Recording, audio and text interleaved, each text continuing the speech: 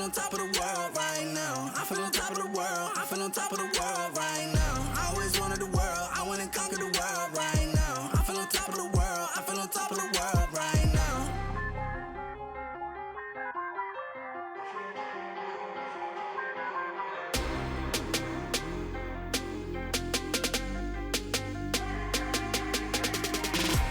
Shots in the man with the plot and we only go bombs away. Ain't no one protecting my mind as a weapon, that's why I'm a dominate. Taking advantage of every second, now I ain't got time to waste. They all tryna sign my name, they want me to sign my name. Counting the blessing while I count that in my winnings. We take 50s and 100s and throw them up to the ceiling. Everything I envision, not everybody gon' witness. Only difference between us is I ain't stop till I finish, yeah. I feel on top of the world, I feel on top of the world right now. I feel on top of the world, I feel on top of the world right now. I always wanted the world, I went and conquered the world right now. I feel on top of the world, I feel on top of the world right now.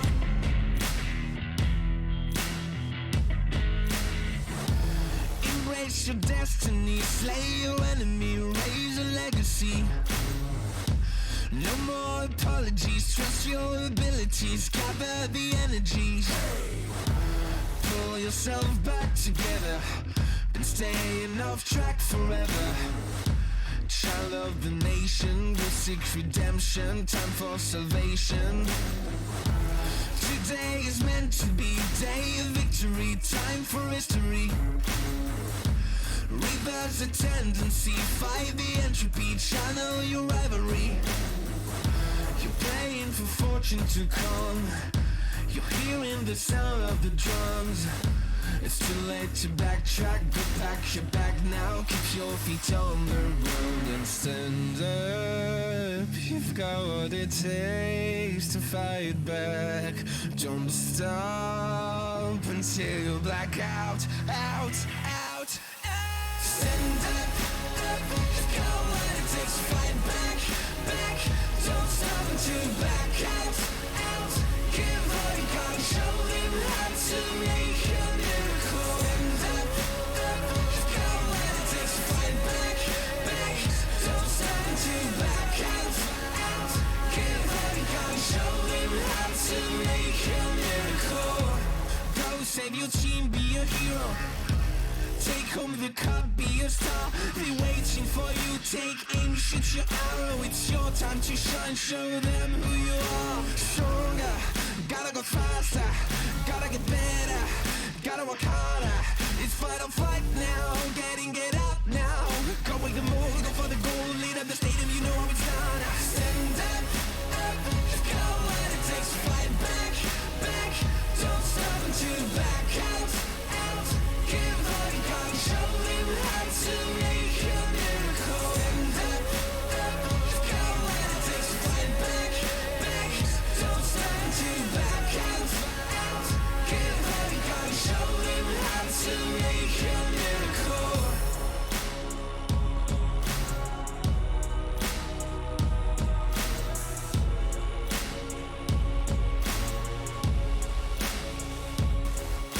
Stand up, you've got what it takes to fight back. Don't stop until you black out, out, out. Stand up, you've got what it takes to fight back, back. Don't stop until you back out, out. Give all you got, show them how to make a miracle. Stand up, you've got what it takes to fight back, back. Don't stop until you back out, out. Give all you got, show them how to make a miracle. Chasing all my dreams now lately. No matter if I try too hard, nothing's ever enough, baby. No, I don't care too much. I don't care too much. As long as I can keep you by my side. I don't care too much. We got time, no rush. In your eyes I always see there is something meant for me. In your eyes I always feel different.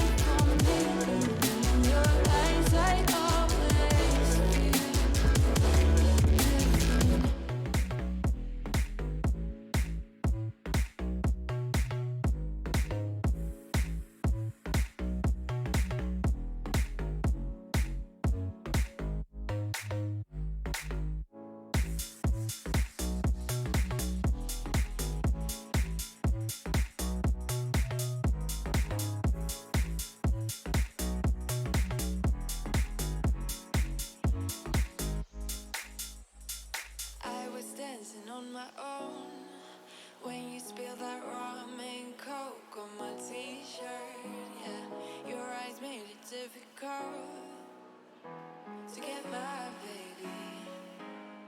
And the next thing I knew, we were so ready to give in, skin to skin on our baseline. Ooh, you give me that high pitch feel, baby. We shared a cigarette by East Versailles. The way you looked at me, couldn't say goodbye. And whatever you did to make it stop, 'cause baby you make me feel something.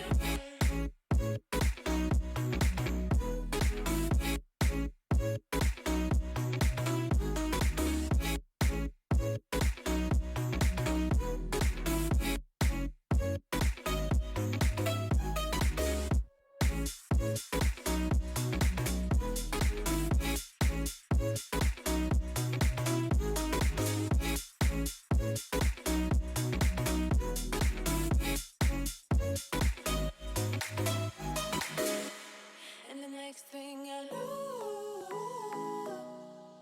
we were so ready to give in, skin to skin on our baseline. Ooh, you give me that high pitch feel, baby. We shared a cigarette by East Versailles. The way you looked at me, couldn't say goodbye. And whatever you did to make it stop, 'cause baby you make me feel something.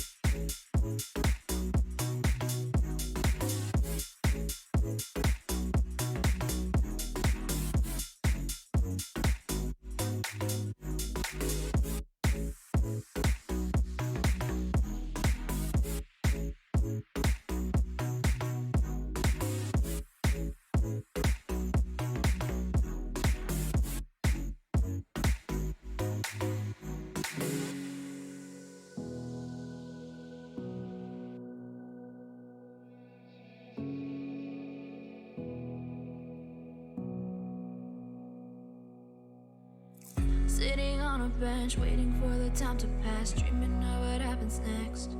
I see what I wanna be, questioning my destiny, only knowing what I see. I don't even realize I've already made a path, and I can change it anytime. I can't take it back. I know what I want, but it seems so damn far away.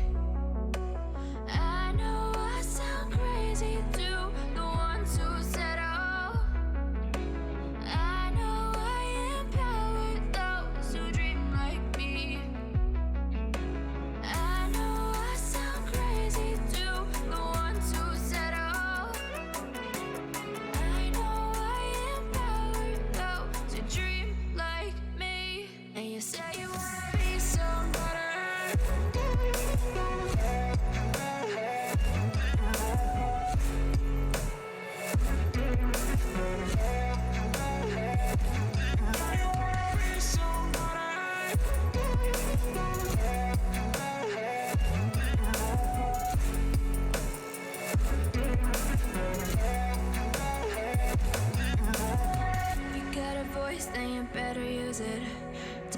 day after day, it's time to prove it.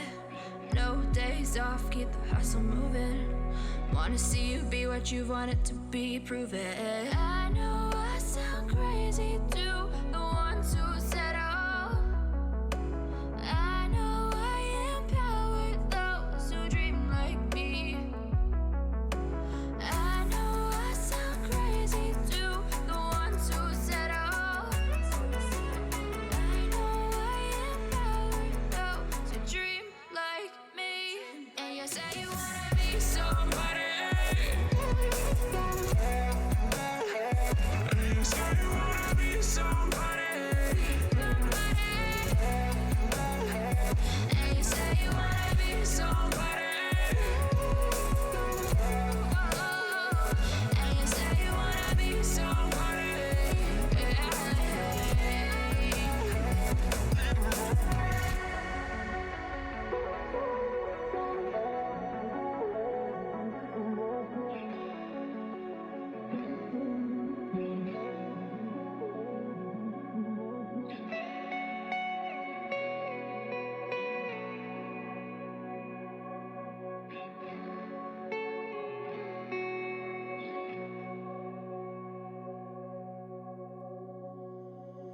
Under peach yellow skies, dreaming big and aiming high. Name the clouds passing by, wishing we run away. All we need is our passports, baby. Leave the rest in our troubled minds. Let us go down in laughter, baby. Trying to figure out what we're after. We're never heading back until we're older. We couldn't care no more, not any longer. Under peach yellow skies, we keep on searching, but we will never know what we're after.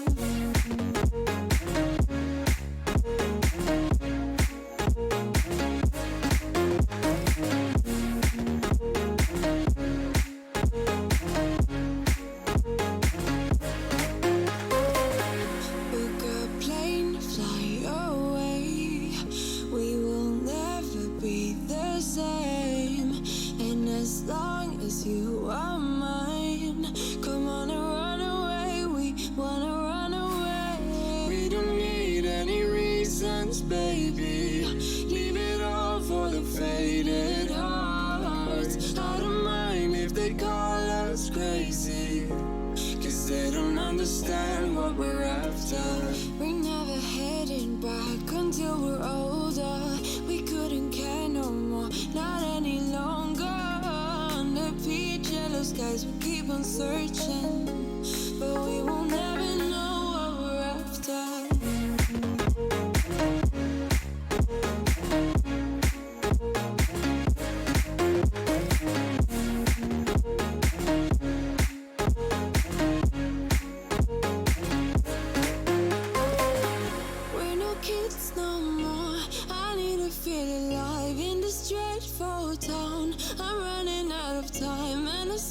You're mine, I wanna run away.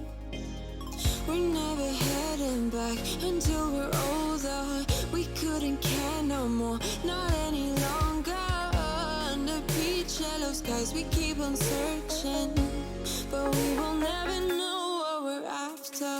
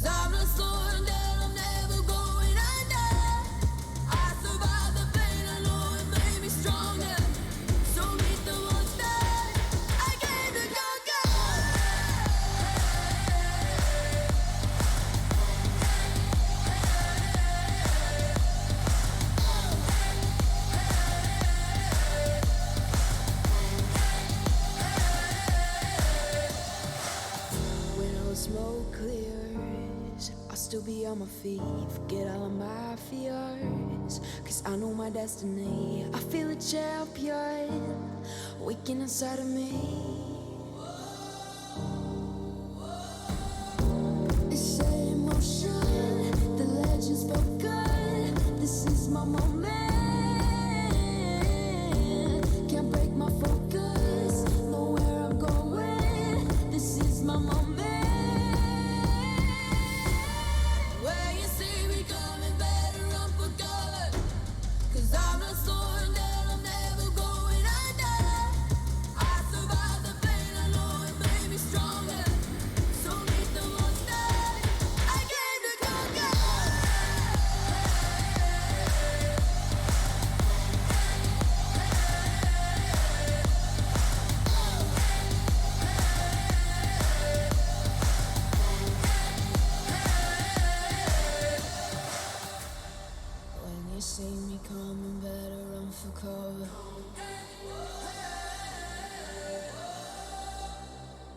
I survived the pain, I know it made me stronger. Show me an opening in the clouds, and I'll take it, yeah. Reminding myself to just let go. Don't wonder how far I can fall. Don't look down, never fade out.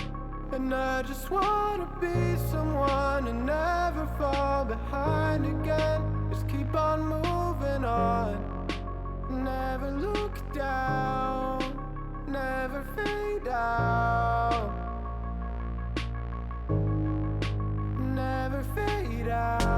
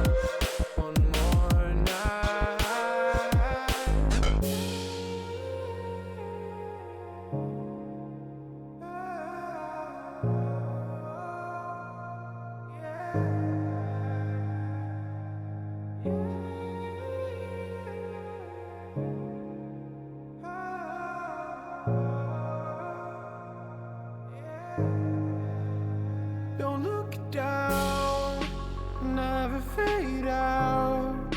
And I just wanna be someone and never fall behind again. Just keep on moving on. Never look down, never fade out. Never fade out.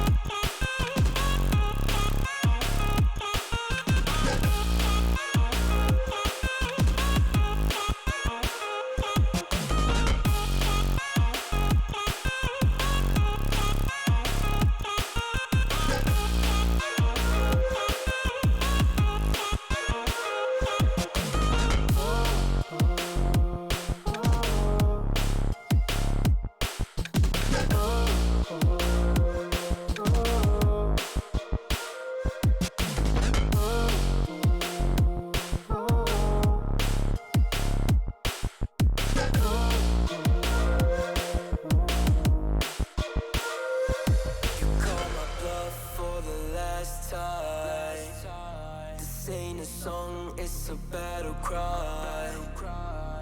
No life.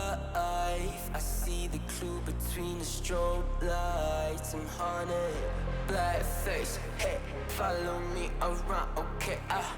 Black face. Hey, follow me around, okay? Used to want it bad, used to want it bad, but I can't taste it. I can't help you now, okay? Follow me around, okay? Black face, hey, follow me around, okay? Follow me around, okay? Black face, hey, follow me around, okay?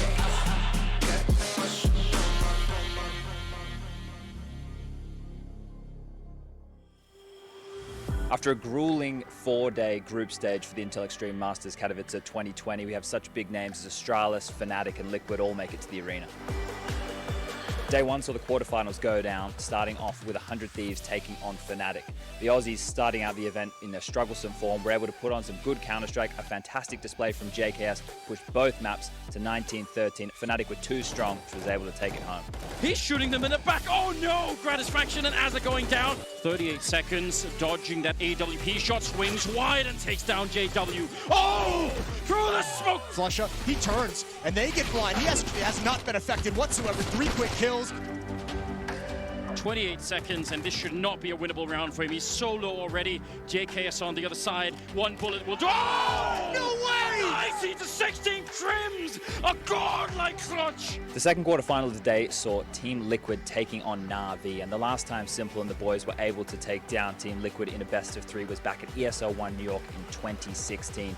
This time round, they got the better of the North Americans, with Simple putting on an absolute show. Some massive clutches, some huge individual performances, but most of all Na'Vi playing as a team and getting across the line in a 2-0 fashion. Just as the smoke fades, Electronic, why does it look so easy for you? 3.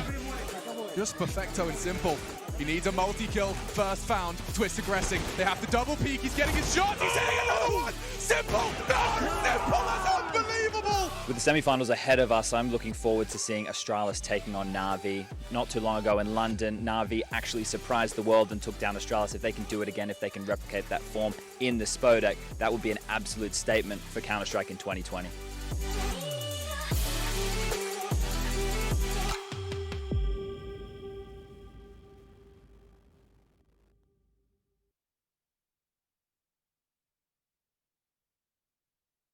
These are those moments I don't think anybody else is going to forget.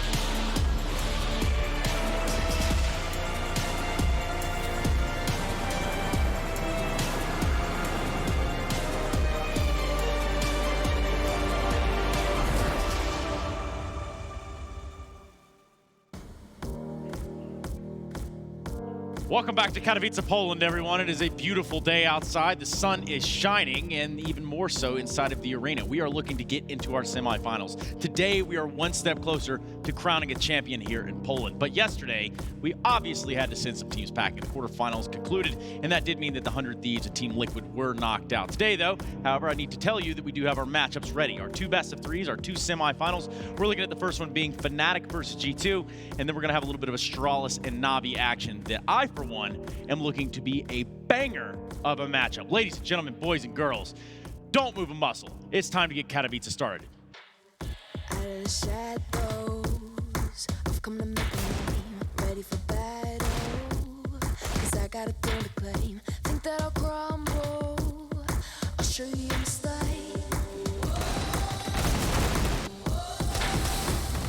Where you see me coming better up for cover, 'cause I'm a sword that I'm never going under. I survived the pain, I know it made me stronger. So meet the monster I came to conquer.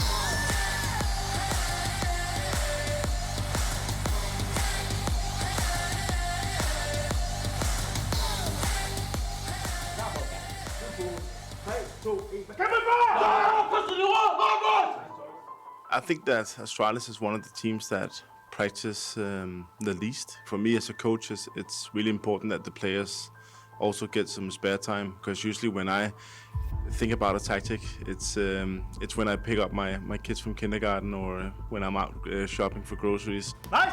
We practice around 5 to 6 hours a day. It also depends on the schedule, the tournament coming up, how we feel in general about ourselves. And there is no really simple way of describing our schedule. It changes all the time from tournament to tournament. I know that some coaches say that you should play a couple of matches to get the same understanding as the players. I think that's also true, but sometimes I even do the calling.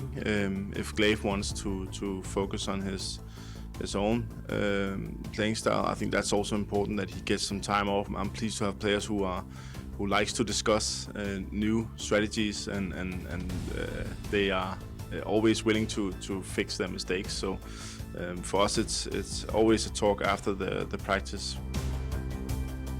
We are a group of 6 who travel and see each other more than we probably see our own families back home. So I think it's important that you do stuff outside of the game. I think it's important that you have a good relationship outside of the game in order for us to have an open and transparent atmosphere in the team, so nothing is left out. If there is any problem, it is asked of you to reveal it in an open forum with the whole team. We want to fix our issues because that is the point of having a problem. It is to fix it. Usually have several Google Sheets where I have my notes. It's supposed to be green when I've marked it, but then new problems occur, and that's the red color. My main goal is to try and make it green before a tournament, but that's never really happened. There's always a point or 2 or 3 that is marked with a red line. So I tend to say that we are always nearly 100% ready when we go to a tournament. Well, they're going to hit the ground running if they haven't already. Welcome back, everybody. We're doing the same thing right here. I've got Chad, I've got Jacob, I've got myself. We're ready to talk a little bit about, or at least expand what it is that Zonic is talking on there. The game has changed infinitely over the years in terms of preparation, tools, methods. What are some of the things that you guys see? I mean, I think Jack can relate to it pretty well. Back when he was playing, you said you didn't have time to practice as much as you wanted to, right? You guys had work. We were working. You were working, like normal like real people. jobs. Yeah, man. Real jobs, so there wasn't a lot of time to practice. Same for me when I was going to school, and that's, the reality for a lot of the players fighting their way up to the top. Obviously, over the past 5 years, it's changed a lot. The way you practice now is way more structured. There's a lot more theory craft to it as well. You try to, as Sonic said as well, you fix your problems, you're talking a lot, you're reflecting a lot. Back when I was playing, you just joined the server and you tried to make the best out of it. So I think all the teams have evolved into something more professional for now, and obviously Astralis are a great example of how you actually should utilize your time properly. He said it himself, one of the teams that practice the least, still one of the best in the world. Chad, how many hours would you say that you've nerded it up in your room, sweaty as albeit? You've got snacks, maybe some pizza rolls strewn all over the place. There's no food. There's only Counter-Strike, right? That's the thing. You're only, fair enough. You don't have any distractions. But no, I don't know the amount of hours, but way too many would probably be the answer, right? And I think what's changed, especially from what Jacob's saying here, and the difference from when I was coming up with strats to how they're doing it now, is like mid-round Counter-Strike back when I was playing was a thing, but it wasn't a thing like it is now. And the theory side of it as well, I would kind of make my strategy so that the theory was built in. It was like, okay, so if we run this and they're here, then we have option 1, 2, and 3, right? Okay. So you try and build your theory in. Now the theory is done across the board and everybody knows. It's not the in-game leader having to have a safety net of a strategy here so everybody knows how to react. Everybody sits down in a circle like we're doing now, probably with a map behind them, the coach, the in-game leader coming up and talking through the best way to work through all of these problems. So it becomes second nature because you don't want to be asking, hey, what do we do now? You need to be reacting instantly in a game like Counter-Strike. You have to have that sort of killer instinct in that moment, which is, something that's also evolved over the years. I mean, what you guys are saying to me is that there's sort of a system of constants and variables even, what plug and play may or may not work with every single lineup. I mean, if you look towards a team like MIBR when they were the best in the world, I'd say they were one of the best teams to react mid-round. They were one of the best teams to play the mid-round situations. And as Chad said, every single player knows exactly what to do in a situation like that. And that comes from the practice, that comes from them paying attention to whatever they go through before they jump on the practice server. There's also examples of teams out there who practice maybe 10 maps a day, but they never get better. You got to make sure it's efficient practice, otherwise it doesn't help you. It's not just about, scrimming 10 maps a day. That doesn't really do all the fixing that you need to. But moreover, it's also a very team effort to kind of come together and create plays and really come up with some of these ideas, this innovation that we see in the server. Perhaps you guys got a couple of those ideas yourself. Oh, well, I know Jacob was working on some things, wasn't Yeah. he? Jacob I'll was leave you guys for now, early today. and, See, Jacob, leave you you made a later. long walk. The cameraman's got to follow you here, man, so don't run. We know you're slow working out a down, lot. good Lord. The thing is, I got a little bit of an example over here, and there's going to be a lot of moving parts, so I'll try to walk you through it as slowly and surely as I can. We're starting very basic, so I already set it up here for you guys. We take as an example for Na'Vi going up against Fnatic, and this is a thought example. This is how I would build a strat if I were an in-game leader or try to make my team understand it. Now, you can see Fnatic, they're lining up for an A execute, and I'm pretty sure most of you guys have seen it before in professional play. So we're just going to set up the scene here. We have Perfecto standing in T-spawn. He want to throw a smoke over here towards middle. What's going to happen is that smoke is going to land here, and that's going to block the vision for JW. Now, the rest of the team is lining up for this A execute. So if we're just quickly setting up, we have Boomich, he's going to be ready with a smoke towards stairs. Simple, he has a smoke towards jungle. Flamey, he's going to smoke CT spawn. And it's going to look something like this. So you got a smoke right here, you got a smoke right here, and you got a smoke here. Now you can add on additional utility. Could be the Molotov. You want a Molotov right here, so there's not going to be a guy hiding in sandwich. You can Molotov under the balcony. Now, as you can see on your map right here, there's a lot of action going on. Now, the thought process of this strat is that I want Perfecto to move while all this is happening. In the meantime, he's now over towards B. So Perfecto is going to stand over here. As soon as this execute happens, I want Perfecto to move from underground all the way up here. So now Perfecto is in a position where he can flank towards the A bomb site. What you hope happens when all of this stuff is going down is that JW is going to think to himself, I want to move too. So instead of JW being in window holding middle, he's now going to be the backup player over here towards A. So what happens is that Perfecto now has a pretty big area right here where he can try to create some place. That was a strat we built back in Dignitas. To take it a step further, you can even say that, yeah, with JW, he's smoked off right here, so why should he back up? That's a good point. Maybe JW stays in middle. So what you could do is if you just go all the way back to where I began, it's just going to take a bit of time to remove this. Instead of putting the smoke from Simple right here, Simple is the guy smoking jungle. What if Simple were to fail this smoke just a tiny bit, so there's a tiny bit of a gap JW can look into? So if we just find JW one more time over here, we put him here. Now JW actually has a line of sight, so that maybe gives him an initiative to stay towards the A-bomb site. And that is why JW and Perfecto has this room to work with. So you can always try to build on your strats, you can always try to get better, you can always try to innovate your strats, and on purpose you can fail a smoke even to give them an incentive to take a position you would like them to do. So you can always be creative with it.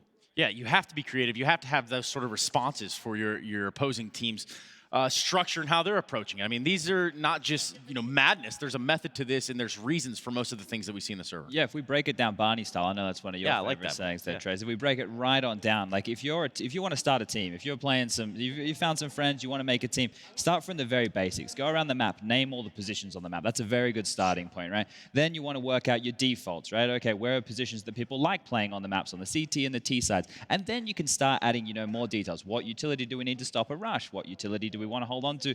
And through that, then you can get that library that every one of these professional Counter-Strike players has in their head, and it's going to take a long time to build, but it's a good place to start. It is a great place to start, and obviously there's just about too much information to even kind of display at this point. Speaking of information, I got some more of it right here. I've got the tournament bracket for A and a little bit of the path that these teams are taking into your semifinals today. We're going to start this conversation around Fnatic's run up to this point. Yeah, so for them to get to here, right, they were able to warm up after their 78 days off, that nice little holiday they had against the Renegades, and then moving on forward, they made it into this position against Astralis in the upper bracket, where it was going to be deciding were they going to go through to the semifinal or were they going to go through to the quarterfinal. Sure. Well, they dropped on down to go through to that quarterfinal, and 2 nail-biting games yesterday, let's be honest, against that of 100 Thieves. But they've made it on through. They have already played against that of Na'Vi in this tournament, which was a pretty big scalp for them to take. Oh, their biggest scalp so far. Definitely. I'm not too sure what to make of this Fnatic lineup, right? Because they've been playing well throughout the tournament. What we saw yesterday against the Thieves was a great performance. I think you got to give a lot of credit to the 100 Thieves for playing a well-played game, basically. Yep. They put on a lot of pressure towards Fnatic. But if Fnatic want to go into a final of a tournament of the caliber of IEM Katowice, going up against G2 today, I think they need to find another level. So it's been okay so far, but we need to see them play even better. Yeah, and that's something that really does separate the champions from the losers. It's who can adapt on that sort of level and who can really make it all work there.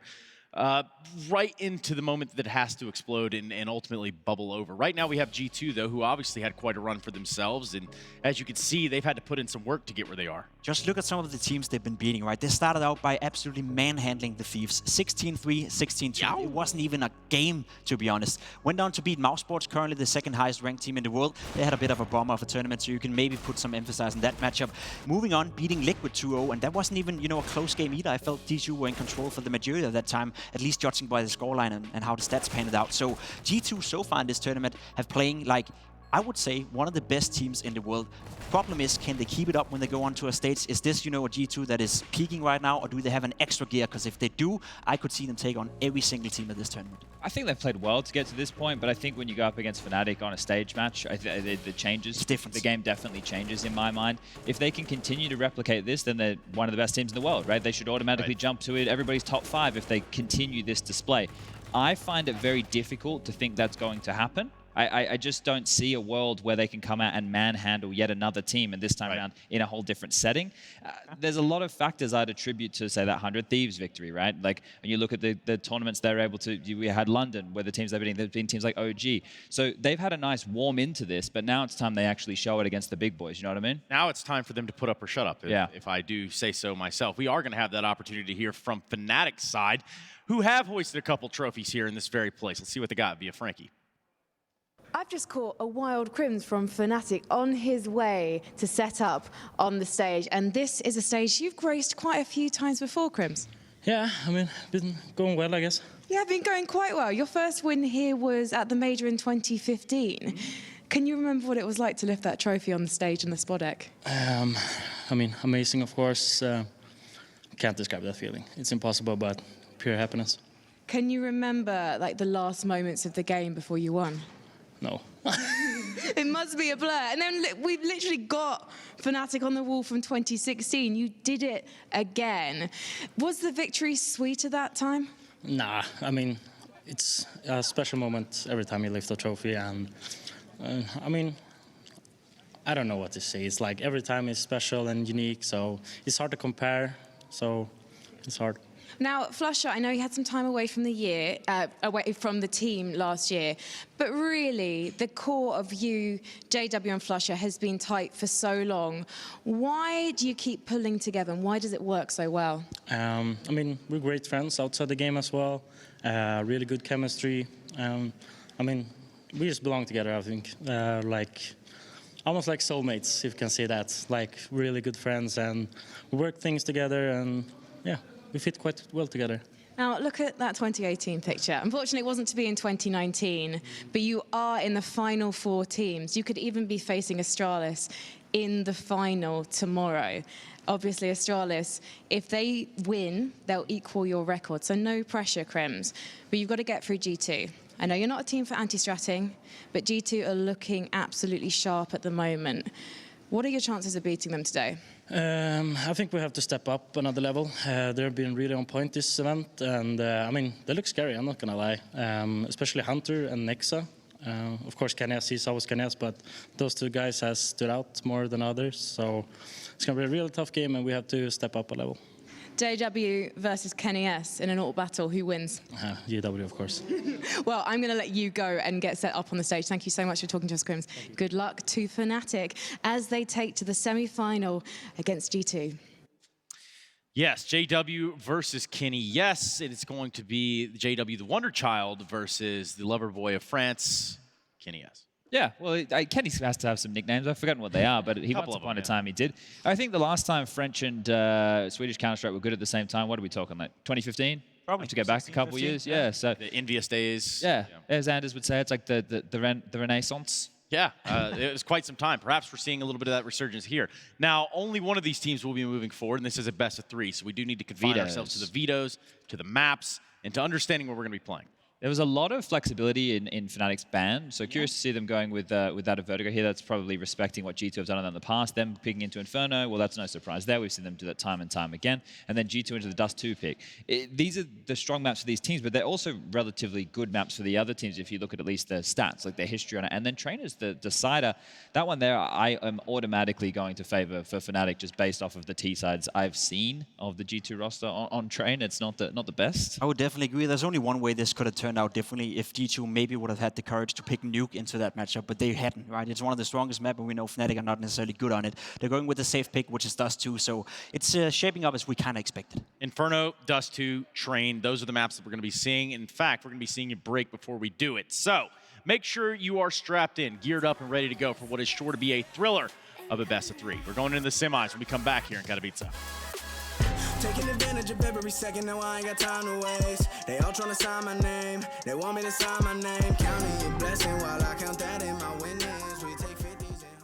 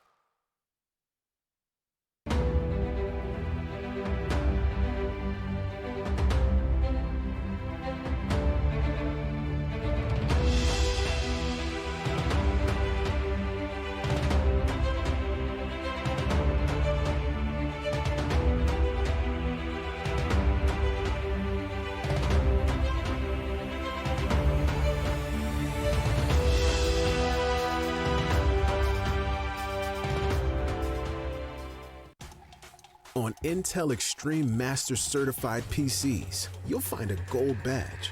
It means you'll find brilliance inside, that you'll get high-grade components like Intel Core i7 and i9 processors that'll deliver the uncompromised performance you need to game like a pro. Not to mention, every purchase supports the prize pool of Intel Extreme Masters. Intel, unleash your brilliance.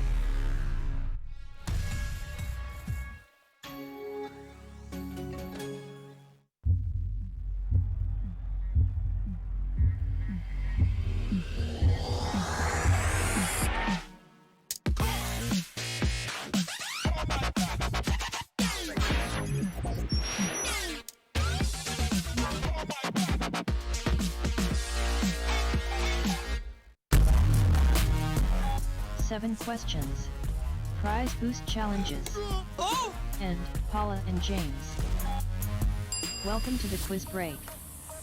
Ah, yes, the soothing sound of the robot people, James. Don't worry, guys, though. We're back with 7 more questions for you guys to answer. Just lock them in at esl.glhf.gg to get a chance to win yourself some awesome prizes. That's right, James. And do you know what is also back, ladies and gentlemen? The prize boost challenge, where we are tortured and made to do things that we don't really want to, but we have to do for one sole purpose. Oh, yes. To get paid. For us, it's to get paid. But for you guys at home, they're the important ones, mate. Don't forget that. We want to win you guys some dope prizes, and it's on us to do as good as we can in these challenges. All right, let's not waste any more time and get right into the first of our 7 questions.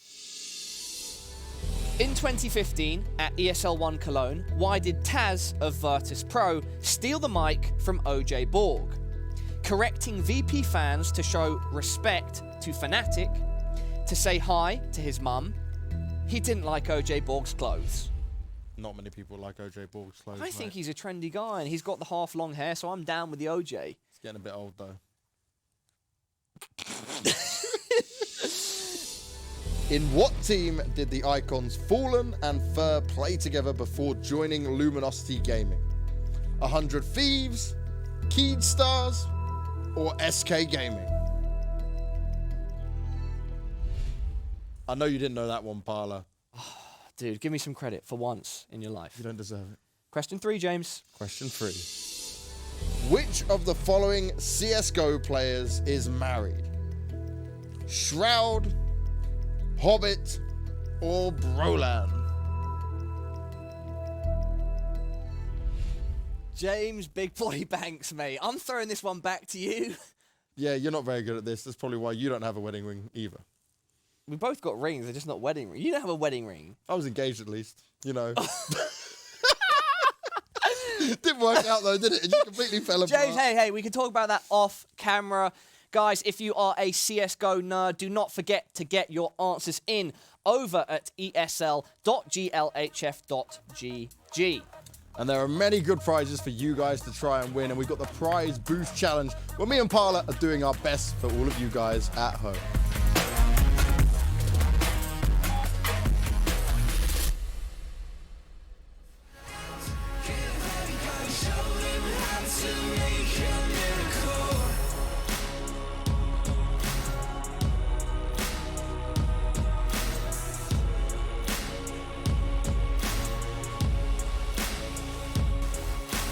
Stand up, you've got what it takes to fight back. Don't stop until you black out, out.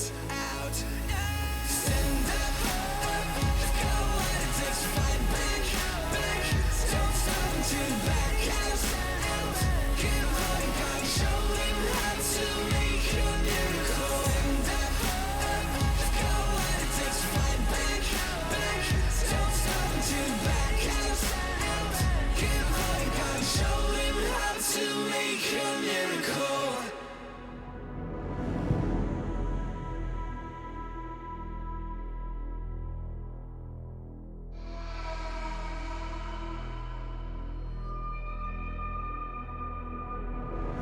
I fell apart when I saw you look at me that way. It broke my heart to see. It was a moment of darkness, a moment in time that I regret for being so heartless. It was a moment of darkness. Intel Extreme Masters is brought to you in part by Intel, Acer Predator, Mountain Dew Amp Game Fuel, Vodafone, and Euronics.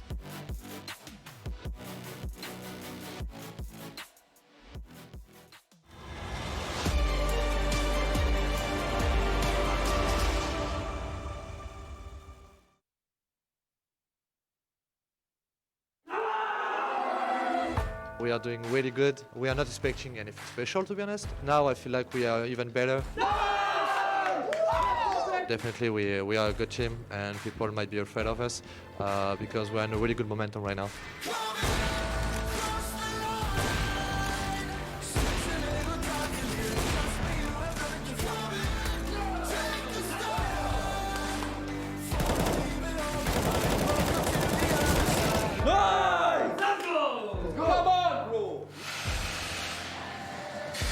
Well, they've been together for a while.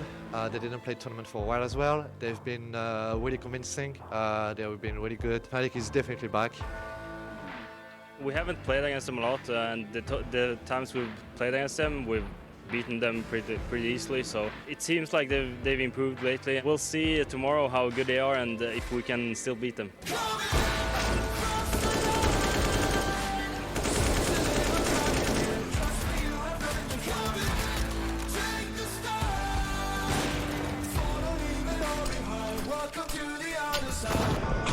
Everything we bring is always going to be like on a high level, and we aren't afraid to play anyone, and we respect every team, but we also know that we're the better team. With the chemistry we have, the way we play, and the confidence we have as a team, it always boosts the player, and it boosts me as well. So I'm really happy about my role in the team. I think I'm a much more complete player than I used to be, and yeah, it's really fun to play within this team. And fun comes first when it comes to competition. If you have fun, you perform. It is what it is. Nice! Let's go! Let's fucking go! Arena!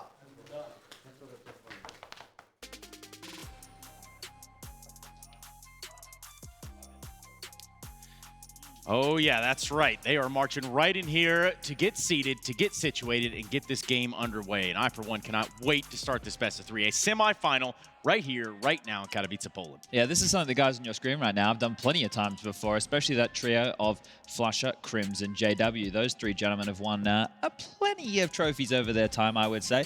And they were there in the beginning, especially the JW Flusher combo. They won the first major ever. Some of the most crowned players we have within the game, some of the most experienced players we have within the game. Also, when you look towards the career, because it hasn't always been good for Fnatic. There's been good periods and there was bad periods, and now they seemingly have found the form again. It's getting better. Swedish Counter-Strike is back on the map, so you got to give them a lot of credit. They basically tried it all. And then when they got up. Well, that's all right. We just can hear some of our guests, surprise guests, for a little bit later. I thought that was like my brainwaves. Yeah, mine too. On the broadcast, but you know, sometimes these things they do kind of simulate themselves. What we need to stimulate right now is you guys in talking about a semifinal. Now, obviously, we have our two teams. We know what our at least our adversaries are in this one. It's going to be Fnatic and G2. First of all. But is this going to pack a punch as a game? We were just having a conversation about this. You want to kick it off, Jacob? Because we may as well. Sure. I think G2 coming into this semi-final has been playing some of the best Counter-Strike I have ever seen G2 play. And I especially take notes in the stats right now. When you look at the top 6 rated players in the entire tournament, you have 4 from G2. I just told you that's some Astralis level right there. That's what they used to do.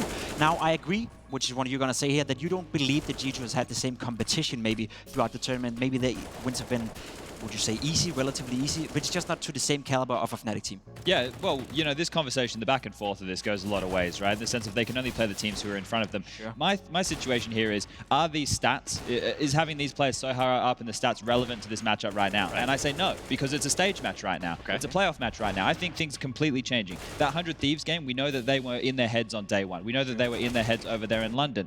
The victory over Mouse Sports. I don't think Mouse Sports are a top 5 team in the world. I'm going to be completely honest. Sure. I just don't think they are. And then Liquid, well, I haven't been impressed in Liquid in some time. So, and also in that matchup, when both teams are already guaranteed into the playoffs, I don't think Liquid are giving 110%, whereas G2 are constantly giving 110%. They've been on a winning streak for something like 72 days now. They haven't lost since the Champions Cup. And Chad, just to kind of expand on the Mouse Sports point, because obviously there are going to be people out there that are saying, well, Chad, they're number 1 or 2 in the world, according to the numbers.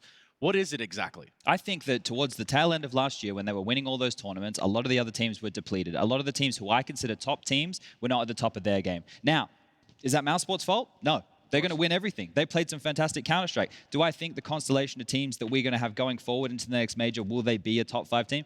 Probably not. They'll probably prove me wrong, but I just don't think they are. When I watch them play, they have a lot of tools, but they also have a lot of things which make them fall apart or could make them fall apart in the future. And I want to wait and see if that comes to fruition. Yes, fruition. That is what the word of the day is around here. And at least for these fruits that I have on the desk, we're going to see what the bananas and pajamas are up to over there. We do have the Vodafone view. Yes, bananas and pajamas. I believe that would be us. I hope so. I don't know what else. I don't know how else we can interpret that. Yeah.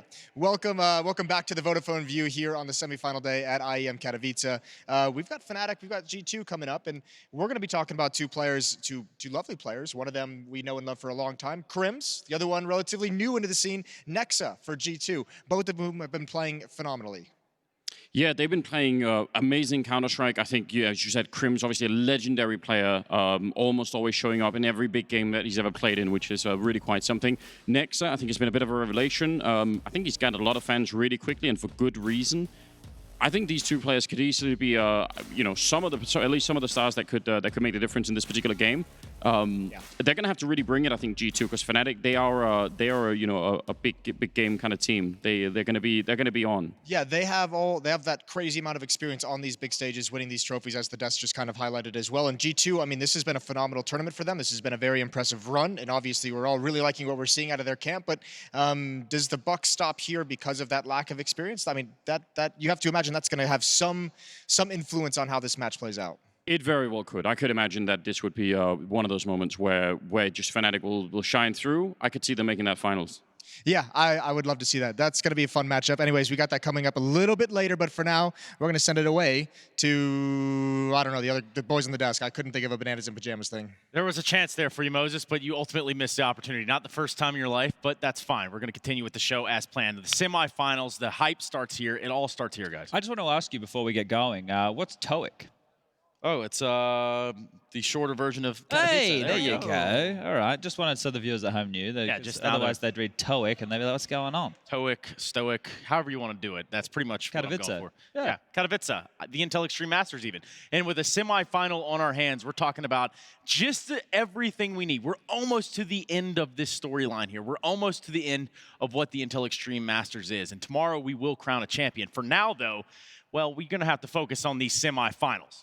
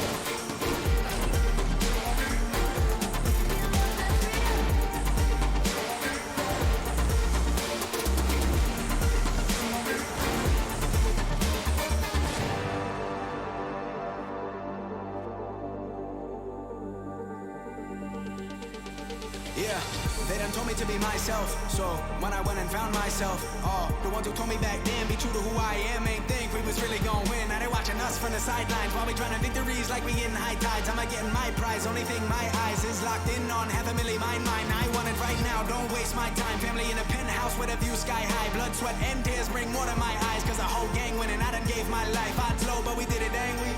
And we always moving, never on the same thing. Now our lives are highlight reel. We like the thrill, this life's ideal. The hype is real. We know it, it's just the way we live. We own it, cause that we love the thrill. We know it, it's just the way we live. We're grown-up kids.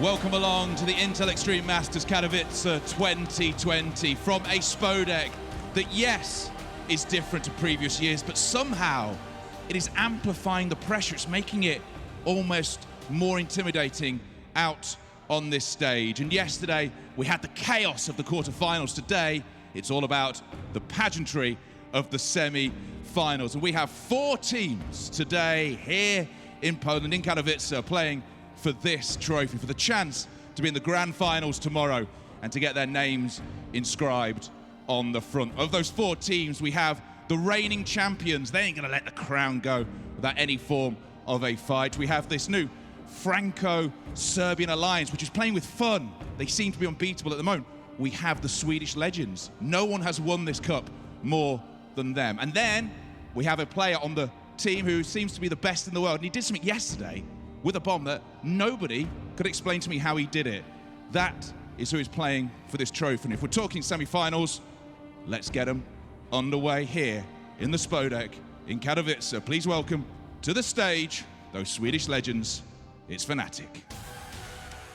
It is definitely Fnatic. This Swedish squad and brand are in the business of putting Scandinavia back in the spotlight with Counter-Strike. They've done it here multiple times, and even with familiar faces.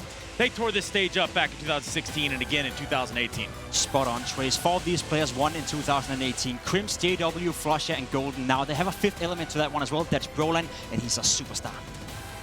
They are taking on a team, in their own words, who are playing with fun. They have a player on their team who is back to his best. Taking on Fnatic here in the first of our semi-finals, it's G2. G2 has had to endure quite the period of evolution. Just in this event alone, they survived 100 Thieves, they survived Mousesports, and even North American powerhouse Team Liquid. They will have the real opportunity here to set a tone for dominance with their foot in the door at 2020. Counter-Strike has been in the Spodek since 2014, and that man, Kenny, has been eliminated in the group stages 5 times. On his 6th attempt, he's able to get to the arena with ease. This international roster is looking hot. Looking hot to trot. That is what we're looking for right now between these 2 teams, and I'm pretty sure that this semifinal has stacked its way all the way to the top. Fnatic and G2 is set to deliver right here, right now, today. It is going to be one hell of a match. I have no doubt about it. Right, let us talk to our in-game leaders before we get this underway. Nexa, first off, you are playing with fun. We heard Kenny say that, or as I like to call him, Kenny's. He's playing with fun. How do you get him to do that? How is that your game plan? I don't know. We just clicked as soon as I came into the team. Him and me, we have this connection. I know what he loves, and I know how to make him comfortable. So, yeah. And what is that connection? Talk me through what that connection is. I don't know. It's just like a bond. You know, we get each other, and we're very good to each other, and you know, it's like a friendly atmosphere all the time, and he feels comfortable with whatever I tell him to do. So that's why it's going well. And the fact that we heard from Sponge, it's crazy. A player of Kenny S's stature has been knocked out in the group stages here in Katowice 5 times before. This is the first time he's made it to the knockout stages. This is exciting. Does that ratchet up the pressure on you? Well, it's my first time making it here as well, so maybe there is a little bit of pressure, but you know, seeing as there is no crowd, sadly, maybe the pressure is a little bit off. I think the pressure's still going to be on. One last question. You're playing Fnatic. How do you stop getting shot through the smoke? We don't throw smokes. Ah, there you go. Golden, we saw you play yesterday. It was a great matchup, you against 100 Thieves. What did you take from that performance that you could bring in today's match? Finished the match much earlier and much cleaner. I felt like we were it got out of our hands when we got 15 rounds, and today we're just gonna play it safe. You guys are going to play it safe because we've seen you be so aggressive over the years. That seems to be your game plan. Yeah, I mean, that's our identity, and I mean, every team that plays us, they know they can do whatever they want. How do you stop a team that isn't playing with any fear? It seems like they think of something to do, they do it, and they are doing it at the moment. We do it back to them. They do it back to them. Right, let's get the first semi-final on. Shake hands if you want to shake hands. The hands are shook. The first game is ready to go. Wherever you're watching this from, let's get it on.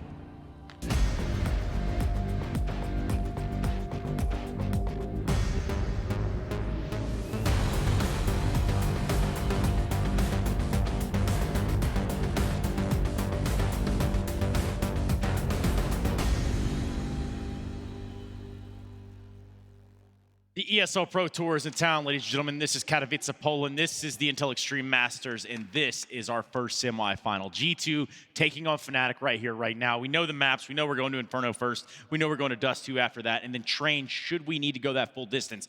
But, gentlemen, these two teams seem like they got the fire underneath them to get this one going. Yeah, and Inferno's the first one to kick this off, right? And that is going to be the pick of Fnatic there. A map we've seen them play plenty of times. Yesterday, if we reflect our minds back to the 100 Thieves game, they had a really rough time closing on that T side. They were trying to abuse the Arch side of the map, and they were getting through time and time again, but JKS was able to save the Thieves from defeat there. So I'm curious if Fnatic are going to have that same approach on their T side, you know, if they're going to be still trying to target that side of the map, or if they're going to come in with something a little bit different, because historically these guys are one of the best mid-round teams on Inferno that I've ever seen. I'm afraid we're not going into that game, right? We're not going to see Fnatic in too many mid-round situations, because I think G2 is going to apply a lot of pressure if they were to start on that CT side.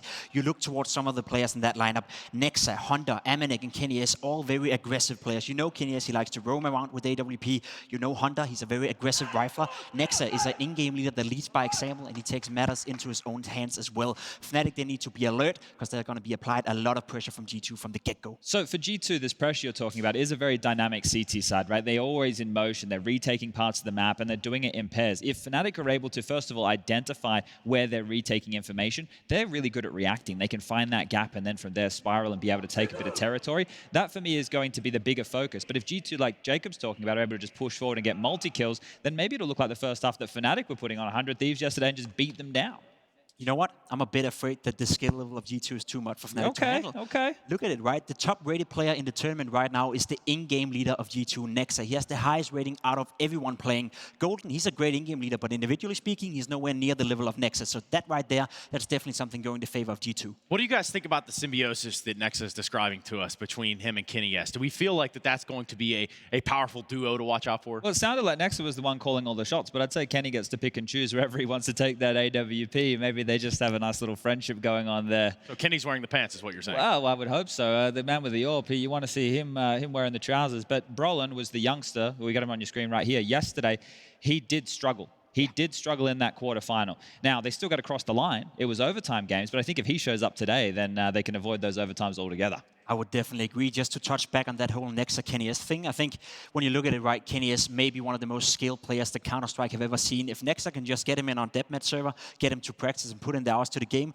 I think we're seeing right now what Kenny S is able to do. He's a player that has immense talent. His work ethic has not always been the best, but it seems like he's found that back in this version of G2. I am right now very scared on the behalf of Fnatic. I'm looking at 4, maybe even potentially 5 players from G2 who can definitely match them in skill. And what I've seen so far, G2 has a very strong fundamentally understanding of how to play aggressive Counter-Strike as well. Fnatic, they need to show up today, otherwise I think G2 is going to run away with it. I don't have the exact numbers in front of me right now, but I know G2, when they're down a man, their stats aren't so good. They do struggle in those 4v5 situations, if I remember reading rightly. You're actually not right, because they're winning 59.3% of their 4 versus 5 or overall? In this tournament. I was looking at overall. Overall, maybe yeah, you're right, but in this tournament in particular, they've been super, super good at playing 4 against 5. Yeah, and I also want to make sure we throw in the fact that they did get the beat down on 100 Thieves in, 5 rounds over 2 maps. So they're going to have inflated stats, right? If you look at their overall, if you look at since this team's been together, one of the things which I think, I need to go double check, that they've been struggling with is the 4v5s. Where do you guys place players such as Amanek, for example? Where would you put a player like Amanek in terms of how this could all go down? I mean, he's currently the 5th highest rated player in the tournament, so he's been having a good tournament so far, and he's so aggressive, right? When you watch Amanek play, he likes to take duels, he likes to be the guy going in first, and he creates a lot of space for the Kenias, for the Nexus, and for the Jax to work. I think right now Amanek is potentially the most underrated element of this G2 lineup. I think individually speaking, he's one of the best players on the server, and he's about to show us that right now. Well, hopefully you are all settled in just snug as a bug. We are ready to kick this semi-final off. Fnatic and G2 are ready to go toe-to-toe, in which one of these teams will be moving on to that grand final tomorrow for the Intel Extreme Masters Katowice 2020. Kicking it off on Inferno, Dust2, then Train, and also kicking it over to our commentators is what I plan to do in this moment. We have Moses, we have Anders, and we have a hell of a matchup on our hands. I really can't wait for this to get underway. Big welcome, ladies and gentlemen. We're here at the Intel Extreme Masters in Katowice 2020. G2 versus Fnatic in a best-of-3 to decide who gets to go to the grand finals. Fnatic starting on the T side, G2 on the CT side. So bring all of your friends and let's get this on the way. And Jason, already, we recognize this setup from G2 on the CT side. Yes, indeed we do. I mean, we've been seeing this frequently. We've touched on it. A lot of 1-4s going on, especially here on Inferno. There's no Molotov. There's nothing in middle to really block off any kind or split the attack. It's just a couple of flashbangs. But you have to imagine, if there's any noise cue at top mid from Fnatic, that's going to be a pop flash peak. And unfortunately, as these gambles often go, the B bomb site is the target, and therefore you're attacking the one player. You're attacking just Kenny S, who will not really be able to do anything. Hopefully gets 1 kill and hopefully survives. Yeah, just is in quotation marks here. Just remember that at home. Still 1 minute and 7 seconds. They're going to be smoking it off. He actually wants to try and body block it to see if he could create a little bit. He could look over it, but he's very exposed up here. Crouching down. They still should be able to see him. I'm fairly sure they can see the top of his helmet there, but let's find out. He turns for the flashbang, what he thought was a flashbang. There's a little bit of 1 instant headshot. That's such a good move. Now, everything else is just cherry on top. They can go for the retake. They can try and see if they could do this and maybe get a chance to stop Fnatic. And Fnatic has to set up early for the retake. They've actually pushed towards CT spawn. No one's covering Banana. That's a must-win fight, and Nexa has it. Golden finding Kenny S, but now it's on. 3 players coming up Banana. Yeah, and they have 1 flashbang there on Nexa and a defuse kit. Can they set it up nicely? Then that might be all they need. Running a shot from Jax. Crims a bit out in the open, a bit of an off angle, and Jax will continue taking down Crims as well, leaving Golden in a 1 versus 4. He's already got the 1 kill, but he's gonna have to try and ace them while stopping the defuse that's already coming through. Golden, and he's not gonna be quick enough here. I think that defuse is a second away, and Golden, he gets 1 more shot, but that was too much to handle. He'll try and see, he'll get the ace at the end, but it is not enough to save them, and G2 will win the round. Yeah, that is, everything went well for G2 to win that. Kenny S with the opening pick, playing it passively from there, a little bit of extra damage, but mostly just falling back and helping to protect construction, helping to maintain a presence for that flank to eventually come into play. That was a huge, huge performance, and Golden, you got to feel for him. 5 kills, I mean, that's a rough way to lose a round when you get an ace in that fashion. Nothing he really could have done, though. No, and I mean, we could, we could apply a lot of sort of retroactive analytics to that one and say, oh, what could he have done to make it different? But if you're in that scenario, you do what you can. If there was another 2 seconds on that defuse, then yeah, he aces and wins the round. So definitely not on Golden that one. Brilliant play overall. Fnatic getting close enough that, that's almost a bit of a coin flip in that round.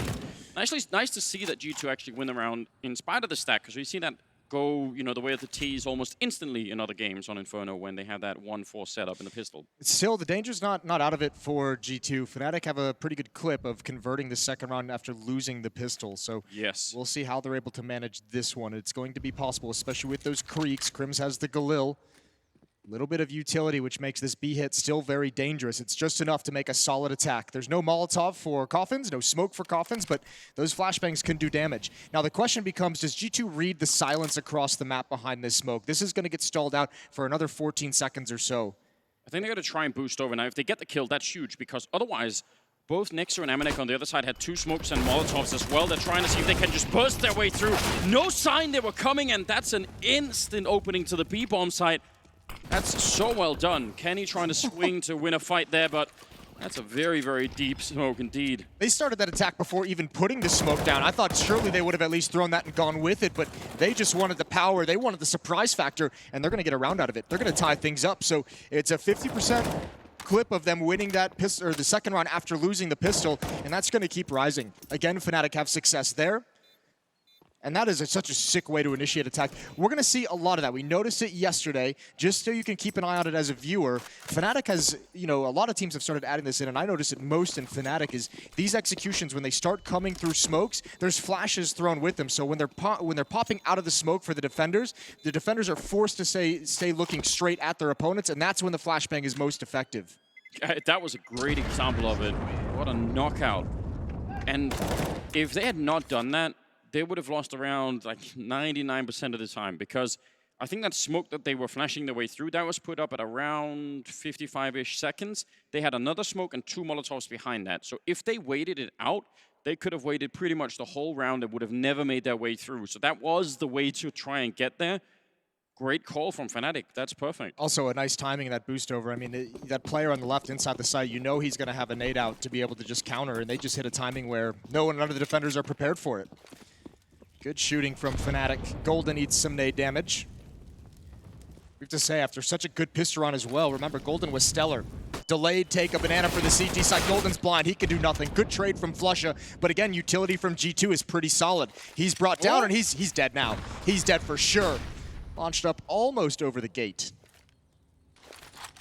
They did say that they would try and, not throw smokes, and turns out HGs are much better against Flusha. It's a good call. Doubt they can stick to it, but still. They're up a man in this round, but down in terms of the weapons. No armor on Amanek. Yeah, but look at this passive defense. If G2, this is kind of one of those rounds where they almost have to be just because they don't have the firepower to match it, but look for that later on in the gun rounds because Fnatic is going to love these passive defense. They love creeping up towards lane, towards rap side, and just taking open duels, especially with the Kriegs. Smoke's being put out. There's Brolan being flashed through. Hoping to catch Kenny. Not going to be quite able to. Now they're all the way over at the quad side and pit, while actually they're moving up. So there could be a B split here, but they're going to get flanked fairly quickly. Look at Kenny already moving out with Jax. They know that something is amiss here in the middle. And Amanek and Nexa, they just have to buy time over at that B-bomb side. That's really the only thing that matters right now. Just try and stay alive. 25 seconds left. P250 here at the back, and Amanek, he's not got that much to work with either. So just the pistols defending B at the moment. And there comes the flank. Crim's turning for bomb. It's over. Oh, you're right. That is the bomb. That's even worse. What a pick to find. Yeah, for the second round, for how convincing it was and how aggressive it was through the smoke, this one they get stalled out. They're waiting for Brolan to wrap all the way around, but at some point, they'd never had the information that mid was being cleared by G2. So nice proactive defense from G2, wanting to go find the information and turning it into the game-winning play. That is such a good illustration of, of the kind of basics that we want to see on Inferno. I mean, this is a bit of an exaggerated version because they keep pushing mid, but even seeing that it's mid, even going there to find out late in the round, that's huge. We just broke another player record, I believe. I can't remember what the exact number is, but something high up there. 934,000, yeah. I believe I was told. So chances are we've got some new viewers as well who aren't used to watching Counter-Strikes here. We like to see that kind of a tactical thing. If you're on the defensive side, you can't just stay defensive forever because you've no idea what the attacking T side is actually doing. So G2, they take that guesswork all away. They go look, they see no one on the A side of the map, and they decide to go and be aggressive. Flusha in the middle of a lake of fire. But it's the MP9 that will bring him down. He was so trapped. Brolan up mid. There is one in Cubby. Brolan won this fight a lot yesterday towards that half wall, and JW is going to go down for free. He might get Kenny, but Hunter surely going to take that. And there it is. Saw the shoulder first, prepared the whole way. But now Brolan's put into play, missed his opportunity. He comes back for another. He knows there's one in pit, dinked already, but he can still challenge for the fight. Hunter moving up along the wall. Brolan again, a great read. He flicks over so quick, and now Pit is exposed, and now it's taken over by Fnatic. That is disgusting by Brolan. He should have been dead. He was dinked. You said they knew he was even, and still he was quicker with that Krieg. Crims, that's an easy shot on Nexa, and that leaves Amanek 1 versus 2. And the bomb, well, it's not planted yet, but He's got almost no health. He's got no kit, no grenades or anything. Yeah, he needed to find someone, sneak in a kill, and at least make it a one-on-one. When the bomb goes down, he might just try and gun for it anyway, but this will be a very tough fight to win. And Crims in the perfect position. Fnatic, they bring it right back, even it out at 2-2. Back and forth, a seesaw game to open things up. Fnatic coming out on top, and that's what I was talking about, a passive defense. Someone like Brolin is going to eat them alive. This is just so bold. He gets dinked immediately, but he knows, like, if we're going to win this round, I have to remain aggressive, and those are some phenomenal shots with the Krieg. Yeah, because the shot that Crims got originally from Boiler, well, that's the sort of just click mouse at one and you get that kill. But Brolin, he was looking the wrong way. He was aiming in the different direction. With only 13 health. Yeah. So fair play. Got that young man reactions. We do talk about that, don't we? There's the smoke for the car. They do throw smoke. Somanek. Another nade as well. Pretty good job, I think, from G2. I mean, the unfortunate thing that it's 2-2 is that G2's done a good job in Banana when they've had presence there. It's 2 rounds now with guns where G2's been able to find some kills, at least trade some kills, and come out with at least a one-man advantage. Just not able to convert it in the 5-on-4. This round should be a freebie for Fnatic. Everyone has rotated and gambled towards the A bomb site. Yeah, and you understand the way they were trying to sell that even. Yep. One smoke, one HE, but, you know, just hoping that Fnatic say, actually, let's not. Well, JW is going to have some attention. Chance to stat pad a little bit. He pre-fires hearing the footstep. There's a second. He holds the trigger. Third and fourth. And he's going to back away. Does not want to lose. Does not want to have to rebuy. Reloading the AK-47. And it's Almanac. Is he going to give up the ace? I think surely JW is going to find it, and he does. All 5 for JW.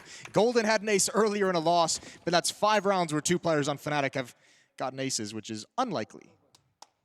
That's how you want to start a semi-final, though. Does it count as an ace if you lose the round? Yeah, it still counts. Okay. We'll give it to him. It's fine. I think if anyone, Golden deserves it. He's been putting in the work. 2 aces in 5 rounds. Yeah. If that's the level, if that's where we start building from in this particular semifinal, which it could be. I think that both these teams are so fun to watch. There's not going to be a boring match no matter what. No one is going to start playing slow and scared Counter-Strike. It's going to be aggression, and it's going to be a lot of it here. Flusher, yeah, well, you see it running through the smoke with a MAC-10. Powerful way to find an opening. A little bit scared with the MAC-10, but no one's going to challenge him. And they're back with a 4-man setup over at top middle. So let's see if Fnatic run into it.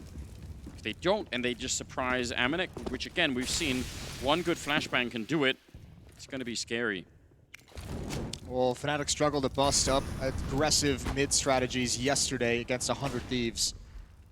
This time, just the Molotov, just the utility usage forces all of G2 back, and look at their utility. This pressure is going to force a lot. Actually, both sides, a minute remaining, and each side only has 2 smokes. This is going to be a brawly round. That's a good peek from Kenny, as fast as ever. 4 players here to defend still.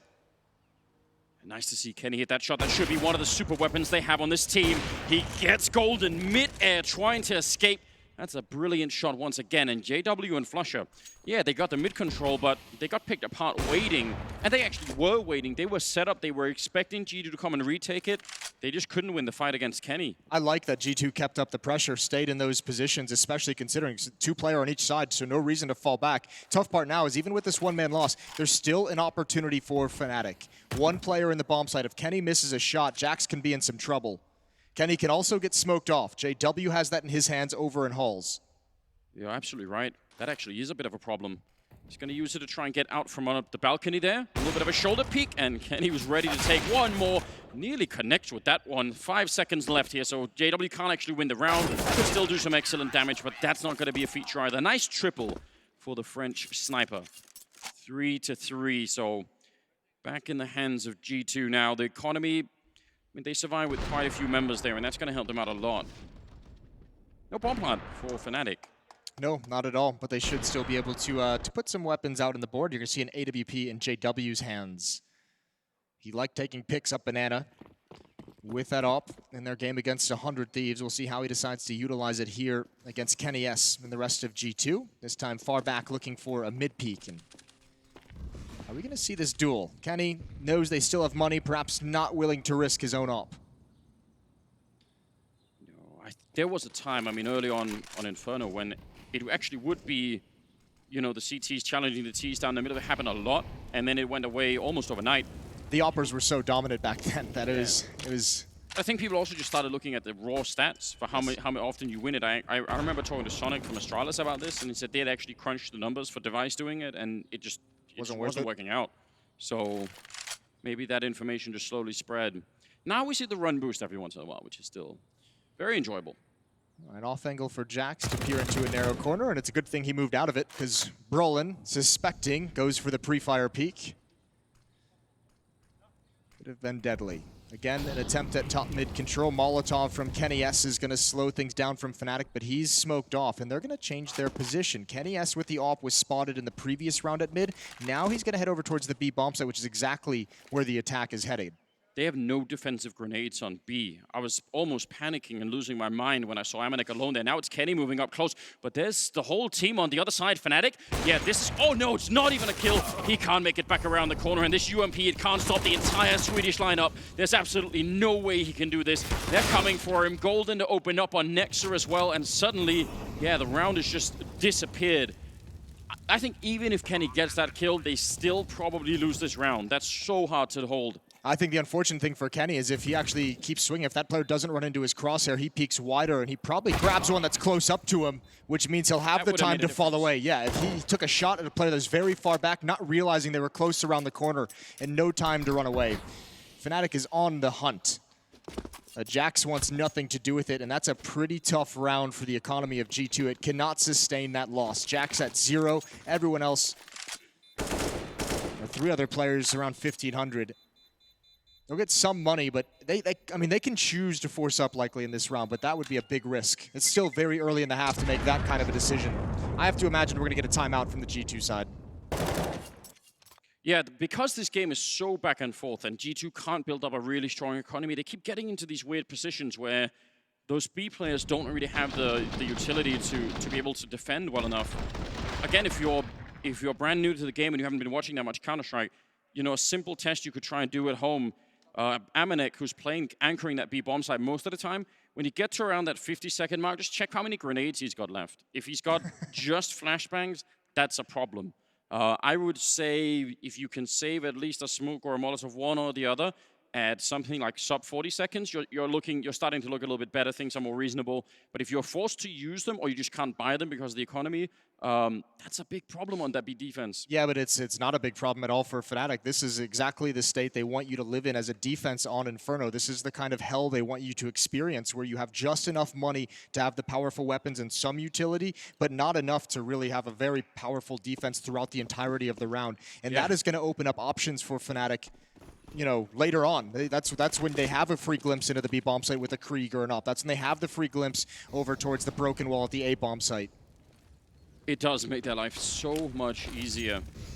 Grenade gonna go into that corner, but doesn't really touch Flusher all that much. No, but Flusher got beat up a couple times by those nades flying over towards those logs, so just notice how he's kind of adjusted his positioning in Banana. So that gamble, ooh, Jack's gonna get traded. No, that smoke is confusing. He does get it, Brolin, but he's dinked for his troubles. Not bad from Jax with the only gun. The problem is, it cannot be salvaged unless Hunter wants to risk a lot. There was a legitimate shot he could have even had the double. Yeah, I mean, that would have changed the round.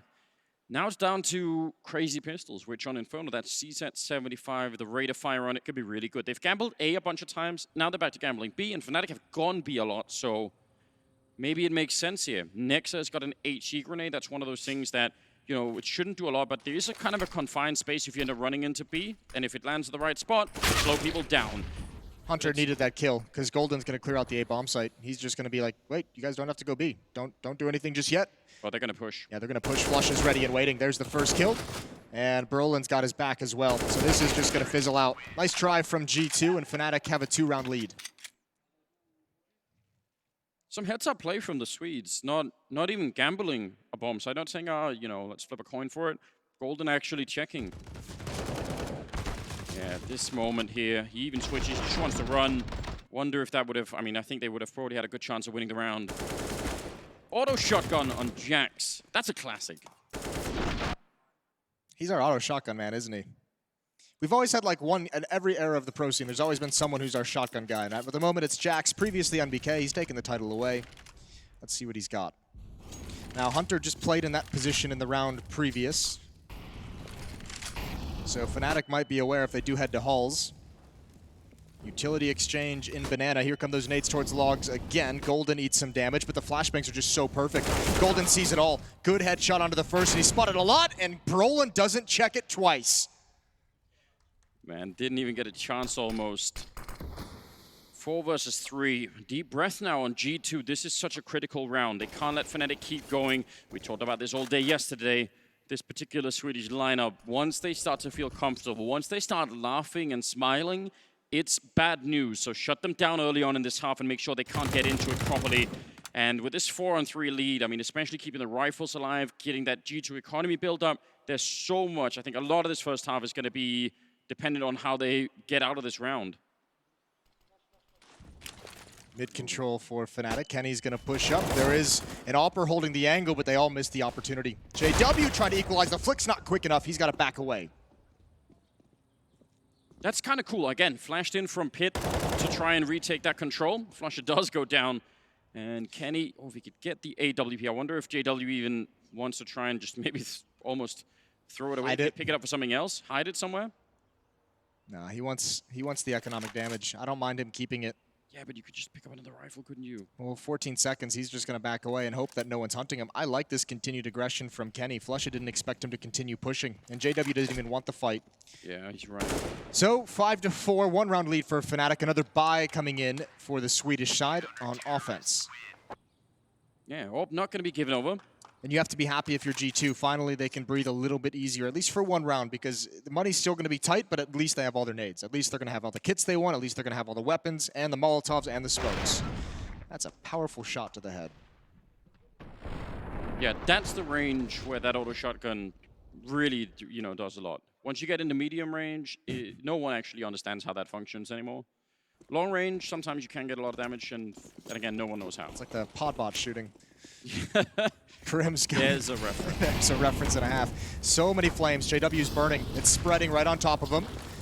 And look at the exchange of utility dump. And actually, Fnatic throws that Molotov that forces Amanek away from the nades, but he's so blind. Forces him away from the nades, but right into the flashbang. And this is brutal. 3-man stack means Hunter is still here. Low HP on Golden. He's going to go down surely to that nade, but he backs up. Can't believe he's still alive. Normally, we don't want the defense to be, you know, that much sort of one at a time, but I think that catches Fnatic off guard. They keep thinking it can't possibly be more people around this corner, and more keeps showing up. But now the defense for G2 in a 3-on-3, it's all over the place. That's another attempt at a bait, throwing the smoke behind Hunter. Yeah, but joke's on them. Golden doesn't have the HP to be aggressive, so he's just got to sit back and hold the line. You're right, that third player, G2 brought over, so he can spend his utility, which allows the anchors to keep theirs. Now, if there's another flashbang, Hunter's probably going to cry. Krims has 1. Oh, they're going to almost, it looked like they wanted to try and maybe boost on the other side there.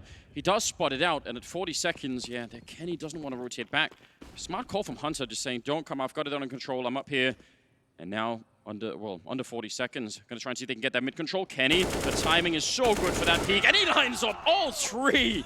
That could not have been better. They hear the sound of that AK ring out, and they just can't really turn in time. That ties it up 5-5, and now there's a huge chance for G2 to really make a run at it here. This could be big.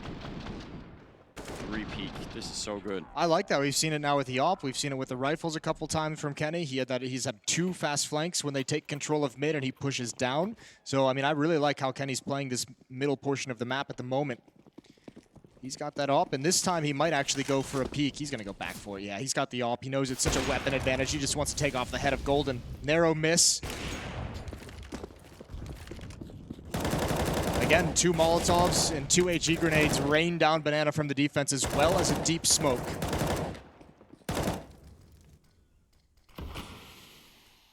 This is such an opportunity, again, for the G2 side. If they can come out alive with enough weapons, and then, again, they could end up with a very good first half. I think Fnatic are actually probably feeling quite confident, having already 5 rounds.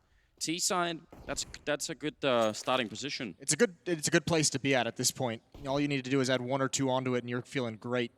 Ooh, Flush is going to be throwing that flashbang from middle, isn't he, when they all show up in the apartments. That is, I just love that idea. Only if he can get there. You've got Only if he can get there. You've got Nexa peering down Banana pretty aggressively, and he's actually just going to go towards Rap side. Actually, this is pretty aggressive from Golden with that Deagle. Jack sees it. He pops up for the fight. He's actually taking some damage as well. Nade in. Fnatic's going to back off. Now a smoke. 40 seconds on the clock, and Fnatic have to change their point of attack. Yeah, they get deflected from that side. 30 seconds. Flusher still thinking about it. I was going to say, it's the only tool they have to do anything with, so it's going to have to happen sooner rather than later. 20 seconds now. Flashbang in the air. It does a little bit to Jax, but I don't think quite enough, so it's worth an attempt. But yeah, you need the defense to be in a particular configuration for that to be really effective, and behind that wall down there, good cover. 6-5. G2 make it out with every single rifle alive.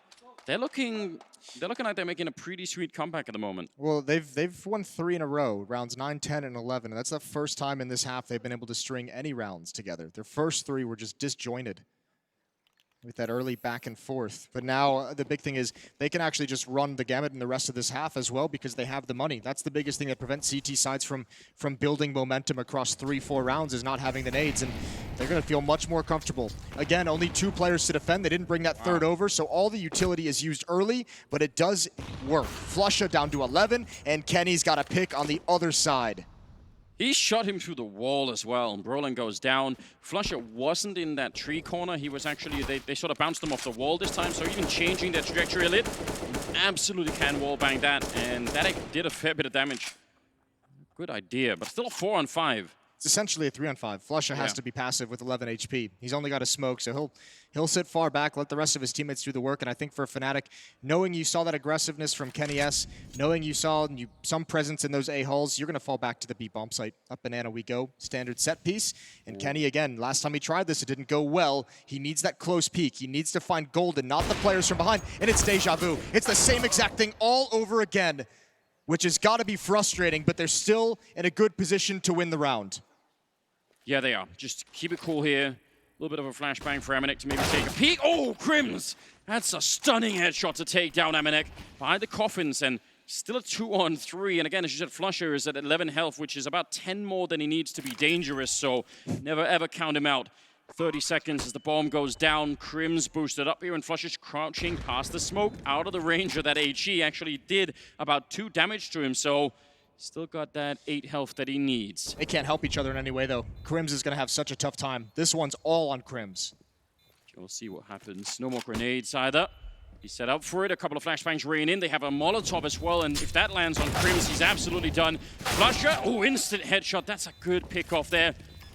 They take their time, they set it up, they use the grenades they needed. Good round. I have to imagine, normally that Molotov is going to go all the way into the back corner at triple, but I'm assuming Crims turning from that flash and re-scoping in gave the audio cue to the flanker.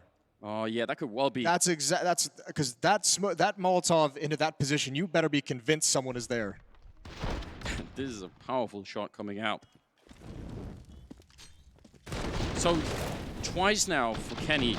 Now the thing is, you want to say I like the play. I like the play as well. Yeah. But you could be tempted to criticize it, but there is, again, we're talking about what a dangerous and powerful team Fnatic is. That's a way to take away some power from them. Like, take that initiative. It's just twice it's been a little bit unfortunate with the timing, but yeah, I was going to say, I mean, in his defense as well, I mean, he's turned that corner twice now, and he's had 2 players exposed. The first one was like a shot through the wall, so it didn't kill him. This one, he missed the opportunity, but it's that close-up player that you don't quite swing wide enough to see. And there is a danger in leaving Fnatic to their own devices out there. Just letting them execute, letting them set it all up, absolutely can be risky. Kenny now all the way on the other side of the map. Only pistols and a lot of grenades, though, on the Fnatic side. So I think they're going to try and do the same thing, the waterfall play, but they get caught before they even get there. I'm pretty sure they were going to have JW flash them in from the middle or smoke them in from the middle, and it just never even happens. Man, I love seeing this Kenny S. This is now, he's been in Banana, he's been at the B bomb site, we've seen him in middle, now he's in halls. This is exactly the way an Alper should be playing Inferno. And Kenny used to be one of the all-time best AWPers on this particular map. Had I don't know, like a couple of years of absolute confidence dip and just not able to, for a variety of reasons, seeing him back this way. Yeah, I don't think many people maybe even thought that was going to be possible. Well, now you have the strength. I mean, Nexa and Hunter coming into this team has been an absolute revelation. Just adding that extra power. And obviously him and Nexa, as he spoke in the pregame interview with OJ, talking about, you know, kind of bond he has with Kenny S in terms of in-game, knowing what he likes, knowing how he plays, and it's showing. Kenny S's performance have just been getting better and better in this G2 team, and they are looking so dangerous. This tournament might well be the revelation that G2 is a team to be feared again. Flusha, just doing Flusha things.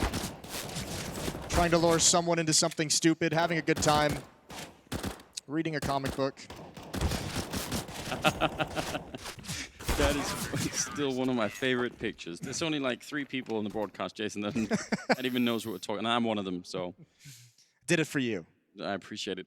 Yeah, I think it's fantastic to see. Heartwarming to see Kenny play this way. Listen, you want to hear a crazy stat that we just got passed along? So shout out to the stats guy. It's been 1,666 days since Kenny S made the finals of an IEM event. That was IEM Gamescom in 2015. Wow. Which, correct me if I'm wrong, but I think that was one of the fun formats where you get like 3 lives. So, hey, listen, it's been a while. Almanek's got an opening kill, delivering Kenny closer to that next grand final at Intel Extreme Masters. Well, that would be something if he could actually make it. What a great, that's a great historic throwback. I enjoy that. Yeah, Amanek winning the fight straight up allows them to put 4 people at the A-bomb site at somewhat of a less risk. He's still playing over. They've still got a smoke, and as long as he keeps jumping and not challenging and just waits to put the smoke up, it should be all fine. Fnatic going to try and see if they can take a little bit of mid-control without hopefully losing anyone, because then they can start to build their way back. Again, 5 rounds is pretty good for the Swedish side, but obviously they would love another one just to see if they could get it in here at the end. He'll build a little bit more. Hunter sneaking in a kill. Golden going to be a bit upset at that one.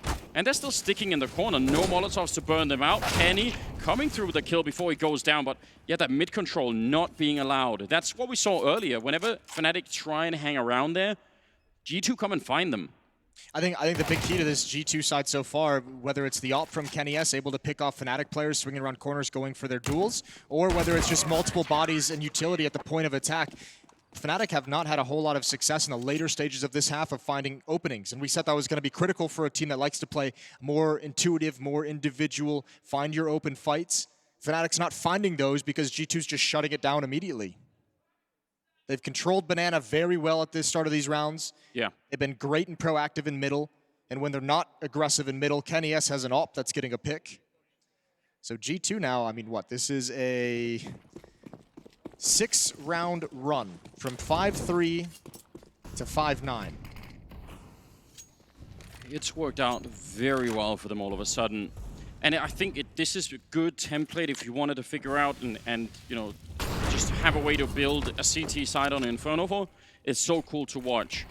Because there are so many other teams that we get to see nowadays that they end up playing so far back in on that A-bomb site. They never know what's happening at top middle, and as a result, they get surprised. They end up stacking the wrong bomb site and not happening here. Grenade, ooh, it could. Yeah, that's oh my Lord. So much damage. They had armor, and it still almost blew 4 or 5 of them up. Now they have Kenny with the AWP, this time not being aggressive, so the health matters a little bit less. And he's got the support of Almanek, who's waiting in the far back, waiting in dark for Kenny to take a shot and drop away. Just one flashbang to force him off the angle. Kenny might get caught again. Oh, that's a great recovery. And Almanek gets the other one, allows him to fall back into safety. He does eventually go down, but Almanek and Kenny S have delivered a man advantage in this round 15. Bomb attempted. Oh, through the coffin. Golden never stood a chance, and they needed that bomb plant to happen instantly. Now, Crims is on it instead of 2-1-4 in the afterplant here for Fnatic, and they just don't even know where to stand right now. G2 coming in from every single side, and it will be one more round. 10-5 at the end of the half, favoring the G2 lineup. Jax pretty high up there, but it's Kenny topping the scoreboard at 15-7. Yeah, Fnatic had a good start to this half. They were starting to run away with it when they had the economic advantage, but as soon as G2 got the money, they came back with fury. 10-5 in the favor of G2. This isn't over. We'll be right back.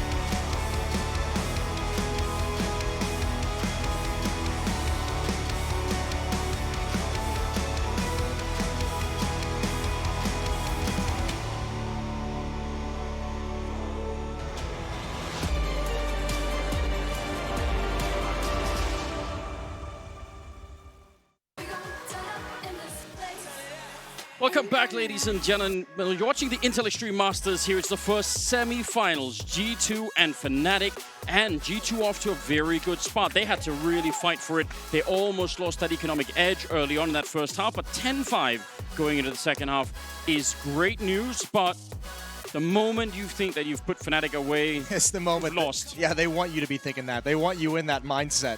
Fnatic have had some heartbreaking comebacks. This is going to be awesome. Fnatic on the CT side now starting it out on defense. Down 5 rounds. CZ on Brolin, a little bit of utility as well. And an 8 on Golden with a kit. JW is going to see nothing, but he's got to be careful with his timing. He's so committed. Oh, that is really brutal.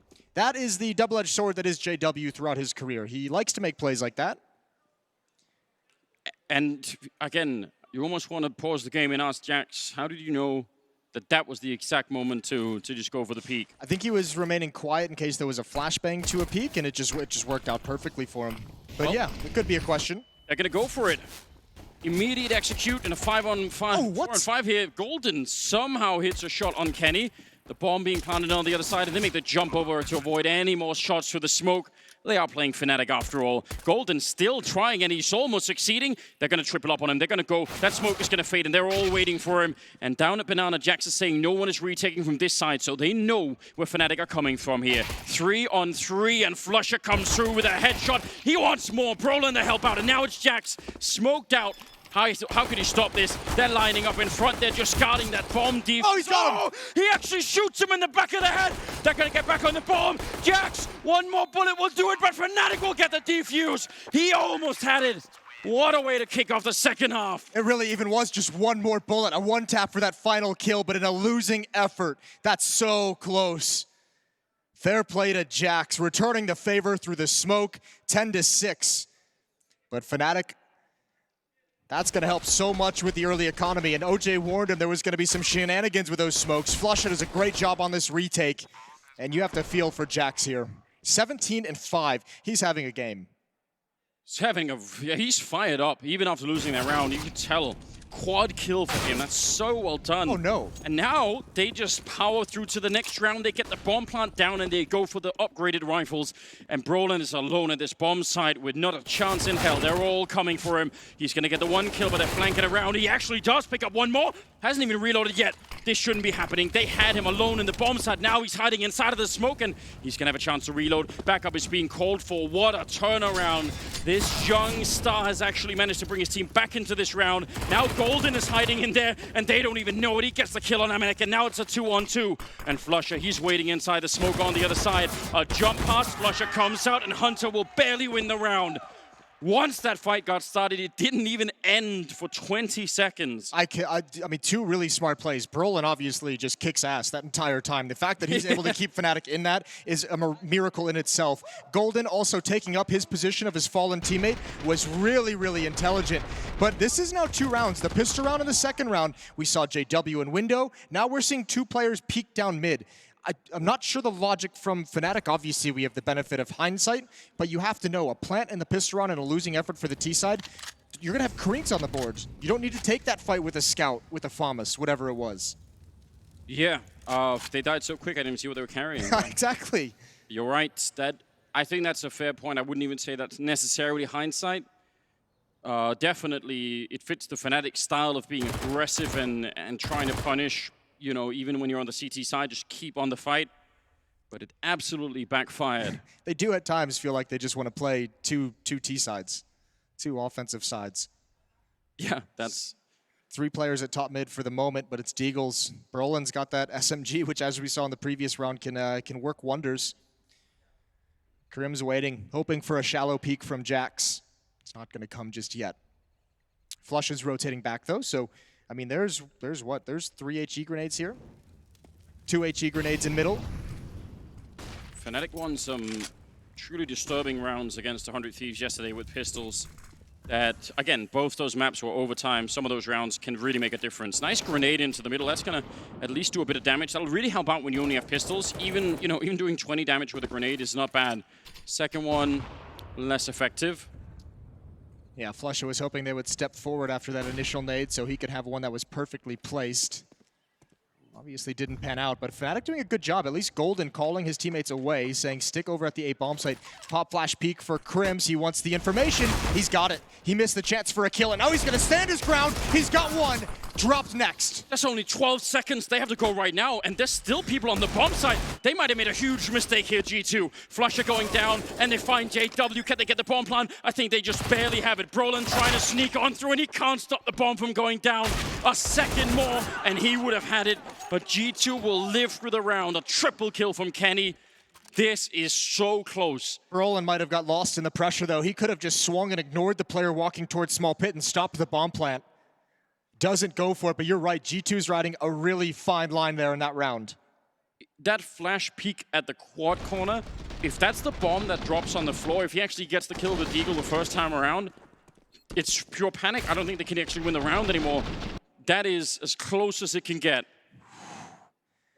Breathe easy as everyone's excited. Another timeout being called from G2, and I respect that. That's like, guys, that was the gimme. That was the one you get per map.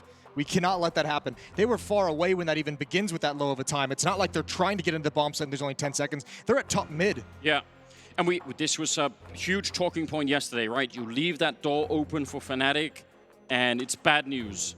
Ask 100 Thieves how that works out. So, yeah, I mean, this was the time where they shut it, and it was close, right? They had their fingers in the door and everything. They were ready.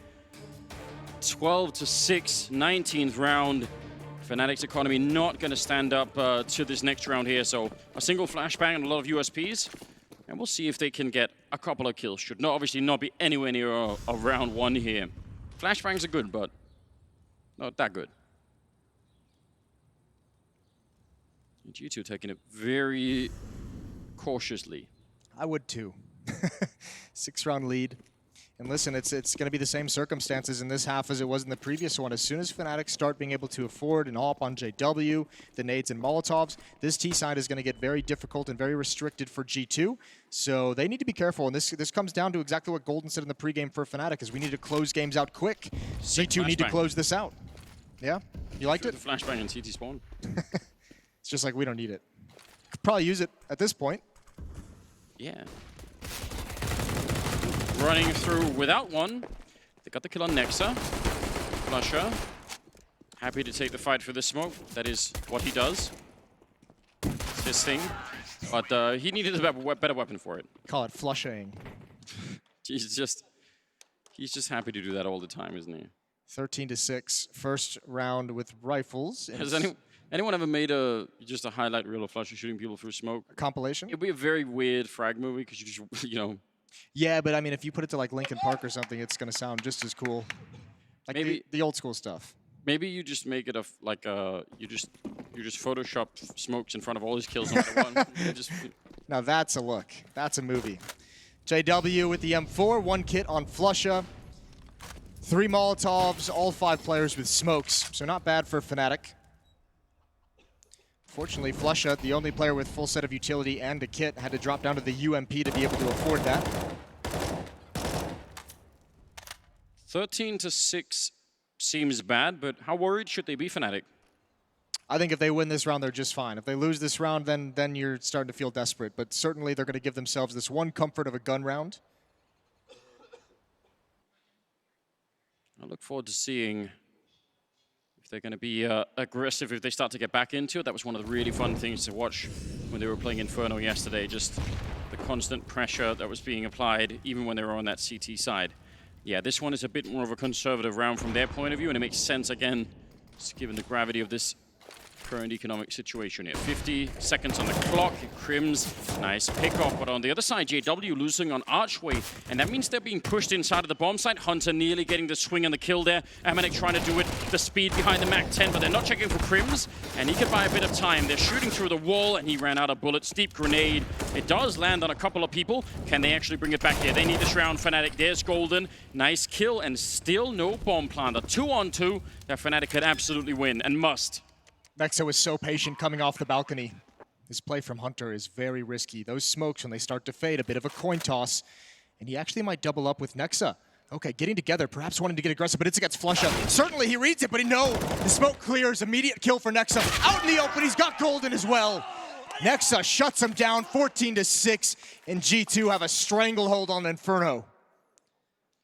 That is a great fight to be winning. You know, in-game leader versus in-game leader towards the end. Instant headshot. We highlighted Crims in our Vodafone View segment before the game began as a player to watch that needed to perform. Yes. He was incredible yesterday. He's 6-17 at the moment. He's having a very rough time. We talked about the experience of Fnatic and how much of an edge that could give them over G2. The three most experienced players on this team, Crims, Flusha, and JW. So many trophies, so many major trophies between the three of them, and none of them are in double digits just yet. G2 have actually found a way to make them quiet, to not make them have the impact. And they've really had to fight for it as well. You can see so many of these rounds that they're close. It seems like Fnatic are about to take over, about to win some of those clutches. And it's G2 doing a fantastic job here on Inferno. Obviously, it's map number 1, but it's a map that Fnatic are very, very comfortable with. And they have almost nothing to fight with. Scout, MP9 for Mars, a couple of deagles there on the Fnatic side. It's not looking that comfortable right now. And yesterday they used this smoke and boiler to allow JW with an AWP to get aggressive and peek down mid. Well, I mean, with the Scout, he doesn't feel nearly as confident in doing that. Definitely doesn't seem worth it, does it? Counter Molotov coming out. Still have 40 seconds on the clock. Golden's alone over at the B-bomb side, but no one's really been bothering him at the moment. He's been alone at the B-bomb side for most of this game, and it hasn't mattered. Yeah, they've just been waiting. Right at the corner, a quad here. Going to try and see if they could retake it with not that much time left. That would be cool for Fnatic. Again, if they could beat the timing, it's all they really need. Nice return as Hunter does go down, but at least Jax will pick up that one. Roland finds an angle near the hay cart. 20 seconds as they jump into the bomb site and knocking out Flusha. That's a disgusting kill from Jax. More bullets than he would have had to kill in the pit as well. 14 seconds now, and they just plant inside. They don't even clear the bomb site. They just run in and put the bomb down, and Jax flying through the smoke.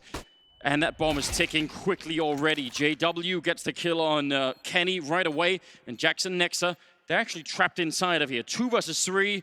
Fnatic need this round more than anything. They want a chance to fight here for map number 1. And Jax, he's not even scared. He's just up on the box looking for the fight at every angle. He's been so crisp already. He gets one, and he's ready, and a quad kill. What a round from Jax yet again. He's 22-8. He's tied with Kenny S at 22-11, but Jax delivers another round. The opening to get into the bomb site in crazy fashion. The close right at the end as well. And JW, just not enough HP to confidently take that peek, to take that fight. This one was a good kill. Yeah. Jump into the bomb site was something wild. Yeah, literal jumping jacks. Just actually can't believe it. 15-6. Again, close rounds, 2 versus 3s. The kind of rounds that Fnatic love to steal away, and they've had plenty of chances. The kind that they thrive in, the kind that you normally see them coming out on top. That's their bread and butter. That's where they've won and lost their championships over their history. Crims, wrong way at the wrong time, and Jax gets a freebie. That's the mid pressure cleared out, and that's going to probably prompt Fnatic into make some kind of a play. And again, we just mentioned the previous round. Golden has a lot of rounds where he's been able to sit at this B bomb site untested on his own. He's going to get tested, and he's going to get just steamrolled. You're smoking an MP9 against AKs and a Kriegs. It's not even clear how you would do that. The amount of things that would have to work out in your favor. Just don't even need one miracle. You just need a whole series of them. 5. Yeah. Well, he's got Flusher and JW there. Yeah, they've just rotated over now, but there's going to be another set execute coming in. There's going to be smoke. There's going to be Molotovs and those choke points. Here we go. The whole map is on this. Great counterflash, actually. And Golden, nice amount of damage. That's a good way to get started. The kill would have been better. Follow Abici is decent enough, but can they actually win this? Oh no! Through the smoke once again! He's got the knife out looking for someone planting inside. And Amanek, he doesn't know where Flusher is at the moment. He's down below. I can't believe he's not dead yet. Finally, they get rid of him, but it's only 30 seconds, and JW through the smokes, through the wall. What is wrong with Fnatic? It's now Amanek in a 1 versus 2. They should have won this round already, and they still might. But that bomb plant, how do you put it down? They can come for the smoke. There's no safety. He's reading that. He's seeing the boost and almost looking for it. 12 seconds now, and he goes down. 7 rounds now for Fnatic. And in true Fnatic style, ridiculous kills. Well, they got some of the miracles they needed. Flusha staying alive inside the smoke for so long. The double kill, the second one around the edge of the smoke. It doesn't make any sense, and it delayed everything for G2. This is pretty wild. That one is a nice kill. This is just a little bit of luck. Although Flusha seems to get very lucky very frequently. Yeah, there's a point at which you have to say, but that doesn't make sense. It's everything after that. It's surviving, it's dropping in towards water. He didn't even have to take any more fights after that. So, utility down Banana. Perhaps that was just what Fnatic needed. 8 straight to force overtime.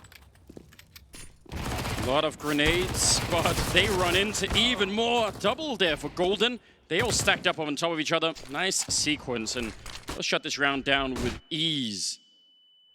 8 rounds, well, I guess technically 9 rounds in a row to try and get into the overtime. Well, here's the wild thing is yesterday we said it was one of the most impressive comebacks that we saw throughout the whole tournament was 100 Thieves forcing overtime against Fnatic on Inferno. And they came back, but they did a 9-1 run. Fnatic has to do 9-0. You have to do one better. Try and see if you could improve on that. Yeah. G2 had their own cup against Mouse Sports on Dust 2. Yeah. So we've actually been having a lot of those games. So yeah, maybe we're ready for it. It's not easy to close teams out on this stage. 15-8. Timeout called by Fnatic. Excuse me, by G2. Now, obviously, the most difficult round to win in this kind of a comeback is the 30th, where you're 15-14. That's when you're like, oh God, how have we let it even get here? We had such a big lead at one point. Well, I think for both sides, I think it's difficult if you're Fnatic too. You suddenly think, oh, actually, you know, because if you make a mistake in this next round, you think, okay, well, you know, we never really had much of a chance. On to the second map. If you're 15-14, you start to think, I don't want to make the mistake that loses us the comeback. The pressure is definitely going to be mounting here. Jax, nice attempt to be quick and beat them to the corner with the deagle. But the fire didn't make that battle kind of tricky. 4 versus 5 now, as Fnatic are starting to at least play their way in. You talked about, you know, Crim's not really being there. Actually, pretty much all of the Fnatic players lacking a bit. Golden obviously has been playing very well, but some of the rest of the stars that we're hoping for, even some of these rounds will surely help them to start to build something. No, but look at what happens to these players on an individual level when they start facing some adversity. Look at this aggression out of Flusha. Yeah, he knows he's going up against Deagles, but this is how Fnatic likes to come back in their games. They start doing some of the craziness, and to G2's credit, that craziness was coming out early in this second half, and they shut it down. The double peek in mid on the second round, the JW attempt to jump out of this balcony on the pistol round. They've handled it all well. But I mean, it only takes 1 or 2 of those to really kind of get into your brain, into your brainstem, infect everything, and then you just don't know what's going on across the map. We've seen it so many times with the core of this team. It's one of the things that's so hard to explain, because there are many other teams, right? If things go south, then it takes a while to start to bring people back together again. You know, maybe second map you start to put it behind you. Fnatic do sometimes have this instant energy return. They're instantly back in the game, just behind a single good round. 25th round coming up right now. A lot of grenades into those apartments early on from G2. Again, all they need is one good opening, one strong headshot to open up the round. They run into JW, and Brolin is right there, turning around. Could have maybe fought Kenny as well, but they're still going to be cleaning up the round, no problem. Beating G2 before they even get to set up any kind of a push. Here we go. This is going to start getting worrying for G2. 15-10 is going to be the scoreline. Hunter, the last one left. He falls quickly. And Fnatic, they're going to start knocking on the door. Just 5 left in this comeback to make it happen in overtime. Yeah, the fear. Hopefully not creeping in yet. Hopefully G2 have enough, you know, enough of a stomach here to say, you know what, still got 5 more chances. Don't panic. It's you know, now is not the time for it. But every round now, yeah, you're going to get closer. It's the last timeout. This is a bold time to call a timeout, to talk things over for G2. They have 0 remaining. So the next 5 rounds, you know, if you're a coach, if you're Malik, you have what? You have 20 seconds to talk through what the next 5 rounds could contain, 30 seconds or so. Chad was mentioning the 4-on-5 percentage for G2, right? And they've won about 50% right now, or exactly 50%. So that's part of what could be a little bit scary here, because we've been highlighting some of the ones that they've been winning, but if it's 50%, then, you know, I don't know, it's a coin flip at the end if it keeps going that way. And you don't have that many coin flips yet. 26th round. Got a lot of HEs being picked up, 4 of them on the G2 side. If you throw them all at top banana and immediately blow up 1 or 2 people there, That would be a clean way to make it a map number 2. I like the idea. Like the idea. Let's find out if it works. JW being aggressive, peeking down mid. He wants that shot again, but there's a smoke in his face. Calculated risk, just going for a timing shot. Counter flash. Oh, Flusha almost gets caught. And do they want to press the issue? There's the nades, and they don't all... Oh my god, they've done it. Flusha's at 2 HP. The nades have worked perfectly, but Flusha's still here. Only 2. And look, Crim's coming from behind. You've got JW with the op in front and a Molotov. Crims, it's your turn. It's a nice lineup, in spite of the fact that G2 actually heads up play for them to turn around and see it coming. They maybe could have won that fight. But Kenny, he has to go back and pick up the bomb, and that's a little bit of a problem. Nice double kill out of Flusha. That makes a massive difference. If he just goes down with no reply, then it's all done. Crims instead saving it also at the end. What a cool tactic from G2, even with the adversity of having that battle with Flusha peeking down, getting to half HP. Those nades worked exactly as designed and almost cracked open the round. Almost took the map away from Fnatic. But they've got 4 rounds left. It's not... Well, so what? One of those grenades, I think, lands in front of the sandbags. If it doesn't, then he's dead. Clean entry. They lose nothing. What a small margin to still be in the map if you're Fnatic. Double AWP now in play, 27th round. We're going to waste no time and get right into the action here. Kenny ready for a fight down middle, and actually Golden pushing forward, and that's a lot of damage on Kenny and Hunt and Nexus with grenades. They've lost Banana. This is a timing. There was through the smoke. Crim spotted it before he was blind, but he missed the jump back into arches. He has made it eventually. Molotov to slow things down, but that's an immense amount of pressure for G2 to apply. A lot of utility being forced out on both sides. Losing Amanek and getting the grenade damage in return. They've got top mid, but that is not that much of a comfort when you don't have Banana as well.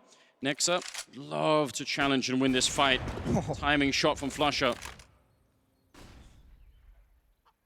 It at least forces Golden back. We mentioned just what, at the beginning of this, towards the beginning of this half. Flusha was in single digits. It was that experienced core, JW, Flusha, and Crims in single digits. Flusha's now at 20 kills. It's so you want to believe. You want to talk about powering this comeback. Crims at 12, Flusha at 20, JW at 15. They've come alive here on Inferno. Crims is taken down, but again, damage done to Jax. Nice pre-fire. Golden also helping out with a headshot. There was a real opening here for G2. They could have definitely made it onto the side. Now it's going to be more tricky. That actually doesn't extinguish it, but Brolin is still going. And JW will use the pistol to end the round with. It is looking very scary all of a sudden for G2. 15-12. This is outrageous. And no timeouts for G2, and Fnatic just being one of those freak show teams that seems to get stronger when other teams are struggling. They seem to feed off of that and have a real sense for it. This is almost too much to handle for G2. Yeah, you're absolutely right. 28th round. Some pistols and an AK-47 to UMP. They're going to try and see if they can rush them down. A Banana again. They want the knockout punch to try and win the map right now. And they catch Flusha. Finally, they managed to beat him to it. Smoke is up, but Jax wants to continue. There's a bit of a gap. The flashbangs, they might have found a way. They might have just done it. Golden back here. He gets overrun. And Crims, he couldn't see anything to help him out with. A 3-on-4. A very, very quick bomb plant. This all they need right now. JW trying to get the jump over the smoke, but Fnatic, we've seen them pull way too many miracles already in this map to stay in it. This might be a little bit too much to ask for. Grenade around the corner does land right on top of Kenny and Amanek, but that's not the problem. The problem is the time that's left here. They need to be so quick about it. They need to move right now, or they're going to run out of time. A Molotov going over all the way in the back, burning out Nexa. They take him down 3-on-3, but there's almost no time left. They need to move right now. Oh, nearly getting the double. Crims goes down, and Hunter through the smoke. They have found it. 16-12, G2. They managed to close the door, and Fnatic, not an easy task. No, we said it was going to be so difficult to close them out, closing anyone out on this stage, and that was rough. G2 had to dig deep for that final one, and it's just a standard B rush, except they don't throw the smokes. It's Fnatic, oddly enough, to get caught off guard, but listen, you can see the power in this Fnatic team, and that's got to be the conversation for the Swedes. Look how we come alive. Look at what we can do when we play our game. And that was the later stretches. That delivered them 6 rounds in a row before eventually falling. That sets us up perfectly for map 2, and that's going to come in after the break.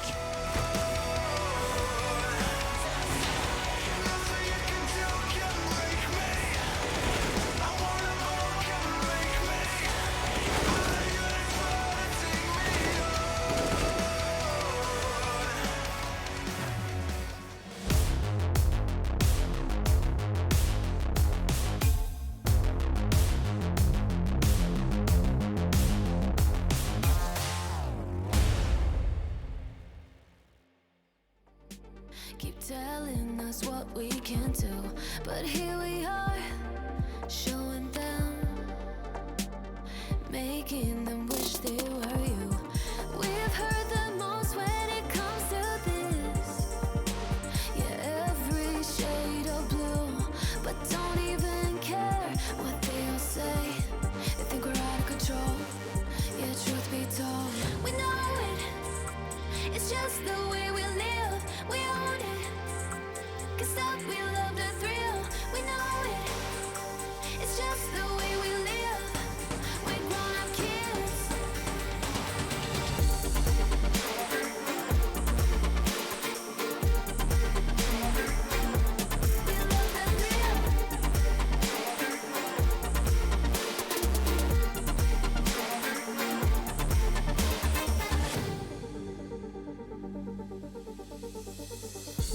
They're looking at us, an audience, keep telling us what we can do, but here we are, showing them, making them wish they were you. We've heard the most when it comes to this, yeah, every shade of blue, but don't even care what they all say.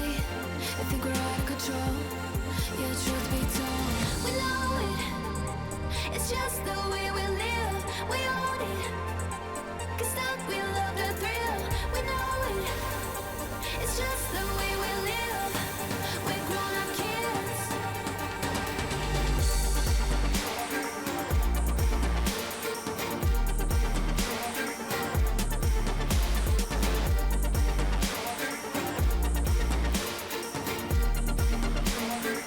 It's just the way we live, we know it, it's just the way we live, we own it, 'cause stop, we love the thrill, we know it, it's just the way we live, we're grown-up kids. We're grown-up kids, chasing all our dreams out lately, no matter if I try too hard, nothing's ever enough, baby, no, I don't care too much, I don't care too much, as long as I can keep it.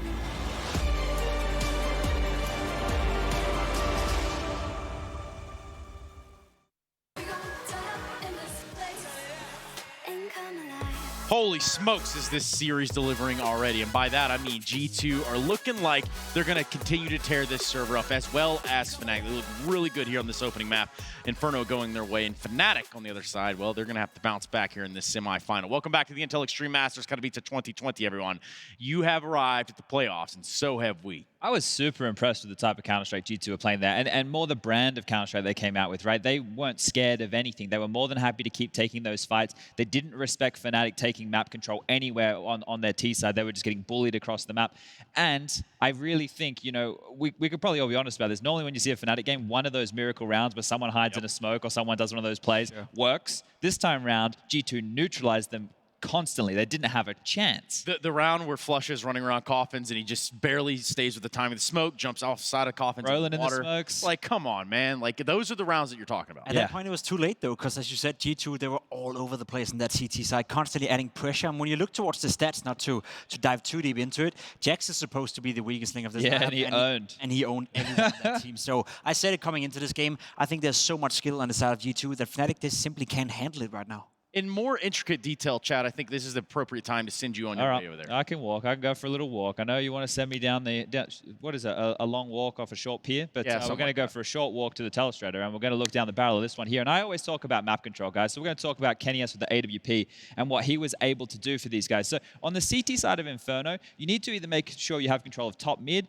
or banana. You can't give up everything. And what they're going to do early, we're going to focus on KennyS. You're going to see here, he's going to come into Boiler Room. He's going to get naded by Crims, but he actually gets a freebie onto Brolin here. This is a huge kill, and this was fantastic of how they were using Kenny in the early stages of this one here with the AWP. But I want to fast forward for you. Now I want to talk about this map control. So if the utility has already been expended, like it was for G2 at this point, and now they're playing passive, look at this. They could be up middle here, they could be up close arch side, they could be quad, they could be in Boiler, they could be in halls, they could even be top banana. Because look at the positioning right now of G2. They have Amanek over towards Coffin, you got one guy passive arch, you got this guy in sight, and this guy in balcony. So right now the CTs have absolutely no map information whatsoever. But this man here, Kenny S, the hero, well, guess where he's rotating to? All the way over to Banana. Now, instead of being like a passive AWPer and sitting back and waiting for the execute and having to potentially do a 2v5, watch what he does here. They know that there's a smoke top Banana because Amanex dropped that one, so they know that there's a higher likelihood they haven't pushed through this. But this is what I loved, is Kenny reinitiating on Banana. They did this a couple of times, but what this does is it's the canary in the coal mine. It's an early warning system. Kenny, any second here, you're going to see him starting to creep forward. He's going to get a free AWP kill once again because Fnatic aren't ready for it.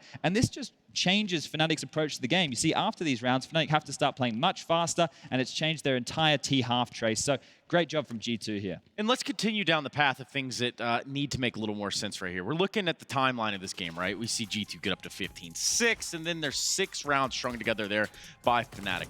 What exactly was it right there, Jacob, that kept them at bay for just a little bit longer? It's a good question. At no point did I feel that G2 were losing this game. You know, they built up such a strong lead that it was only a matter of time, and you saw in the last round, they just brute forced their way into that small bomb side. So I wasn't really worried on behalf of G2. I think they just, you know, they took the foot off the gas pedal just a tiny bit. And Fnatic obviously, you know, they started to play better, but there was never a point in that matchup where I thought the Fnatic was actually, you know, at the same level as G2. It was all about G2 playing just better than Fnatic. And then there was a chance for them to bounce back in the game. Well, we have that chance now to hear from the side of G2. And it's going to be one man that put up a nice 28 frags on the board. Let's see what he's got to say. And I have to say, there are a few teams here in Katowice who are having problems with their T-side. Okay, so there were a few rounds for you guys to close it out. That's natural when you're here on the Spodek Arena. Why are your T-sides ahead of everyone else's?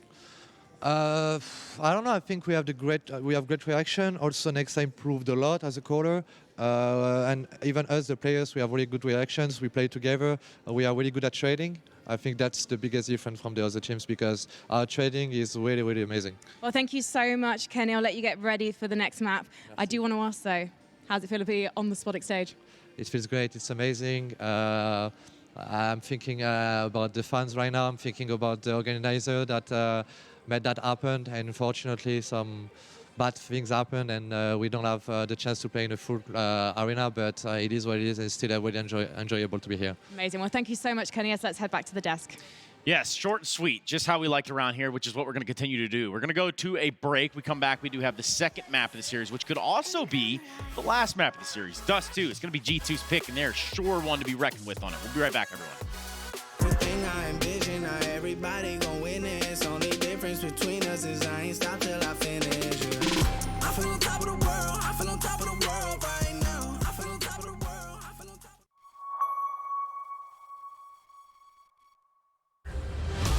This is your chance to rise, a chance to prove yourself to the world. Because when passion leads the dream, this is not just a game anymore.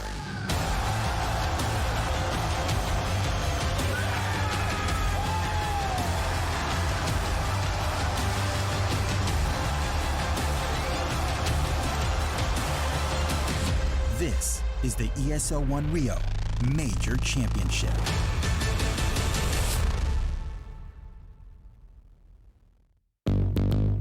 What's your style?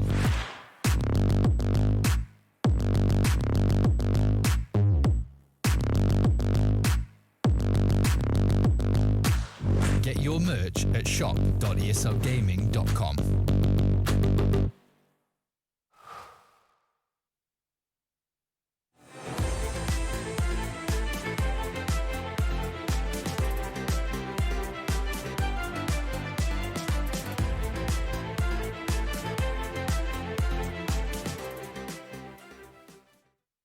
To be brilliant is to defy convention and challenge expectations. So Intel will bring the processing power for when it's time to go brilliant. Frame rates that keep up with your reflexes. Brilliant. Fast clock speeds for when you're on the clock. Brilliant. It's what we do at Intel, powering you to master your potential. Will you rise? Intel. Unleash your brilliance.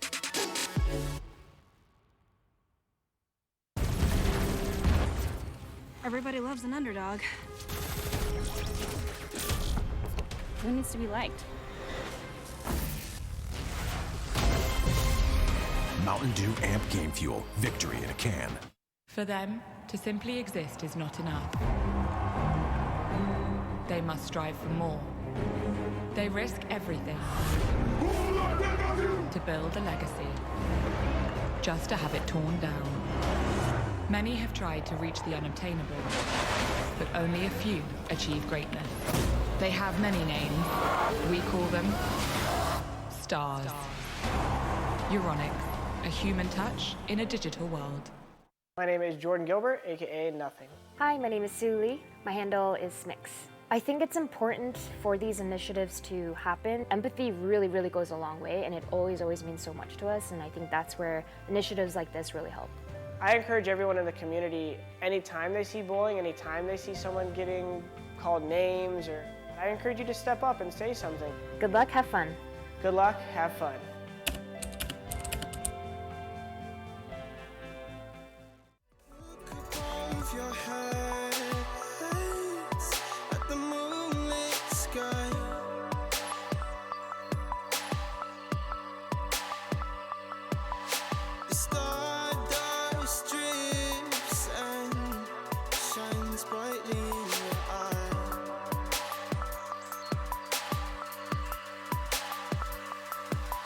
So baby, stay with me, where the sun doesn't go down, and we will drift away until the day the world stops spinning.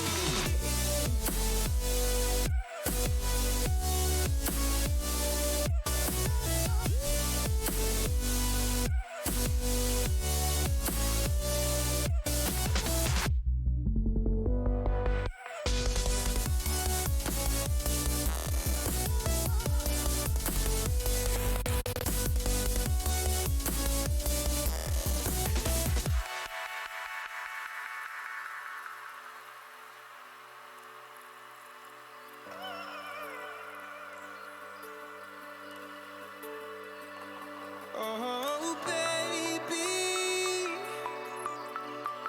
Oh, oh, oh, oh.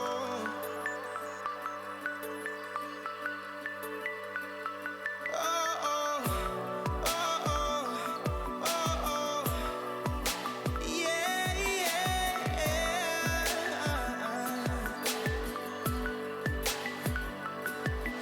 The stars falls around us, entwining us. So baby, stay with me, where the sun doesn't go down, and we will drift away until the day the world stops spinning, spinning, spinning, until the day the world stops spinning.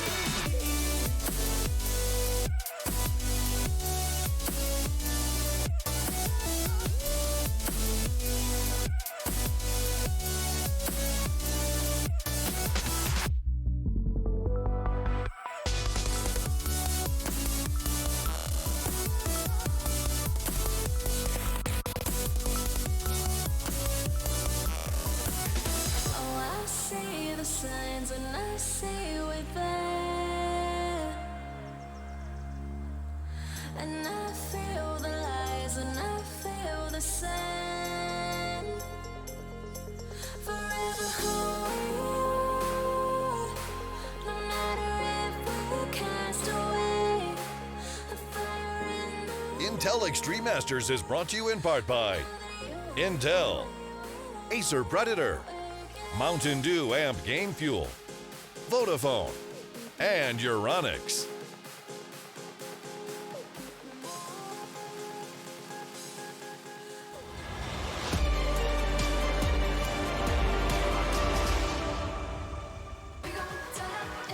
And with the highest rated player in the tournament, G2 are going to look to stack up another map against that of Fnatic. Right now, we're going to go ahead and take a look at our drawing board where we have Chad Burchill, who's got something to break down as we look ahead at Dust 2.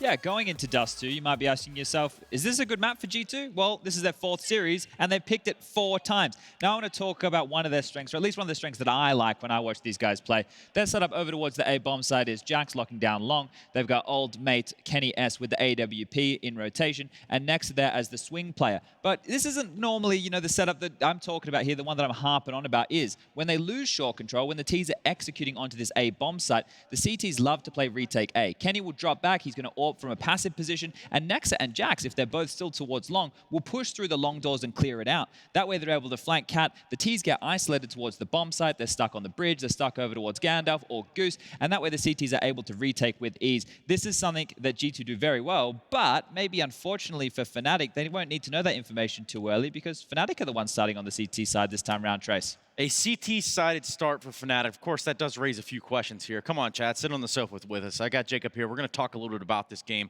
Overall, we're looking at statistics for these players. Individually, they're showing up in a lot of different ways. We're looking at G2, who has 3 players over 100 ADR currently in the series.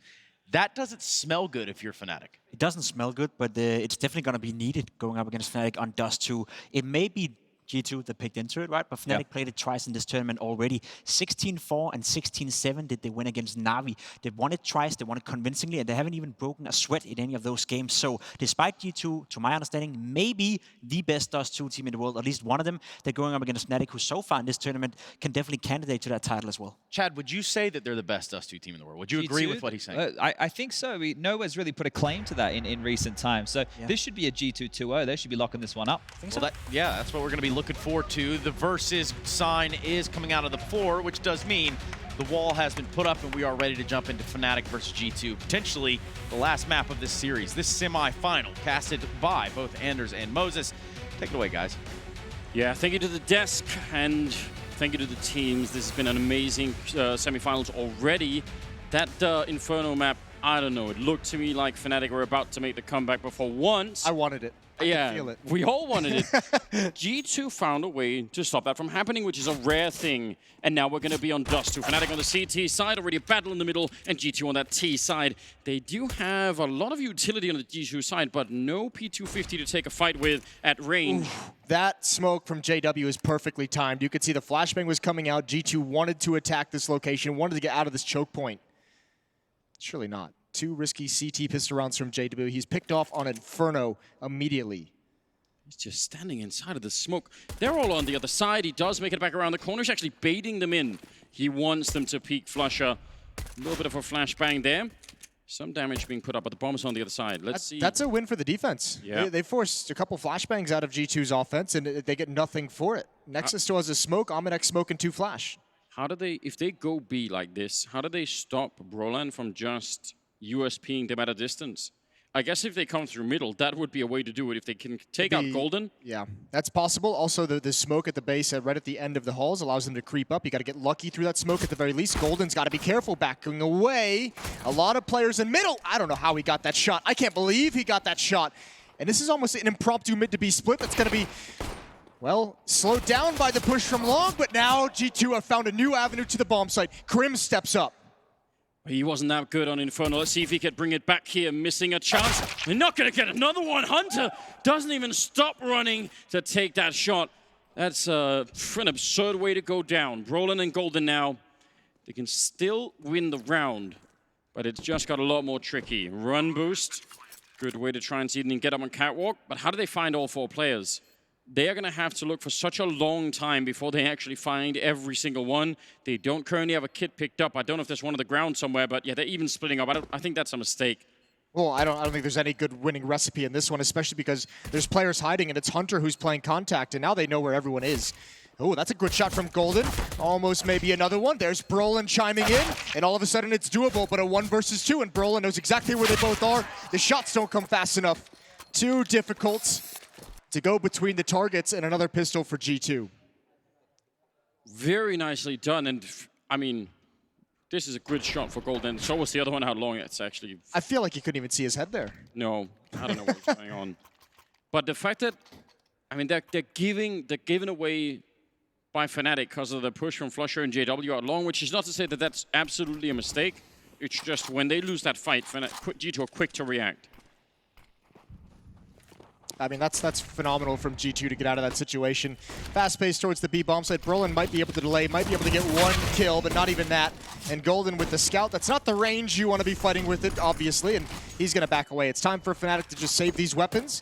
Try again in round 3. Interesting B rush. I mean, that could be considered dangerous. I don't know how much they were seeing down middle, if they had any read on the max amount of people that could have been there. Regardless, they come out on top, so that's great news. Golden, that's taking down Kenny at range. Wish he could get that rifle, but that's not going to be possible at any point here. Flusher sneaking forward. I don't know if he got spotted by Nexa. Now he certainly has been. Yeah, now they know. Smoke to cover a retreat. Good shot from Krim. So making it as costly as possible. It's easier to manage on the T side, but every little bit counts. Bomb explodes. We're going to go live into round 3 with 4 players from Fnatic bringing their weapons into the next round. And G2 only get to bring the MAC-10s in. They actually buy another one. Got 4 MAC-10s, 5 of them. All right. Don't see that a lot. And it's... Well, they've got B spawns again, so it's going to be another B rush. Yeah, but is anyone going to check middle? Are they going to smoke? Amanek's going to look for it. He's going to peer down and make sure he counts. He's only going to see 1 and the smoke, so nothing to call off this hit. And Brolin again. Remember, he was the only player that died in the previous round, so part of the logic is he's got nothing to fight against this. And he goes down with ease, and Golden again. Rinse and repeat. You're going to be so annoyed, aren't you? 2 rounds rushed down on the B bomb site. That definitely doesn't feel that great. MAC-10s doing a fair bit in this one. It's the next, I mean, it's also, you have the 5 MAC-10s that also just says, we're just going to hunt you down. We're going to run all around the map, and you can see how difficult it can be when Nex is just jumping up and down. So a quick 3-0 for G2.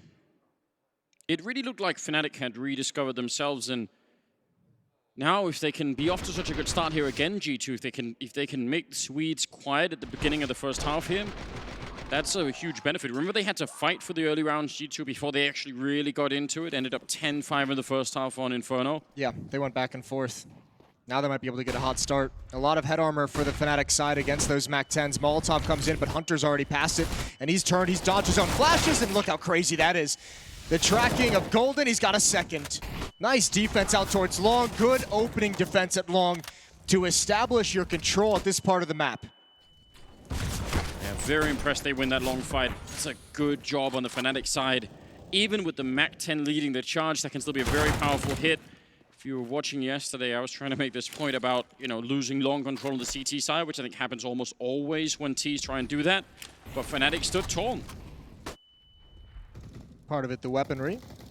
Possibly, but even then, a nice job. Flush over the triple. I think even with the MAC-10 leading, it's still... I mean, if he gets down in the pit, then what do those 3 players at the long corner do? Even if he doesn't get any kills, he's just down there and alive. Yeah, if he gets the first kill, if he gets this kill onto Golden, then there's not a wide enough angle for those defenders, but I think they're confident in the fight because they got the Molotov out so early.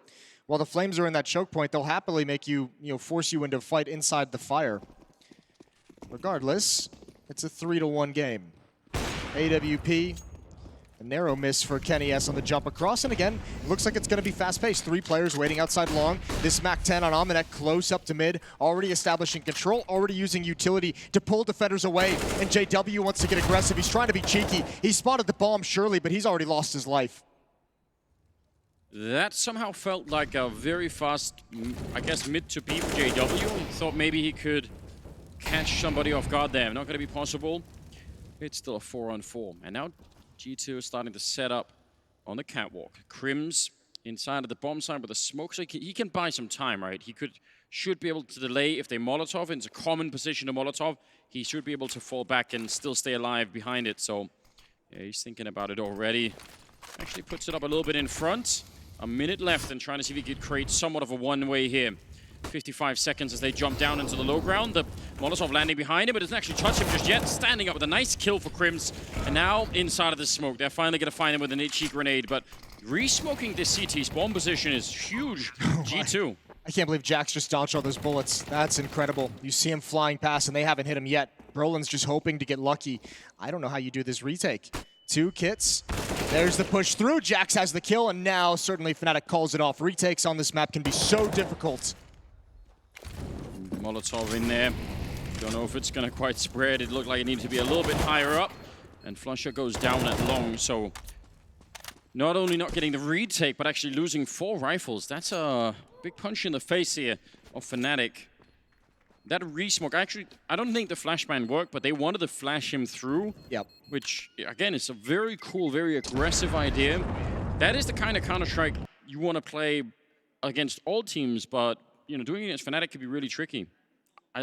Again, this G2 team, it's a lot of fun to watch. I saw Stewie was tweeting as the game was going live that he said, yeah, he's G2 to win the tournament. He's that guy. He called it. We'll see if he's got a prediction curse. Trying to do that. Trying to pass it all off on someone else. I'm going to take it as an endorsement. I'm going to take it as that. Another narrow miss for Kenny S.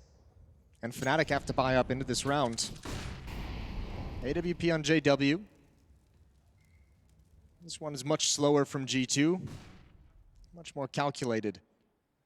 They've done a great job between Inferno and the couple rounds we've seen here on Dust 2 of neutralizing some of the crazy aggression from Fnatic, of just waiting for it.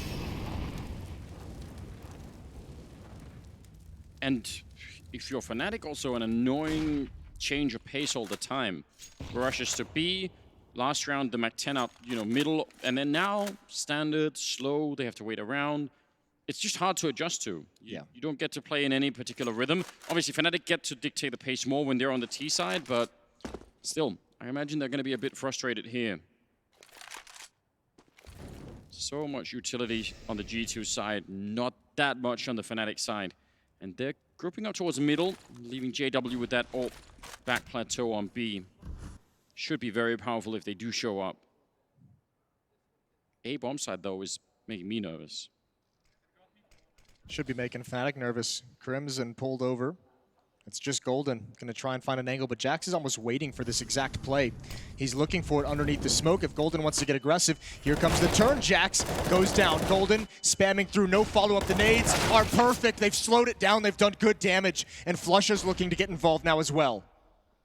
Creeping inside of the smoke, only 18 seconds. And very low health on Hunter trying to put the bomb down. I don't know if there's any grenades. No, there's not. So at least the bomb will be down, and that's a bit of an issue. Nice kills, though, coming through from Crims and Flusher, and that leaves Amanek. He is flanking, and he can't do anything. No, he can't really do much, can he? I was going to say maybe he could have run there, but I think they've got it all on lockdown. Certainly with the Molotov, it's not worth throwing away the rifle. No, but I think you might want to look for an AK-47, a Krieg, an AWP, anything that's, you know, a chance. Yeah, you can see that off there. Good peek from Crims. Can see the idea. They're still going to be able to buy G2 in this next round, but a nice attempt to find an extra weapon. Golden playing that position really well. We see it so often if you're the lone A defender and you just fall back and play the ramp, and then you get Molotov, or even if you try and go for that, you sort of swing out for the fight, you're at perfect headshot height, so even if they're flashed, they can still sometimes get the kills on you, right? Golden saying, I'm going to play in front of the smoke, and then he had the teammate flash and HE right on top of them. Yeah. So, love that style. Fnatic with a round here. I think it's going to take more than just a single round, even though it helps that G2 are out of money. Well, I mean, they're not out of money. They've just chosen to play it conservative, haven't they? They had a decent amount of money. They're right on the edge to maybe get that by, but just saying 4-2 lead this early in the game. Let's go for the pistols. Let's see what we can do.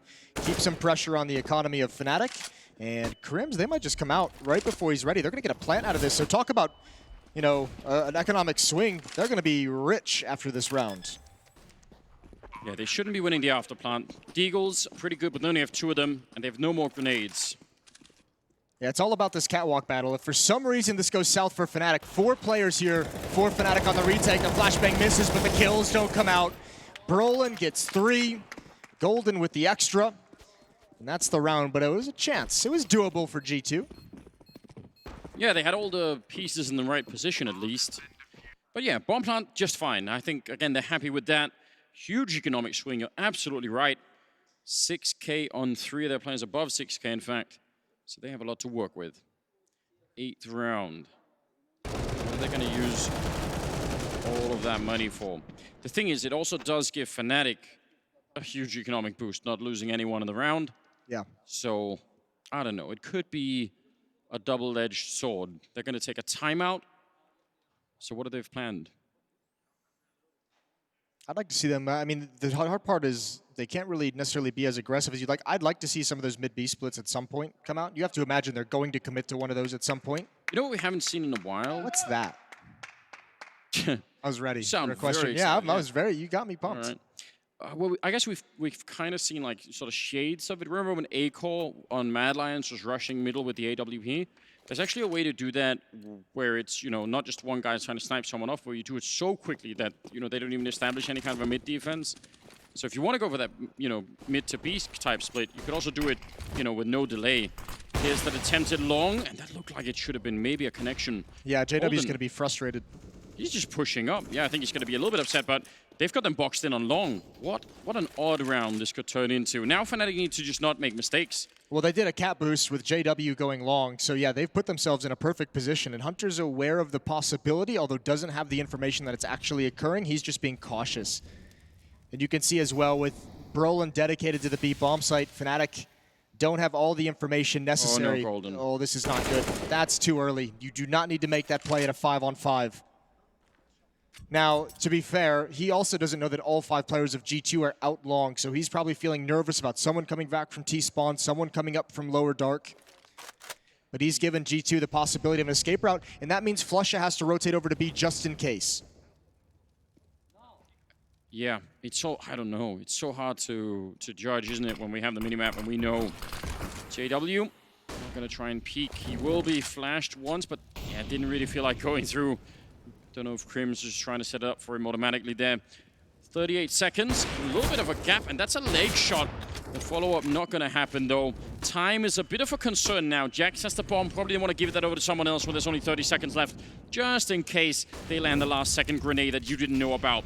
25 seconds now, and Jax still holding it back there. I would love it if someone else would pick up that bomb and not have it be Jax. 18 seconds, and I'm getting more nervous all the time. Oh, there's the grenade on Jax.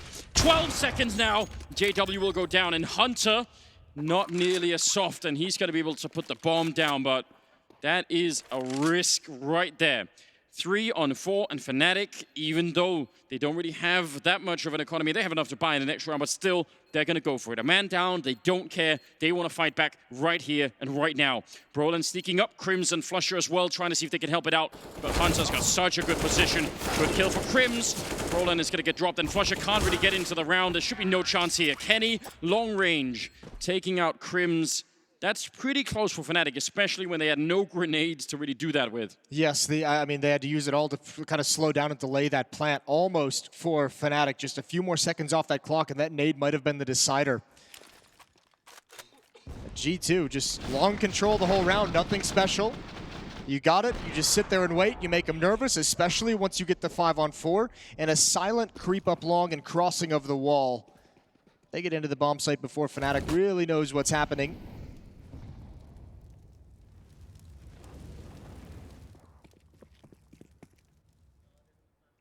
9th round. It'd be interesting to go back and... That's more aggression from Fnatic that just doesn't do anything. They're usually much more successful with this. Yeah, you're right. You'd want to talk to Golden and just ask, from his point of view, what was the call? Smoke at the corner, Flusher alone, and he is trucked by Jax. JW looked like he almost got stuck on something there. Really quick with the boost, but it's long control for G2. And they're going to be just fine with that. Jax was so incredible on Inferno, and he's continuing it here. And as the entry fragger, that's providing so much for G2. JW needs to come alive here. He needs something for his team. He's dropped off the ledge. Going to get back up, but how do you clear out Hunter as an AWPer? There's another smoke coming over from long. You got a teammate, Golden is here, but Hunter ready and waiting. Transfers over. Good kills from Crims. Golden as well. It's just this long hit for G2.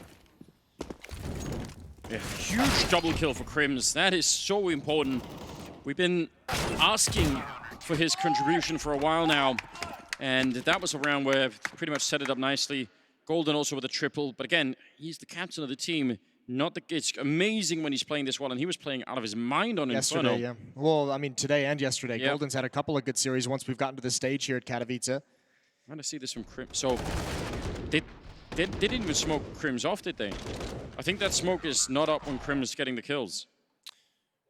Or he was playing at the edge of it. Well, AWP still in the hands of JW. He's got 0 kills so far in this game going into round 10. And G2 have a pretty sketchy economy. And they've had so much emphasis towards long, towards catwalk. It looks like they want to pressure that B bomb site where Brolin is left largely alone, but Fnatic as well have somewhat of a read on it. 2 players in mid. Brolin, Crims, and Golden are going to be at this B bomb site.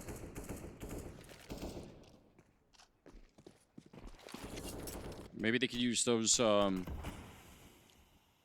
skyboxes to throw a couple of grenades through. Let's try and set something up. It's worth trying. It's an interesting conversation about those nades in that skybox on Twitter earlier today between some of the pros, but we can get back to that at another time. Crims going to be blocked off, but certainly going to step in front of it because he's got a teammate to help. That's going to shift Golden closer to the B bomb site, and great damage from Brolin. This round looking good for Fnatic. Tactically and individually, they seem to be firing on all cylinders here.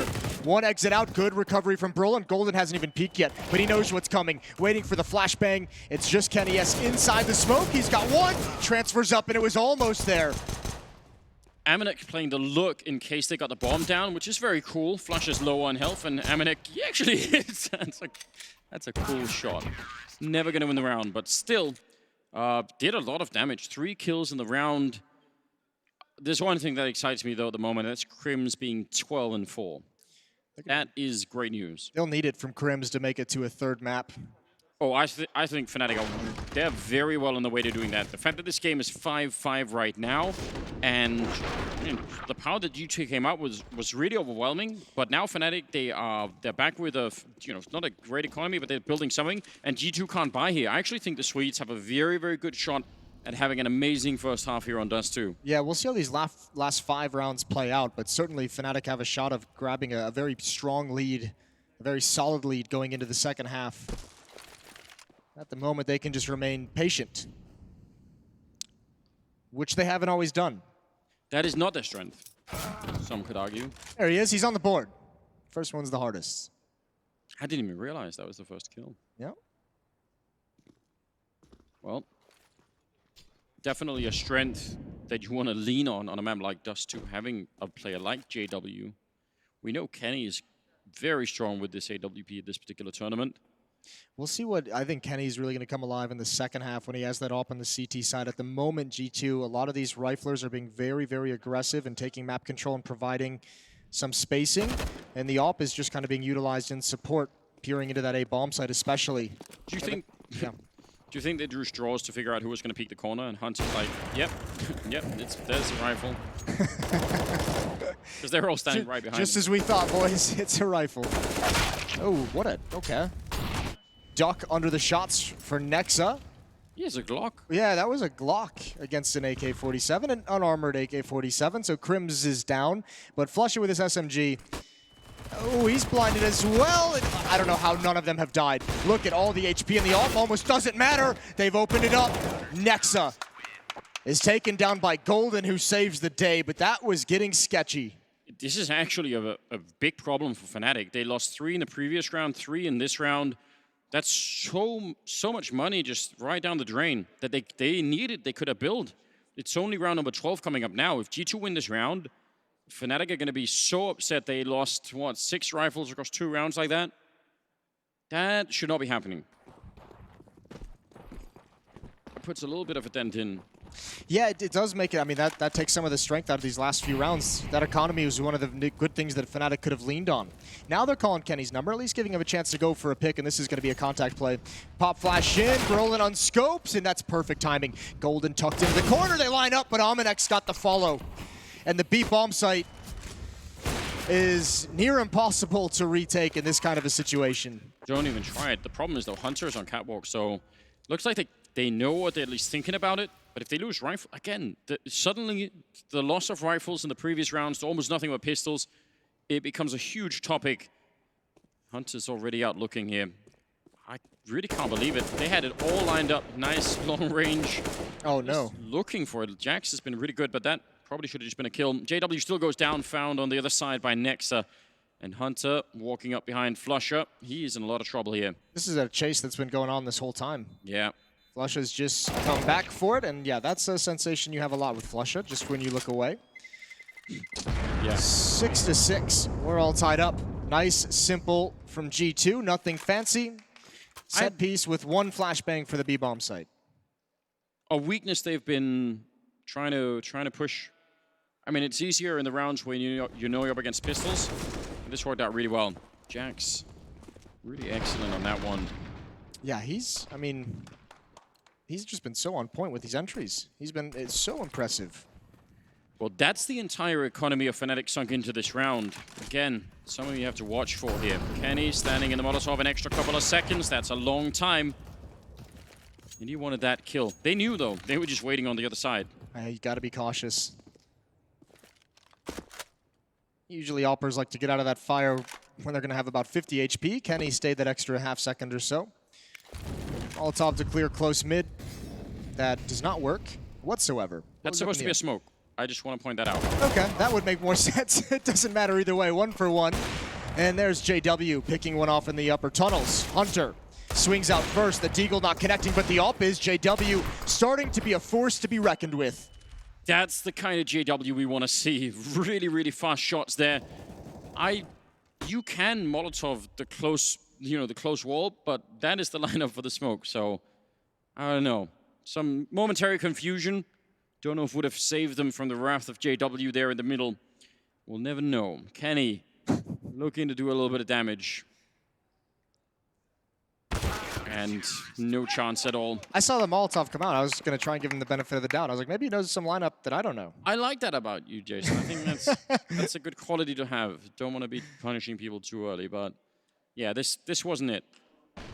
It's confusing. One of them, I mean, Molotovs do cause smoke. They do function differently. Not as effectively, yeah. Good job from Fnatic. Again, just hanging on despite having low economy. And as has been the case ever since G2 rattled off the first 3 rounds, they haven't been able to string 2 together. So, I mean, it's been very disjointed. The one round 5, the one round 8, and now round 12. And each time Fnatic's been able to respond, which is great considering the state of what their economy became. Yeah, they could have, if they'd lost that round, it would have been a very, very different half. 7 rounds already, I think it's really amazing for Fnatic. Up at the top of the scoreboard right now for them, 16-6 for Golden. Again, he's way, way outperforming his role on this team. Crims at 13-5, and I think that is something to be, really looking out for. Didn't get to see what he could do at Inferno, not nearly enough. Dust 2 is something else. Golden trying to be aggressive with the AWP. Apparently he's just doing everything now. Yeah, well, you can't complain when he's delivering in this fashion, and he just runs in a straight line while blind. Kenny came through the Molotov. That is a nice pick. That's one of the ops down. They can't recover it. It's deep into CT spawn, but this opens things up. And remember, Golden isn't playing this B bomb site. They might have thought that there'd be only one player here, and that's just not the case. JW, blind, and it doesn't matter. No scope so fast. That's unbelievable, and it just continues. Coming smoke. Oh no! How many does he have him in a round? Quad kill. What? 3 of them? Not even zooming. Well, that's what we like to see out of JW. That's what we want more often than not. 8 and 7 for JW. And yeah, it's only pistols, but that could have been a very dangerous round. Yeah, you're right. He was running in a straight line. It's like in zigzag. It's like in Dune. You don't want to do that, right? Yeah. Worm will get you. So. 15th round coming up now. Fnatic double AWP. I still think 8 is. That's a high mark to reach. Again, G2 definitely not a team you want to underestimate on Dust 2. So I think they've done a fine job. There's JW in the middle. He's warmed up into this game. He's starting to really feel it now. Kenny still with the Molotov, and I guess it does burn a... No, does it still go up? No, it popped in the air again. It popped in the air. Am I crazy or is Kenny? I don't know. It's making me question everything I know. Maybe he has like a button bind to pull out a smoke and it's just the wrong... It's bound to the wrong thing. But I can't explain. I'm trying to help. Help, Jason. Help me. I'm trying to help him. I don't care about you. Okay, well... We've caught it twice now. It's unfortunate. 2 smokes on Nexa and Hunter. 2 flashbangs on Kenny S. That's everything you got. Maybe he just doesn't know the lineup. Maybe. Brolin is close to the middle, and he's going to go for a bit of a spam there. Takes down 1, does a bit of damage to Hunter. Does leave Golden alone. They're going to be smoking it manually this time. Nothing over the wall, just right in front. Golden peeking in. and he is quick. I am so impressed by Golden. How is it that he's able to do just everything all at once? He'll finally fall to Kenny, but the bomb is right in front, and how do they pick it up? Only 27 seconds. There's Kenny making a run right back into the hands of Crimson. That was an easy shot. Amanek in a 1 versus 3 with 20 seconds, and there is no way. 9-6 at the end of the half in favor of Fnatic. A strong showing here for the Swedes. Yeah, great recovery, but I mean, G2 is going to be fine with 6, but Fnatic, it was the run at the end, 9-3 to close out the half. Not too shabby. We're going to halftime, and when we return, we'll see if Fnatic can bring us to a third map. That'd be Train, but they've got to stop G2 first.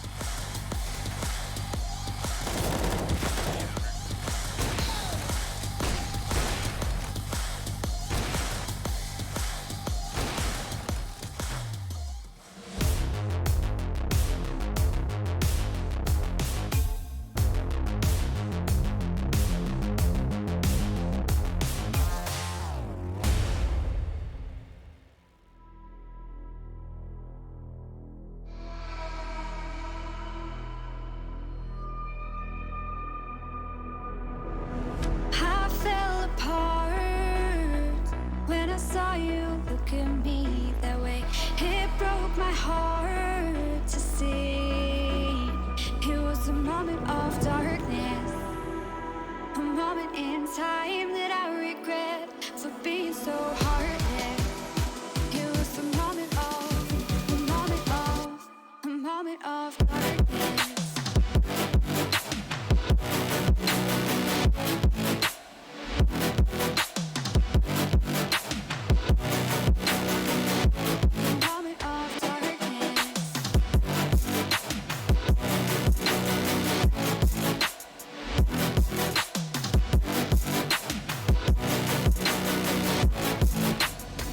I fell apart when I saw you look at me that way.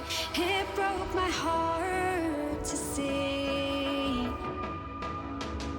It's too hard, it don't come easy. I went dark, I lost it right away. And when it starts, God knows what I'll say. In my head, I had good reason. I went red so unexpectedly. I should have said that sometimes happens to me. It was a moment of darkness, a moment in time that I regret for being so heartless. It was a moment of darkness.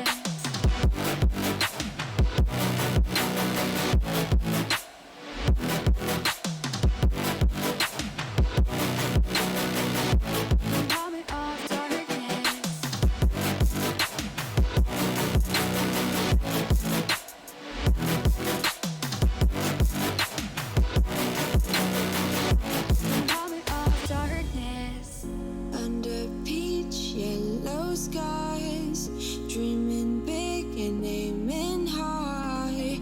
Name the clouds passing by, wishing we run away. All we need is our passports, baby. Leave the rest in our troubled minds. Let us go down in laughter, baby. Trying to figure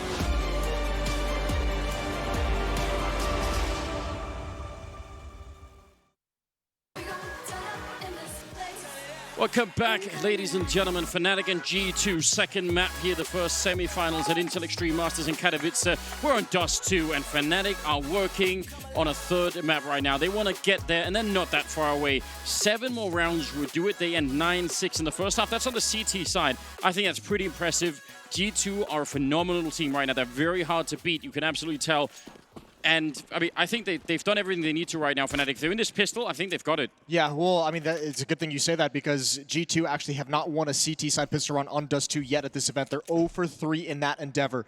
And that makes me happy because I want Train. I want a third map, and Hunter's going to get aggressive. Waiting in lower dark. They want to bait him in. Crim's Flusher, they've taken so much damage. This might be a great start, but actually look at JW. He's clearing out everything. He's about to say, guys, there's nothing here. But I don't know how you rotate back if you're Fnatic. There's a good headshot. That might be the first start. USP now in the hands of Berlin. JW causing issues. Oh no, the bomb. The bomb is dropped. Oh, this is so awkward. The bomb lost to the T side. Jack's getting one more kill. You're right, they had it all. Now, JW's flanking, so if they can keep their cool, if Flusher can stay alive, maybe there is a bit of a chance here. Still a minute, plenty of time to work with. He's not seeing anyone. Medium range, but Jax turns just in time. Really unfortunate. If he could have had that kill for free, it's a 2-on-2 at least, but... Go for the jump. Go for the jump. Yeah. Run it. If anyone's going to do it, you know JW trying. Now Flusher on the other side, still 45 seconds. Flusher's going to throw the bomb up. I'm just trying to think of all the crazy acrobatics that could go on. Why not? And G2 have actually said, you know what? Oh, no, running out the middle. Nexa was ready and waiting. And JW is still thinking, surely Jax must be somewhere in this area, but he's completely relocated, which I actually think is a great move. Well, JW, 1 versus 3. He's got Nexus so incredibly low, but he has no idea where anyone is in the bomb. The clock now is an enemy as well. It's essentially a 1 versus 4 at this point. 14 seconds. He's going to head over towards A, jumping up onto Catwalk. But remember, there's a player here, Jax, who's going to fight him every step of the way. I don't even know if he can get there in time. Even if Jax just hides, I don't even think it's possible. JW going to go down. They even had a chance to just screw him out of money as well. They could have just let him survive till after the timer. 9-7 as G2 win their first pistol round of Katowice, or CT pistol round of Dust 2 in Katowice. That is such an awkward round. They get the info, they lose the bomb down there, and they just can't really recover it without having too many casualties. Something on Fnatic almost feels off today with kind of their plays aren't syncing up with each other the way that we normally do, or we normally see them do. Yeah. Yeah, because they've been having good individual. Right, there is some sort of a missed timing opportunity, at least a couple of times. Used to refer to it as the Fnatic hive mind, didn't we? Yeah, well, I mean, it made sense back then. It was uncanny. So Fnatic in this round trying to throw some kind of a fake, it would look like. Although Flusher now going to join up with that bomb in Upper Dark, so not sticking around for the B bomb site. Maybe just run the gauntlet over towards A. Yeah, you've got Kenny there. He's got an HG grenade, which again, with the lack of armor, could make it dangerous, but might still get the bomb plant down. Probably will get the bomb plant down if they just run right now. Kenny, don't think he's scared about taking a fight. Grenade goes pretty deep. Actually, they stand almost on top of it, and that's a nice spray down. There might not be any bomb plants at all here. No, they're just gonna get completely taken down. That's so well done. Those bomb plants do matter. They're gonna have money to buy, but they could have got a lot more out of this if they'd had the bomb plant. Very interesting. So 9-8, and the fact that they don't win that pistol round means it's a completely open game once again. Yeah, well, the gap closes obviously in an easy fashion for G2 from there. But I mean, remember, they won the first 3 rounds in that first half and only managed 3 gun rounds once they got on board. Fnatic has been, battering them in terms of gun versus gun action. Kenny S. Ooh, that's a quick shot that almost hit. He was blinded. JW, how aggressive do you want to get? Molotov and Smoke going to slow you down. Hunter pushing mid. If he doesn't stop, he's going to walk right into his death. It's kind of a cool attempt. It's what Golden was trying to do, one of those rounds where all the action was out long. You could almost feel JW fighting his own nature to not go through that smoke. You just wanted to. But, yeah, I don't know. The rational side, the tiny bit of it that's in there. That remains. That's been given any love over the years. It somehow won. Flashbang over, mid-push. Flusha can eat this alive. Almost transfers down. Nexa, 46 HP. That's a lot of info for Fnatic, though. Yeah, that's a flash-off catwalk that they can call. It's 2 players pushing mid. They should know a lot about what's coming. That AWP is still in play from Kenny. Makes you a bit worried. Smoke, not going to slow them down that much. Can they avoid the shot here? He's just trying to look for the edge. Nexa goes down, so now it is all on Kenny, and he doesn't get the flick. And waiting for him, all the way back here is Crim's immediate headshot. That is so quick. Nice round. The first buy round out of Fnatic here in the second half. They're not the opening kills, so they won't necessarily hit the stats sheet, but it's Golden providing the entries into that bomb site. Again, when they need it most. This was a great read out of G2 in a 3 versus 5? 3 versus 4. Able to get over towards, they remembered the long presence earlier in the round from Fnatic and had the perfect read, but Golden just takes everyone out of the equation. A little bit of frustration for Kenny, 10-8. They have some rifles, trying to see if they can take the fight. Flusher running through, not that scared of losing the MAC-10. Look at this full investment for G2. This round is going to have massive consequences on how the rest of this half and the rest of this map can play out. These are the kind of buys that we were criticizing Na'Vi for making, right? Where they were sort of like, go for it, and you think, well, that could cost you like 2 more rounds. That's why we call, I mean, that's what we've started coining the force buy economy. Yeah. Doesn't always seem to be worth it. Haven't seen a lot of teams able to pull it off. Navi's one of them. Jack's going to start pushing up towards long, where Flusha is waiting with his MAC-10. Jack's going to search for it, but wasn't expecting Flusha to be peeking. The jiggle peek throws him off, and yeah, now this buy is really painful. Everything is invested here, and everything is starting to get taken away from G2. They're going to have a full save in the next round, so Fnatic going to have a pretty strong lead going into the later stages of this half of this map, and should be in position to force train into the cards. It is looking very likely. I feel like we deserve it. These two teams have been putting on a great show already. Let's get that third map. And Train is a map where, yeah, there could be just a ton of madness, in fact, on that map. With Kenny playing well, with JW also hitting the shots.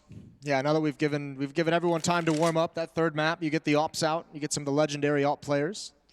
It's a map that has a lot of potential for aggressive pushing on all sides, so let's just find out. We're gonna have to see if we can get there first. It's by no means done for G2. And actually, this isn't too shabby from G2, all things considered. They pick up the 3 rifles. I think 1 M4 was already in their hands, but certainly they have some weapons they can play with now. The question becomes, do they force up behind it? Do they drop like a FAMAS, an SMG, upgraded pistol over, or are they just content with what they've got? Golden in this series is 43-28 at this junction. It's really just amazing. Hard to believe. I don't know, I mean, yeah, if you're G2, we were criticizing them for buying into the round, but the fact that they suddenly pick up a Krieg and I get they had a Scout that turned into an M4, that's much better. I like this as well. Don't force up around it. Keep the USPs on Jackson Nexa. Don't invest anything. Just see what these rifles can provide you. Maybe you get another chance where you can save them and you don't have to spend money in the next round, but don't get crazy. JW picks one off. Remember, keep this in the back of your mind. He never saw the other 2 cross. He might still think, but the trajectory, yeah, that's a bit much. I thought he surely would have seen the trajectory.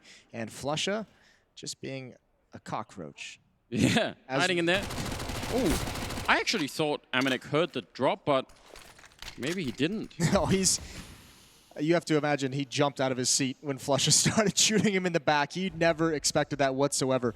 And that's one of those risks that Flusha takes that, I don't know, the average player probably doesn't think of taking. Like, doesn't even think it's an option to him. So these 3 weapons are going to be saved. And that's good for Kenny S. He's got that op that JW kind of throws away in his crazy jump through the smoke. So that's a free AWP for Kenny S down the stretch.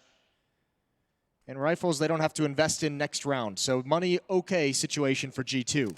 They couldn't have bought the AWP in the upcoming round without it being dropped like this. And I don't know, Counter-Strike has a way of punishing people when they give those away. Gotta be careful.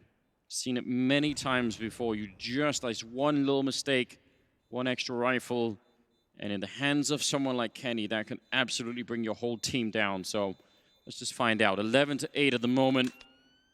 And they're going to get that 12th round on the board. So only a 4-round gap. That kind of a play from, again, from JW. You want to criticize it, but there are times where it would catch the entire team off guard, right? Where he's out there with the AWP, someone peeks. I think we've made that exact point every time he's done something crazy in this game. We saw him walk through the smoke on the CT side of Dust 2 previously, early on in the previous half. We just give him the permanent license. Yeah, he's allowed to do it, obviously, but, you know,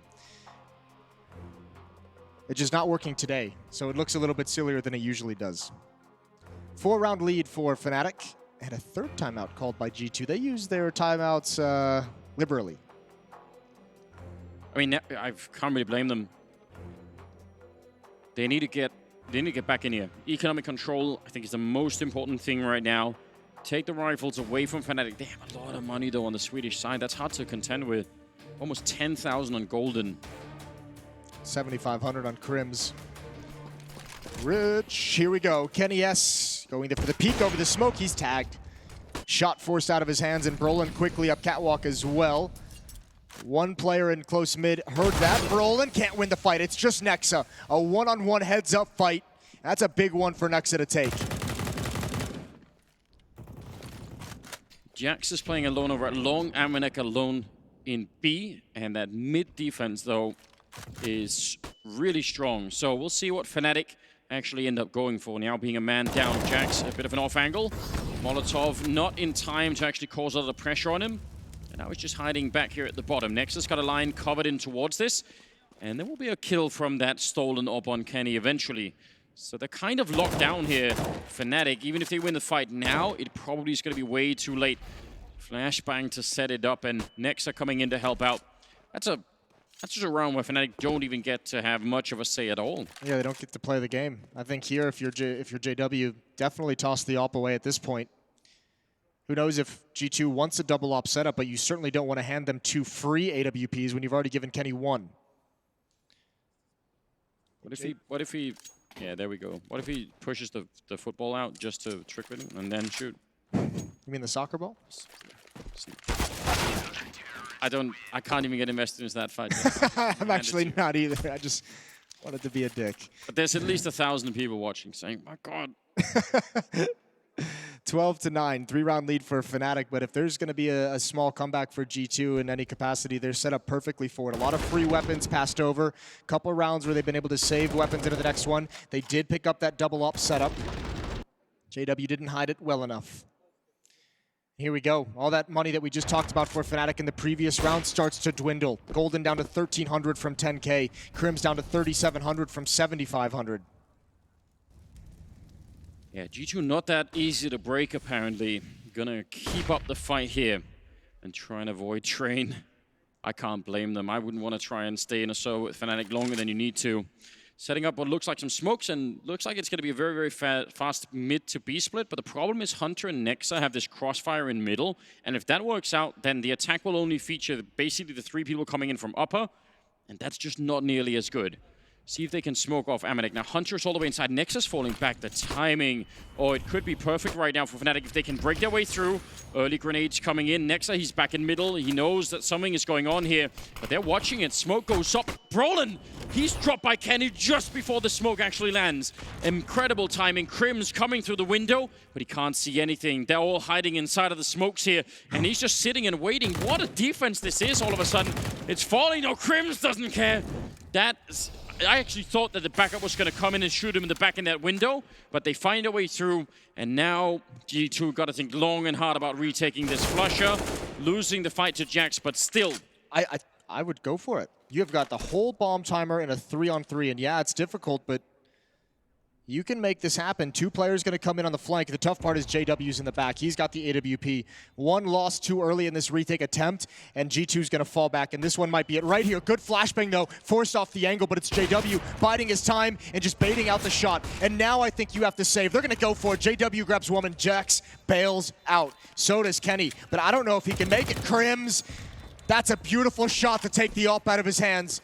An expensive attempt.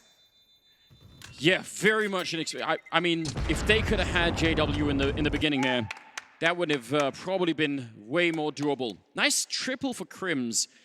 Again, I actually thought the fact that he was crouched in the window meant that he was about to get shot in the back.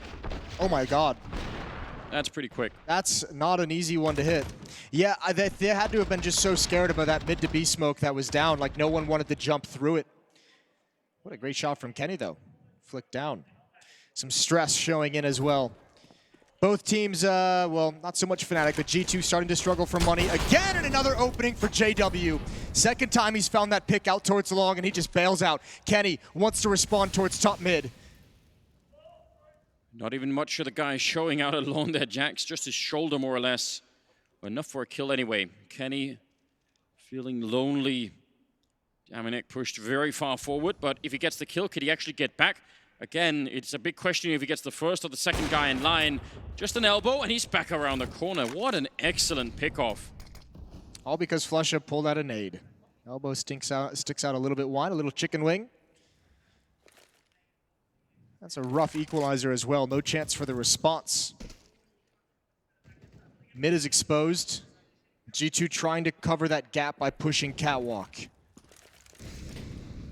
Amanek in the back with an AWP at the B-bomb site. Nexa at the lip of the tunnels. Golden might get caught off guard. He's got no gun in his hands. He's got his knife out, and Nexa punishes that. And that ruins the strategy. Again, caught with the nade, and I don't know how Hunter transferred over. 2 on 3. Kenny at the bomb site, and time is ticking. Nexus pushing up a dark. Kenny, if he gets a kill, there's absolutely no round. Missed another chance here, and they're getting a little bit closer now. He sees the second player, and he's calling it in. He's just saying, I've got him on this side. Just come quick. Berlin, I don't think it matters any longer. He's low on health, and Kenny will save it. A big double kill, but the aggressive pushing, Fnatic, not used to that. No, that's 3 players caught with nades or knives out. And the first one was just unfortunate timing, but after that, it's all mistakes. And that's rough. You have a 13-9 lead. You get a man advantage as well, and you can't convert. This was beautiful. He got Brolin into red HP and transferred over to get the kill. So Fnatic have a decision to make, and I think this is why we're going to see the timeout coming. They could go for 3 really good buys, and then Brolin and Flusher would have to have a little bit less. I still think that's worth it. I think this is a better idea than giving G2 an even stronger economy. They're going to go for a small buy. They have B spawn, so this is going to be a B rush, you would imagine. Golden picks up an AK-47, JW Mac-10, Flusher Mac-10. But 4 players already leaned as close as humanly possible to the B bomb site with the spawns. You would love it if Brolin had something to slow them down in the middle, if you could tag someone or anything. I mean, again, those B rushes are a question of seconds of timing there. He's going to be looking for it with a deagle anyway, but no connections. I think G2 might read a low economy. They sent 3 players over to B, but it's actually only Amanek. It's only the AWP. This could be ruinous. Dodges the flashbang. He's got the leg shot. He's going to go down. How much can Nexa and Hunter provide? They have to get into this site. They have to slow them down somehow. Hunter with the first. HP is dropping for Fnatic. Yeah, no smoke showing up in any of these choke points right now, so they need that. Molotov will at least push them back, and they can get the bomb plant. That's a huge kill, and look at the health on Fnatic. They really don't have a lot left right now. Look at the money. The money might force G2 to just give it up. Oh. Flusher saying, and actually both Flusher and JW holding up a dark, so let's see, G2, if they actually retake right now, JW and Flusher are going to be so far away. This whole round is just a little bit of a lottery right now. Flashbang over the wall to try and buy a little bit more time. JW now looking at the window. Oh, and he's not going to get the kill, but Brolin will. Follow up from JW. Can he do it? Oh! He likes him as he comes in. And a 2-on-3. Fnatic need this round. They want that third map. And they're so close to doing it now. G2 flushing all of the rifles into the B-bomb site. But the Swedes will find a 14th round. That is some sick sniping coming out from JW. And he had to step in front of the smoke, right? There's nowhere to go. You're committed to that fight until you die or until they're all dead. And JW lands everything that's needed, 14-10. And again, I thought the money might scare G2 out of that. It's an admirable attempt. I don't even mind it, but this puts them in a tough spot moving forward. This next shot was so hard to hit, wasn't it? Even getting the leg shot makes it so much more doable. Now out on long, standing in the fire like Kenny was, gonna be put up by a teammate. Oh, but look at the aggression one more time. They push upper dark. It's 2 kills traded back and forth, but that's the entire B side of the map is lost for Fnatic. And more aggression everywhere, all over the place. Fnatic getting a taste of their own medicine. They're not liking it either. No, they really don't enjoy it. Crims waiting there, and this is what was happening to Fnatic when they were pushing this longhouse as well. They kept getting shut down. JW's got the middle, and Crims and Golden are out long. Kenny with a FAMAS at range. He wish he still had that AWP. By the time he sees them, they're going to be on top of him, and that'll make it really rough. Good timing again with the grenades, and a flashbang to slow it down more. Calling in for backup. Amanek is going to be running there. Weird fight, but on top of the smoke. Kenny coming out on top. That's such a huge double kill, and they even hurt JW. How could he dream of winning this round? He's got 50 seconds. He's got plenty of time, and he's got the AWP now, AK-47 utility as well. Trying to find a new angle of approach, maybe catch Amanek off guard, but the timing's not there. The nade works perfect. The question is, where do Amanek over? But the fact that they're able to have themselves in this winning position and not a stellar performance has got to be something that they're happy about. They've managed to, to fight their way through.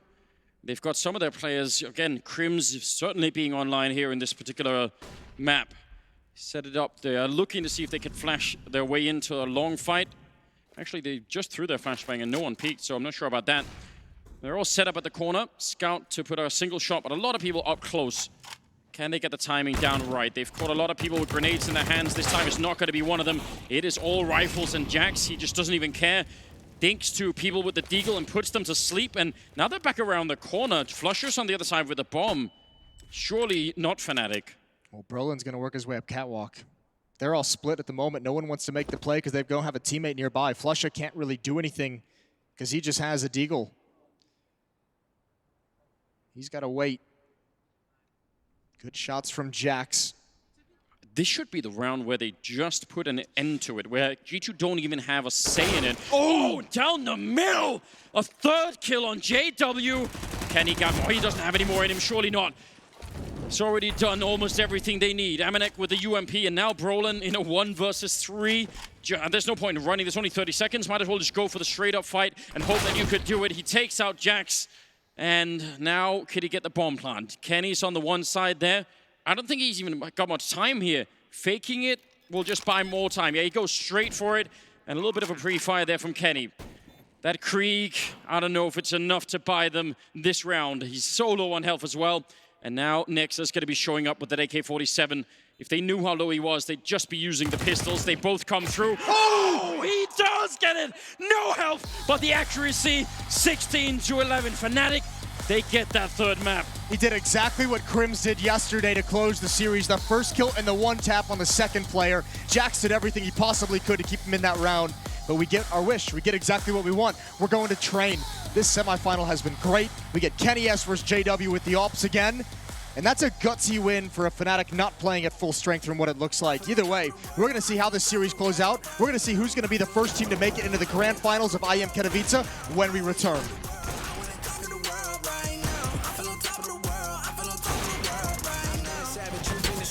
Best my average, there's a reason for that's a fact. So they snapping back, mad at the fact that I don't have a backup plan. I ain't need that. I'm working everybody when I relax, so I ain't tripping about none of y'all feedback. Every day I wonder when I'm gonna peak at, and that's why you count your blessing while I count that as my winnings. We take 50s and 100s and throw them up to the ceiling. Everything I envision, not everybody.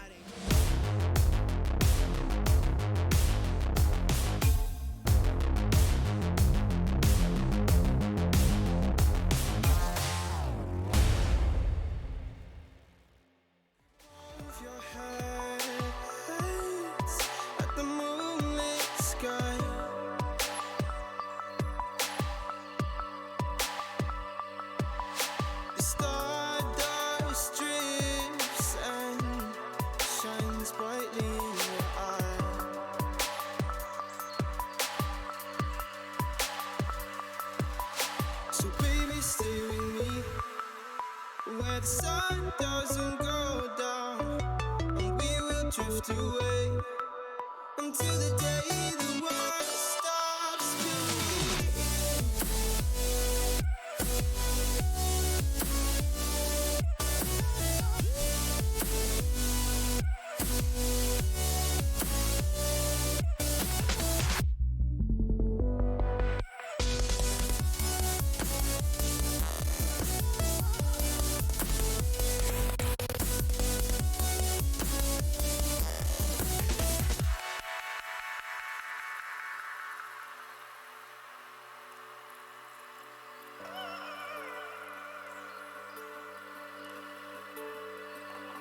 Oh, baby. Oh, oh,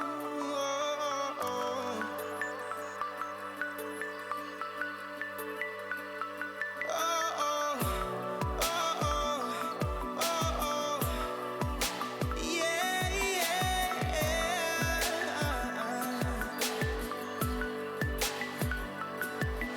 The stars fall around us, entwining us. So baby, stay with me where the sun doesn't go down, and we will drift away until the day the world stops spinning,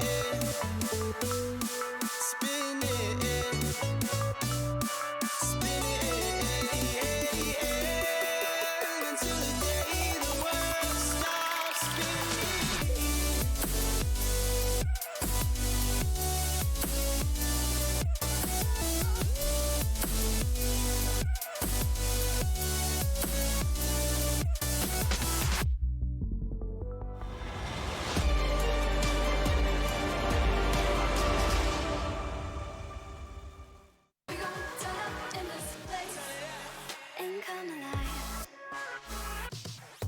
Well, this is a series that is packing a punch so far. Fnatic do find their footing, and they do find a map there in the second map of the series, pushes us all the way to a third.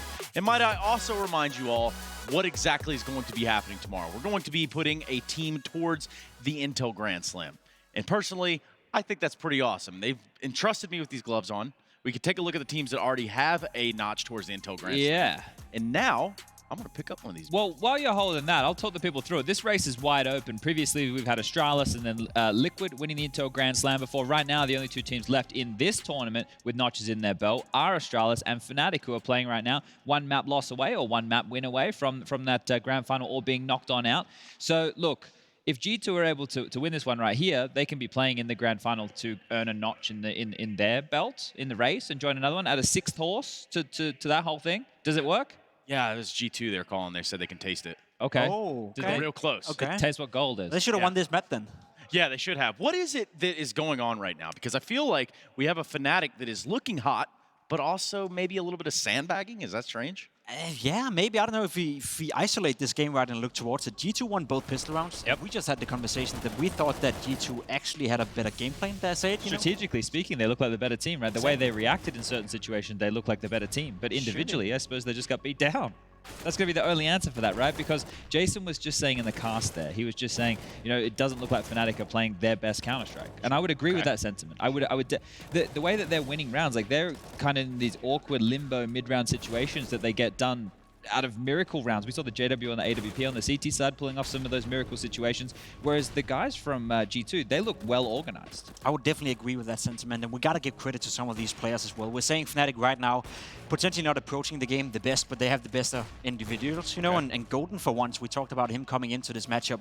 Going up against Nexa, there's no doubt that Nexa is the better individual player of the two of them, but in this game on Dust 2, Golden definitely held up for himself. He got 7 multi-kills, and he was a big part of the reason why Fnatic were able to have such a strong CT side that prevailed them to win the map. The cool part about this is we now get the opportunity to hear from Fnatic. We're going to have JW on the line. Frankie was able to catch up with him, and we're going to hear all the goodness he's got to say.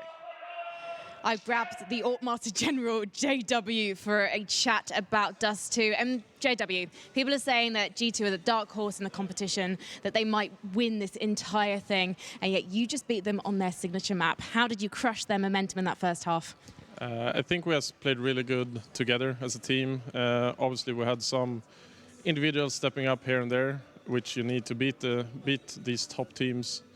But overall, I think we have played really good as a team, and that's hard for them to play against, I think, because they are so insane individuals, and they rely a lot on that. But when you shut them down with like team play, they don't get the same room to work with as individuals, so that was key for us, I think. And would you say it was more of a case of you guys playing your own game, or did you actually study G2 on this map specifically?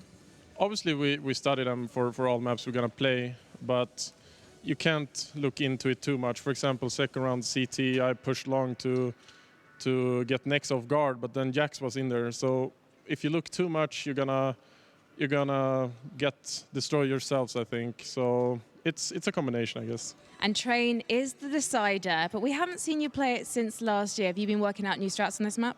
We'll see. Okay, we will see. Thank you so much, JW. One more map stands between this man and the finals tomorrow, so we'll see very soon if he's going to make it. Yes, we certainly will. We do have one more map in front of us. We are going to have that opportunity to go to Train, but for now, do we feel this is kind of teetering one way or the other, you know, without going fully in depth here? You said it. If this game were going to Train, you would believe in Fnatic, right? And I'm kind of starting to build into that sentiment as well. I think G2 is the better team, but Fnatic on Train could definitely be a close one. Yeah, that's what we're going to keep our eyes peeled for. We're going to be going to a break. We do have that third and final map of this semi-final. Don't worry, everyone. The Intel Extreme Masters Katowice 2020 barrels on when we come back.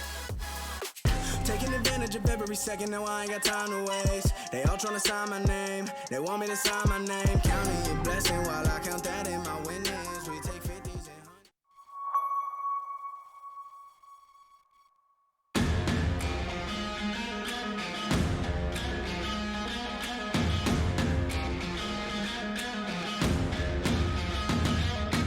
Let's get Australia in the arena.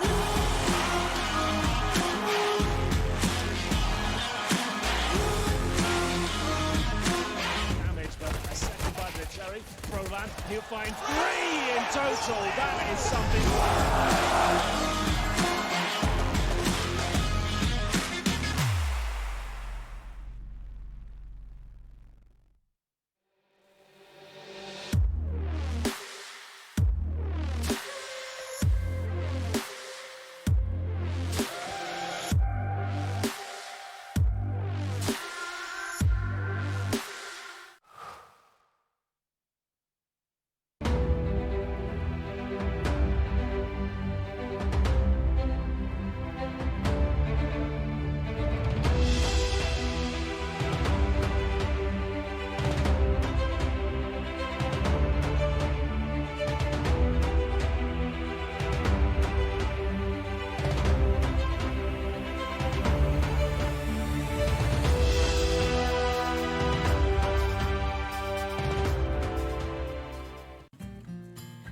He wasn't the classic nerdy computer kid in school.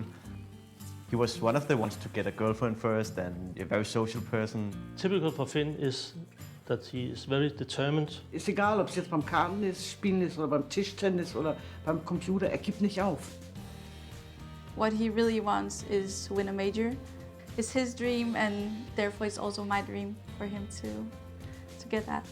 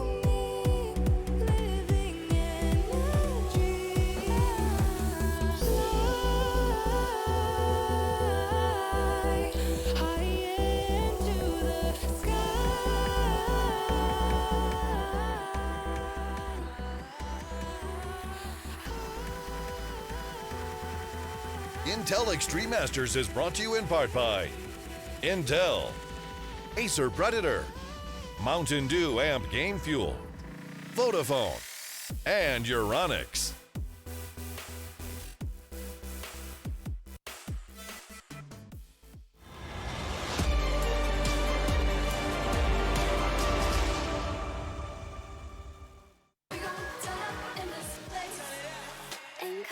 One really big PogChamp is in order. Right now, we get that third and final map, the decider of this series, Fnatic and G2. One of these teams is going to have the opportunity to put a notch towards the Intel Grand Slam tomorrow in the Grand Finals. But they got to start here by winning one final little map known as DE_Train. Let's try to set the scene then, because we haven't seen Fnatic play Train in 2020, right? We know they used to be good on the map. We kind of expect them to be good on the map, but let's be honest, we haven't seen them play it in 2020. So we kind of don't know what to expect here. We're going into the dark. Whereas for G2, they haven't played it on lane either in 2020, but it's a map they really have adopted ever since Nexa and Hunter went into this lineup. They played it 10 times the past 3 months at a lot of various tournaments. Last time it was in a qualifier online against Mad Lions where they lost it. So it's a little bit more of a, I would say, looking at Train, at these two teams, I don't really know what to expect, despite, you know, that it's two teams that have a lot of individual skill. And Chad, we're going to get that knife round loaded up, but in the meantime, how important is this? What are we looking for right now? This is more important for G2 in my mind than what it is for Fnatic. I think if G2 win this and can start CT side, then that puts them in a really good position to win this map. I think if they had to start on the T side, that's where they're going to struggle, because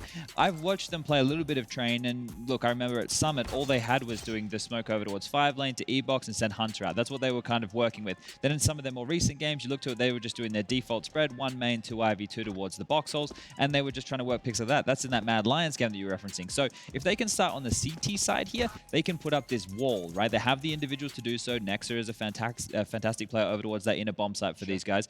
But just to elaborate a little bit more, I think we just saw G2 win the knife, so they will be starting on the CT side. That's huge for them. Those results that Jacob was talking about, that Mad Lions one was from this year, okay? So they lost in double overtime. Before that, they just beat Spirit at the Champions Cup event 16-13. Spirit's not a team that we talk about as a top-tier contender. They beat ENCE 19-17. Not another team we don't talk about as a top-tier contender. And then before that, they lost to Mouse Sports at Summit against their coach standing in and Natus Sapphics. We say yikes about that one. So their Train record is not good. It's not a good Train record, but they have had a decent period of time to work on Train since that Mad Lions game. So this is what Jacob's saying. There could be anything coming out of the box here. Exactly. We don't really know. We can only speak of history. We can only speak of what we think is going to happen. And I believe that both these teams will be prepared coming into Train. Fnatic, especially on that CT side, we get to see him on the T side now, but look out for JW. He's going to roam around with the AWP. He's going to be towards Inner. He's going to be towards Ivy. And he likes to play close up on Yard as well. He could be the guy that's going to put a thorn in the side of G2. Really quickly, which team has played the better Counter-Strike up to this point leading into the Grand Final tomorrow? Who gets it more? Who deserves it more? G2 have looked more like a team. They've played more like a team. They've been more organized. But right now, we're on the big stage. Fnatic just showed it. You don't have to play the best Counter-Strike to get a win. 2 years ago, 2018, Flusher, Heartbreak, Grand Final, Train. Massive clutches. Let's see him do it again. Let's see if he can put on a show. Let's see if he can continue the spectacle here in Katowice as we look at Fnatic and G2. We've seen Inferno, we've certainly seen Dust 2, and now we will settle this one on Train. We're going to be doing that story time with Moses and Anders. Let's get this game on the way. Third map. I can't believe it's actually come to it. It looked like G2 were going to run away with it, but on Dust 2, it was a different story. Fnatic continuing with Golden, their captain, leading the team, out-fragging everybody. Crim's right behind him, and now we're on the third map. Jason, are you ready for this? Oh, I'm absolutely ready. And here we go. Utility already being thrown over. It's going to be a drop-down ladder. It's going to be very, very quick. These USPs at the range can be so deadly. Fighting out in the open, Jax can't connect. Forced back towards the ladder, and Fnatic have overtaken the bomb train, but here's the counter flashes, and now the battle begins. Oh, that was actually the bomb that went down. Roland gets a shot in the face. Crims is out as well, and it's just Flusher and JW left. A fadeaway shot as he makes it past the E-box, and he can defend this for a while. Kenny trying to get close, and he'll land one more. A good double for him and for Jax, and G2 will pick up the pistol round in style, and that's in spite of the fact that they did not get any kills on the approach. It took a long time before they landed that opening. Yeah, well, I mean, that's actually rough for Fnatic because they also couldn't get the bomb planted. That's great if you can get to the bomb train and get that planted and fall back even in a 5-on-5. So many bodies to clear out, but G2 just recovers very nicely. Headshots start coming out nice and clear. Kenny S gains some ground, and that's 1-0 for G2. Yeah, I really think it made a difference that shot that Kenny got through the smoke was on Golden, I think, trying to put the bomb, so. Well, speaking of Golden as well, since you just mentioned it, he's played a phenomenal series so far. He's been by far and away Fnatic's best players in these first two maps. They need more from the other casts. I don't think you can ask Golden to carry you all the way through a series. This is where you really need Crims, JW, Flusha, those guys with experience, Brolin, the young guy, to step up and be the force to be reckoned with here on Train, at least to start things out. I agree. Get it back to get it back to that core and let Golden do the calling. Kind of a nice pick-off early on from Brolin here, but he got double grenaded right away, so they just weren't expecting the Creek to stick around. A pretty beat-up Fnatic team that's left here with, 32 health on Flusher and Brolin both. That will be an issue. Unfortunately, I think they just have to attack this bomb site before that smoke clears. Deagle's shots and footsteps give away the game. A second player has rotated in, that's Hunter. Jax can have a fast flank up the ladder, and with only 3 players, there's not enough manpower to defend the flank, so Fnatic at a huge, huge disadvantage. Yeah, they really do. I don't know if that smoke was meant to just sort of edge its way over. Maybe it is. I think it landed on a Molotov. It did, but I mean, it sort of fell over the edge, which looked really funny. Brolin has got a... That could be a very cool smoke. If that's designed that way, I want to see that more. Hunter and Nexa. And Nexa just staying hidden back there. They have a grenade to Look at Brolin. Brolin's going to wrap around. Brolin might be able to do this if they could slow it down long enough for him to get into the action, but he wanted both. He wanted both kills. Can't blame him. Yeah, no, that was the only way they were going to win that, if he was able to find both defenders of that bomb site. That's a really cool round, a really cool attempt from Fnatic to get Brolin to sneak out that way. It's just a long time for those Deagles to have to keep the attention on them. Yeah, and he had to try and double that up for it to even be halfway realistic. So, G2 will hold on to it. And this Molotov here is... I actually thought that was going to be way scarier, but... Flusher didn't have the HP for that kind of an engagement. Good read from Hunter. Some kind of internal alarm rings out. So 2-0 for G2. And Fnatic is back, sitting right around 2,000 on most players, and just some pistols, some upgraded, some P250, some Deagles, but not a whole lot to be happy about. And Kenny S, he's got the AWP on the board already. That's one of those fights between him and JW we wanted to see. The AWPs going head-to-head, maybe not against each other, but just in general trying to defend for their teams. I mean, if we can get that fight on the third map, it's going to be entertaining. They actually do pick up the Krieg. That sucks. That's unfortunate. Yes, I got the Krieg. Aw. But there are so many ways that this can, this can play out. Absolutely could be AWP versus AWP. We've already seen on all the maps. When Kenny's feeling really good about it, and he starts to become super mobile, he's running from site to site, sniping people. Look at how much they're protecting the AWP as well. Yeah. They've given it to Jax on low HP, and he's just playing as far back as humanly possible, while Kenny remains aggressive with the M4. Remember, it's not just such an important weapon for the defense of this map, but it's expensive. And especially in these first 3 rounds, investing in it is a bit of a risk. So no matter what happens, they want to keep that alive. And Jax, at this point, he's actually so far away from his teammates. If Krim somehow finds him, that would be a disaster. Yeah, I agree. Okay, he's got back. Get back to where someone can at least pick it up. What a shot. Krim's taking out Amanek, but Krim's alone, and they pretty much know where he is, so should be able to find a way to kill him in. 10 seconds left, and Amanek actually just assisting on that one. Jax ultimately the one to get the kill. So 3-0 in favor of G2. But now let's see. I think Fnatic, might seem a bit strange that they're playing that round so slowly when they were quite obviously not going to win it. Yeah. But every kill matters. They just want to take as much away as they can, whatever round it is. That's a pretty good mentality to have. Make it expensive, even if you're probably going to lose that round. Extra kill on Amanek means he's at $100 here, for instance. Well, into ladder room we go. Jax was there pretty quick. No one committed. Good shot from JW. Not a tough one. Kenny S walks right into it, but the ladder room presence is going to allow the rotation to get here in time. They hear the footsteps. Golden is already trying to cheat his way down. He's very low. That actually might force Fnatic back. Yeah, they did some team damage before they even got on the ramp, so I'm really confused about that. Similar smokers to the last round. Nexa, he's immediately traded. That is a good push. Upper and lower at the same time. And Amanek might want to think about running over this AWP. Jax is weirdly flanking, but again, it doesn't matter when there's only one player on the other side. The bomb is down, though, so that's why he's flanking. He might have a chance at least to slow things down, get them into the action, but the bomb is picked up now. The question is, how long does Jax want to risk this weapon for this kind of a play? And, well... He had no choice. Yeah, that was taken out of his hands, wasn't it? They made that call for him. That's an interesting round for a bunch of different reasons. It's great to get that kill on Kenny right away, but I'm still confused by the fact that You know, there wasn't more of a defense set up in there for G2. They actually knew a little bit beforehand, and they still kind of got caught by that upper part of the push. And left Nexer, I think, alone. I don't know. Didn't look like there was quite enough to stop that. Was that the smoke that we saw in the previous round that they threw that left the gap towards that lower ramp? It looked like that to me. So, okay. Maybe we'll keep our eye on that one. Keep seeing that. 3-1 for G2. All the weapons have been taken away. All the money has been taken away. 2 Deagles, 2 nades. Ooh, Hunter's got a Zeus. We enjoy that. Probably for ladder room. Brolin's gonna get out. He takes a little bit of nade damage. And he's dead. This could be big. If Hunter's able to grab one with the Zeus coming down the ladder, all of a sudden you've thinned out the herd very easily, very efficiently. Jax is down to 1 HP, and they've salvaged the Krieg on Amanek. He is so ready if anyone was going to drop in his face.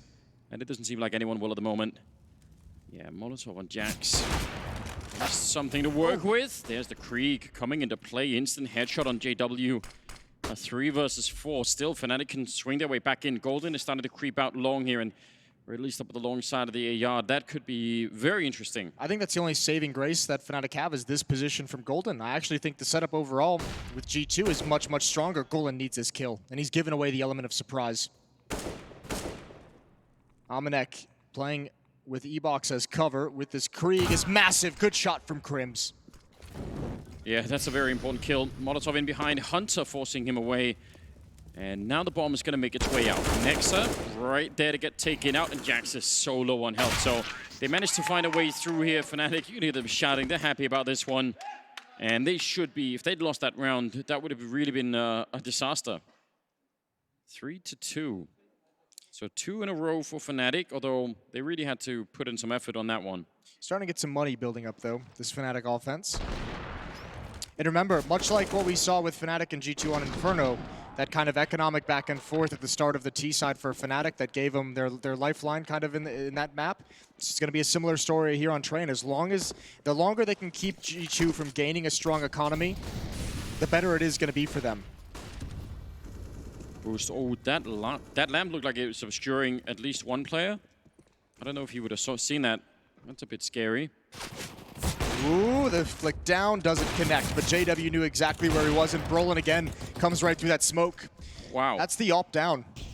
Yeah, and that was just range.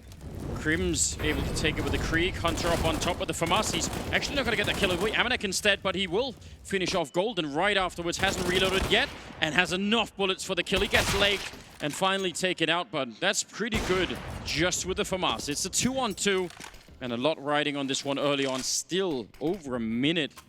How did he have so much time to get all those kills? Not a single person from Fnatic was able to find his position. They must have just been fighting other players at the time, and it was just perfect peeking over and over for Hunter. Yeah, I think that's exactly what happened. Nexer and Amanek grouping up, which I kind of like that. It's a risk because obviously if they end up in B, then both players are going to be miles away, but... I like the group up. I think this is an ill-advised play with 38 seconds left on the clock is to push. I mean, that's one player out of the action for so long. Now, Amanek can at least have this long-range glimpse, and this might be a kill. They might peek right into him. Oh, no. They set up for it. The jump across and the peek from JW with the op. They now have the information, and this can turn into a flank. Wait, Amanek also goes this way. I mean, I don't know. If Nexa gets a kill, I'm guessing no one will ever imagine that the second player is also coming in from main like this. Seeing it, kind of long range with the FAMAS. It doesn't matter. That's great accuracy out of Nexa. Not the best weapon for that range. Now JW, yeah, he's so worried about it and trying to fall back. Can he actually stop this? The bomb is on the other side. You can shoot under the train, but I don't think he wants to rely on that. They're going to get very close. They line up in front of him, and that's scary. Instant kill, and back around the corner. Amanek, he's just going to sit. Hold it in, JW. He's got it. Yep, he's got it. Trying once, but not going to get it. And that's a big win for G2. 4 rounds. Yeah, JW must have thought that he was going to chase him. He really bailed away from that bomb so quickly. So good recovery, good retake from G2 in the 2-on-2. And obviously, Flusha, I said I kind of doubted the decision to push towards Ivy. This round it works. Flusha didn't expect that flank to be that early. Way overexposed out in the open. Oh, that's a bit silly. He's just peeking in, taking some pre-fire shots. This was, I mean, Hunter does great work. Aggressive towards the choke point, not making them comfortable, not allowing them to get out with any kind of confidence.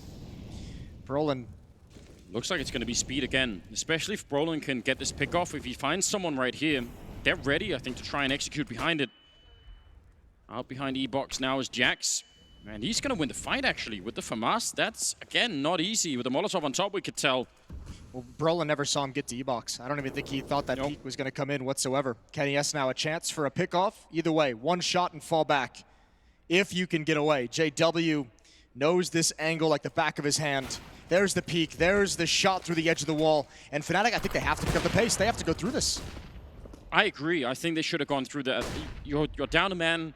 You've lost pretty much the entire rest of the map. For all you know, they could be pushing up Ivy right now, so you don't have the time to go back and check it. Now, they are boosting back here, and yeah, even if they had stuck around next, they're not going to peek that.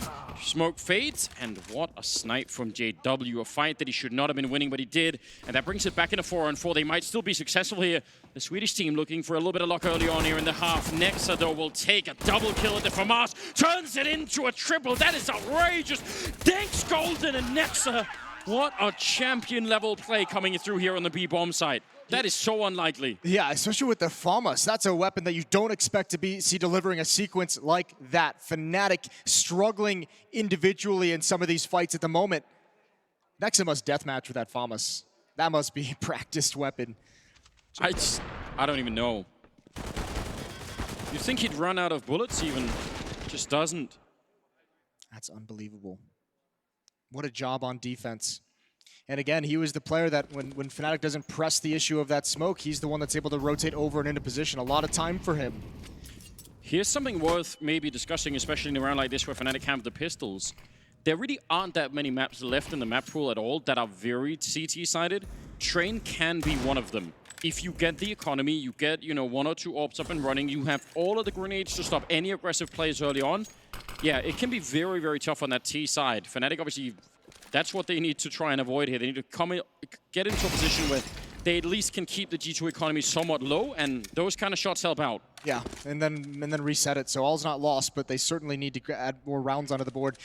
Last time these two teams met on Train was DreamHack Masters Malmo. It was a 16-5 victory for Fnatic. They've already matched 5, G2. Jax playing far back. Patiently waiting. You can understand why they're being passive, wanting to buy time for their teammates to get over into position. Jax is investigating. Amanek throws a smoke towards ladder room, and I think Fnatic are going to be fine with that. That gives him a little bit of extra cover to be able to get out. Yeah, I don't think anyone's ever done it, but you can actually boost inside of that smoke to look over the boxes, and it's an incredible one-way smoke. So no one's ever really tried to do it. It could be interesting. Nice sniper away. That's some amazing accuracy. That's wonderful. Look at the master at work here. M4 tapping away. Quick quad kill. I'm going to say he would have had the last one too if he got the opportunity. I don't even think some of those deagles shot a bullet. I don't even think they had a chance to respond. Jax has been playing a great series for G2. He's up at 12 kills, 3 deaths. And it's important to note, he's been the most active player in their entry attempts on the T sides as well. So if you have your entry player with a hot hand, that immediately makes things so much easier. One of those players, I'll be honest, I'd never heard about until he was picked up. Yeah. I remember Amanek from other lineups, but Jax, I just popped in and was good. Pushing in front of the smoke is Kenny S. And he's got Hunter and Jax behind him. So you see all of the smokes are down from Fnatic. There's a whole wall of them right behind G2. So this aggressive defense is actually so good for this. Yeah, they have all the information. They know nobody's out, and also they can take over that T mid. Exactly what Jax is doing. He's clearing it out. He's going to stay there. So that takes a lot of their minds, a lot of their worry away. And if you hold T mid and they try and crunch from Ivy and Pop Dog, if you're coming up from that Pop Dog position, it is so hard to turn and look essentially behind you to check if anyone is there. Same issue you have coming out of T mid, and ladder room's not in your control as on the T side. Yeah. We'll see how they handle it. 3 players going to be coming from Ivy, at least for the moment. JW now falling back with his AWP. No smokes left. Excuse me, 1 smoke left for the Fnatic offense. 4 Molotovs. Plenty of flashbangs. They got the bomb back here. They got Crims over at T-main for the minute. Amanek about to have a fight. That flashbang does nothing at all to him, but he can't land the headshot just yet. We see the coach there on the G2 side. very tense at the moment, and for good reason. 35 seconds left. It's Flusher and Amanek traded. Broland, that's a nice pickoff, finding Kenny, and now suddenly that defense is gone. Nexa trying to push through, and that was being controlled well. What an amazing hit here out of Fnatic. I did not think that was going to work out anywhere near this well. No, that defense needed a little bit more success on that initial battle over towards Ivy. Once they can start swinging out wide and you're forced away from that fight, all of your teammates are exposed. Kenny S between the trains, he's out in the open. And it's so hard to contain them from there. So Hunter desperately going to try and hang on to this gun. I think he should be fine. No one from Fnatic is going to chase too far across the map. So a third round for Fnatic, and this is one of those situations where they've accomplished enough with the economy to make this next round buy from G2 a little bit tough. Kenny will still have an AWP more than likely. Jax and Amanek are going to be able to have a solid buy. Nexa might be hurting a bit, but one more round, Fnatic. If they combine these 2 rounds in a row, yeah, the economy's gone, and all of a sudden you're looking at a very nice T-half. I actually think if they manage to do that, then they're set for the half. Yeah, they've at least reached the basic level of being competitive, and that would feel great. They weren't that far away from running into Jesus. I mean, that's just, look how hard it is when they can start swinging like that. Remember, the player on top of that train was forced all the way back into jumping off. I think that was actually Amanek. Yeah, it was. Golden definitely feeling the pressure and the stress of the moment. 10th round coming up. Double AWP in their hands, lacking a couple of grenades, lacking armor entirely on Amanek. Could be an issue. JW, immediate jump down. That's pretty aggressive. He's fine with it. Was hoping to beat a CT to the punch. Jax holding this with an M4. No one willing to be the aggressor. JW just hoping someone pushes towards E-Box. Now going to get smoked off. That'll change his plans. There's 2 kits on the G2 side. They've invested everything into this round. Double up setup, which you can't even argue with considering they're going to run out of utility pretty quick. 3 smokes and a Molotov and an HE left. They have no flashbang, so you want those ops to be able to just hold angles like that. Yeah, that is exactly it. If you're lacking in the utility, nice to get that kind of a pick off. Golden goes down. Smoke, I think maybe Amanek would have been dead if not for that. So good timing. 50 seconds, and JW, that needed to be a kill. Now they know you're coming under a bomb site once again. A smoke to buy even more time. The Molotov just to try and make sure no reinforcements. Oh, but it's a 2-for-1. I don't even know how. Amanek dropping JW and Flusher. We're going to need to see a replay of that. Crims at a 1 versus 4. And there is nothing that he could do at the moment. Trying to get back behind cover, but Nexa will find him. 7-3. What just happened? Surely that was through a smoke or something. Amanek was all the way back by Ivy. He had no pressure on him the whole time. Let's see. Yeah, oh, he just spots the leg. Wow. That is ridiculous. Flusha is going to be frustrated with that one. Here we go. Full investment for Fnatic. So, listen, G2 defense, that's a great hold. They dodged the economic issues. They dodged the money problems, at least for the moment. It's still not great, but they still have the double up setup, and this time Jax beats him to the punch. Takes some damage from the Molotovs, but he at least forces them back.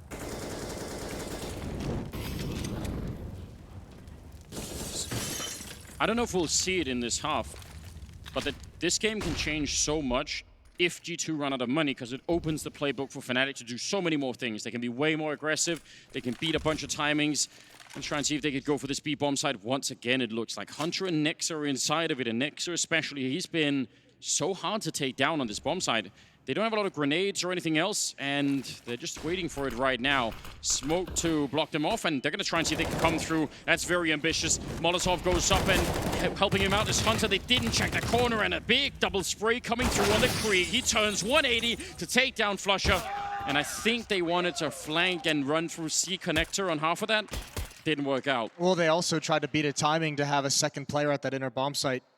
They wanted to get in there before that second one came back, but that's a perfect bait and switch for G2. That player, whoever backed up along that bomb train through the Molotov, that is a brilliant sequence of decision-making for him. Yeah, Nexa just pulls him right into his teammates' waiting arms. Kenny S and Amanek still with the AWP, and now with that big of a shutdown, G2, they grow the bank. They have a 5-round lead, and Fnatic have nothing. They have to call a timeout and discuss this. Yeah, Nexa and Hunter just do an incredible job at this inner bomb site. Yeah, that's a team that's apparently very, very hard to take down. Kenny is loving his life right now, and I can't blame him for it. Up 8-3. That score is, I mean, the lead is good. It's a 5-round lead, but that's not the big deal. It's the fact that they keep the economy. They keep the Krieg there on Hunter. Sawn off shotgun on JW. All right. Brolin's bought down to 500. It might have been him accidentally buying a shotgun. Well, yes. Otherwise, why lemonade. would... Yeah. I was going to say, JW uses the Kraken. Yeah. That's the only skin I know of players. Almanac just waiting. Timing shot isn't going to connect. Blood, but no damage. Strange how that works. Yeah, it's a unique feature. So, I mean, there is no reason for G2 to be aggressive or experimental in this round. They can probably guess the economy of Fnatic. So wait it out. Just let them show up, or let the time run out if they are willing to do it. Some damage being dished out. The Deagles are a threat. JW proving why. Obviously, the Sawn-off really not going to do anything at this range, so... Nexus still holding on to the inner bomb site. His teammate just rotated back. That was Kenny S to throw his smoke, and ooh, Nexus is going to be tested from above. You could see him backing up to isolate himself from anyone coming down lower ramp. There's the first kill. Now he can transfer down, but his teammates are here. Actually, 2 AWPs are here. So JW, there's no access this way. No, he's not welcome at all. Smoke is going to be fading, but yeah, long range with that Deagle. Not really a fair fight. 9-3 in favor of G2. Again, this is why Train is a little bit of a different map than many of the others in the pool right now. Used to be that we could sort of class nuke in there to some extent, but not so much anymore. Very different experience. Is Train the last map that has this feature?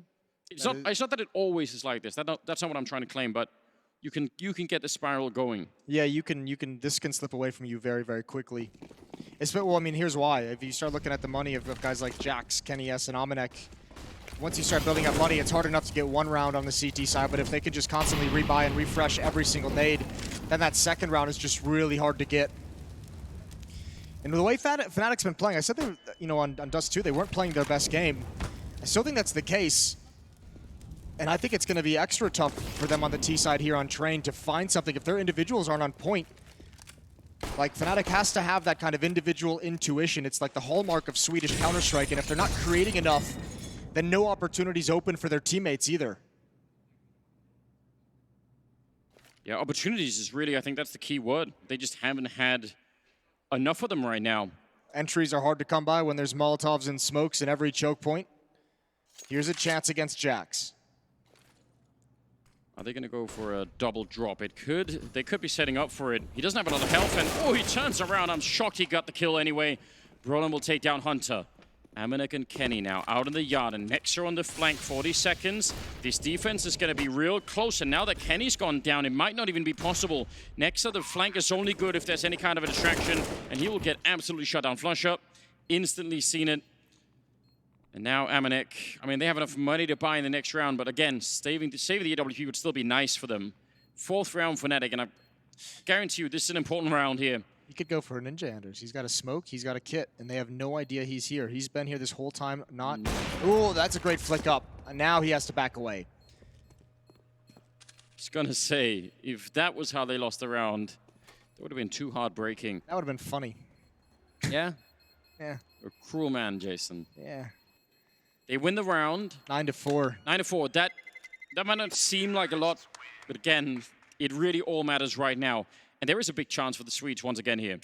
The money, if you look at it on the G2 side, they're going to be buying a lot in here. If they could get to 5 or 6, I actually think Fnatic are just going to be celebrating going into the second half. Yeah, 5 would be massive. It's a lot of cash that everyone's eating into. That's a pretty good flick from Almanac, all things considered. And Almanac still has some money to buy in the next round, a final round if needed. Those ops have not left their hands too frequently throughout this half, Kenny S and Almanac. Once they got the double op setup rolling, it's been pretty efficient. A lot of utility. 2 Molotovs towards T-mid. They're out pretty quick in Pop Dog. Crims has been snuck in there. They are setting up for another 8-yard crunch at the moment. They could come in at every angle. There's 4 people defending right now. 2 of them at T main. They're going to be pushing aggressively once again. So, I don't know. Hard to break right now if you're a Fnatic when you've lost control of main. At least they're going to have to go back and take a look at it. Jax back here at Pop Dog, so... He was the one that went into main and then backed out. They threw a deep smoke to act like they still have control of it, and that actually might funnel Fnatic into a stack elsewhere.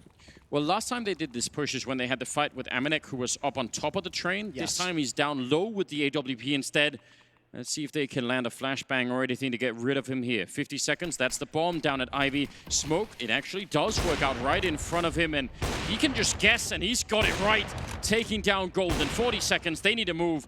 This has sort of already been found out. Jax is going to go down, not even checking behind him. A gap in the defense, 35 seconds. Kenny being brought in now from CT spawn as Hunter gets a kill on Crimson. Hunter's alone. He's got no backup out here. Brolin and Flusher are looking for him. Amanek trying to cover it, but Hunter got no chance. Amanek, can he do a bit more? The first shot was through the smoke, but now he needs to get that flick, and it's not going to happen. JW sneaking close. No scope. Of course he tries that, but the bomb goes down, and it's a 3-on-3. JW covering 2 people in this lineup.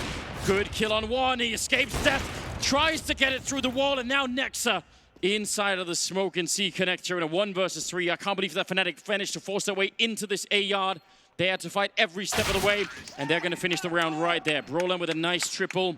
That's really impressive. They've only been punished by it twice, but it actually might turn out giving Fnatic 3 rounds. This is looking like G2. These setups that don't have a player dedicated towards Ivy, they need to fix that. When there's a 3-player down Ivy from Fnatic, they've won every time, and it's just because there's no way for anyone from G2 to cover the teammates aggressive towards mid. You have to have someone actually pushed up in mid, pushed up in ladder room, but when they're all out in the open, as soon as that part of the map is compromised, the defense just starts to crumble. It starts to snowball away from you.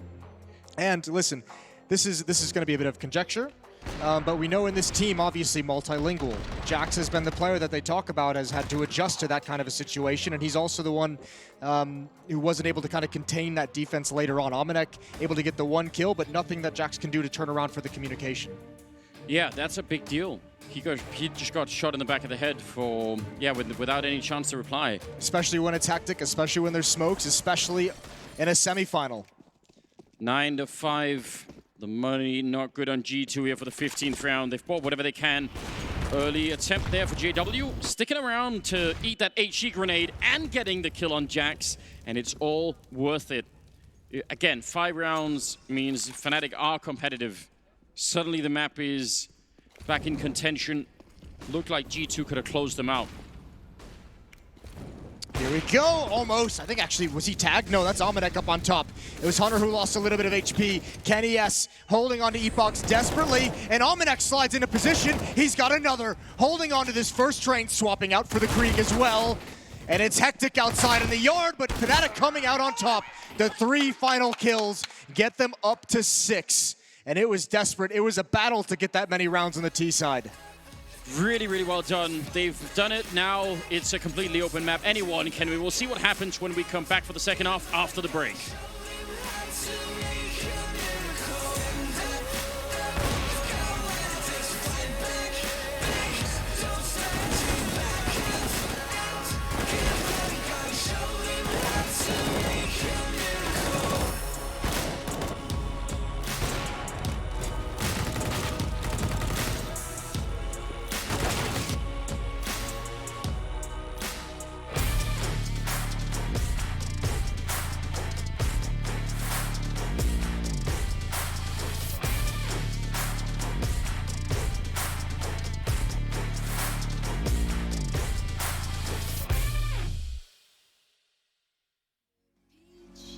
Yellow skies, dreaming big and aiming high. Name the clouds passing by, wishing we run away. All we need is our passports, baby. Leave the rest in our troubled minds. Let us go down in laughter, baby. Trying to figure out what we're after.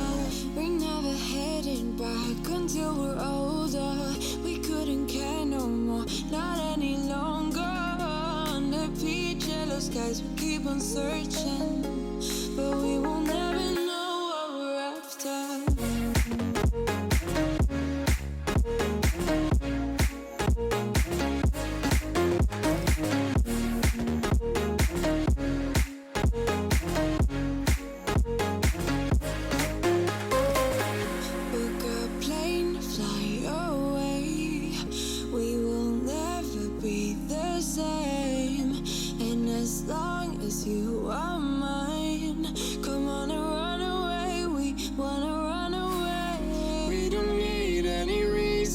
Baby, leave it all for the faded hearts. I don't mind if they call us crazy, 'cause they don't understand what we're after. We're never heading back until we're older. We couldn't care no more, not any longer. Under peach yellow skies, we keep on searching, but we will never know what we're after.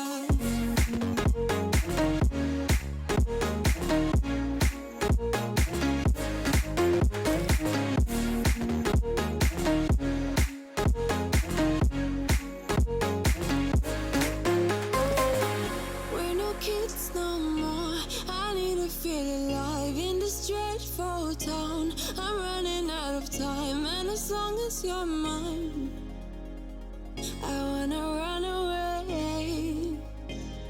We're never heading back until we're older. We couldn't care no more, not any longer.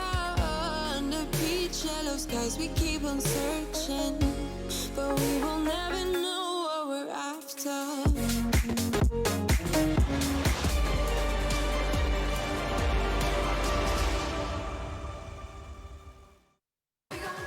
We are just half a map away from finding our first grand finalist here at Intel Extreme Masters in Katowice. It's going to be either G2 or Fnatic, and it is pretty much impossible to say which right now. It looked like G2 were about to close the door on Fnatic. They had them economically behind. They had a double up setup. They had everything going, but somehow the Swedes found 6 rounds, and that is enough. It's just like Fnatic to just find barely enough to make this doable, just right at the end, the last 3 rounds of the half, to give them just an extra little bit moving forward. Now on defense, Flusha and Crims to defend inside, and Crims could have an easy early spot. What's not so easy would be getting away when they turn this corner. Seen one, and yeah, he bails out. They don't swing wide to take the challenge. Yeah, but they get spotted kind of. That actually forces a Molotov. I'm almost a little bit surprised. G2 don't have that much to fight with, but they do have a P250 on Nexa and smoke and a flashbang. So once they set it up, it's going to be quick, right? They can't really mess around with these grenades, or this one grenade, really. Yeah, well, they need to get into... I mean, Fnatic need to get a couple kills before they get this bomb planted. Flusha's going to be smoked off. He's going to transition forward, actually, on top of the train, but they need at least one. 5-on-5 retakes at the inner bomb site are so difficult, and they've already lost Crims. Kenny's picks him off long range with a Glock, and almost another one. Brolin's down to 20 HP. Really accurate shots coming out now for G2, making life hard on Fnatic. How do you actually retake this? They have a smoke and a kit themselves, but that's not a lot of comfort when you can't even close to the site at the moment. Jax, a little bit spotted out, actually forced back into a fight. I can't believe he's still alive. JW and Golden and Fnatic fighting their way back. He hasn't had a chance to reload yet. Jax will find one more kill for the double, and now it's all on Flusha, and he's not going to get a chance either. Hunter will take him down, but Jax actually picked up a double. I don't know how he lived that long. If he goes down, I think Fnatic might be able to make that retake happen. That's now, what, both pistol rounds here on Train going to G2? That's brutal if Fnatic cannot respond in this second round. It's going to be very difficult to win Train if you don't get a pistol round. And Jax is just a beast. He's been it all series long. Everyone in G2 in double digits now. Fnatic have some real issues in this second half coming up. He can't believe it either. He looked like he was just as shocked as everyone else. It's wild seeing the rest of his teammates just get one-tapped just immediately when they peek, and Jax is able to dodge everything. And he was, again, he was spotted as the first player. He was forced back into someone waiting for him. You would have thought that would be the immediate shutdown. But not this time. Double scout, CCs. Flusher with a CC in this B bomb site always makes me, you know... He's got an HE grenade as well. Yeah, it just makes me nervous. I've seen it too many times. He's got some really grotesque highlights from this bomb site. Well, this time he holds on to the smoke.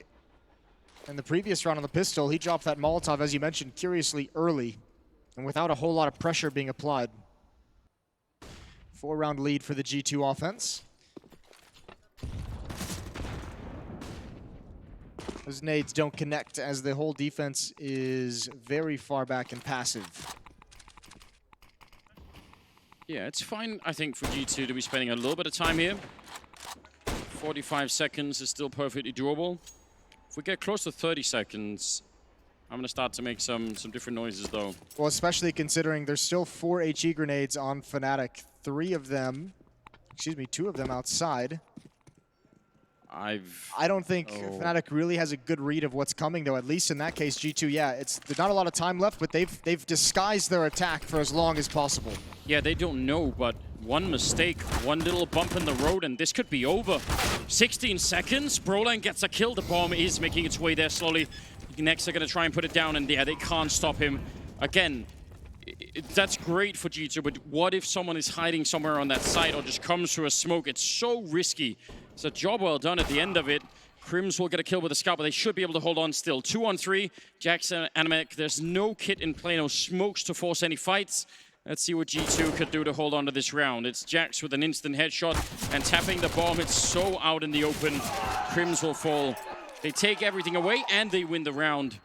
And they're going to be excited about that, but man, that's not my cup of tea.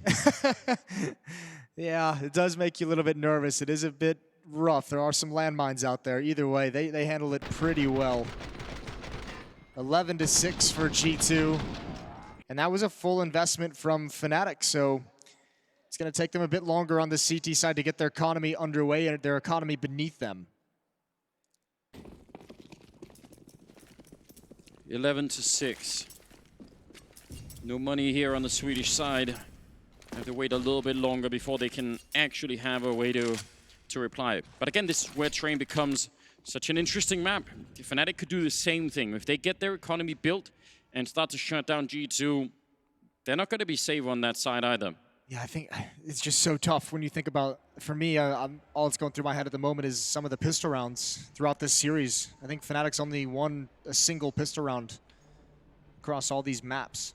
Yeah, and what they've been good at previously, right, is winning the follow-up rounds, at least if they lose the pistol. Yeah, but this has been G2 winning both pistols on Train and both the ensuing, second and potentially third round, which should be a third-round victory here for G2. So, I mean, just on this map alone, you already have a 6-round advantage just from the pistols. Stack inside a B. Even if they show up, it's not the most intimidating setup when you have no grenades. Don't mind them trying it, obviously. JW going to be put to a very tricky test with just the USP. Even with the headshots, it is not enough here. And inside of B, Nexer and Amanek are combining to try and see if they can win that fight straight up. And it is looking good. Up on the high ground there. I'm kind of surprised no one's found Golden. There we go. They got him. They got him now.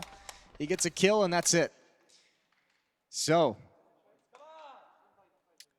Well, we had this discussion, didn't we, before, about leaving the door open for Fnatic, about putting them away when you had the chance. G2, they did that once before, and now they need to do it one more time here. This is a problem, though. If they win just one gun round before Fnatic actually builds up any money, then Fnatic's in a whole lot of trouble. JW has an AWP with no armor. They have one kit on Flusha. Again, he has to drop down to an SMG to get it.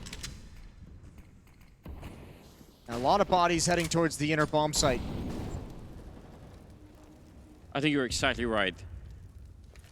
If they win this round, G2, Fnatic, their economy crumbles one more time, and yeah, then it's panic time. It's just going to be an inner hit. It's going to be towards that inner bomb site, at least for the moment, unless they see something they don't like, and that's exactly where Flusha only has the SMG. He does have a Molotov that he can drop, and depending on the timing of that, it could be deadly. It's surely going to be smoked off. I don't see a world in which G2 don't smoke this particular point off when they come down the sidewalk. Yeah. Might as well do it. Even if Flusha does everything perfectly at this moment, if Golden dies too early, if Golden cannot cover the upper ramp, they're in trouble. There's the Molotov. This is such a weak defense at the bomb site. Golden trying his best. And one more headshot. Outrageous. I can't believe he managed to get both of them. This shouldn't be happening right now. They had nothing in here. Flusha still trying to hold on to it. The MP9 and looking up, but sneaking in behind is Brolin, and now they're in a lot of trouble, G2. This should have been their round. They had the right read, the right call, and almost no defense, but it's falling apart. Hunter going down, and Kenny on 12 health, and Fnatic will win the round. In spite of everything, that is such a start for Golden. That's the double kill from Golden that saves the day. The Molotov from Flusha makes that hit disjointed, but the 2 kills from Golden keep him alive, allow him to stay in that bomb site, stay active on the defense. And even Nexa, there was a little bit of extra delay on that because Nexa has the bomb, this player right here, who eventually will kill Golden, but he's got to fall back to watch for that flank. That means he can't plant the bomb, which forces G2 into an awkward push forward. They don't get the bonus money either. Op in Kenny S's hands, Op still in JW. This time it's backed up by armor, backed up by utility and kits. Not out of the woods yet, Fnatic. Still not a strong enough economy to really feel safe. And G2 probably know it. That's another attack towards the inner bomb site. Right out of spawn, this is called. Yeah, how quick can they be about it? I mean, perhaps just feeling like they got everything they wanted, they got everything they thought they would, and just didn't win the fights against Golden. But they're going to test it again one more time. I mean, Golden's position is even one that can be Molotov. You can land grenades down there pretty quickly. Let's see what they do. Over a minute on the clock, and they try and do it one more time. Has he got another double kill in him? He's certainly looking for it. He's going to get the one, but a swift return. Amanek with the MAC-10 running up and taking him down. So 4 on 4, and they're going to try and see if they get the bomb plant down right now. Nexa has picked it up, quick with the bomb plant. No one dare to interrupt it. And now this retake, Fnatic, if you go for it and fail it and lose the rifles, that could be your chance to be the grand finals. A dink through as they take down Hunter, and now you're definitely going to go for it. This should be very hard to hold all of a sudden. Kenny with a shot on JW to take him down, but still a 3 versus 2. And Amanek sneaking close. I can't believe they just turned it around, G2. This is a 2 on 4 that they've maybe brought back, but Kenny can't find the flick, and it will be Fnatic running up. They have a kit on Brolan. They can win the round. 8 on the board. You can see how much more pressure there is if Golden doesn't get a double kill, if he doesn't stand tall and deliver an exceptional performance on that defense. Flusha, again, 2 rounds in a row with just an SMG, just had to back away, makes that sketchy. But good picks immediately upon arrival for Fnatic, make that retake doable. And G2, yeah, I don't even mind them going back to it because, like I said, they saw something that they liked. They said, you know, we're calling this strategy for a reason. We had the exact defense we wanted. Let's go back to it. This time they get a plant, but can't run it 3 rounds in a row. They've gone inner every single round, essentially.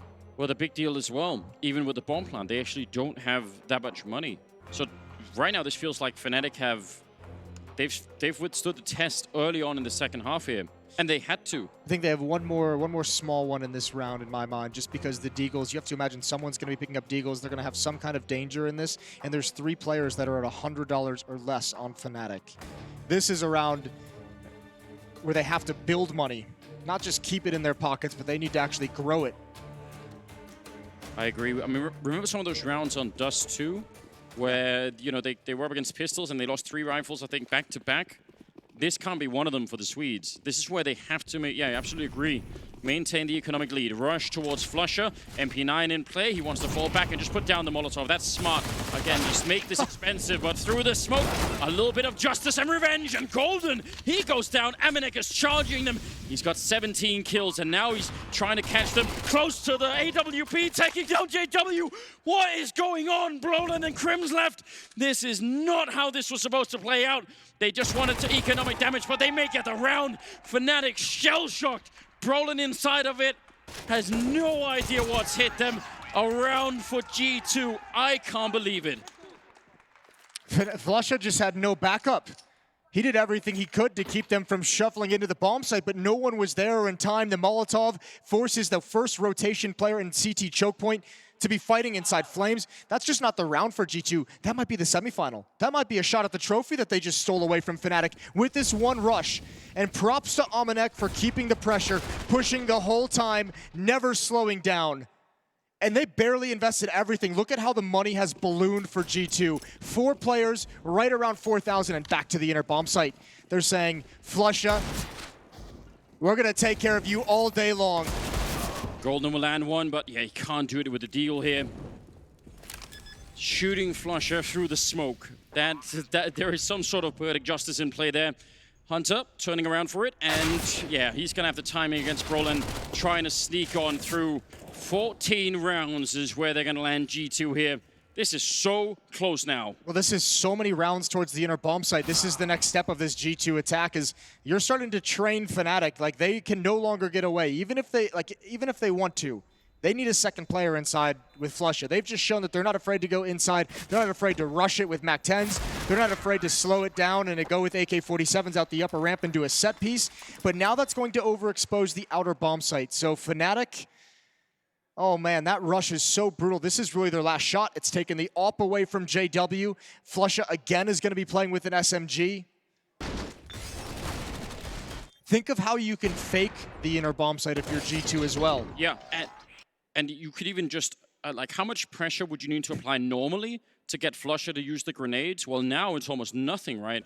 He has to put down those Molotovs early. He has to try and do it. They brought Golden over. Part of me kind of hopes they were going to rush it again. Yeah, they have to. 2 players, Nexa and Hunter, and this time they want to get aggressive. Kenny S with the run boost, looking for a peek. The utility for Fnatic is atrocious. 1 kit.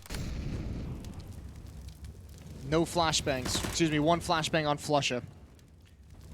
Not only have they brought Golden over, but they've actually put, what is that, Brolin in ladder room to have a fast flank if need be. Yeah, they're rightfully paranoid about this particular thing. They might go B, but with Amanek lurking out Ivy, that would be an interesting wrinkle. Not always easy to pull that off. JW just a blind shot through. Doesn't really know where Amanek is, or if he's even there. They're setting up for a bit of an execute. Let's see if JW over-rotates. If he starts running, Amanek will hear it. He's hiding inside of the smoke, and on the other side, let's see. Execute in, but JW patient. He'd already been called in by a team. I'm guaranteeing they'd already called that out. Nice entry anyway. Jackson, Nexa opening up the bomb site. They just cannot hold it. Fnatic, this is a nightmare. Another kill comes through. Jax is unrelenting, and he's finally brought down, but that double kill might have still done it for them. Crimson, Broland, what do you do? You have to save. I mean, Flusha had the kit. That's going to be at the inner bomb site somewhere, but how do you find the kills quick enough to even pick that up and recover it and go for more? And this is everything you have. Your money's even worse after this round if you lose everything. There's Nexa finding Brolin, and Crims has to back away. He'd love to pick up a better gun, but this B bomb site is crumbling. Just hitting the same weakness over and over again. Even just a slight variation. I'm impressed that JW didn't immediately run, because that would have just made that round worse, but didn't matter in the end. The entries are so powerful.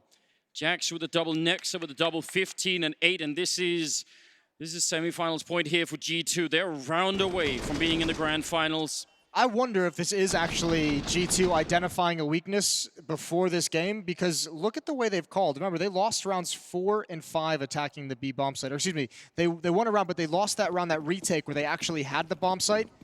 Yeah, 4 and 5. They had the double kill from Golden and then the retake in the following round. But then they kept going to it, and then it started working. So it's bold to call B hits that frequently. Amanek out mid. He's picked off. Yeah, just trying to run the gauntlet. Deep grenade actually lands a little bit too far behind them. But yeah, it's all on this round here. The Swedes, they need 7 in a row. They can make no more mistakes. And G2 coming out through the smoke, trying to take a bit of a fight at Pop Dog. It's looking very disjointed right now for G2.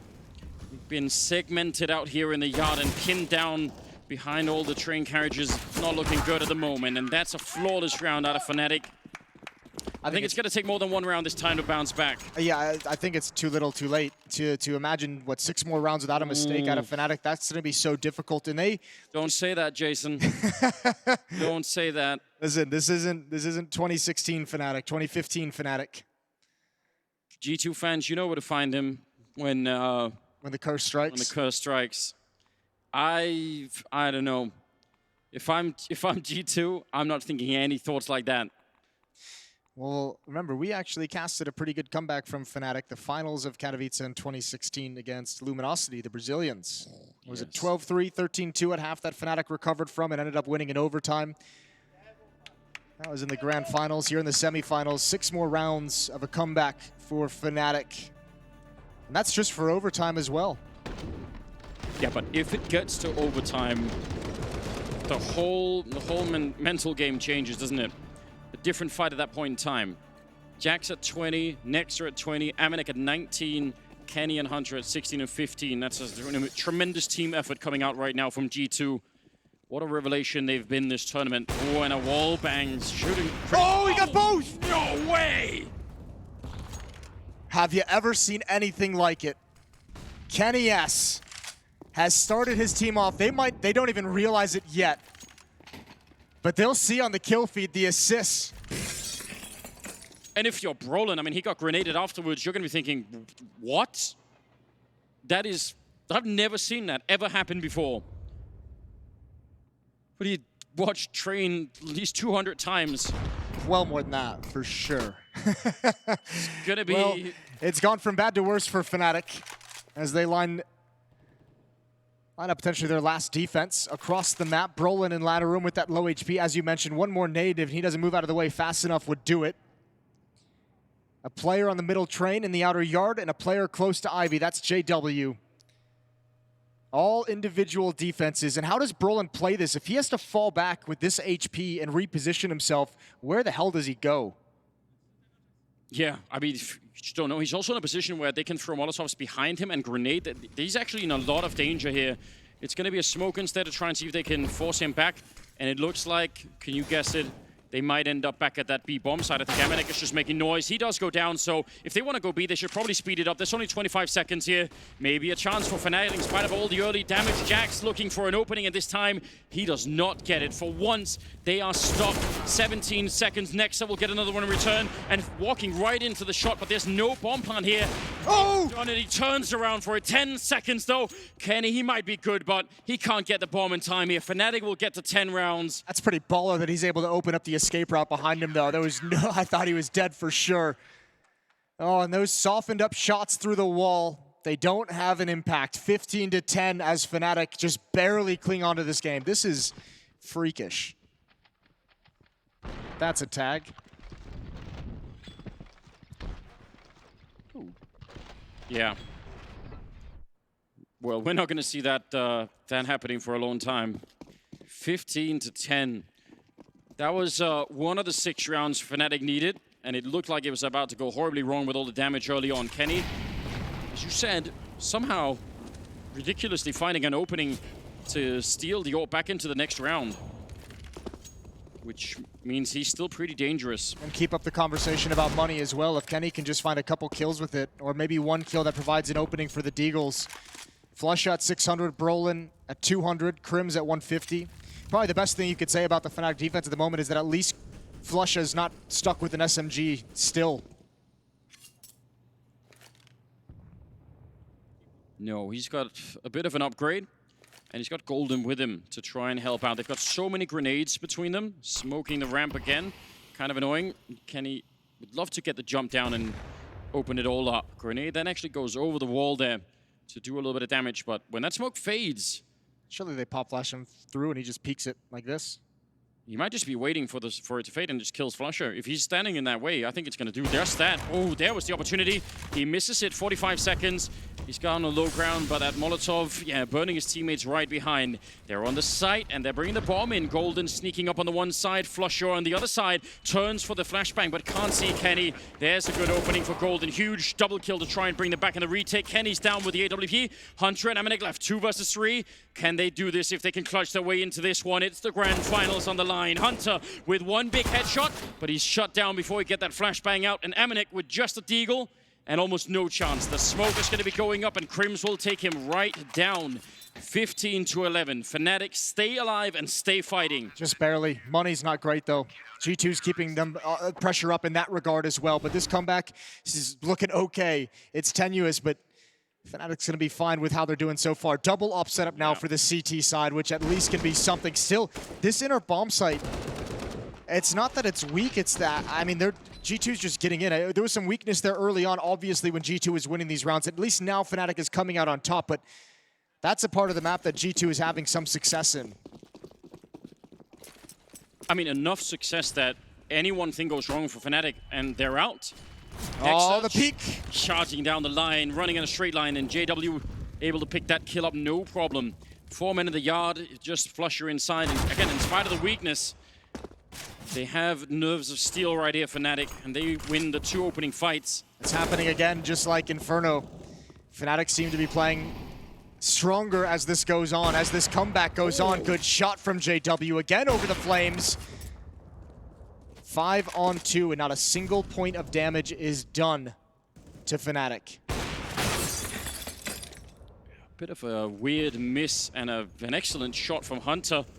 But it's a 2 on 5, and they've just got that first kill. He could actually do this. Yeah, he could do it, but they're already waiting for him. There's some heads-up play. Smart thinking from Crims, not making any mistakes this time. And Amanek, yeah, he's being flanked already. But you're right, if he gets the kill and they get the bomb down. Yeah. Wow. 15 to 12. They're actually bringing it very far back at the moment. And G2's economy, again, without the bomb plants, it's stretching thin. This makes you wonder about that MAC-10 rush towards the inner bomb site that G2 just snatched away from Fnatic for no good reason. What happens if that doesn't occur? What happens if Fnatic is able to establish their economy when G2's still only at 13? This defense now, they've rattled off 4 in a row. They've got money now. They've got the AWP on JW still. They've gone away from the double up. And for G2, they've just called their final timeout. Yeah, they don't have any more left. That in itself is hard to deal with. This is where that experience we mentioned in map 1 comes into play. All the trophies that JW, Crims, and Flusha, that core of Fnatic have won, the amount of times they've won on this stage itself, this specific stage. No strangers to these scenarios. Smokes come up.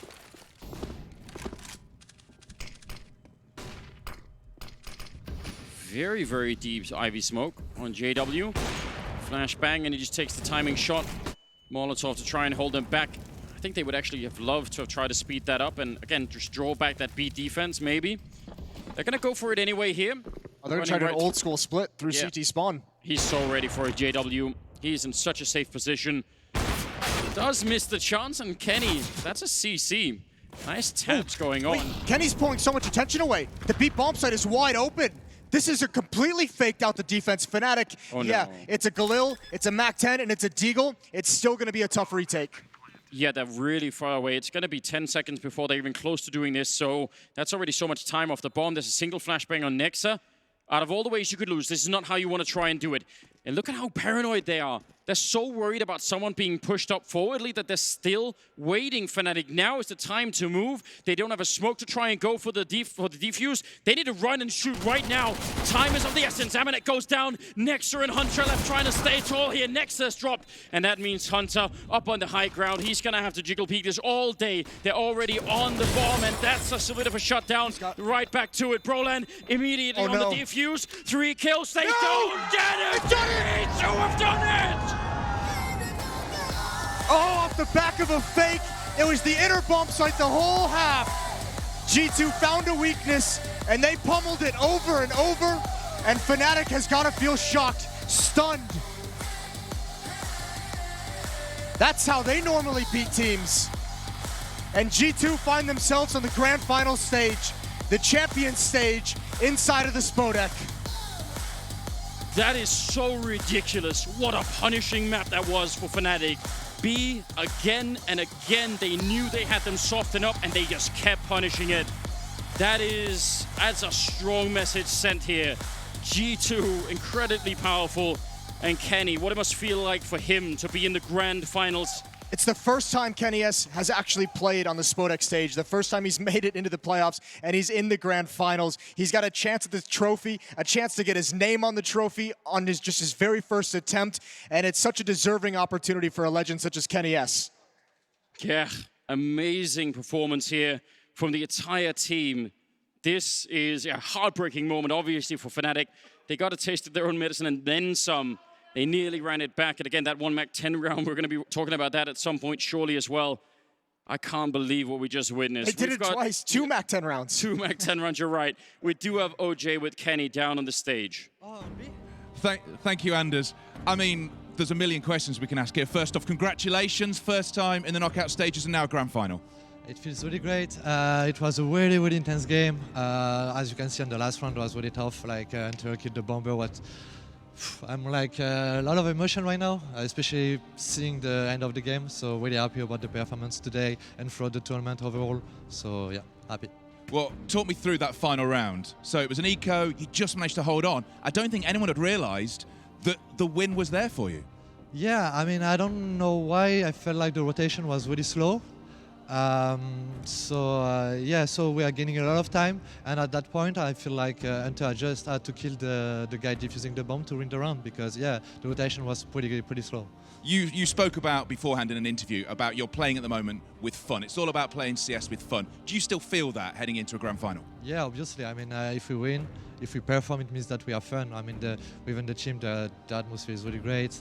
We are really comfortable playing together, which was not maybe the case few weeks or few months back. So yeah, a lot of work put into this team, and that led us in grand final in Katowice. I asked Nexa beforehand about what he had brought the team that had brought the best out of you. He's got the best Kenny S I think we've ever seen. What is the relationship like? What has he brought to the team that's making you play as you are? It's me, Nexa, everyone. We have, as I said, like the atmosphere is really great. Nexa has been improving so much since I met him. I remember like telling him in Blast, that's the best game you ever called with me. And since then, he's just like calling super well. So he's using me. I do whatever I want, and I'm really happy to be in this team. I feel really good, and everyone is feeling comfortable, and you can see it. It was entertaining to watch. It was great to watch. The trophy's down there. You're in a grand final tomorrow, best of 5. How much do you think you'll be taking that trophy home at the end of tomorrow? I don't know. First of all, we need to know our opponent. I think we will want to play Astralis, even if Navi also deserves a spot. We are really aiming for the win right now, because here we are, we're in final. So we want to win, like really bad. Like we wanted to be in semi-final, like we wanted to be in final. So yeah, we want to win really bad. Well, you're in the final. Bon chance, Kenny, bon chance. Just sign that lens for me, and we'll see you tomorrow in a grand final here in the Spodek.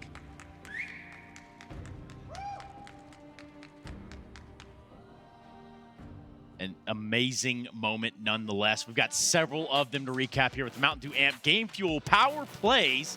And holy smokes, there was a lot going on in this series overall. There's just so much to recap. Let's just start with some of the heroics that we saw here from the side of G. It all started in Dust 2, right, with Jax coming in. That was a crispy little session for him. We didn't expect him to have a good game, I would say. Sorry, Inferno, that is. We didn't expect him to have a good game, but he was the man of the match in that one. Jax are supposed to be the weak link, but this time around on Inferno, he showed what he's made of. He can be a star player as well. Yeah, number 2 was on Dust 2, and that's when JW and some of those miracle rounds we were talking about popped up on our screen. We had him with the AWP defending a mid to B here, and he hits a couple of no-scopes and then a couple through the smoke as well, making it look easy in classic JW fashion, getting them across the line on Dust 2. It's the way he's maneuvering around in those smokes, right? Which is just, you know, it's pretty phenomenal stuff, albeit commiserations over there to the Fnatic side.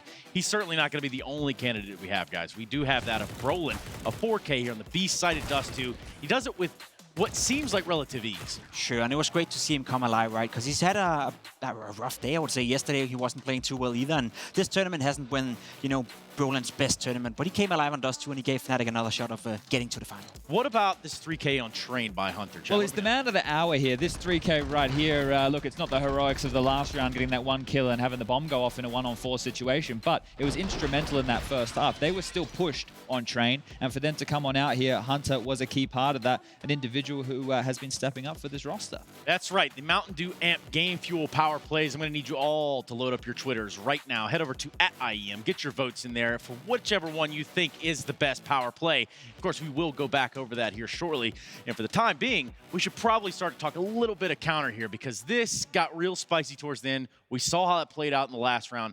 And quite frankly, a story tale ending almost. I was starting to smell an OT right there. I think Fnatic, they actually were on the course of coming back into this game. Yeah. There was 2 rounds that stood out to my mind, right? Round number, I believe it was 21, where G2 decided to rush inside with a force buy. Amanek got 2 kills. Amanek 10. Amanek 10. Amanek 10 got 2 kills, and there we go. That was all they needed to string off a few rounds after that as well. So it wasn't that G2 had a great T side. They won the pistol, converted the pistol round, and then they won 2 force buys, and that was basically it. So again, Fnatic, they weren't, necessarily out of this game. They won the opening duels charts as well, 18-10. So I think G2 got, I wouldn't say lucky, but Fnatic just didn't have the coolness in order to close out this map. Chad, if I say something along the lines that Flusha didn't necessarily deliver in the series like perhaps we've seen here in the past, is that pretty fair? Well, he was under siege on that inner site, right? And that was his responsibility right there. We got the last round here on the screen with the defuse not coming on in there and G2 getting that round. But I want to talk about that Amanek round a little bit more, right? Okay. So round 21, the one that Jacob's referencing, because they pushed so far forward and took CT spawn control, you could see that rotation that Kenny was like, the rotation took forever on the final round.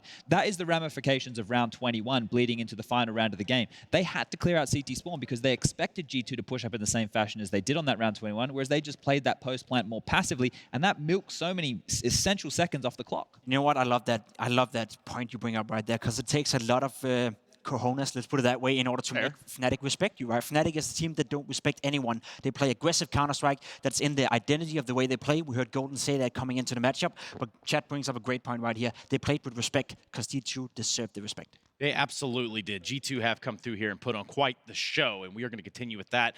First, though, we need to catch up with the side that was less fortunate today, and that's going to be that of Fnatic. Well, Fnatic were able to make it to 3 maps, but unfortunately they couldn't make it to the grand finals on this occasion. JW, talk me through it. Rough, obviously. I really felt that we could take that to overtime in the 3rd map. We completely threw away that round, the last round. Such a shame, because I think it was a great series overall, and it didn't really get the ending it deserved. Props to them, though. They abused our rotations. They managed to kill me in Ivis. They abused me there as well. So props to them for a well-played round. And props to Fnatic as well, because it was something like 78 days between your last match and IEM Katowice as well. So you hadn't played for so long, and yet you turned up and you absolutely dominated on your way to get here. What's next for you guys? Back home, practice, especially put some time into the pistol rounds. I think we lost like every pistol round here, and if we won it, we lost the round after. So yeah, that's not how you're gonna win against top opponents. So yeah, and then practice hard, go into ESL Pro League, and hopefully play better there. Well, thank you so much for talking to me, JW. Congratulations on making it to the semi-finals, and we'll see you in Malta. Let's head back to the desk. Yes, that is a rather sombering end to the run there for the side of Fnatic. And overall, a pretty impressive thing, considering if it's true that they didn't win a single pistol here. They got this far. That's not bad. It was a close game, let's be honest. Fnatic, they did push G2 a lot. And I think, as we were speaking about coming into this matchup, this was probably the biggest test G2 have had so far. You posed the question that G2 didn't necessarily have met, a strong opponent so far in this tournament, or not a strong enough of an opponent in order for you to believe in them. After this game, do you feel any different? Yeah, well, with those conditions in play, right, having to play on the stage here and then performing with the same way that they have been throughout the rest of the tournament, right, aggressive Counter-Strike, heads-up Counter-Strike, and then in crunch moments, when you have 15 rounds and you're happy to just play these really, really fast rounds, they had strats in their back pocket to pull out to abuse the tendencies of Fnatic. You saw that on Inferno, the nadings of the sandbags, the nading of top banana, here abusing the rotations towards that inner bomb site. They've definitely done their prep. They're looking fantastic as individuals, and they're believing, right? So I can start to believe now. I think they did a fantastic job here, and that was the biggest hurdle for me, was can they play this type of Counter-Strike on the stage in the playoffs? And they've done it. Yeah, they have absolutely done it, even more so of doing it. There's a crazy statistic here put together by Mr. Carmack, but it's something that is kind of mind-blowing, to the point that the average age of these players and what it was around the time of the first Intel Extreme Masters. You ready for this? Yeah, hit me. This is insane. So Brolin was 4 years old. The team had an average of an age of 10.8 years old overall between Flusha, JW, Crims, Gold, and Brolin. We had Flusha at 13. JW was 12. That's pretty crazy. So this is when the first IEM went down, right? Yeah. And who was the winner of that one back then? That was PGS. Pentagram G-Shot. So that's with old boy Cuban, who's actually here over on the desk doing the Polish side of things. He won that, and Brolin is now playing on that stage. So interesting. It's super interesting, especially you look at the G2 side. We might as well cover them too, because obviously, they win it. Yeah, the We get to victors. tell their story. Nexa was 9 years old. 9 years old. Now he's over here going to a grand final of the Intel Extreme You're just Masters. making me feel old. That's all you're doing right now. I did that for you, Chad. We're going to be going to a break. When we come back, we're going to be talking a little bit about this next and final semi-final. That's right, ladies and gentlemen. Don't move a muscle. We'll be right back after this break.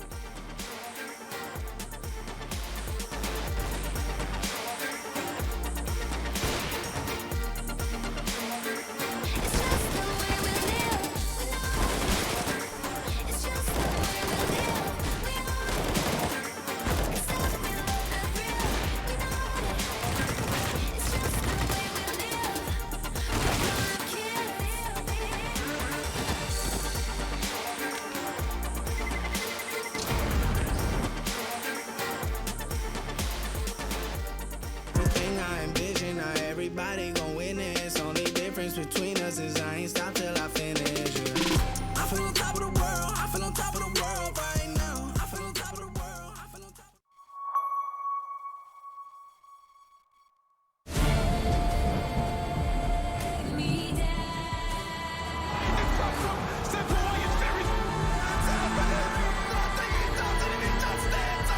And with the little guns, it's a big round!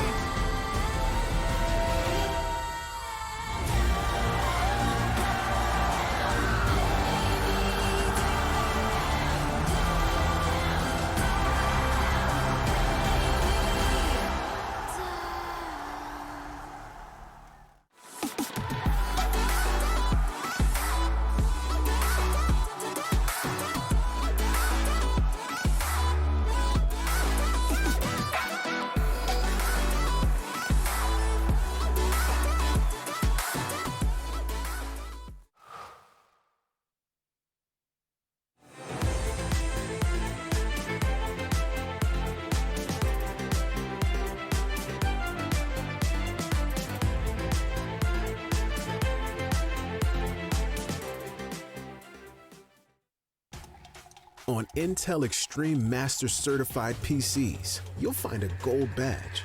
It means you'll find brilliance inside, that you'll get high-grade components like Intel Core i7 and i9 processors that'll deliver the uncompromised performance you need to game like a pro. Not to mention, every purchase supports the prize pool of Intel Extreme Masters. Intel, unleash your brilliance. Everybody loves an underdog. Who needs to be liked? Mountain Dew Amp Game Fuel. Victory in a can. For them, to simply exist is not enough.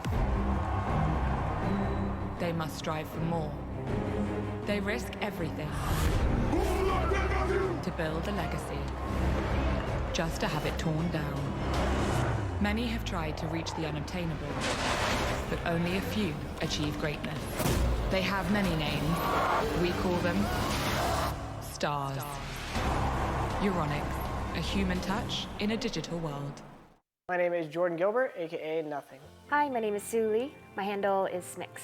I think it's important for these initiatives to happen. Empathy really, really goes a long way, and it always means so much to us, and I think that's where initiatives like this really help. I encourage everyone in the community, anytime they see bullying, anytime they see someone getting called names, I encourage you to step up and say something. Good luck, have fun. Good luck, have fun.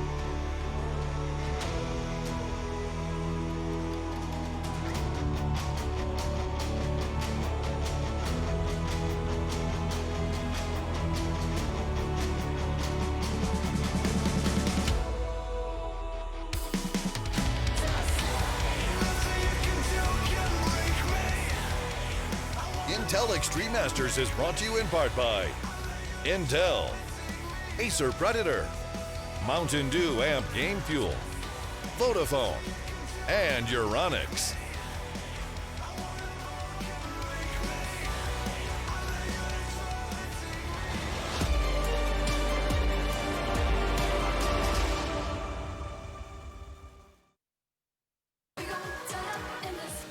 Welcome back, everybody. It's time for that Mountain Dew Amp Game Fuel Power Play poll result that we asked you to vote for. And just like Katowice Fried Chicken, that last matchup was finger-licking good. I'm ready to start talking about these plays, but first we need to take another look at them. What do you guys think? Look, this one isn't as clear-cut as the whole situation where it's simple. Might be a little bit more difficult, but we're going to replay these for everybody at home. This is the Jax 4K with the clutch in the 1-on-2 scenario on Inferno there. He was an absolute monster. You followed that up with JW, had a strong presence, CT side and Dust too. This is a nice clip of him rolling it out with the AWP. Yes, that's exactly right. Then Brolin comes in here. Baby Brolin, they're calling him. Little baby Brolin with a clutch here to secure Fnatic the second map. Unfortunately, not enough. What about this Hunter play? What do we know about it? I mean, man of the hour right here. He had a strong CT side, and he was the guy actually finishing out the game for G2 in this one. So I could see why people would vote for Hunter. If you had to vote, Trace, who would you vote for? You know, this is a tough one. Honestly, I do like the Brolin clip, but... they didn't win, though. Yeah, they didn't win. You know, honestly, it's too tough. JW did some maneuvering around there. It's not bad. Who did win, though? Jax? Let's take a look. It does look like Jax, yeah. So congratulations to Jax, and of course, all of you for voting and making this very much a reality. We're going to take a look at that winning clip one more time and put this all into perspective for you. He had a strong presence on Inferno, right? We didn't even talk about him coming into the game. I think that's the problem, right? He was the best player on the server on Inferno, and he's supposed to be, dare I say, the weak link of G2. And if your weak link on your team can do this, then you're off pretty good. And he's an entry fragger for this team, right? You look at some of the situations this guy finds himself in. He has fantastic aim. So Jax, he could be a name tomorrow that might be getting screamed at the top of the caster's lungs if he's able to pull off some plays like that. He absolutely might be, in hell, he might even just win the Mountain Dew Amp Game Fuel Power Play again. It just depends what we get tomorrow. But we don't exactly know what's on the agenda for tomorrow just yet. We have one more semifinal coming your way. It's going to be Na'Vi taking on Astralis. So Christmas already here pretty early. It's a pretty cool matchup, let's be honest. We kind of talked about it a little bit yesterday. Yep. We have Simple going up against Device. We have Astralis back in a shape where I think they could potentially win the tournament. Na'Vi, they're just getting better and better game by game. Let's do that. Let's start our focus on Na'Vi right now. Maybe talk a little bit about their run through this bracket. You can take a look here and see that, yes, they did drop the Fnatic. Fnatic having just been eliminated.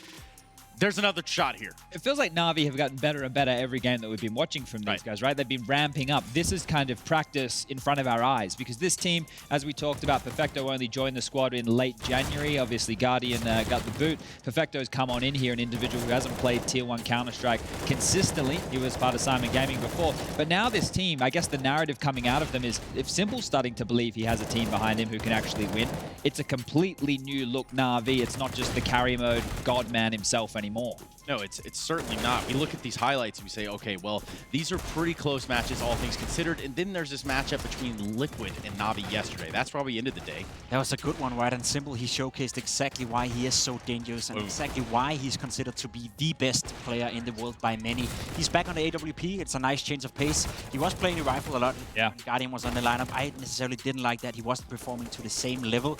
Now that he's back, it's starting to look good. And as you said, he believes in his own team, and I think that's a vital point to raise. Yeah, he's got a lot more space coming into things now, and I think, you know, he had that showstopper moment yesterday, that 1-on-4 situation on Dust 2 that I think everybody who's visited the million people over on Reddit now probably saw that clip once or twice. That changed the tone of that map right there. So with an individual like Simple who can come out and make plays to change an entire scape of a game, and then to have, look, they're looking better as a team. Their fundamentals are on point. They're actually playing good Counter-Strike. And the weirdest part is this, right? I mean, we don't talk about Simple being the IGL over there, but we do talk about him being a leader figure. I think that that's pretty fair to say. He's kind of emerged as a figurehead within this lineup due to being one of the senior ones there. When you're dropping 30 frags pretty much every single I'd follow him in.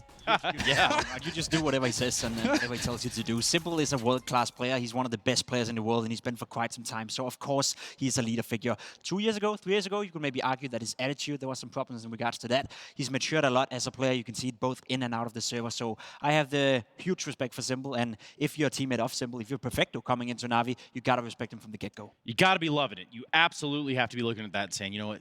Thank you so much, Simple. Appreciate you big time. Speaking of big time, we do have Astralis. Now, these guys have obviously made a mark in this city a few times, and then, hell, they made a mark through these brackets as well. Defending champions. Yeah, defending champions, and with all due respect, I think they got a bye in the first round against Cloud9. Okay. On that one. They moved on to play Vitality, a team we didn't know what to put coming into this tournament. You know, Sure. some people think they're really, really good. Some people think they're just Team Saivu. I'm a little bit in between, but Astralis managed to beat them 2-0, and so far, you know, it's been looking good for Astralis. They didn't start out 2020 like fire. They didn't start out at London, you know, just by beating everyone as we expected. But slowly but surely, it seems like they're getting back on top. And we know Astralis, they are big stage players. They are big tournament players.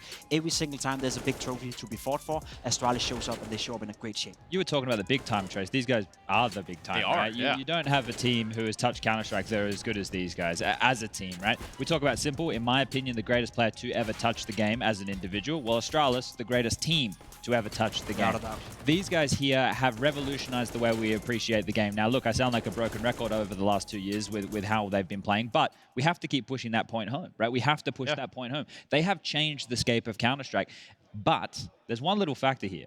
These two teams have already played. These two rosters have already played. It was in London. Na'Vi won somehow on Nuke and Inferno. Now, that's an anomaly. Yeah. That's really blown me out of the water. It's like when I witnessed that live. But can it happen again? Like, I don't know. You know, Chad, speaking of witnessing live, look at what we got walking into the arena. Tom Cruise. Tom Cruise. We got a couple actors in attendance here at Katowice. Okay. No, well, look.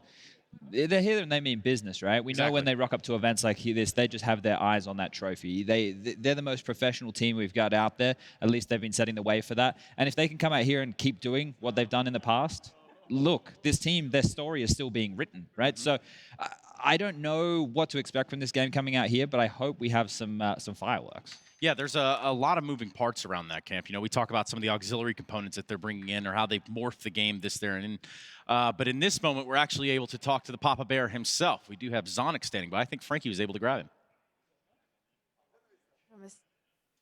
Any introduction with me. We're walking down the player tunnel on our way towards the Spodek stage.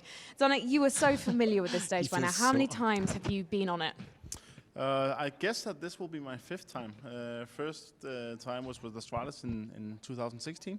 So yeah, I guess this is my 5th time. And can you remember that winning moment we can see here on the tunnel wall in 2017? Yeah, I can. It was actually not long after we won our first major.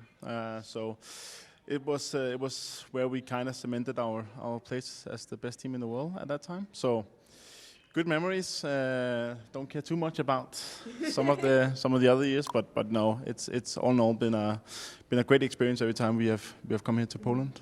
And what does it mean to win in Katowice, regardless of major status? Because this is one of the trophies to lift, really, isn't it? I mean, besides majors, obviously Cologne, Katowice, and Copenhagen, for good reasons, are some of the most special events for us in Astralis. It's most prestigeful, it has a lot of history, and obviously we want to win and be 100% prepared every time we go here. Well, let's keep walking, because I definitely want to come and look back at 2019, of course. Only a year ago, feels like yesterday, Zonic. It was Astralis' 3rd major win. For you, was this the most important major to win? Because I spoke to Dupree the other day, and he told me that it was probably his favorite winning moment of all time. I think it was very special for all of us, also due to the fact that Dupree just lost his father before the event.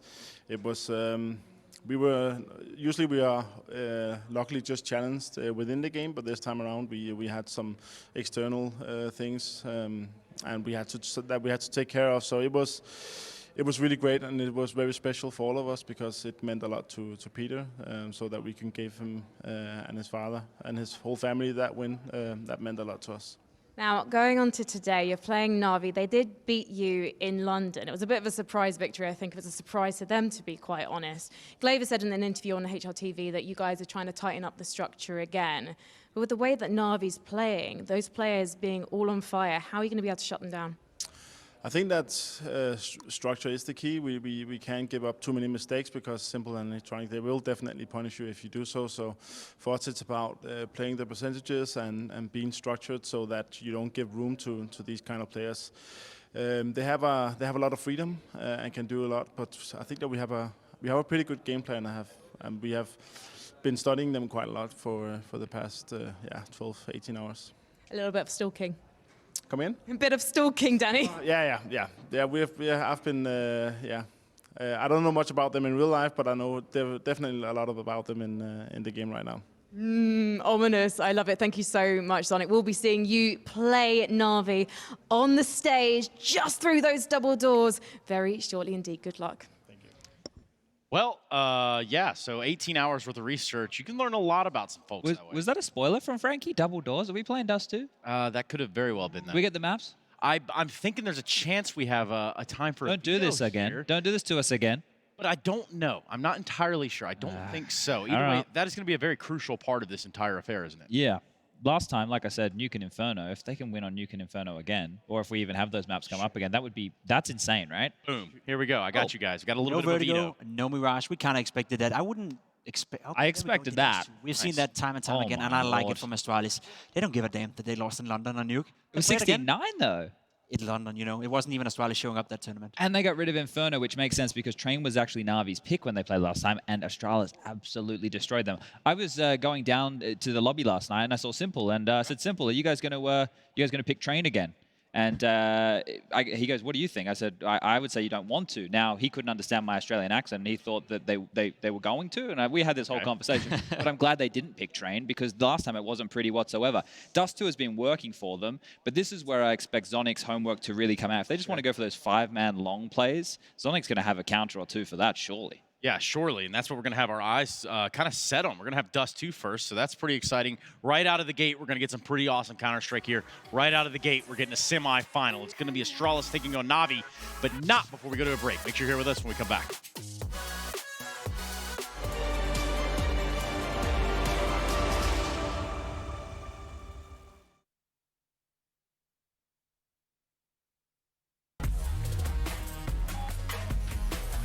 Quiz Break is back, and it's now or never for the final 2 questions and the very last prize boost challenge. Anything to add, James? No, bro. Cool. Next question then. They all speak French, but who is not from France? Happy, Scream, or Shocks? Sacre bleu, James, as they say in France. I feel like this is such an easy question. If you are a proper CSGO fan, you'll get this right. If you're in the venue and you don't, just get out. Wow. Harsh. Talking about harsh, it's time for the next prize boost challenge. James, why did we accept to do these? I'm still not quite sure, mate. It's a lot of them. I'm not with them. All right, next time that we negotiate this, don't call me when I'm wasted. Time to get hammered. This is going to be a lot of fun. And so we are allowed to switch when someone's finished their bit. Hammer in hand. Hammering brothers. Let's do it.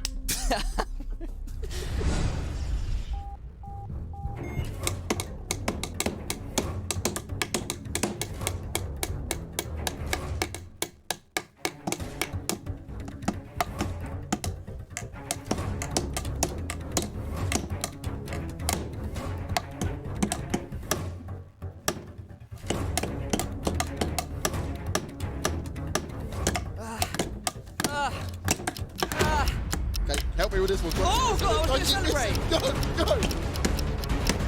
Boom. Yes! Yes, get nailed, man.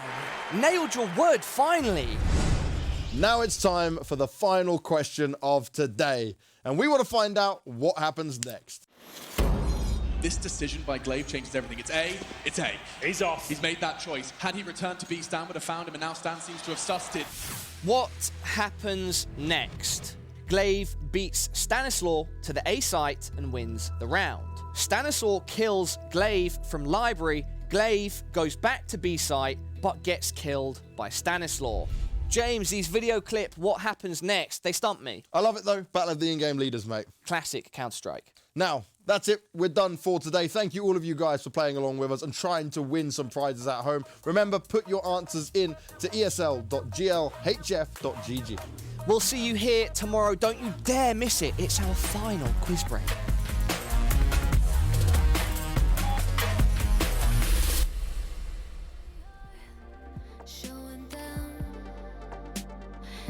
making them wish they were you.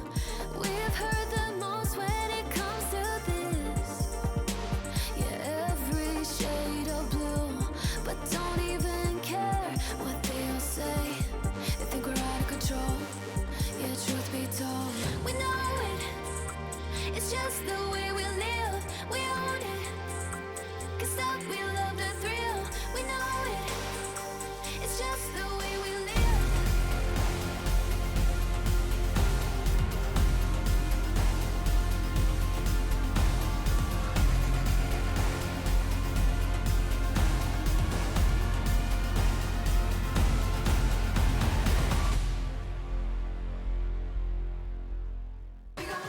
The ESL Pro Tour CSGO Masters Championship is right here in Katowice, Poland. The Intel Extreme Masters, of course, my name being Trace Francis. We do have that of Jake Finicky and Chad Burchill over here on the desk with me. And now we're going to start to talk a little bit about our last semifinal of the event. One that's already been kind of alluded to is packing the most punch in terms of a semifinal that could probably have here. I think we're set up for some fireworks. Yeah, look, there's a lot on the line here, and this is going to set up 2020 in a lot of ways, right? If Astralis just come through and they take down Na'Vi with ease, and then they go into the grand final, they beat G2, all right, we're back to business as usual. Let's just keep that old narrative going. Yep. But right here, if Na'Vi can come out and beat them again with a new roster, they, escalate themselves up to a point where we go, oh, this year's looking a bit more interesting. We have contenders for the #1 spot. We've got a lot on the line. We've already spoken about it. The Intel Grand Slam. Obviously, this is the first Masters Championship of the ESL Pro Tour. I think that'd be a pretty nice thing to have in your back pocket. Defending champions, Astralis. There's a lot of things on the line right now. And my question is, can this Na'Vi team continue to deliver? Because this is their biggest test so far. Yeah, I'm not sure about it. I think you're spot on when you're saying there's a lot on the line, first of all, right? The Intel Grand Slam, it would be nice for Astralis to get another notch into that one and actually feel like they're the best team in the world again, just at least for sure. Whereas for Na'Vi, I don't know what to think about them. I've seen them play super, super well the past 2 days, but I also see them in this tournament be kind of shaky. So what do we make out of Na'Vi, and how good are they going to fare against what is the best team in the world as of right now? We know they have the best player in the world, or at least one of them, but is that enough to beat Katowice and the guys? That is the real question, Jacob. I think you're asking the million-dollar questions around here. Well, close to it, especially when you've got gold bars like this. We're looking at a team that has picked up the Grand Slam. We're looking at one of the most accomplished lineups of all time, and they're looking to do it again. Yeah, and when we go into Dust Tours, the opening map, right, we could probably start talking about a few of the details of this map right here. This is where they can rock a CT-sided double AWP setup, where Dupree actually picks up the AWP, and Katowice obviously doing the lion's share of it right there. But I just want to kind of talk about the hierarchy for people. If you've been following Astralis over the years, you might still think that Dupree is one of their main stars. It's actually completely changed. In case you've only just tuned into Counter-Strike, you've been in a coma for a couple years. It's actually Magus who is the highest rated player in the tournament so far, right? So it's him and Katowice who are that new star-powered duo within the team.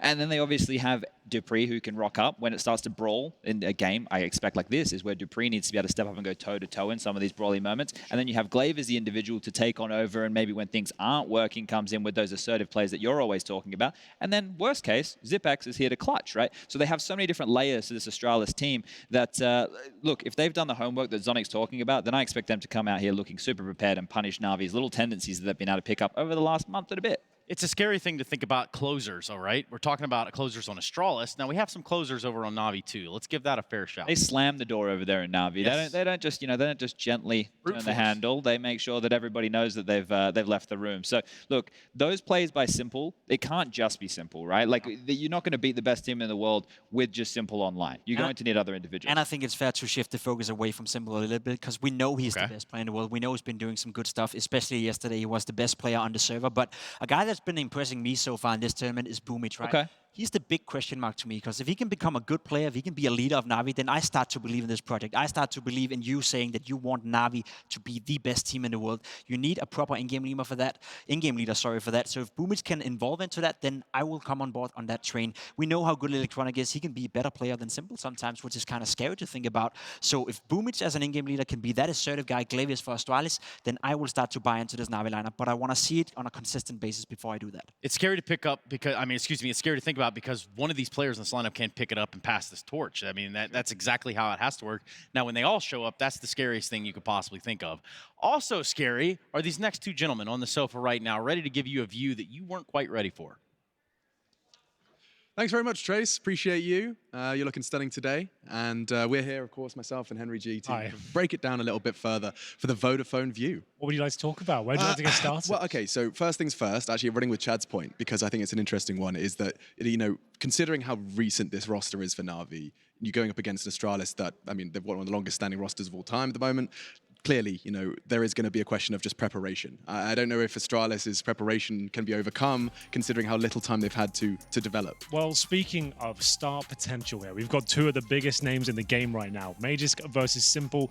Let's focus on Simple for a little bit, considering what he did on the server yesterday against Liquid. Unspeakable things. Like, I'm not sure Na'Vi would have actually won that first map. It does too without his 1 versus 4. If you remember how they actually got into the first map, he wins a 1v4 and they just run away with the rest of the rounds at that point. A lot of momentum behind them, but I'm not sure that's as sustainable as a player like Magisk, who is always going to be a safe pair of hands, finding multiple frags and anchoring his positions very well. No, definitely. And I think Magisk, you know, the frags that he delivers for the team, I don't think there's ever much of a numbers discrepancy between the two of them. You just saw that with the stats comparison.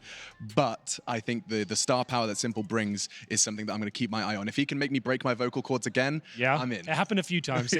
One thing I will say, though, is the fact that Na'Vi, they seem to want to take those tactical timeouts almost never. So I want to see them actually use those, slow things down. Astralis have their number.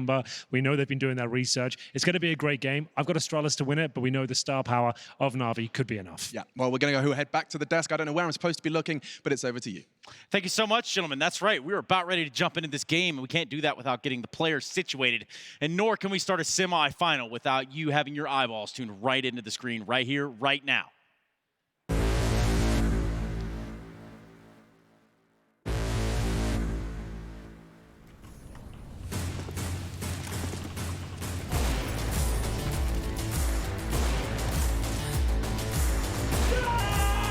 I think everyone within the community and all the other teams and whatever, they know that we are one of the favorites to win the tournament. Showing that we can rise from such a bad result that we had in London is really great for us. So far it's just been going as we usually have, so that's great.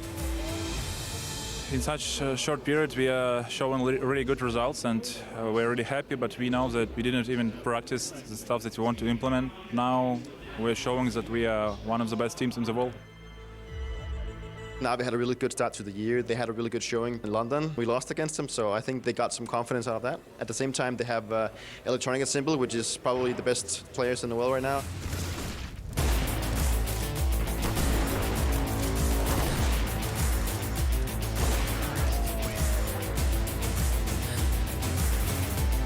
There's a lot of good things that we can take into the game. We are really good at adapting and knowing when to do what.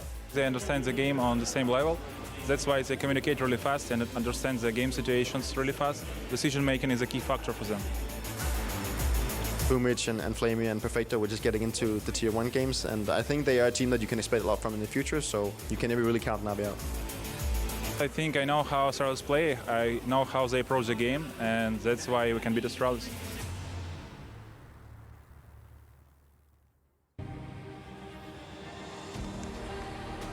The world right now, because the ESL Pro Tour rolls onto our second semi-final of the day at the Intel Extreme Masters here in Katowice in the Spodek, and it's a semi-final, as we've just heard, which is a rematch of something that happened not too long ago. Two teams taking each other on, one team that wants to do the double, prove that the first time wasn't a fluke, and another team that wants to say the revenge is a dish best served Danish. So let's get both teams out here to battle for that spot in the grand final to win this trophy against G2 tomorrow. And that first team about to come down the steps that are behind me are a team that won last year. They are the defending champions. They wear that crown. Last year they won it in all sorts of emotional circumstances. Let's welcome here into the Spodek, it's Astralis. The defending champions of the Intel Extreme Masters Katowice, Astralis, are one of the biggest dogs in the block around these parts, and they're here making the best case to run it all the way back again. If there's a team with all the answers, it's this Danish crew who have been there and done that. They have done it, and if you know anything about Counter-Strike, you also know that they are the best team in the world. They have the best team play, they have some of the best players, and they will always give you a show on the big stage. They might be the best team in the world, but they are taking on a squad full of superstars, including, we say it all the time, a man who almost broke Alex's vocal cords yesterday. What did he say about him? One in the game, one in the name. That man is Simple. He is part of Na'Vi. Na'Vi have taken quite the path to get to where they are in Katowice thus far, having to best FaZe Clan twice, Team Liquid yesterday in the quarterfinals. There's only one thing that's very clear, and that is that the Undertaker is on top of the ropes, and he's ready to strike. Na'Vi have had the best player in the world for some time now, but they haven't had a team that he can believe in. That has definitely changed as Na'Vi take stride after stride. This is their biggest test so far. Astralis are waiting. Yes, they are certainly waiting. Astralis here, Na'Vi here. We have two of the best teams in the entire planet, and they're ready to go toe-to-toe, head-to-head, right here, right now. We have two of the best players in the world as well.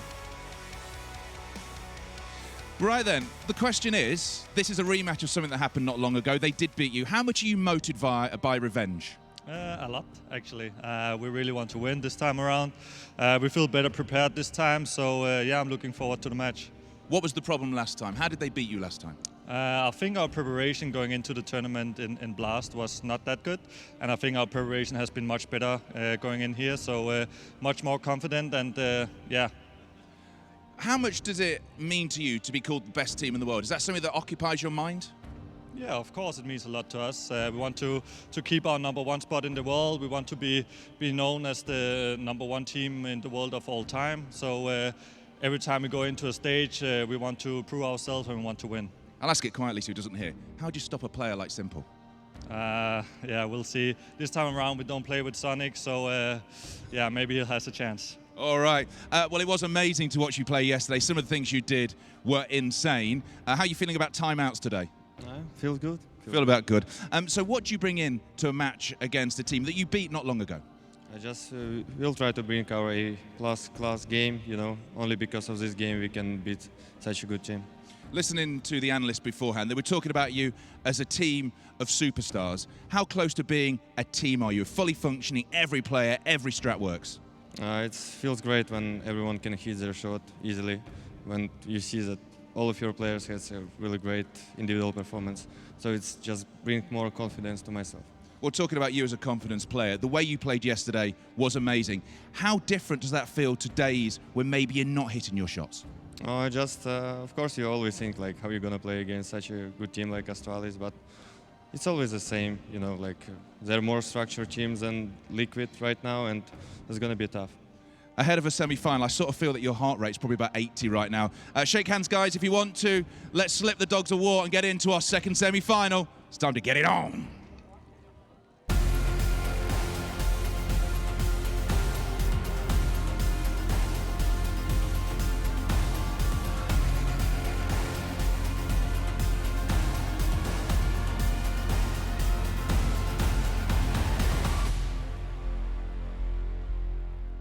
And OJ Borg putting it the best possible way you could. Let's slip those dogs, War. And there are several dogs out here in attendance tonight. We're looking at Na'Vi. We're looking at Astralis, and we're looking at some of the best players that the world has to offer. Here's the thing. We know everything we need to know about Astralis. We know how good they are. We know where their strengths are. We know Device, potentially the best defensive AWPer in the world. We know Siblings is a clutcher.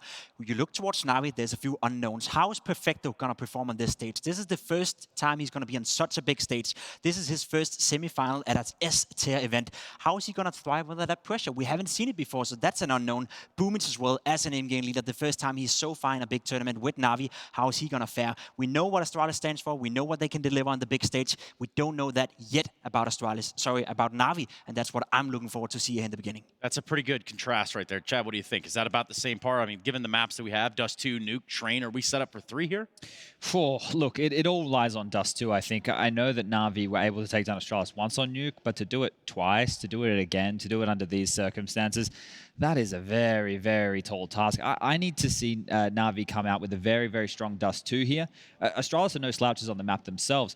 They need this to go the distance, however, the Ukrainian-Russian squadron. And look, if I'm thinking about the particulars of this, if I'm looking down to the details, we've only seen 3 different maps played from Astralis in this tournament, right? They've played Vertigo, Overpass, and Train. That's the only maps that we've actually seen them play here. So they can have a lot in that closet that we were talking about that they can unleash right now. And also, they've been able to watch Na'Vi play Dust 2 quite a lot. They can look at what they've enjoyed to do. They can look what's been working for them and counter that. So that right there is a huge strength for Astralis, something that they've always taken into tournaments that they've taken victories in. I don't want to kill the party though, but what do we expect from Na'Vi in a semi-final against Astralis? Do we expect them to be able to go to 3 maps? Do we expect to have a chance to win? I guess you can always say when you have Electronic and Simple on the lineup, they can win any given game in Counter-Strike basically, but manage your expectations in this one. If Na'Vi can make this competitive, they can for sure also win the games, but I don't expect them to beat Astralis. I hope they can make it competitive, and I hope to see Simple in full force, because if that's the case, we can have a winner that is called Na'Vi after this game. Hope's the key word right there, and I think a lot of fans out there are potentially hoping that someone can dethrone Astralis. Yes. These guys have been doing it time and time again, and nobody's been able to step up to the plate on a consistent basis. You know, we've had teams beat them in grand finals before, sure. We've had teams who are able to get a win over them here and there, but nobody who's had their number. Now, Blade, he seems to think that he might have a bit of an idea, and he could actually be the key to success. Now, we don't talk about Na'Vi being a super structured team, but if he's found some tendencies or some plays that he thinks could rattle those feathers, that's where Blade really comes on in, and that's where they're going to need to take those timeouts to make sure everybody from that Na'Vi camp is on the same page. And if Blade has the answers, this is the perfect time to step up and use them. We're looking at Astralis, though, that has simply seen it and done it all, right? We're talking about an Astralis that has went from, yes, they're the best in the world, to getting some sort of lore of being a villain almost, because they need to be toppled. Somebody has to beat these guys. And we have seen it. They are beatable, but can Na'Vi do it? It's going to be the big question. I mean, a lot has to go the way of Na'Vi for this to happen. First of all, Simple needs to have a great game. We have already established that the best player in the world, potentially. Electronic, to me, is the key. Because if he's having a great game, being Simple's sidekick, I can believe in Na'Vi actually have the firepower to go toe-to-toe against Astralis. Obviously, the entire team of Na'Vi needs to step it up. Boomich needs to have another great game. We need to see it all function well for Na'Vi. Otherwise, there's no chance. Well, first map of this series, fellas. Just say it. Who do you got? Na'Vi. Astralis. All right, pretty fair assessment right there. We're going to be jumping into this one. A semi-final here in the Intel Extreme Masters Katowice. Astralis taking on Na'Vi. We're going to be doing this with Henry G and Machine. Astralis, Na'Vi, thank you so very much. The analysts have painted the picture, and now it is our turn to present the frame. Machine and Henry G, we take to our seats, as do the players. Semi-finals, Henry.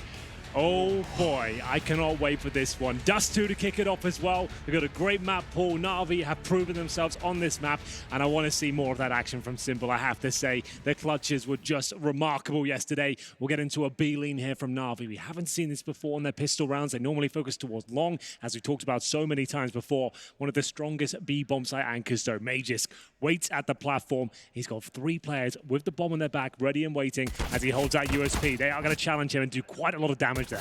He's ready and willing to take these fights. Suppressing bullets, a miss. Simple's gone down. Molotov is not forcing his fight immediately. Finally, it was Perfecto and Flamey to enter the site. A chance presenting itself. Perfecto, second frag. And now comes the third, just onto Zipex, 1v2.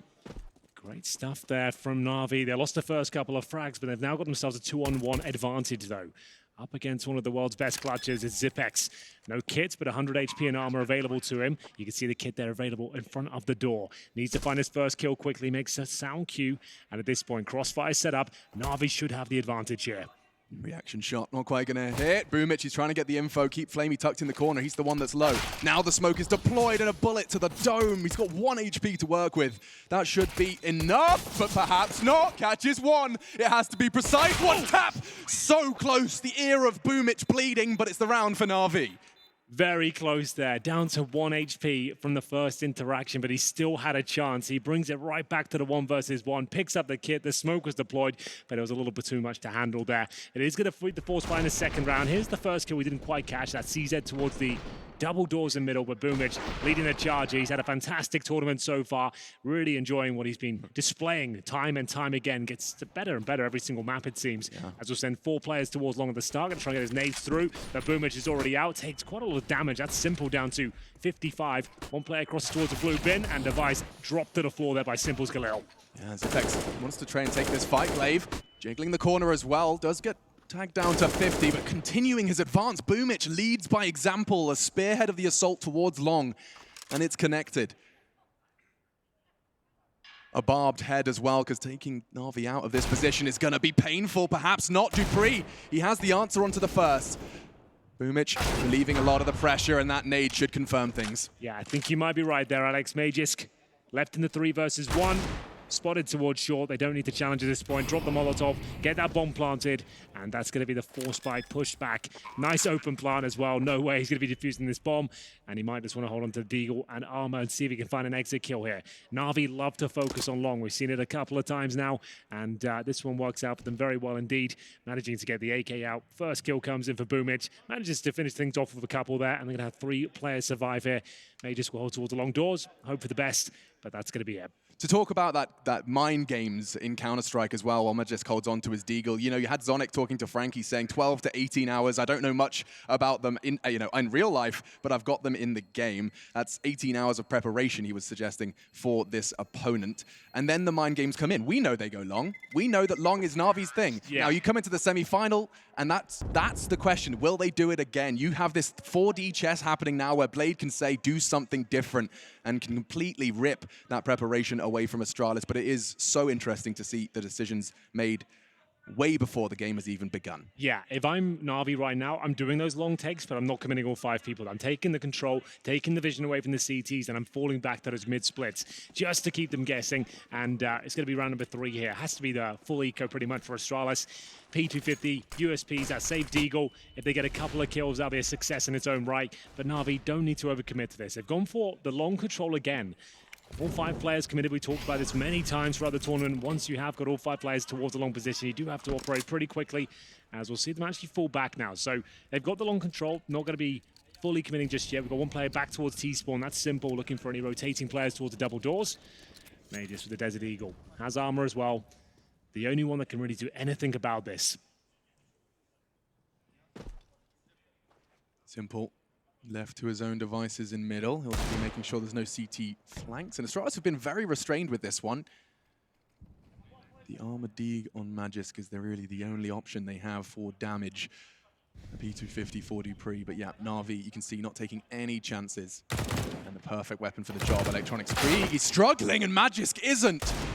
Phenomenal connection with his Desert Eagle, but there's a lot more where that came from. Now a Bottle of Flame fills the floor. Boomich going swinging wide. The crosshair placement looks fantastic for Magisk, but no, goes down. Boomich takes a bit of a wound, but that was the threat from Astralis gone.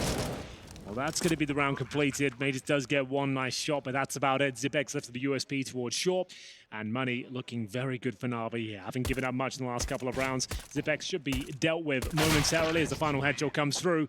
Clean sweep for Na'Vi so far, 3-0. Here comes our first gun round. Device has more than enough for the AWP. And we've watched them a few times on Dust 2 recent times. So we do know Dupree likes to get that secondary AWP out as well. Won't be able to come online in this first gun round, but we have got Device, Armor, and the AWP. A little bit more conservative with his cash than the others. And we'll see the AWP is simple as well. I didn't expect to see it so early, but here it comes. T-sided AWPing. Yeah, 1 player going down, and there was him to bring it out. And why not? Simple as an absolute monster with the weapon. Especially on this particular map. Smokes down towards double doors and Xbox.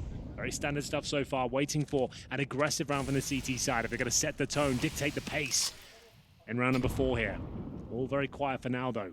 No real long presence in CTs either. To be Astralis falling back, dropping the smoke, and actually repositioning towards middle, expecting one of these mid to be splits. I'd assume a boost towards this box here. Glaive will go up. Or Zipex. So that does allow you to look over the CT spawn smokes. It's a very common pre-fire, but it can be a very powerful position. Device given the difficult task here with the AWP towards short. They've already got past his crosshair. He might not be aware of it. Yeah, and that's nerve-wracking. He has nobody in support as well. If he goes down, short is lost. I think he's worked it out as he sees utility. Yeah. Realizes he's better off holding from long side. He was alone on the site, now tucked in on the all too predictable corner, often flashed, and so it's all down to his own read on the game and the communication from his teammates as to when he's required to take that fight. You can hear Na'Vi. Yeah, quite frantic comms. Yeah. That's the second smoke. Designed to eradicate AWPers. That hasn't landed, though. It looked like it was on the fly, not the lineup I was expecting. Device, now he's starting to get a tingle. He knows it's about time for him to strike. Gets the first backwards turn of Boomich, and now tucked in on Elevator, but it's not looking particularly uplifting. Na'Vi dwindling at 15 seconds. The bomb will go down. That's Flamey, making sure that happens, but in the meantime, the leader of Na'Vi is now gone. 3 players remaining for this defense. Yeah, Astralis staying very calm in this situation. They've got a 5-on-3 lead here up against these Galils, but Simple is alive with the AWP. Now, we know what he can do with disadvantages with this sort of weapon. Nice first kill coming in from Flamey, but it's a trade. Glade from long will strike, and Simple now has been painted into a corner. Oh, wow, what a shot without his. The quick scope delivers, but the Galil is not going to be quite enough. Astralis do post their first round here. 2 kills coming in from Device. Now, miss smoke towards the CT boxes at that point is designed to actually take vision away from Device. Didn't quite land. You can see actually a lot of vision. No flashes in his face. Manages to hit the first shot. They get a couple of kills, and they've recovered a double AWP setup as well. You assume that'll be thrown into the hands of dupreeh here, who seems to be getting better and better with the sniper rifle as time goes on. Historically not known to be a team with a double AWP setup, but now it's looking fantastic, and it's about time. It really does work out for them very well. Yeah, what a treat it is to have a potent double AWP to fall back into, and even more of a treat to be gifted and picking up an AWP into your, 5th round of play. We do see a timeout called early, Hank. I think you can put away the stress. I think I can. They've learned their lesson. They've realized that these big games, you've got a very experienced and tenured in-game leader behind you. Why not use him? He's got this experience at a high level. The big stage, you've got players like Perfecto who are not used to this environment as well. To slow things down, make sure everyone's on the same page, even if it's just for moral support at this point. It's calm everyone down. We heard quite frantic comms towards the end of the previous round. Yeah, Blade, of course, in his interview ahead of this one, he says, we know how Astralis play. Everyone does, and we can beat them. He had that confidence into this game, but of course, I mean, you would have to. You would expect to. And execution is a very different matter. Looks like we're ready and willing to jump into round 5, yet timeout has elapsed, and so back into the fray. Round 5, map 1 of our second semi here in Katowice. Here we go then, round 5 indeed. All for Simple. Perfecto with the MAC-10. A very exciting weapon, especially this tournament. Had some amazing moments. You caught the G2 game, you saw Amonek taking multiple players down with it almost every single round. We'll see Zipex with the MP9 towards the mid doors. He heard the steps. He called one closed doors. He's there to babysit dupreeh, who did get flashed off the line. Wasn't able to hold the cross to Xbox for now. He's responsible for middle. Short will be taken. Very little damage taken early here by Na'Vi, and that's worth noting considering just how powerful Astralis' CT utility can be. So bomb down towards top of middle right now, but they have obtained short. dupreeh doesn't overcommit towards the mid peak. Very difficult angle to challenge, especially the flashbangs and smokes being delivered in that area. Glaive can be happy to hold long by himself now. Teammate throws a smoke down for him. He still has an HE, holds close to the doors as Na'Vi start to posture up towards shore. We know they've got that execution. They didn't quite land in the previous round. You want to have the 2 smokes, one on the catwalk wall itself, and then down towards the CT boxes landing on top of them, just to remove vision from Device ideally. See if they can nail it this time.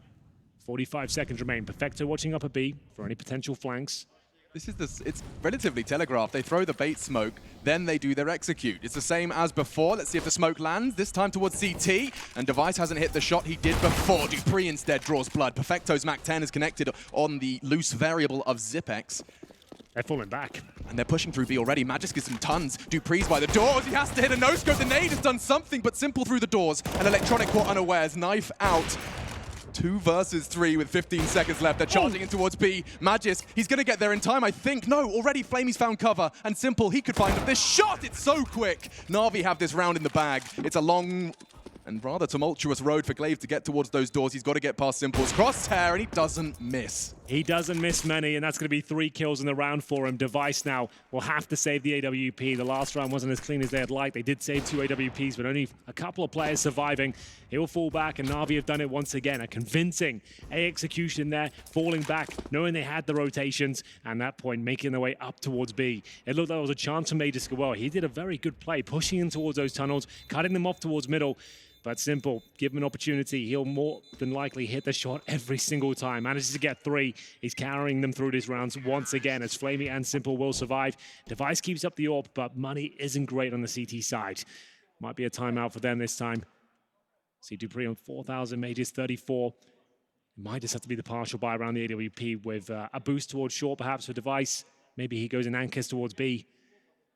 We'll see what they've got in mind here. dupreeh will bring out the CZ. Here's the replay of Simple, just of course, straight through the doors. That was the quick shot that saved the day. Another fast one towards Glaive. He's just getting warmed up here, Alex. Looks scary out there. It's the speed by which he's finding these frags that makes him just look different in those replays. Unbelievably fast. dupreeh's considering something rather cheeky, but Simple's ready and waiting.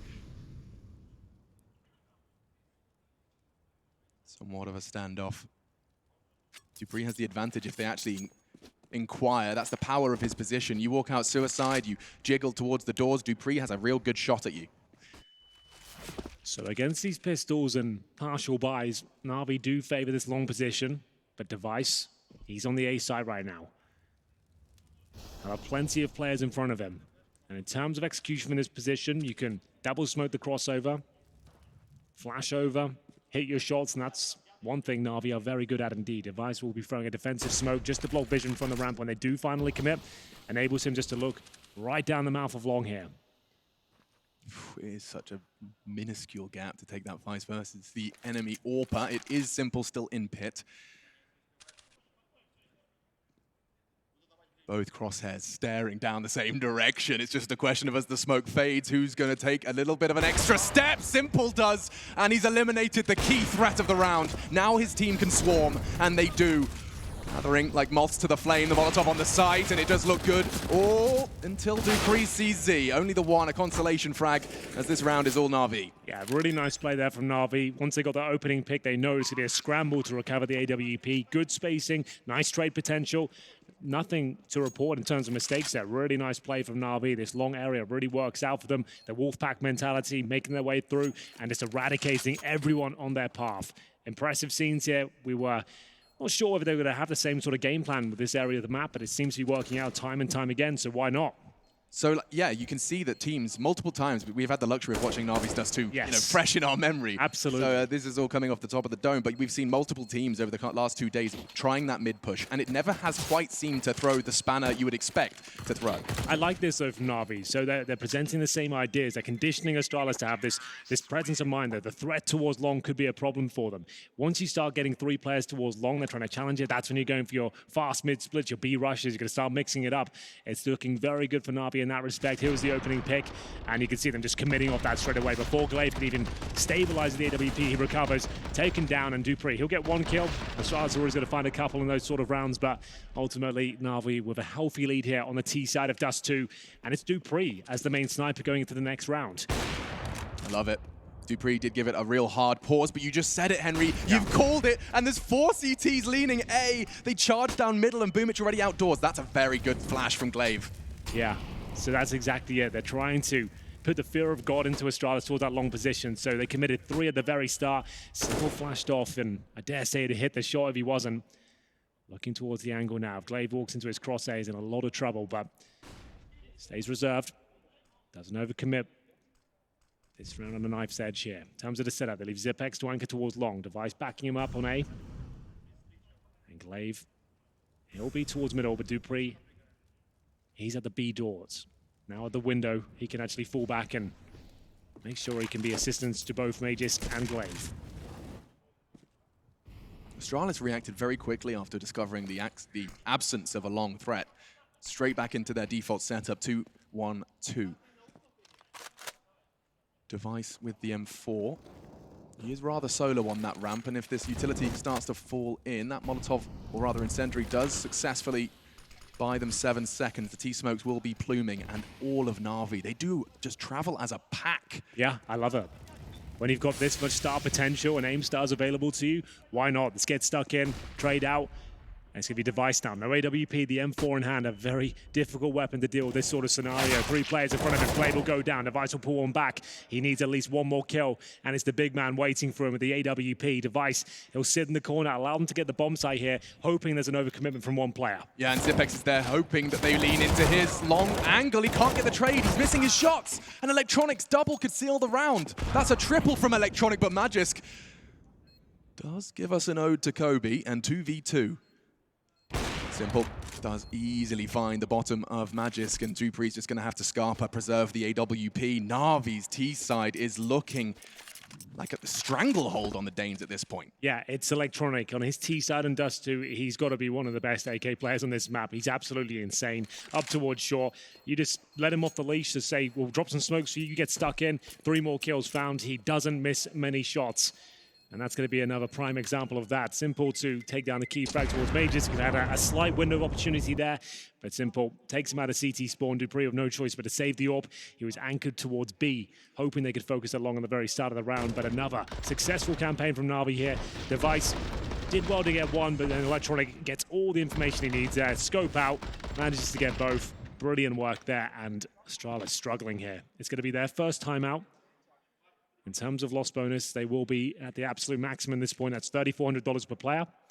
They've saved the AWP, so they can definitely justify a partial buy here. It's going to be Majors with a scout. And these are the sort of rounds Astralis win. At this stage, might need to, just to kind of get the wind in their sails and get going.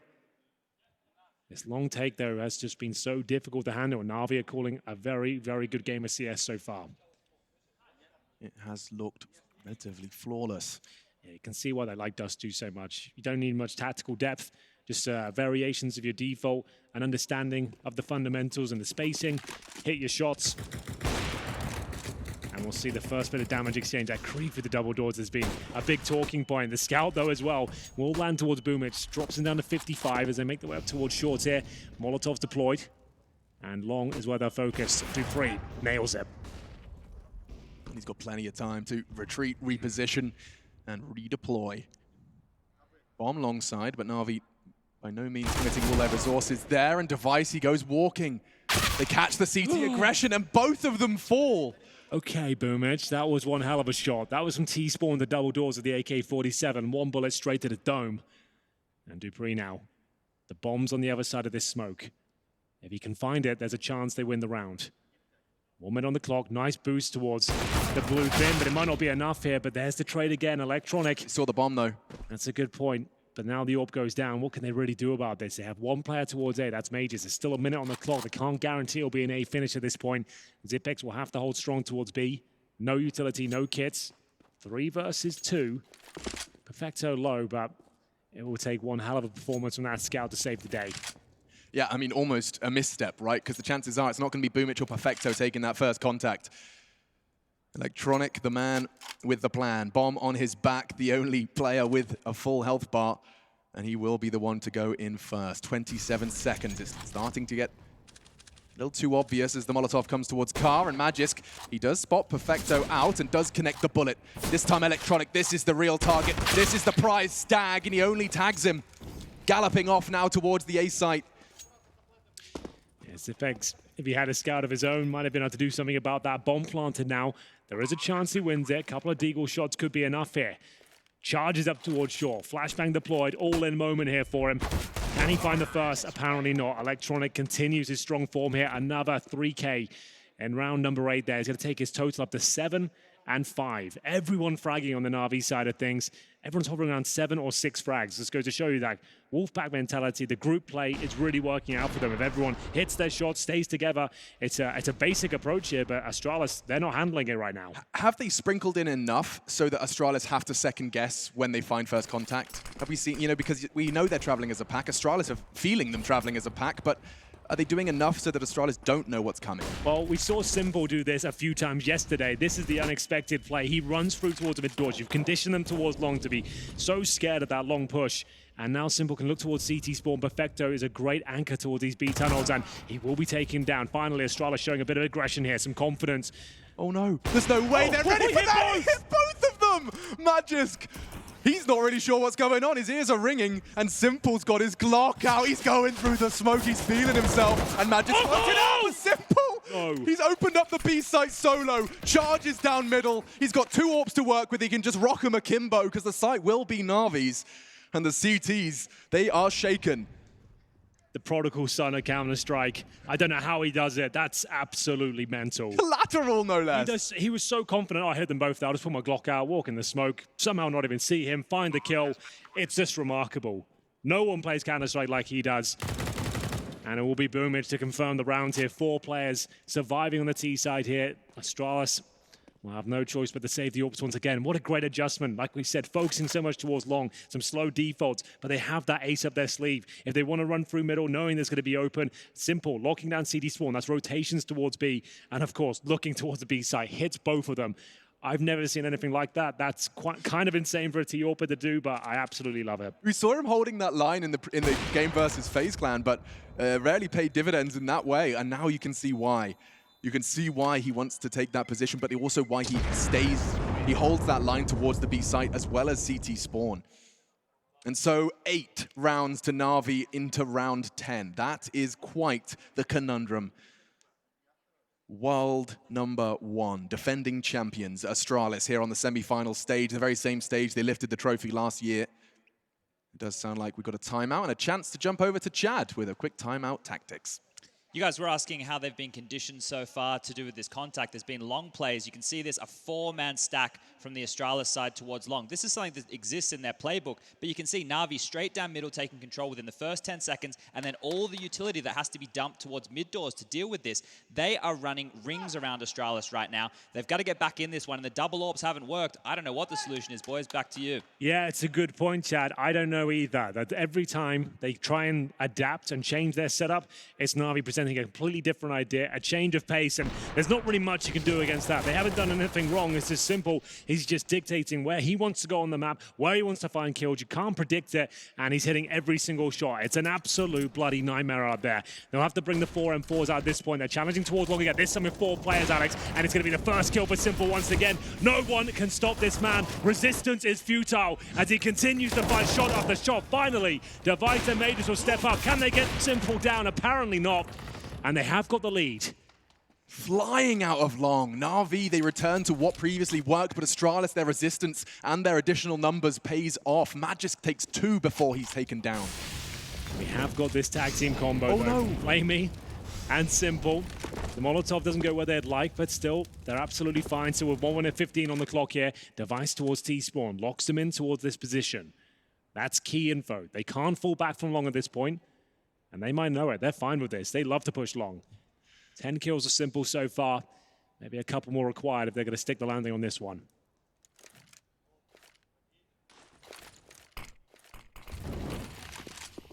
This is the cross. Bullets already exchanged, but Flamey has made it. He did bring the bomb with him. That is quite the achievement. Now his teammate can set himself up. If only he could plant for him. He has a chance to plant for long in the smoke to help him do so, but Device, he's gone! Simple is not missing. He is unrelenting. And he wants more. Not the Glock. He's using the smoke to perfect advantage. He's got backs turned. Glaive considering it as an option, but now here they are, and he's making them look silly. Humiliation on the semi-final stage. Flamey finishes. It's 9-1. Call it done, Alex. This guy is unbelievable. That is just one confident play. He knows exactly what's coming. He reads it 1 step ahead of every player on the server. Snaps around. The moment Device comes out as well, look at this. It couldn't be better if we tried. And then he's got the audacity to push through the smoke. They're boosting. He's making them look foolish out there. Glaive will pull one back, but the final kill comes in their favor as we go 9-1 here. The money is evaporating for Astralis. They'll have to go for Desert Eagles, a single scout here, and Dupree pushing off towards shore, but it's a long take once again. This time the nade's very successful, but Vector's on the hunt, looking for the double kill. There's significant damage, but it's an equal trade. 4-4 for now as they boost up towards the site. This just feels the same experience so many different ways. Magisk is the one to feel the wrath of Simple's AWP. You can just hold that line, sit pretty. His team will do the rest. They are in no rush whatsoever. Astralis are the ones that are feeling hot under the collar of their Jack Jones jersey. Bye-bye, Boomich. Connection and a chance now as he uses the smoke to... Oh my goodness, Simple just got another. With Zipex just trying and apply some additional pressure to those playing the close wall, but now Device has to continue to add more to the tally. 2 so far etched onto Goose, and he wants more. Electronic knows there's a gap, surely. The way he's moving, oh, well, a flash is perfect for Henry. The flash works out very nicely indeed. The Molotov's even better. Device roasting here towards CT spawn. It's a matter of time before he goes down. This is absolutely flawless so far from Na'Vi, giving up 1 round at this stage. That was number 4, and now with a streak of 7. Honestly, you know, this Simple does remind me of the Team Liquid Simple. For anyone that didn't quite catch that incredible storyline, to give you a quick summary as we get ready for another battle here on Dust 2. He went into that team and experienced not relying on his teammates. He went into that and underperformed, and they still won. Broke down in an interview with Puckett afterwards, and I think that same kind of vibe is making its way to the semi-final stage. The faith he has in his team, reminiscent of that of Liquid. And now, Device is going to have to be a little careful. They exchange blow for blow. Electronic full health, going aggressive, and the spray connects. He's unreal with that Krieg. No one missing any shots on the Na'Vi side of things with Zipex with a great position here. The flashbang does move him away, but it's still another great shot. Electronic continues his rampage here toward the A side. Look at Na'Vi have managed to trap lightning in a bottle with this kid, and they're calling him Electronic. This is where we'll see him absolutely dominate the T side of Dust 2. Another 3 kills in round number 12, Alex. How can you stop them at this point? Multi-kill after multi-kill. They're getting multiple multi-kills is all I can say. It's ridiculous. Everyone taking their turn. Electronic at the tippy top of the scoreboard alongside Simple, 14 and 12 respectively. Another round where Dupree, Magisk this time, clutching onto their rifles and just shaking their heads. You've got some of the best brains of Counter-Strike, and right now, they're baffled. I don't know what the solution is. You're trying absolutely everything. You're trying to shut down those long takes of 4 players, and they rush middle. They're hitting every single shot. You stack towards short. Electronic is just pre-firing you with a perfect Krieg spray. This is peak level performance in Counter-Strike at this stage. There's nothing that can be done at this point. You haven't even got a chance to warm up. You can't even get into the game. This is why, Henry, I don't want to play Dust 2, because I'm pretty sure I play against Na'Vi. Every game. Every single game, T-sides feel like Na'Vi. But yes, jokes aside, Electronic, this is another triple kill round. And the third, he's taken down this Orba and he's peeking into him. Spectacular work. And you can see every round looks like it's about to be the first map under the belt for Na'Vi in their reactions. It looks like a change of pace a little from Astralis. Another stack. Chad broke this down on the board. It's them trying to find an answer. The flash is good, and so is the frag. Glaves gets away, scar-free, completely safe. Zipex's flash made sure of that. Finally, they have an opening advantage here. Can they capitalize upon it, though? That's the question. Simple, pistol out again, waiting for Mages to push towards the B tunnels here. Surely he won't. There's no need to at this point. They need to maintain the advantage. Device waits, and Boomich will deal with him. Alone, no one to back him up. It was a nice idea to have the off angle, but ultimately it's led them to a 4-on-4. Glaive with the reaction, though, but Boomich, he's one step ahead every single time. They just seem to know exactly what's going on, Alex. Yeah, and it's so interesting that 2 members of Na'Vi are at the 100% kill, assisted, or traded at this point in time of Dust 2. Round 13. Simple and Perfecto. And Perfecto's one we've had on the radar, the desk covered it. This is his first S-tier semi-final. It's against Astralis, and at the moment, things are going swimmingly. Not to speak too soon. 3 members remaining for the Danes, and you can see that the bomb is still taking its time. It's on the back of Perfecto, lingering now towards middle. Zipex, that's his responsibility.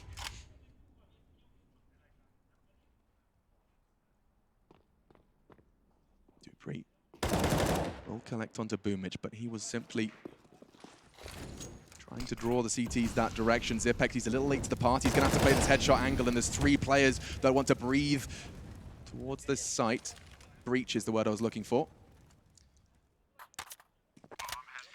So, Alex, no real utility on the CT side. Zipex has a smoke. Dupree challenging with the M4 here, but it's a difficult shot to land. A little bit of damage inflicted towards Flamey, but he's more than happy to take the duel with the scope of the Krieg here. Zipex working his way through with Mages there. Will they go for the boost? Well, they've got a dink in at least, but here we go, a chance. They've actually got the lead here, but it's simple. 1 versus 1 now, Dupree. He'll make his way towards the bomb site. 90% clutch rate on this map. We saw him win 1 against Liquid versus 4. He's only got to find 1, and he's done it again. The percentage goes up again, Henry. 12-1 for Na'Vi, and Simple just can't lose clutches. This is like nothing I've ever seen before. I've seen some great games from Simple, but I've never seen a flawless game of Counter-Strike presented like this. Hasn't really missed a shot, seems to be in the correct position every time. Everyone within Na'Vi hitting every shot that's available to them, and Dupree, nothing you can do about that one. It's going to be 12-1, and in terms of money, it might be another partial buy situation. That says it all. We're in the first half here, and they've used 3 timeouts already as we head into round number 14. Things have fallen apart at the seams for Astralis. Sonic. He only gets 1 more chance for this map, and my goodness, it feels like Astralis, their chances are dwindling by the entirety. 2 scouts into this one. They'll do their very best. You can see the stats on your screen. Take a look at that KD. You can see the utility damage as well, starting to climb a little bit for Astralis. Okay, Glaive back in the driving seat, but that's the first blood they were hoping for. Let's see if they can convert. The scout towards those mid doors has been very powerful indeed. dupreeh know the task is not completed yet, though. Focusing towards long, he's confirmed that. But still, when Na'Vi get long control, they seem to run away with it every single time. It's going to be simple to try and open things up towards the A bomb site. You can see a player ready and waiting on the site. That's Device. Utility exchange, no AWP for him, but he does sit in the smoke. M4 in hand, damage being dealt out, but only lightly. Yeah, minimal. And now up towards the ramp, all three of them. Look at the pre-fires. This must be so terrifying. Device is just sweating. Now choosing to push, gets a glimpse of one. They know where he is. Boomich catching a bullet in the meantime. Perfecto desperately trying to force Device into the open. Now the smoke fades, and this gets more difficult. A perfect flash, but they don't peek on it. Boomich connect. How do they keep hitting these shots? Perfecto gets the jumping kill, and there's nothing that can stop Na'Vi at this point. Every shot lands in the skull of Astralis. The bomb to be planted. It's a 4 versus 2. Mages to the scout. dupreeh will be joining him, but they have no defuse kit. One smoke available. There's surely no way they can get into this. Another beautiful shot from Flame. He goes down to 3 HP, but that's it. dupreeh will have to hold on to his M4 as he sits and cowers in the corner towards long. 13-1. They haven't missed a bullet yet. Astralis, world #1. They've been in the top 30 for 230 days with this core. dupreeh, yes, he's doing well to take a couple away, but it is nothing more than stat padding. 13-1. Na'Vi, they're so close to picking up their map pick. And our analysts, we spoke to them earlier, of course, on the desk, and the answer was Dust 2 really does determine this semi-final. The sentiment was if they want to beat Astralis, it starts on Dust 2. Well, quite the statement. Yeah, and then some, I would say.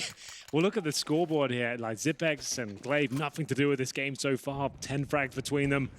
Final round of this first half. They limp in with FAMAS, MP9s, UMPs, and Perfecto. He's had enough of this. He wants to close things out in style. Looking to find the opening frag. Simple just somehow gets 2 more. What in God's name is going on right now? The site is open. Oh, and another one goes down.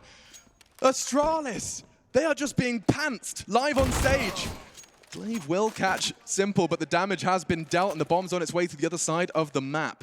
Just Zipex with an MP9 and a nade, shaking in his boots, but Glaive has done better, catching middle, making things as awkward as he can. Zipex, however, cut down to half by Flamey, and just a matter of time, he's managed to get away.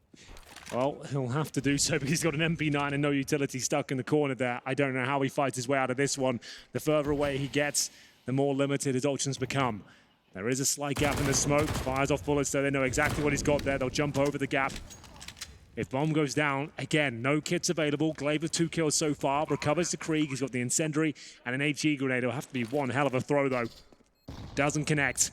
And Flamey now just so ready to get stuck in once again, and it works out for him. Ladies and gentlemen, you are witnessing an unheard of experience for Astralis, a semi-final opening map, and they are leaving the first half with 1 round. Na'Vi 14, Astralis 1 to start off the semi-final here in Katowice.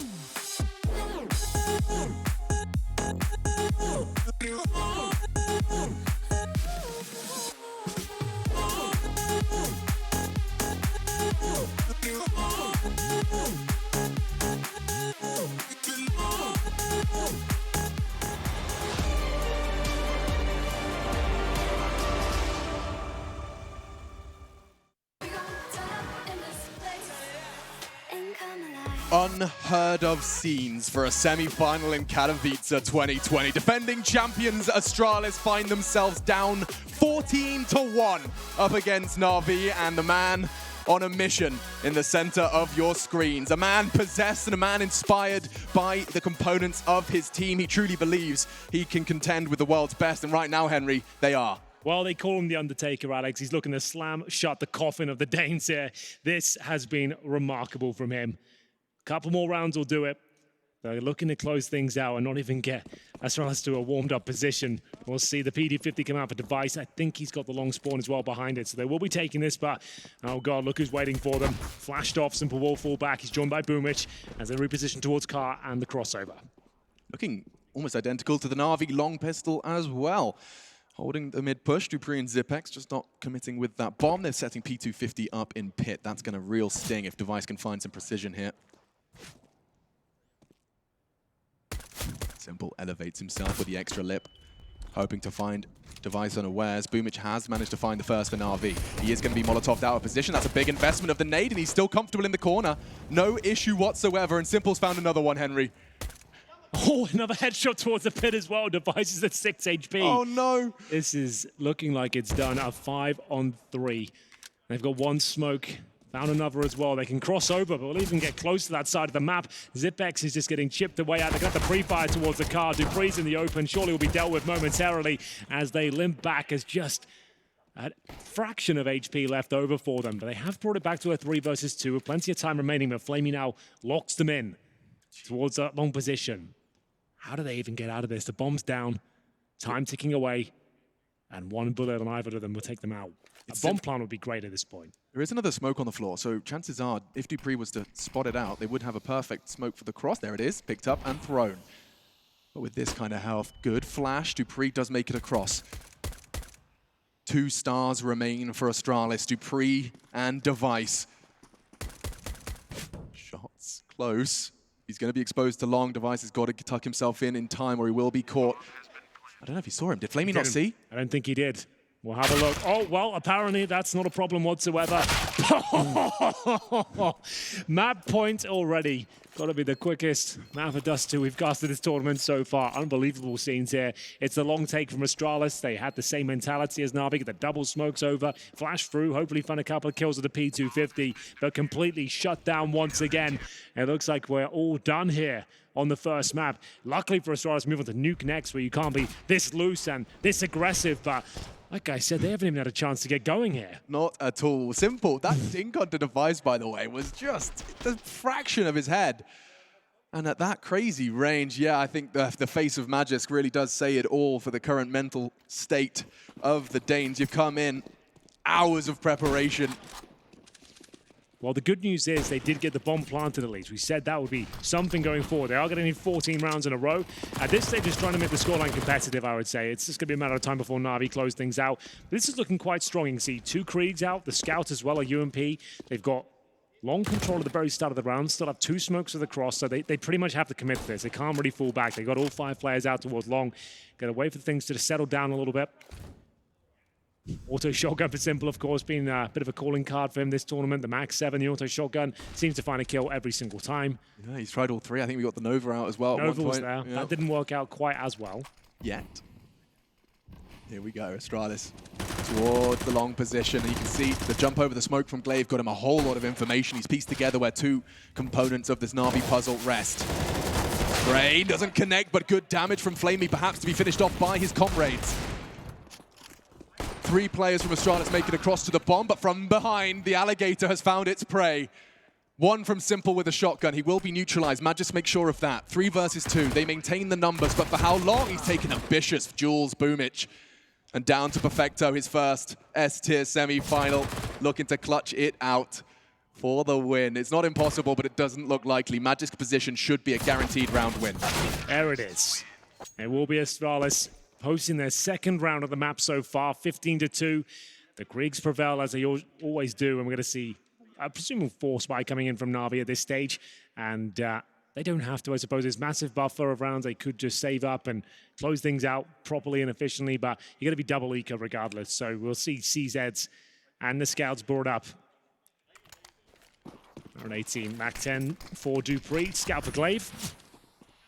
3 Kriegs in total, and that is just a showstopper of a kill at the start of the round. Glaive just has no idea how that even connected. It's just another day in the office, isn't it? He's come in, stamped his time card, and hitting scout shots like that. Simple.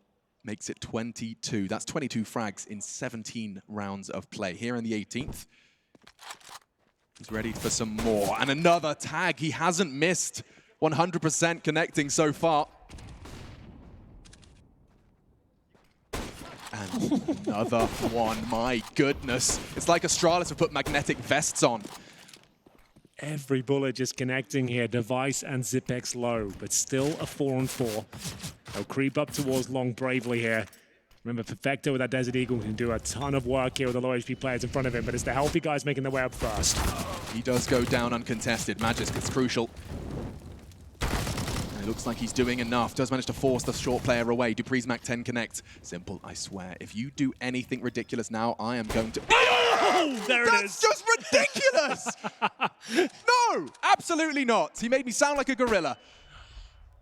And Zipex will get that bomb down eventually. Finally found by Device. So Astralis will find another one.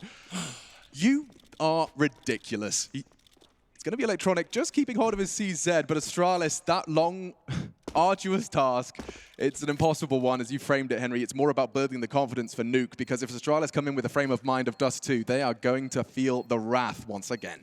Well, still quite a convincing round, all things considered there. They lost the opening pick from the scout, picking toward the double doors at the very beginning. Simple then hits 2 more tags, gets a jumping kill to deny the bomb. They're lucky to get away with 3 players, to be honest with you. It felt like it was all going to fall apart, but well held. Astralis still in this one for now. 12 rounds in a row required after this one.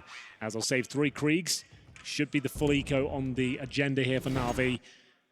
So not much more than P250s. Electronic will save the CZ and armor.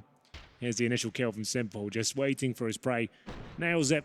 Glaive removed at the start. And here's the jumping shot, of course. Wallbang, denying the plant. That says it all. Just like, okay, well, today's not my day. Yeah, I mean, you know, the question it's often thrown around, it was today on the stage, is like, how do you shut down Simple? And I think all Glaive had to say for that was, we will see.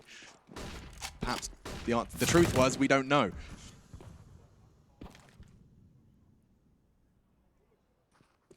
Should be the easiest one of their T-side so far for Astralis. Should bring in the operative word. Molotov will force Boomich out. And he's gone.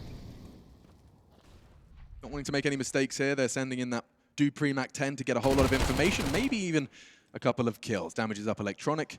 Perfecto getting his head tapped away at. Did well to land the dink, though. If Simple gets the AK, he's got a chance to do more damage, but the sound cue's enough for Glaive. Yeah, well held here by Astralis. Flamey makes his way towards the tunnels. He's got the Mac 10. Chasing Glaive at this point, but Glaive, I think, is aware. Will be putting the brakes on there. Should be a matter of time before he goes down, which it is. One planted Electronic left of us to the Eagle, but he has saved armor as well. So just looking to upgrade to an AK if possible. Holds patiently. 15-4 guaranteed. Part of me wants him to just slap Glaive all the way towards T-spawn. It's possible. Do you think he peeks at any point, or is he happy behind his pillar? Is he going to have a little jiggle, a little I think he will. Inquisitive glance? And the last second before the round ends, he'll peek out just to see if he can have a cheeky one. Nothing found. He does hold with the Deagle. He's got armor as well, right? So that's going to save him $1,000 going forward. They've got enough to buy into this round, but this is when I'm calling a timeout and saying, right, guys, we've got $4,000 here. This is how we could potentially throw the game if we fully invest here without everything we need. We won't have the AWP. There's going to be compromises. They've gone for it. It's going to be an MP9, 4M4s, no kit. So it's obviously a viable round for them. It's possible. But it's not absolutely everything they need just to get that one round. That's what I'd be focusing on now. That's how do we close this out. Yeah. I mean, it can happen whenever. It could happen right now. Perfecto, full flash, takes down Magic. Dupree did get to the blue pin, but it looks like Na'Vi are sending their entire squad to clear it. Dupree only gets the first. And Perfecto comes back for his second. Charging through middle, though, and the spray through the smoke from Simple will just clip Zipex into the site they go in the MP9. It's the worst weapon for that kind of fight. They will find Flamey. Good dink, good damage. Electronic is burning on his way through CT. And Na'Vi, yeah, this is the right call. Yeah, save what you can. Decent effort there from Na'Vi. They did retake towards long, but as soon as the call was given, the 3 CTs were towards that long position, they hightailed it towards middle, which makes a lot of sense. And we saw one isolated player with an MP9 in the back of B. As you noted, really not an ideal situation there. Did well to even get a little bit of damage off, but ultimately ran over there. As we find out, 5 rounds on the board for Astralis. That's going to be 4 in a row, but they made the right call here. Na'Vi have managed to collect 2 Kriegs. They've got the M4 as well. Loss bonus starting to rack up at this point. There'll be a 4th stage after this round, which is $2,900. And Simple still with a Molotov as well. No defuse gets into that round. And okay, what round do Astralis have to get to, Henry, before I start talking about how it's Dust 2 and on T sides, double digits, runs? 15-10 is when we can start saying, all right, there's a chance here. There's a way they can do this. But it's looking pretty promising right now. They've had some sensational comebacks in the past, but this would be one for the history books. 14-1 down in the first half. Make a convincing case it could do it at this point. Na'Vi will take a timeout. Good call. Let's calm down. Let's work out what we're going to do here. We don't have to force the issue. We don't have to fully invest into this round. Ideally, you're going for some Deagles, some CZs around this. You don't spend all your money. Electronic seems to have other ideas. He's gone in for the full investment. So they won't have the AWP again, but they were pretty close in the previous round. Good long spray. Did a lot of damage there. It was a great mid-round call coming in from Astralis to adapt, make their way towards B. As we saw, no one there, just the MP9, and they walked right in. Device does have the sniper rifle now. It's going to take 10 rounds in a row just to start the conversation of overtime. If ever there was a team that could do it, though, Astralis might be up there. As you see, a different approach at the start of the round here. We are going to have a boost towards short from Electronic. Does he go for an aggressive play? Of course he does. Look at that double spray down. That is magnificent. 5 versus 3. The job should be done at this point. They try to change the pace up at the Astralis side, and they are punished for it. Perfect counter. You can always count on those multi-kills. Electronic collects another double. That's going to be his 5th multi-kill round. And I mean, every single member of Na'Vi is coming into this round with 4 multi-kill rounds. Simple the exception at 7, but it's just a perfect picture of a very distraught Astralis. 3 players remaining to try and keep Dust 2 Dreams alive. They can take their time, understandably. They'll send a pair. Dastardly duo of Magisk and Zipex to contest with the leader of Na'Vi on long.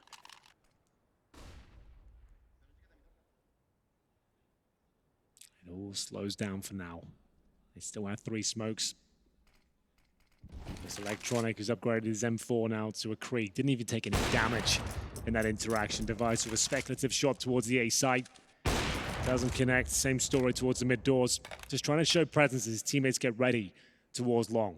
Saying that we could be coming towards middle, towards short. They're actually focusing on this area here. And Boomich, very strong at holding long position. We've seen him get some remarkable kills with the MP9, even at range. Will he be able to do it once again? Oh, it's Krieg, though, throwing the flashbang. It's very telegraphed, but they know he's coming, and it doesn't matter. Boomich still inflicting good damage. Magisk cut down to size, and Simple's relieved the threat on short. They're coming from long, and he knows it. Smoke blocks his view, but it doesn't block his bullets. It was Flamey that connected instead, all the way from CT. And Zipex is barely getting across. He's the walking wounded. He won't make it to the site. They won't make another round. It's going to be 16-4. Na'Vi have slapped Astralis in the face with a glove and accepted the duel. A world-class performance there from Na'Vi. Last time they played Astralis, they managed to run over them in London, and looks like it could be more of the same here on the agenda. What a perfectly played Dust 2 that was. 14-1 in the first half against the best team in the world, Alex. That's pretty unheard of. What exciting scenes that was. But the good news is, it's a very different map coming up next. Nuke is a lot more tactical, a slower pace. You can't just run around the map, and hopefully we'll see Astralis wake up. We'll take a bit of a break and be back with the analyst desk and map number 2 very shortly.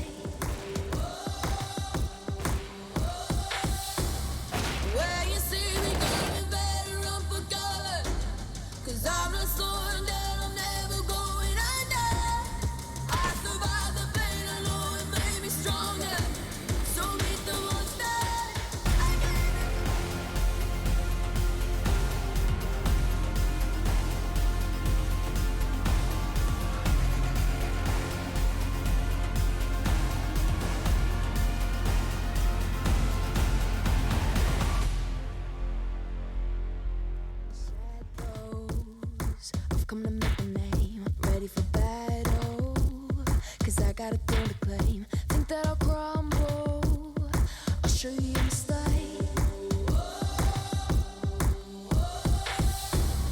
Where you see me coming, better run for cover. 'Cause I'm not slowing down, I'm never going under.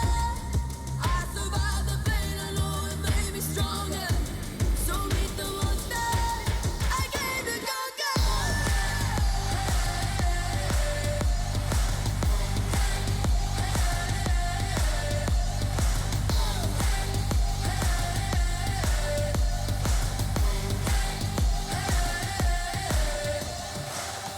When all the smoke clears, I'll still be on my feet. Forget all of my fears, 'cause I know my destiny. I feel a champion waking inside of me. It's emotion, the legend's spoken. This is my moment. Can't break my focus, know where I'm going. This is my moment. Where you see me coming, better run for cover. 'Cause I'm not slowing down, I'm never going under. I survived the pain, I know it made me stronger. So meet the monster, I came to conquer.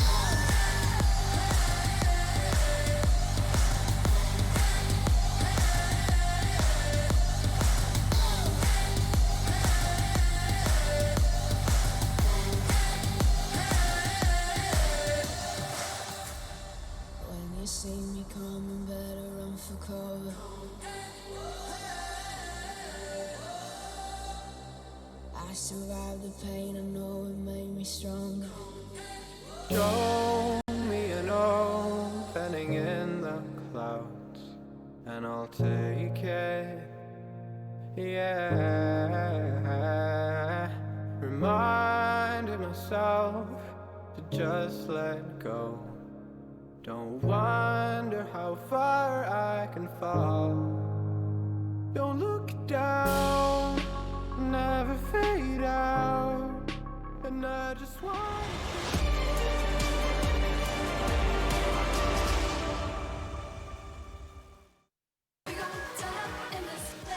Did anybody else see that just now? Did anybody else just see the fact that a 14-1 half just transpired? Na'Vi on the bigger side of that, and quite a showing of force doing it too. Obviously, we've got Simple making some frag highlight movies yet again here at the Intel Extreme Katowice. Excuse me, Intel Extreme Masters Katowice 2020. This is a showing of force by Na'Vi. You converted yet? Yep. Okay, good. Because all right, wrap it up. For a while there, Jacob did think Zywu was the best player in the world, but I think that performance. He was? He was, yeah, short-lived. He had a year, but the greatest Counter-Strike player of all time is in the building. And I was sitting there in production while I was doing all my Skybox stuff, and I'm just sitting there laughing at some of these rounds, like at how absurd his decision-making, his intuition for the game, the decisions in crunch moments that he was making. I am just sitting there just baffled. I have never seen anything like that in all my years of Counter-Strike. We often talk about confidence on the desk, you know, and we often talk about how it's hard to quantify what confidence is in Counter-Strike. If you ever wonder yourself, what does confidence look like in Counter-Strike? You watch Simple play Dust 2 against Astralis right here, right now. Ridiculous. It doesn't even make sense. Yeah, look, I think that for Astralis here, there were some moments that they were favored to win, and Simple kind of pulled them away from them, and that's kind of sucking the life out of it. So, look, going forward, we are going into Nuke. This is a fantastic performance here on Dust 2. There's not too much to really like dig into, right? There wasn't too many details, right? It was just kind of getting destroyed. And I guess how far will that go? I mean, obviously, in the first map is, again, a showing of force here from Na'Vi. You've got Simple doing simple things. And all things considered, they had every answer there for everything that Astralis was trying to throw at them. What kind of preparation could you possibly put into the game to have that sort of momentum going into it? Well, you can't, right? It's just intuition. It's just Simple being simple. And I guess, you know, there's a conversation to be had now whether he's the best player in the world again, now that he's back on the AWP. So, Simple, you can't really prepare for him. I think Astralis, historically speaking, have been pretty good at locking him down, right? Yeah. He's not always been good against Astralis. He's been struggling a little bit. This game, though, it's hard to describe, right? He was all over the place. He was constantly poking towards Astralis, constantly making them feel uncomfortable on the server. And at that point, you can't prepare for it. You just got to do your best. And this time around, not even Astralis could do anything about Simple. What I actually think here is very important is the fact that they didn't let this become a double-digit game. They didn't allow the Astralis players to warm back into this, right? The fact that it was a 16-5 scoreline, and for a lot of it, the majority of the members on Astralis either just felt completely outplayed or helpless, like they were rotating into a bomb site they'd already lost, or then when they were even doing the right plays, and then Simple was doing the exact right moves to counter that, at that point, you can't even get into the game. You don't even know what to do or how to react. So going forward, the Astralis players are definitely not as warmed up individually as what that of Na'Vi are, right? They just laid a beat down, and everybody had their moments from the Na'Vi camp. And that's exactly what we see. We see evidence of that in every turn of that map. And of course, well, there wasn't a whole lot of turns other than the way of Na'Vi. We're going to be hearing from their side going into the second map. I've grabbed Blade from Na'Vi, and one thing I really want to ask is, actually, today, I was quite surprised by you.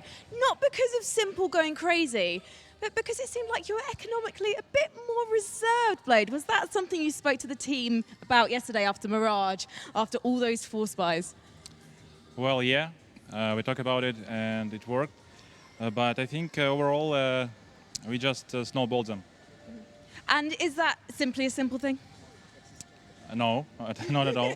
I think there will be there will be another Astralis on the nuke, I think, because it's their map, and we need to forget about Dust 2. There are some moments, though, and I wonder, is it from you letting Simple off the leash? Because there was one round, I think it was round 9 in the first half, where Simple runs through mid-CT. He somehow gets an AWP shot and a tag and then glocks through the smoke. It's insane. Like, is that simply him just being let off the leash? Well, it's simple. He's on fire in this tournament, and he's really excited about everything, about our every match. And it just really, we're enjoying to watching this, like these highlights of his historic moments. And Blade, how does it feel for you, knowing you've come into the team and Simple is now telling everyone this is the best Na'Vi he's ever been part of?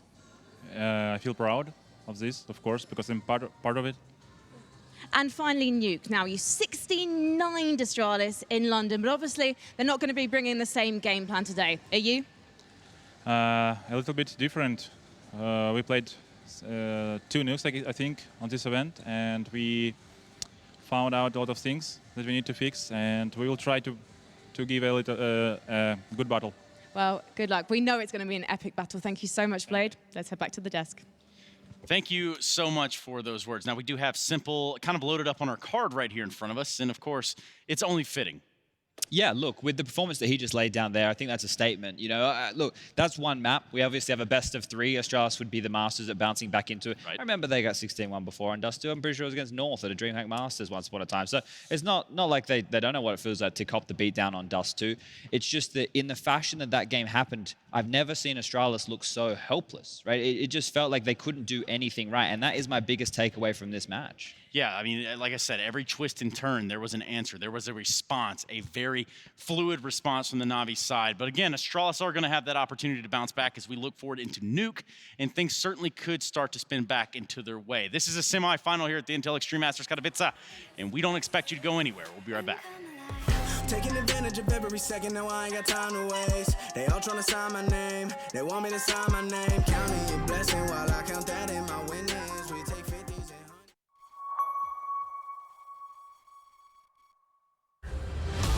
This is your chance to rise, a chance to prove yourself to the world. Because when passion leads the dream, this is not just a game anymore.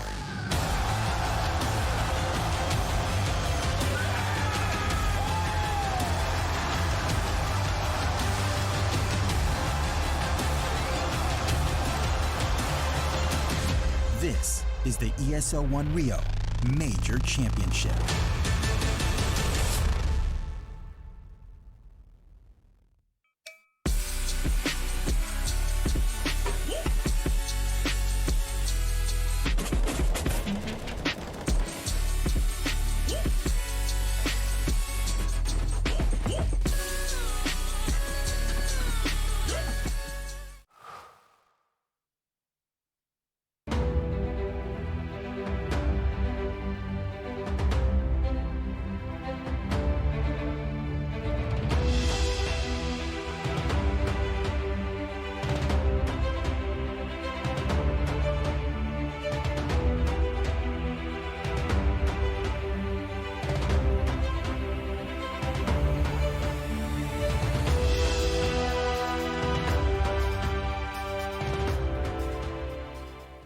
To be brilliant is to defy convention and challenge expectations. So Intel will bring the processing power for when it's time to go brilliant.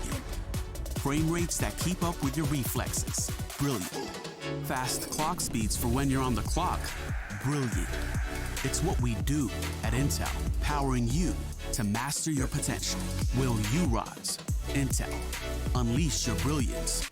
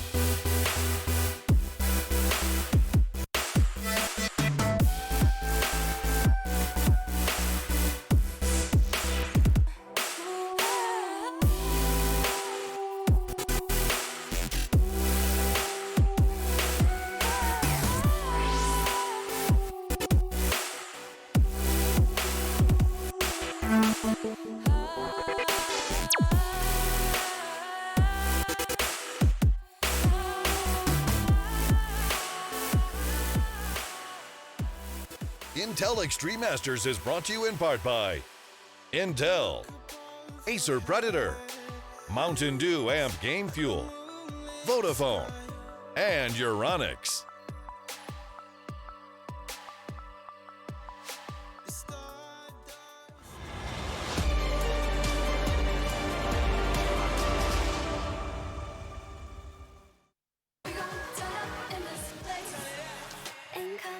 Well, it's Astralis that grab a singular CT side round there on that first map of this series, and that is not exactly what you were looking for. If you thought that that was how it was going to turn out, well, you might just be the Oracle. Welcome back to the Intel Extreme Masters Katowice 2020, everyone.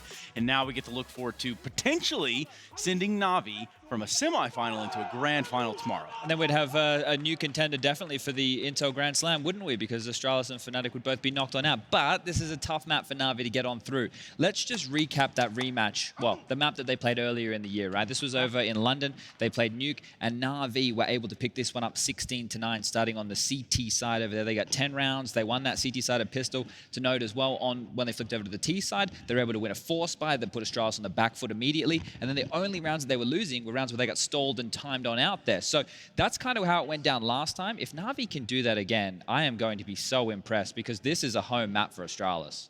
Yes, and that is a scary sort of thing to consider. We're looking at Nuke, Jacob. What exactly are we looking for in terms of an answer on the Astralis side? What needs to happen? I've actually prepared a little card here. We actually made it before. Oh, he made that. Yeah, I made it myself. Nice. This is Glaive. And Glaive is the answer. Glaive is the best in-game leader in the entire world. And I have high praises for Glaive. I played with him myself for more than 3 years, and I know what he's capable of doing. Simple is right now playing at a level where nobody can touch him, let's be honest. But Nuke is not a map that allows as much room as he got in Dust 2. So if Glaive can figure out a plan together with Sonic, I can see Astralis shutting down Na'Vi. Now, a problem here for Astralis is the fact that Na'Vi are allowed to start on that CT side. This is the map pick of Astralis, so that's going to go their way. Problem for me is with Na'Vi on Nuke, in particular at this tournament, is they played it twice against FaZe Clan. They lost 16-8, 16-9. They played 19 rounds of terrorist Counter-Strike on the map of Nuke, and they only won 4 of those throughout this tournament. So their T-side, they suck, on the T-side. So simple as it is. If Astralis can somewhat play up to what we know Astralis can play on the map of Nuke, I don't see Na'Vi winning this one. If they are able to, though, that would be a complete new level and something I would never even could imagine, not even as an Astralis fan. Chad, tell me how it's possible that Na'Vi can go into this map with that same sort of momentum. How can they continue what they've already started here? Well, lucky for them, the two most important players on this map actually play the two most important roles, Electronic and Simple playing the rotator position and the yard position, right? So they can actually stall a lot of these yard plays that we see coming in from Astralis. If those two are on fire and stopping them from getting down lower trace, then it is going to be a very tall task for Astralis here. They're going to have to hope that they can really exploit Flamey over towards ramp. Well, here's going to be my real question, right? And let's kind of put some real thought into this one. Perhaps you've already even put some thought into it. Who wins here, though? Not what it's going to take from either side. Who is going to be that victor? I still believe Astralis should be able to win on Nuke. I still believe Astralis has the mental capacity in order to turn this one around. It's going to be close, though. Look, I'm ready for a new world order, Trace. Na'Vi 2-0, let's go. That's right. I don't know that The Undertaker was in the NWO, but perhaps he was. We'll take a look at that. In the meantime, we're jumping into the second map. Nuke on the cards, and potentially the end of Astralis' run. And their chances of defending their trophy here in Katowice could be coming to an end, pending the outcome of this map. But of course, we're going to have to sit back and wait for it to take action. And we're going to be doing this whole map with a little bit of Henry G and Machine. That's the name, don't wear it out. Thank you so very much, Stunner. Yes, Nuclear on Dust 2, and now Nuke as our second. Let's see if there's more twists and turns in this tale. They've painted quite the picture, though, and the Danes, it's their map pick. Let's see if they can start it with a bang, Hank. Starting on the T side here, a lot of teams do focus towards this ramp room, but Flamey ready and waiting with the smoke. Dodges to flashbang nicely as well, and he has shut them right down. They will not be rushing that position. They'll have to re-coordinate, and Simple has actually been tagged as well. He's been dropped the CZ, brought up armor himself, and actually gone towards lower. Does he want to break out the window? Apparently not. He'll just hold down and hope for the best here, considering he has been thwarted somewhat. And now we'll see the smoke going out of the squeaky door. And maybe a Venn dive on the agenda. Ooh, they want to get top site attention. It's going to be Flamey to be tested, though.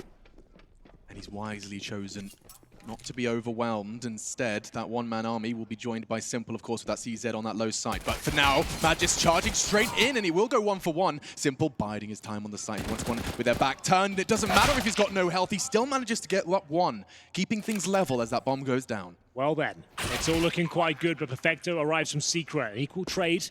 And a 2-on-2 now. No kid available right now, but here comes Perfecto, joined by Boomich. He's holding towards the ramp, and there is one player right next to him on the close left. He always seems to be one step ahead of his opponents, but for now, surely going down. Glaive should secure the round at this point.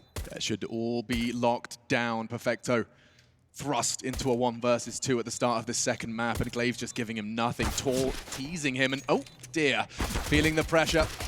He wants to go loud, and my god, he's got a chance. He's only got 1 health, but if he pushes it, he's got 1 bullet to the dome on his Apex. He takes his shot. The bullet flew through the air, but it's Zipex to clutch it out.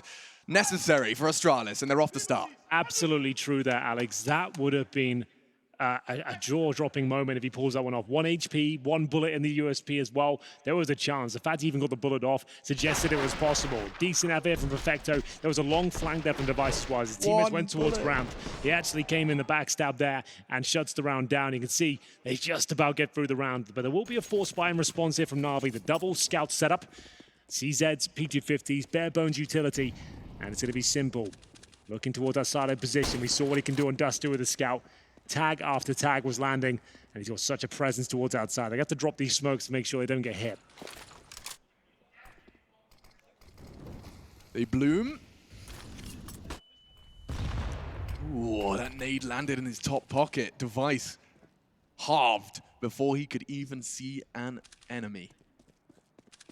4 members of Astralis are behind the guise of that smoke, and Boomich has one of his own. He'll deploy that as soon as he catches a glimpse. That's enough. Drops it off and gets away. Will they respect the smoke? That's the next question. It does seem to be the case. Yeah, well played from Boomich. That funnels them back towards outside.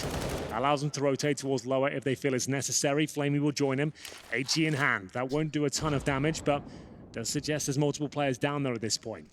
Time ticking away. That's what the smoke is designed to do. 50 seconds on the clock. Flamey down there with a scout as well, looking to get tags and work in tandem with the CZ next to him. You have to remember what Boomich actually saw was at max 2 players. He does not know that the entire a jiggle and a frag. Flamey body shot. He gets another one. He stands his ground in the flames, living quite up to his namesake. Device, though, with the first for Astralis. He's hoping to claw a second one. It's Dupree to push the decon, but no issues. This force buy is flying for Na'Vi. That's such a sick move from Boomich as well. It suggested he fell back by opening and closing the door. They took the bait, hook, line, and sinker. Magus now to plant the bomb. 3 versus 1. He's got a Molotov, but no head remaining. That's going to be a great response from Na'Vi. The scout connects once again. It's all down to that smoke towards Secret. He spotted it. So it's Boomich watching the angle, trying to slow them down, and it just takes the pacing away from Astralis. They have to wait. Re-coordinate. They go down towards lower, and Flamey is so brave at that point. It's a standard Molotov towards the CT steps, and at that point he hits the first and has the audacity to stay around, fight for a second. It works out, and they steal the round away. Theoretically, what happens if all of Astralis just hold W through that smoke? They probably are greeted by a CZ and maybe even a couple of kills comes through. They made the right call. It was just a very, very good play from Na'Vi there. As we'll see, the guns come out on the Astralis side as well. Scout tags flying out here. It's going to be Electronic to pick up the first. That's Magus, who is trying to cross over towards Secret. They have a couple of smokes remaining, but now a 5-on-4. No real damage inflicted towards Na'Vi so far. And Electronic flashed in. Spots another. Sprays him down, no problem. Assist from Simple. This deco, this deagle buy has not gone well, and another body drops. Electronics flashes, connect to another. Boomich, long range. He's really mastered those little bursts from the MP9 at range. He really has. I've noticed that all week long. Every time he has the MP9, he has so much confidence behind it. Even at range, this little 3-bullet bursts, connecting with their head, such a nuisance, so much mobility with the weapon as well. And Astralis don't get anywhere near a bomb site. Has to be the full eco now. Could just go for a sort of ramp rush here, try and exchange a couple of kills if possible, but you're going to be going through the meat grinder at that point. You can swing towards outside as well. They've got the scout. That does make a lot of sense. Ideally, try and get the bomb down here. Dupree's got one of the best spawns you can ask for, so maybe they want to go for a vent dive, but they can't really justify an HG, so that's going to be difficult to pull off as they don't invest a single cent into this round. No armor. We really are seeing players who have started to invest more and more time into the newer weapons of competitive Counter-Strike. MP9 is a prime example. I think, 2020, we're going to see players really, truly test the limits of what those weapons are capable of. When's the auto sniper coming out, Alex? I'm happy to see all the SMGs, even loving the shotguns, but we can leave the auto sniper on the shelf. I'm going to call now. I reckon by the end of this year, it will start being part of the game. It's a very powerful weapon on the CT side that we haven't seen enough of. It used to be in fashion back in the day, but for now, though, the scout will have to do most of the heavy lifting towards ramp. Simple. Swinging in towards ramp, lovely shot. He'll only get that first kill, but what a kill it was. It's going to be just Dupree remaining, so they get 1 frag out of this. Maybe Dupree can get a second. It'll take about 3 Glock headshots at this point. Boomich keeps farming that money as he'll take himself up to $8,000. 4 players survive. They've got a MAC-10 on the CT side at MP9. A bit of a strange round coming through here. Simple almost certainly going to buy up the AWP considering he went down. But 3-1 on the CT side. Orb does come through. This was the simple one tap on the USP. Just wanted to have a little inquisitive look and, of course, found Device. He didn't even have a chance. Puts the banana right in his mouth. Indeed. Time for our 5th round and our 2nd map of our 2nd semi-final here at IEM Katowice 2024. Kriegs pulled out by the Astralis squad. This is the weapon that has changed the tide of Nuke T's side, but Flamey, ridiculous! Ace, 5 kills, 5 seconds, and it's the 4th on the board for Na'Vi. They rush towards the ramp. We've been saying for years that the Galil is useless, but Flamey shows us how powerful it can be. That's a fully equipped Astralis rushing towards the tightest choke point on the map, and he just mows them all down, no problem whatsoever. That's what we love to see. Na'Vi are in 5th gear right now and show no signs of slowing down. He can't believe it. Umich said, what the hell just happened over there? Look, I know I said the call was get an ace, Flamey. I didn't mean you to do it. Holy moly.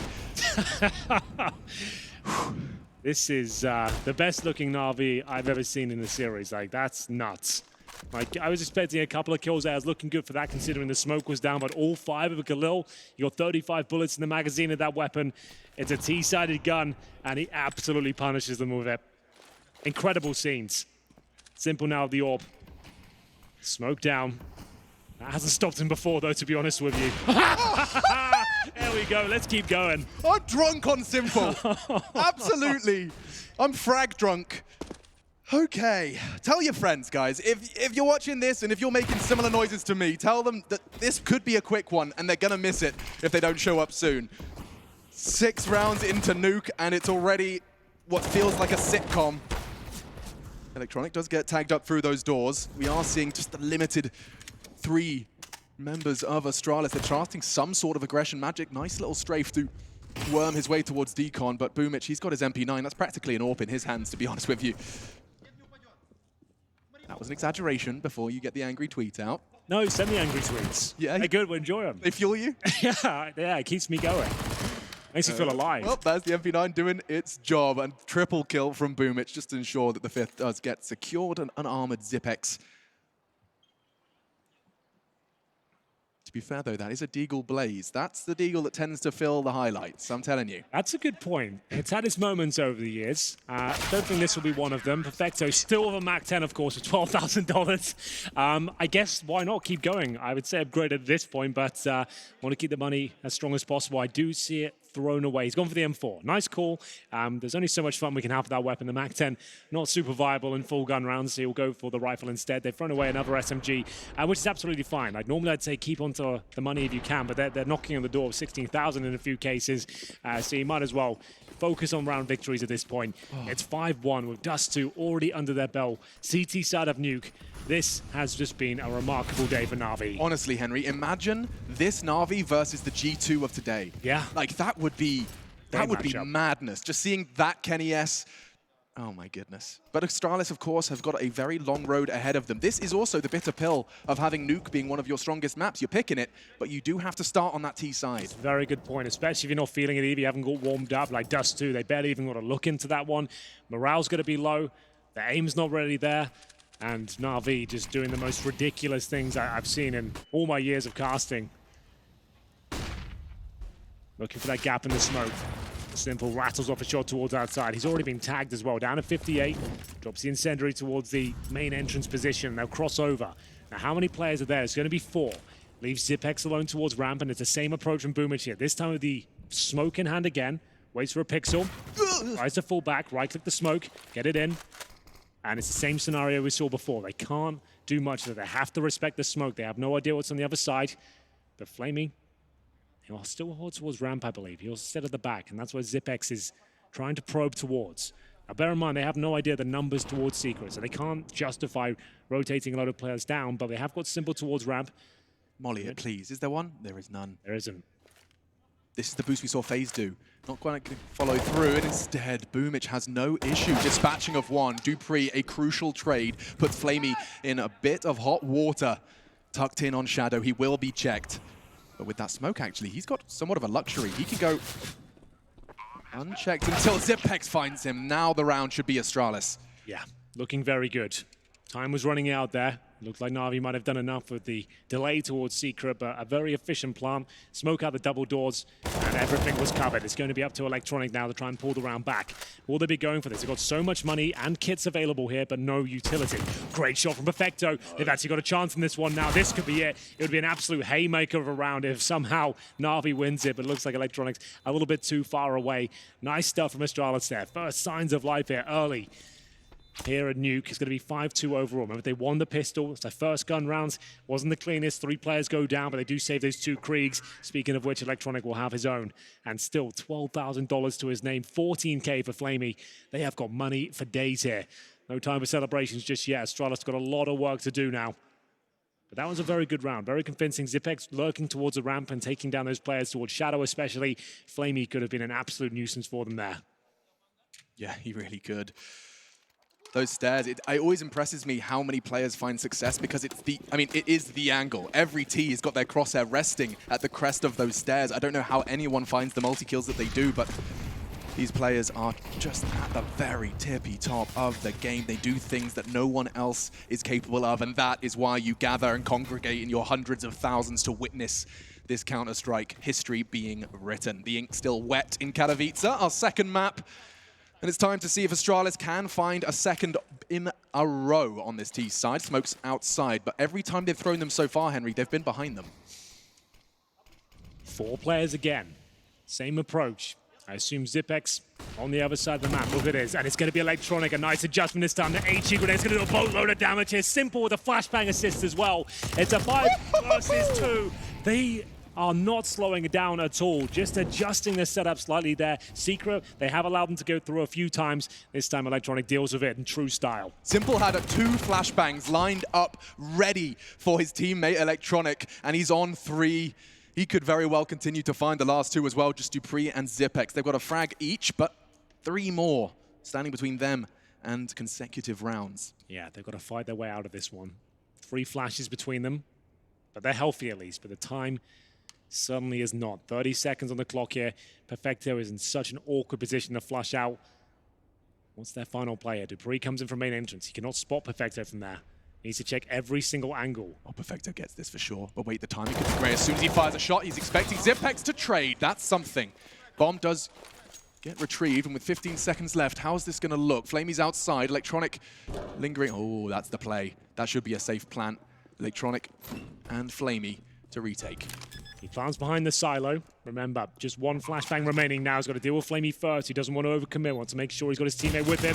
Looks very good. No way Zipex can clutch that one out. That's very, very well done. 4 kills in total for Electronic. Nice adjustment there towards Secret. Astralis have been focused in that area. They will do throughout their campaign on the T side. They have variations of that approach. Outside Smokes with 4 players is their general go-to. Sometimes they'll glaive by himself just to get the information and force those rotations. But now Na'Vi, they're the ones in the driving seat. Another big round from them. There was a plan that came through. That's an extra $800 per player for the Astralis side. There's a buy there, but it would be compromised. $3,700 just for glaive, but the rest of them have enough for AK armor and smoke and flashes. But the thing is, we need Molotovs on Nuke. It's all about flashing the CTs out and forcing fights. A conversation perhaps to have during the timeout as well is that we haven't seen Astralis address ramp ever since Flamey turned up with a Galil and ripped 4 Kriegs out of their hands. That can happen. You can be dissuaded from a position after an absolutely jaw-dropping moment. You don't want to even go near a player that's peaking like that right now. As we'll see Electronic just absolutely destroy them here. 4 kills in total. His Krieg, it's looking like the most convincing in the tournament so far. It's unreal. So Simple, he said it yesterday, he said it today. When my team are hitting their shots, he keeps bringing that up. And I think he truly has this belief in the individual form that we're getting to see now displayed for all of us. This individual form is a 5-man peak into a semi-final. Yeah, you can't poke any holes in this. Historically, Na'Vi have always had their weaknesses. A couple of players, a bit of a question mark. You didn't have a special day for the team to look world-class, but he finally does something. Remember yeah, that one? but I think so. Was that me that said that? I don't know. I don't remember, but yeah, someone did say that once. But this is like a very well-oiled machine right now. Everyone's hitting their shots. The confidence is just evident in their playstyle. Boomish now having a little crack towards the secret steps. Confirms are on Deagles at least, and now you can reel it in. You don't need to challenge. Now let them have outside. Let them have ramp. We'll just wait patiently over AWPs and the rifle crossfires. Simple, so active. Constantly repositioning, ensuring that he's not standing still for a second for someone to lay their crosshair upon his dome. Oh, and it pays off. Dupree, who just edged himself away from main and straight into the scope of Simple. Such an incredible 2 days of Counter-Strike we've seen from him. For now, another frag added to the tally for Na'Vi. Hot pursuit of their 7th round, and with just 30 seconds. Oh no, oh no, oh no! That's embarrassing, Glaive. He didn't have the bullets, and Simple will just collect another. The round is done. But what has that done to the mental shape? Glaive, a seasoned in-game leader. Jacob was holding his head on the desk, and Simple just keeps collecting. Even with 13 HP, most players will just fall back and in the 5-on-1 make sure that he stays alive. Not him, though. He hits everything. And it's going to be 7-2 here. We're going to close things out in a 2-0 fashion. They have played Astralis this year on Nuke earlier at London. 16-9 victory for Na'Vi. So I'm not great at maths, Henry, but I'm going to have a go. Go for it. I'm ready. Electronic and Flamey, with their kills and deaths combined, are sitting at 21-4. Yes. That is quite the 9-round start. Yeah, they've gone absolutely nuts. You talked about going nuclear. Well, towards ramp and outside, especially towards Secret, they're delivering on all fronts. Yeah, I could feel the radiation from here. It burns, especially if you're an Astralis fan. So, partial buy in the previous round. We said they could have bought into it, but they wanted to have absolutely everything. They've got the device AWP, and now a Zipex opening frag through smoke. Gonna need more where that came from. That's the in-game leader of Na'Vi taken out of the equation. Molotov towards T-Red. Electronic, though, hiding towards CT Blue. And now they're going to just slow things right down. Still with a minute on the clock. They still have flashbangs. Only one smoke, however, as they try to transition towards ramp. Flamey is there with the Krieg, and now if you're a ramp player with this particular weapon, you're going to fight. You're not just going to play for one kill. You're going to try and get as many as you can. Flash gets him, but can he deliver? Oh my god, he sure can! A double kill from Flamey. A gorgeous flash, I will acknowledge, from Astralis, straight off the box into his face, but he moves while doing the dance, and Simple dancing around the site. No! And Astralis, they're showing up! No. They're just getting ripped out of the server. Dupree, last man standing. He's wondering where his team has gone. Simple does not miss. Standing his ground on the site now. He doesn't have to do much more. It's just a matter of time. Look at the discipline as well, just running the clock down, giving Dupree nothing here, but finally he will strike. Has enough time to get back towards upper. Bomb on his back, 2 flashbangs and an HE. But what's the call going to be? Perfecto's got him. There's no way you check this. Goodbye, Dupree. Very well done once again, and I love that from Flamey. As I mentioned, if he had an M4 there, I'm almost certain he drops down. But he's got the Krieg and the multi-kill potential of that weapon, the armor penetration it has. You can find multiple kills very quickly, even after copping a face full of flashbang. He manages to get 2 kills. Buy time is simple to get towards lower, and this just speaks for itself. You don't need me to explain what's happened there. He nails 2 fantastic shots. They don't even get a chance to deploy their utility towards lower to even enable a plant. Well, to paint the picture of what's happening on the stage in the Spodek right now, 30 seconds for Coach Zonic, who's been talking to his players about this game for an entire day. Let's not forget, Astralis, they had the bye. They skipped the quarterfinals by its entirety. They had a whole day to prepare for 2 opponents. And right now, 2 frags for Magisk, 2 for Device, a single frag for Glaive, and we are 11 rounds in. Yeah. It's really not looking like the individuals, the actual components of this well-oiled machine of Astralis.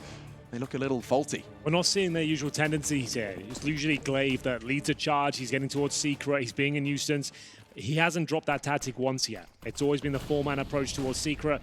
He's not fragging at all, and that's not a good sign. He is their absolute MVP on this map. He's a bit of a master of the outside area as well, getting up close and personal, scrappy with the M4, ready to challenge. And this is what we want to see. This is the solo play, Alex. So an adjustment here. This is what I want to see from him. He gets down towards Secret. He gets information, normally good for a frag or 2, but 1 and 9 right now. Does he have the confidence to even make these kills land? Spots the armor boomage, and that's what it's all designed for. He'll let's drop the smoke again and buy some more time, call for rotations if required. Boomich has just got nerves of steel for Secret. We've seen Na'Vi's nuke a couple of times, and every single time he can comfortably buy himself, what, 30, 40 seconds? He's rarely asking for help. So this is the classic Glaive maneuver. Force a rotation down towards lower, commit to upper, good trades to come through, but Electronic hasn't missed many shots. Can Glaive open things up? He cannot. The one-on-one duels have just landed in favor of Na'Vi every single time. Gonna check Electronic. Perfecto, oh, backs a turn, and he tucks in. Perfecto, a chance to swing out. It's Flamey instead to find a frag. Multi-kill from Zipex. Max turned it to check it. Boom, they do, but Magic, he's been shut down immediately, and so all onto Zipex, looking to clutch to pull Astralis back into the contention here on Nuke. Simple's not interested. And another round for Na'Vi. It's starting to really get pulled away from them. Our analysts, they didn't believe Lightning could strike twice. Nuke, over at the last Premier Spring Series, it went 16-9 in favor of Na'Vi. And well, from London to Katowice, it could be happening again. Remember, Astralis won the pistol in this half as well. They're currently 9-2 down, getting blown out of the water at every choke point on the map. Nice approach there. Glaive gets down successfully. Had the pre-fire towards the vent, but Flamey had his number once again. Flies up, gets another. Their money's just looking so strong. They've got the AWP out again.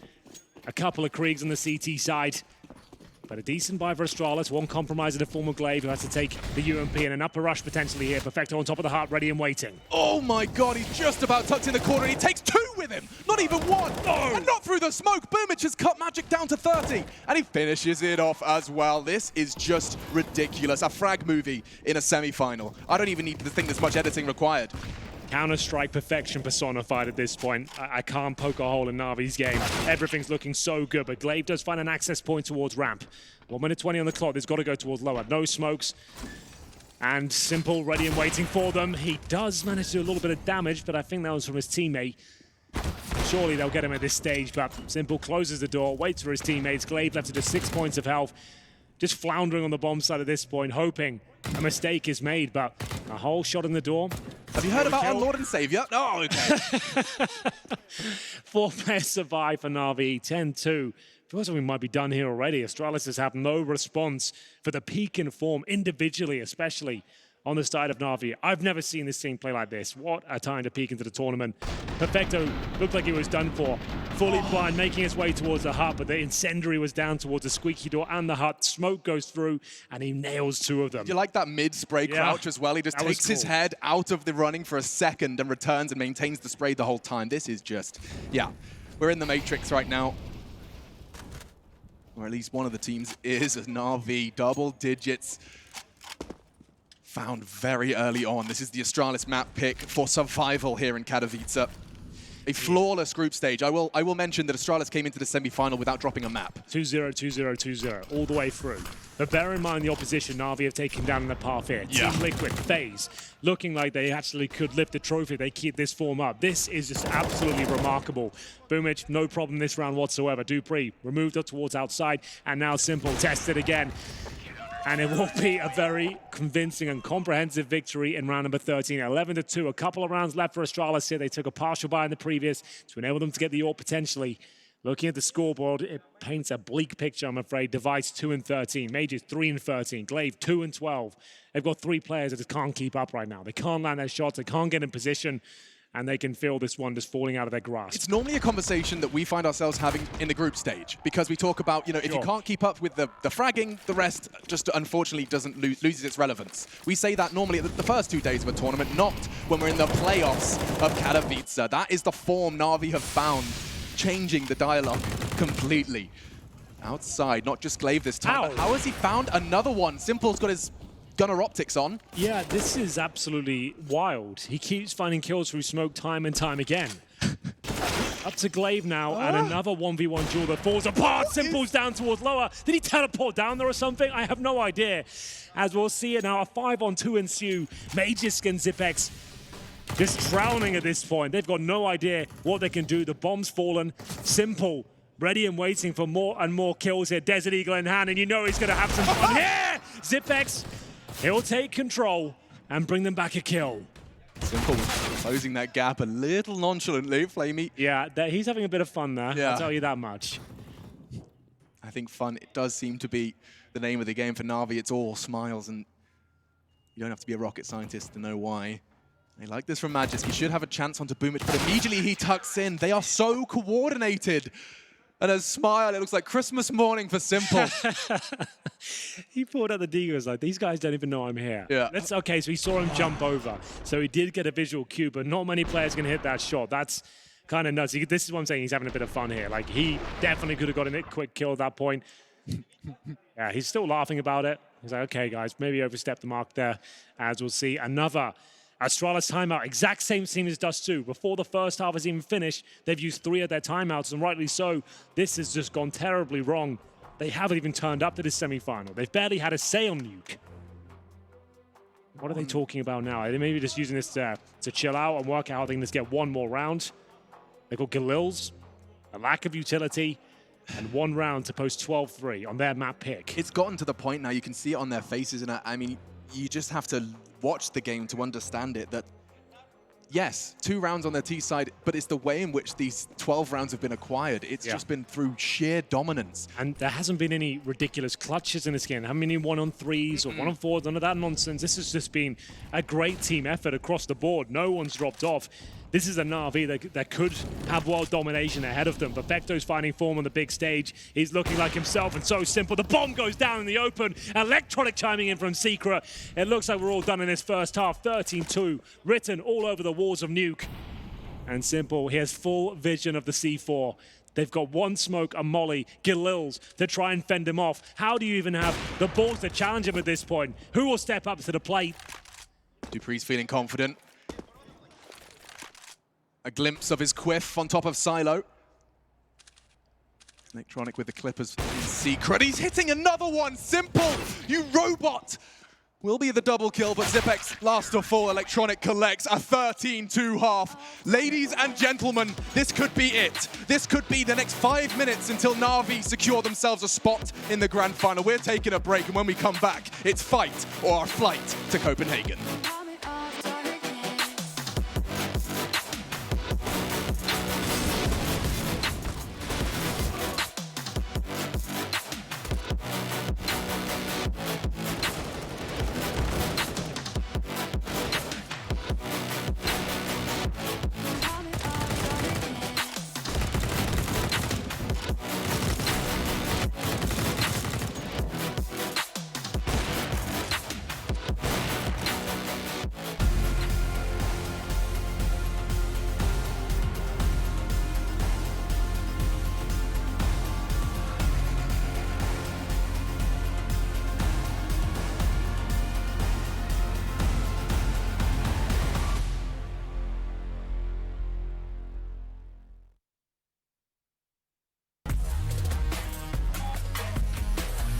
Welcome back, ladies and gentlemen, to the quiz break. We have 2 more questions and, of course, the prize boost challenge. James, if it's another disgusting thing that we have to eat, I'm going to have a serious word and potentially spanking with our producers. I know you love a bit of that, Kinky. So do I. Whips and chains, you know, all that good stuff. But the most important thing for you guys at home is the prizes. That's what we want to know about. So if you do know the answers, if you're getting these questions correct, head over to esl.glhf.gg and get them locked in. Thank you, James. That's the URL. Don't forget it. Now let's get back into the questions. French player Nathan Schmidt's nickname is NBK, but what does it stand for? Never been killed, natural born killer, or never by Kevlar? If you guys were watching yesterday, you know what's coming up next. It's time for me and Parla to be humiliated. Oh, James, don't be scared, man. You're a big, tough guy. There's nothing that you should be afraid of, all right? More silver dishes. 1, 2, and 3. Oh, man. Bro, I don't know how to do a Rubik's Cube. Yeah, but you got the... Okay, Parla, we have to solve 1 side each. You've got the easier option, and you've also got a side that has 3 of 1 colour on already. Dude, there's like an algorithm for these. I don't know it. We're going to give it our best shot, mate. Yeah, let's do it. Okay, I've got the 3 yellow here and 1 yellow there. That didn't work already. This must be like a simple solution to this. Oh, I've got a lot of orange on one side. Here we go.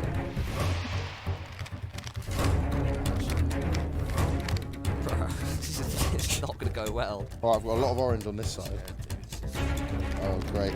We are running out of time already, mate. Sorry, guys. Have you seen the videos of it and people just spinning it? I don't know it. James doesn't know it. People do it without looking at it, don't they? Another challenge out the way. Done and dusted, James, and that means it's time for the next question. What journalists played a big part in uncovering the iBuyPower betting scandal in 2014? Richard Lewis, Duncan Foreign Shields, Scott Sir Scoots Smith. 2014, well, James, I was just 4 years old, so I can barely remember. You're not that young. Anyway, we'll be back with the third and final part of the show very shortly. And we'll have another prize boost challenge for all of you guys, so make sure you keep coming back and entering at esl.glhf.gg.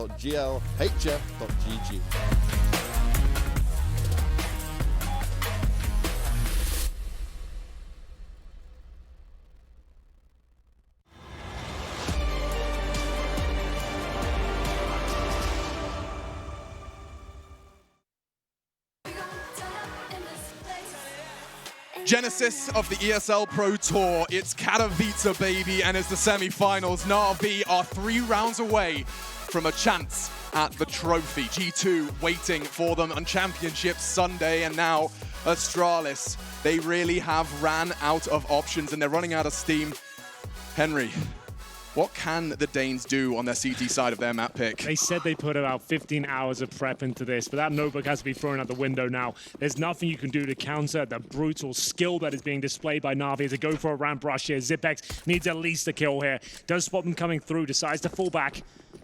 Safer option, no utility on either side here, Alex. Quite interesting. That means there's no kit available for Astralis, no smokes to get the bomb down lower. Range advantage here for Astralis for sure. They need this pistol round desperately. There's so many players swarming towards the position though. Glock's coming in, door sharp, and Glaive, he still wants to be part of this action. Perfecto does position himself to maneuver the crosshair, and it's Zipex to stop the plant, and then some. Collects himself a double. Still hungry, and Boomich managing to hit the burst, no less. Just simple, thrust into a 1 versus 3. And this time, no cigar, Astralis. They'll take 1 coconut for the coconut shy. That's the reference. It doesn't make sense, I promise. That's where close but no cigar comes from. Is it really? Yeah, if you didn't, if initially when at the carnivals, you'd get a cigar if you hit the coconut. Have you ever been part of a coconut It's a bit shy? before my time. We'll have to ask OJ. Okay, well, there we go. We'll look into it. Like Victorian era kind of thing. It's not going to be the force fight in the second round. We're going to have PD50, 1 Deagle, and a couple of smokes. Objective, get the bomb planted if possible. A couple of kills would be very welcome indeed. Smoke looking likely to be a drop here, or at least suggesting that's what they're going for. As they focus towards main, lots of footsteps though. Glaive will hear them, and it looks like a pretty convincing victory here for Astralis. No kills found, just what they needed. They can still do this. If ever there's a map to bring back a 13-2 scoreline, CT side of Nuke, their pick, they can do this. They know it as well. Their temperament looks pretty positive, actually. Yeah. And something that we want to keep an eye on is if Na'Vi fall into any of those traps you were talking about on Dust 2. You know, especially considering the amplification of the fact it's CT Nuke. Don't fall into rushing it. Don't feel like you have to force the issue. And I'm sure there's plenty of pages on Blade's strat book to secure those 3 remaining rounds. Final timeout for Astralis. They are discussing their options here because usually we would call this the bonus round. This is where you'll keep your MP9s or UMPs. They don't really have that luxury right now. They need rounds, not money. They need to be winning every single one going forward. So they've actually thrown away a couple of those SMGs. They upgrade Device to the AWP, Magus on the AUG, Glaive for an M4. So they've had to throw away a couple of weapons there. It's not the most ideal situation, but it's the correct one, in my opinion. They need to win this round. Up against the rifles of Na'Vi, which they know are coming out, the SMG simply wouldn't do. And now, extra nerve-wracking for Zonic. Put yourself in Danny's shoes, because he now knows he no longer controls a chance to talk to his team. The problem with this approach is, if you do lose this round, no money remaining going forward. This is a very committed gamble. Sink or swim for Astralis. Good nade. Whoa. Flamey's going to be feeling that one for the rest of the round. Dupree with an aggressive stance in Hut, hoping to catch the timing. Flamey lingering in lobby though, so that duel will not be won just yet. Outside, late from Na'Vi. On contact, no smokes, just walking towards that red container. Simple swings wide as well, keeping his eyes towards Secret. In no rush whatsoever, it seems.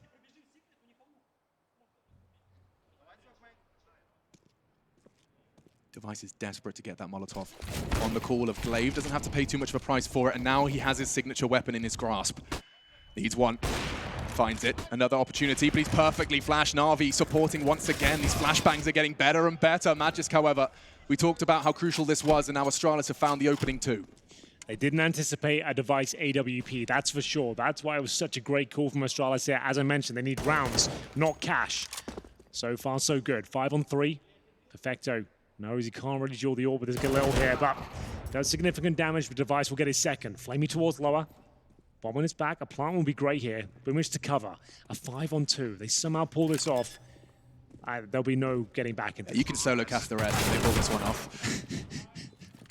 There's the first kill. Flamey, 47 HP. Remember, got naded at the start with Squeaky. Nice shot to open things up. Could get a second here, but may just will keep things very clean indeed. Only one kill found for the side of Na'Vi. As I mentioned, I don't think they anticipated the orb to be brought out so soon. Good call to upgrade to those rifles. Means they actually get a lot of money going forward and some T-sided weaponry as well. Krieg and AK picked up for Magisk and Zipex. 13-5 now. They can do this. Oh, for sure. It's just the only kind of unknown factor is where the Astralis mental state is. Because if this is Astralis that we know and love and have seen lift more trophies than anyone else, it's more than capable, more than within their remit. This is the second flash. I love that because he was about to swing and find Boomich, but Na'Vi, they're doing all of these protocols that I've never seen before. It's rare to see someone go white, not be going flash just after their first frag on Astralis. That's the point I'm trying to make. And into round 19, top site. Here we go. Straight up rush. Glaive going to be trying to spray them down, but they have broken through the initial defense here. Glaive will just get the one, but he's done significant damage towards the second as well. 2 players on the bomb side floor. Do Na'Vi want to fall back or try and drop down towards the Vincere? Good HE lands, but they have got 3 players down towards the lower bomb site. Majors will pull one back, but look at the damage inflicted. There should be absolutely no chance here for Na'Vi as they start to restructure. Barely any options here for them. Zipex will hold towards lower. Round should be completed here.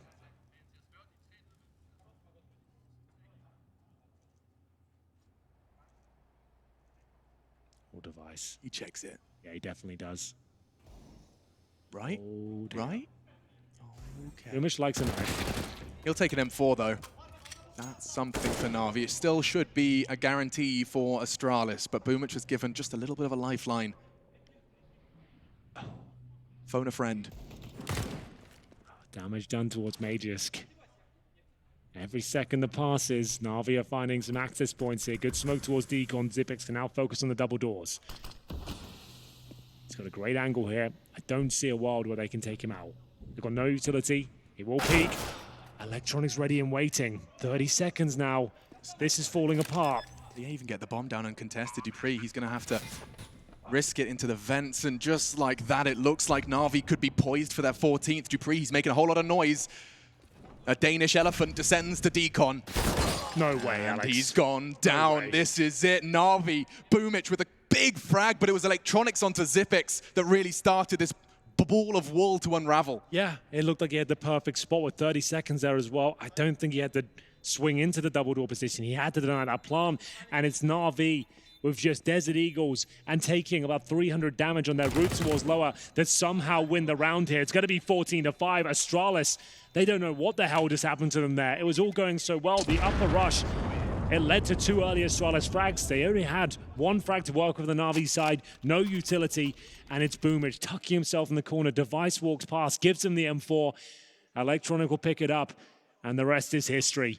This was the play. This was the moment they realized they can get into this round. We said Device is going to check it. He did, but he didn't fully commit to the angle, and it cost him the round. Even with 16 points of health, he outpositions Dupree, and it's going to be 14-5. They're first on the board here in the second half, 3-1.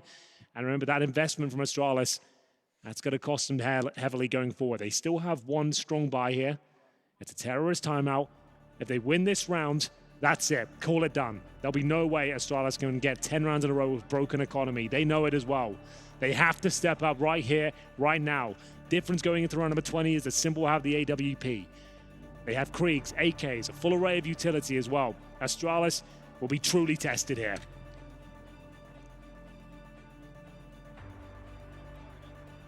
This is it for Astralis. The opportunity to defend their Katowice title. Defending champions Astralis. And they've put all of their eggs into the basket that is round 20. So hold your breath, Denmark. We're off to the races. Early smoke will extinguish and provide a little bit of a route to play around should they desire. Electronic considering an adventure towards Secret. And a Molotov in response from the CTs will make that impossible. I need to grab a fork and quickly eat my words. Yeah, it was a little bit too deep there. You can see Electronic just bouncing around the flames. Didn't even take a tick of damage there. So Device, he's not 100% sure if a player made it down. Glaive will be given the responsibility to have a one-on-one duel with one of the best riflers in the game right now, especially with this weapon in his hand. Such a presence on the server. Sneaks his way through. Glaive on the other side. First shot comes in. It's a beautiful one from Electronic. Doesn't even blink. This isn't a sidekick. This is a superhero. Yep.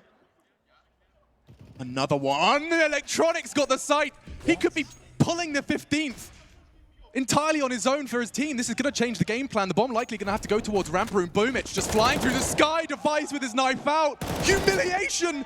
Oh dear. A chance now for the remaining 2 versus 3. Magic, or rather Magisk, is going to be crawling behind them on ramp. Remember, they'll have no cash going forward here. It's now a 3 versus 1. Simple waits patiently towards main entrance. Magisk will have to pull some magic out if he's going to pull this one off. He has a kit, no utility. Presence towards lobby. Starts to head towards squeaky door. Needs a quick kill, but that will give up his position. No one looking towards his direction right now, apart from the big man himself. Simple swings round, finds series point, 15-5. Money in the actual bin for Astralis at this point. $2,000 per player. They have to buy. I think they have 1 pause remaining, potentially. And this is all down to Electronic, though. So much confidence. Pim mentioned on the desk as well, when you're in the zone like this, there's not many people that can slow him down. He's just feeling it. No one can challenge him. His aim is just off the scale. Disbelief. Yeah. Disbelief from some of the world's best. And look at the fire and fury coming out of the Na'Vi camp.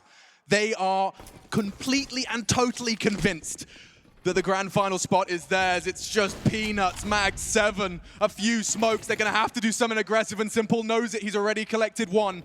And just 4 more steps to the grand finals for Na'Vi. Glaive tickled by the nade.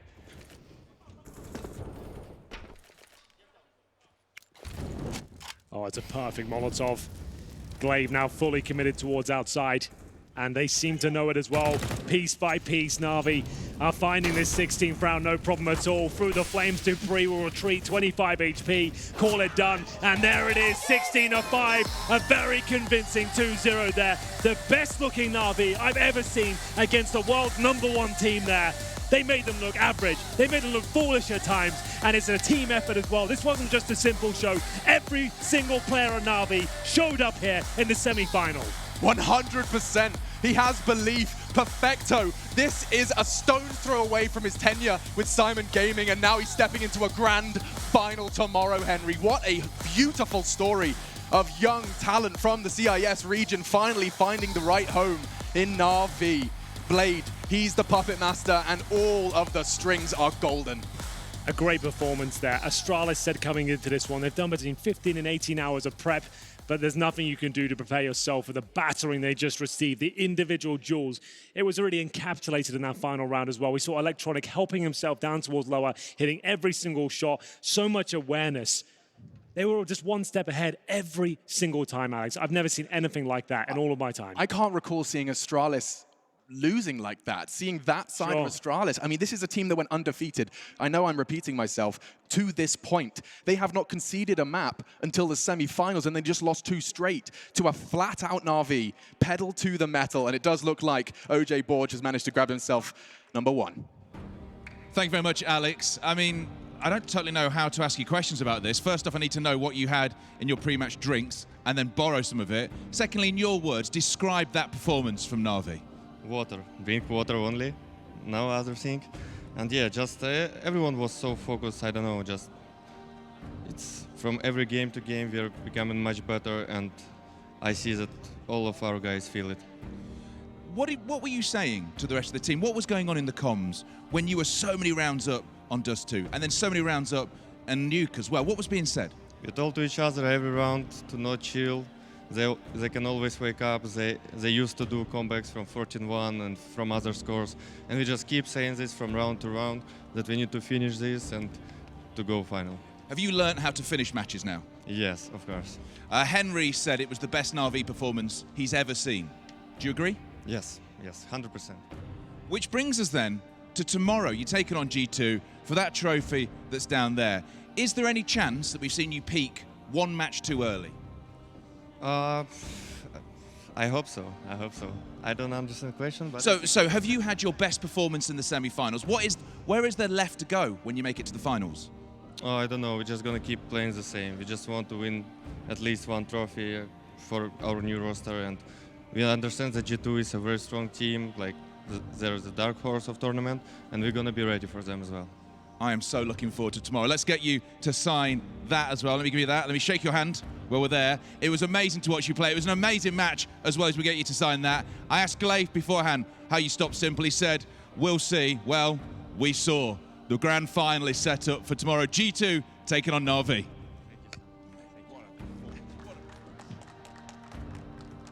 Wow, absolute wow. Right there, a performance of a lifetime there from Na'Vi. But don't worry, we're going to dive into all of that as we take a look at these Mountain Dew Amp Game Fuel power plays. Surely there are a lot of Simple clips in here, guys. Probably just the Simple highlight reel, and then maybe some other members of Na'Vi cropping up here, there, and everywhere, because that was an absolute beatdown. So let's get this one underway with, well, the man of the moment, the man himself, Simple on Dust 2. Yeah, imagine that. A 3K with the AWP there for Simple. It's nothing, at this point, nothing is surprising. Like, this guy's everywhere. Yeah, and he set the tone from the get-go in this matchup, right? We're only 4 rounds into the game, 5 rounds into that one right there. Simple just goes crazy. 3 kills with the AWP, and he didn't stop on Dust 2. He was all over the place, and probably the best player in the world right now. Guess what? He did it again. 3K. Here, Dust 2. We're talking about long A, and of course, showing up with the AWP, getting it done in style almost. This round here was very, very important. The awareness, I think this was like a 2-on-4 situation, 2-on-5 situation maybe. Have him to push through that smoke right there. Oh, geez, I don't think there's too many players in the world who'd have the intuition to go for something like that. And moreover, just that, you know, even the guts to go for it. Yeah. Because Simple certainly will put himself out there and put himself in those situations to be capitalized on. And, well, guess what? We're going to see it again. A 1v2 here from Simple. Run this clip back for me, Jacob. I mean, another one from Simple, right? With the AWP, his awareness, his movement, he's just everywhere on this map. And he got Astralis booked down right here. He got him in his pocket. They didn't make a single right move against him on Dust 2, and that was one of the most dominant performances I've ever seen Simple have against such a strong team. We know he can drop 30 bombs against everyone, but doing it against Astralis like this on Dust 2, impressive to the core. Well, here's another bomb that was dropped. It was the Flame Dogger over there in Ramp Room, as you would call him, Chad. What happened here? Like a little 35 bullets of Fury and the gun round call from hell. This is probably the worst call I've ever seen Astralis make, but at the same time, probably the best highlight with a Galil on the CT side you ever will see. Rush ramp through the smoke. You've got some Kriegs. He makes it look easy. I said Glaive was the best in-game leader of all time. What does that make you say? What was that I don't about know. then? He needs to call better than that. I don't know. Facing a Galil, he couldn't. That was the first gun round, though. You run through the ramp smoke against one guy. Didn't work for Mouse versus 100 Thieves. It ain't working here. Guys, let's hold on to that thought. I think you guys are surely onto something. Perhaps even mute your mics. Have at it. But for me, I'm going to have to ask you to head over to @IEM. Get your votes in for those Mountain Dew Amp Game Fuel Power plays so that we can recap all of that and tell you which one it's going to be. Again, that's @IEM over on Twitter. Get your votes in, and we're going to be going over that in no time. But for the time being, we need to start talking about this in a way that makes sense.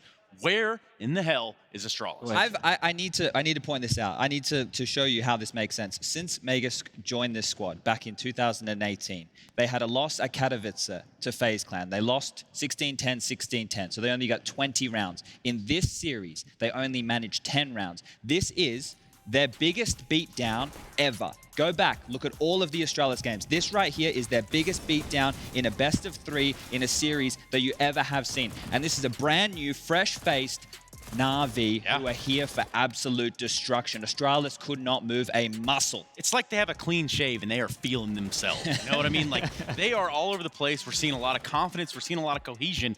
And I would be, you know, obviously curious to hear what the team comms look and sound like in these situations. What can you say? What can you say? It's just one of those games where nothing works for you. You're looking at a Na'Vi where Simple has one of the best games, even for Simple standards in Dust 2, being so impactful. You look towards Flamey, all of a sudden you're showing up with the Galil, going plus 18 over the entire series. Electronic plus 21. Simple wasn't even that demanding on you. That was more like a team effort for Na'Vi, I feel, right? That's what's the most impressive to me. Dust 2, you can contribute to Simple being Simple.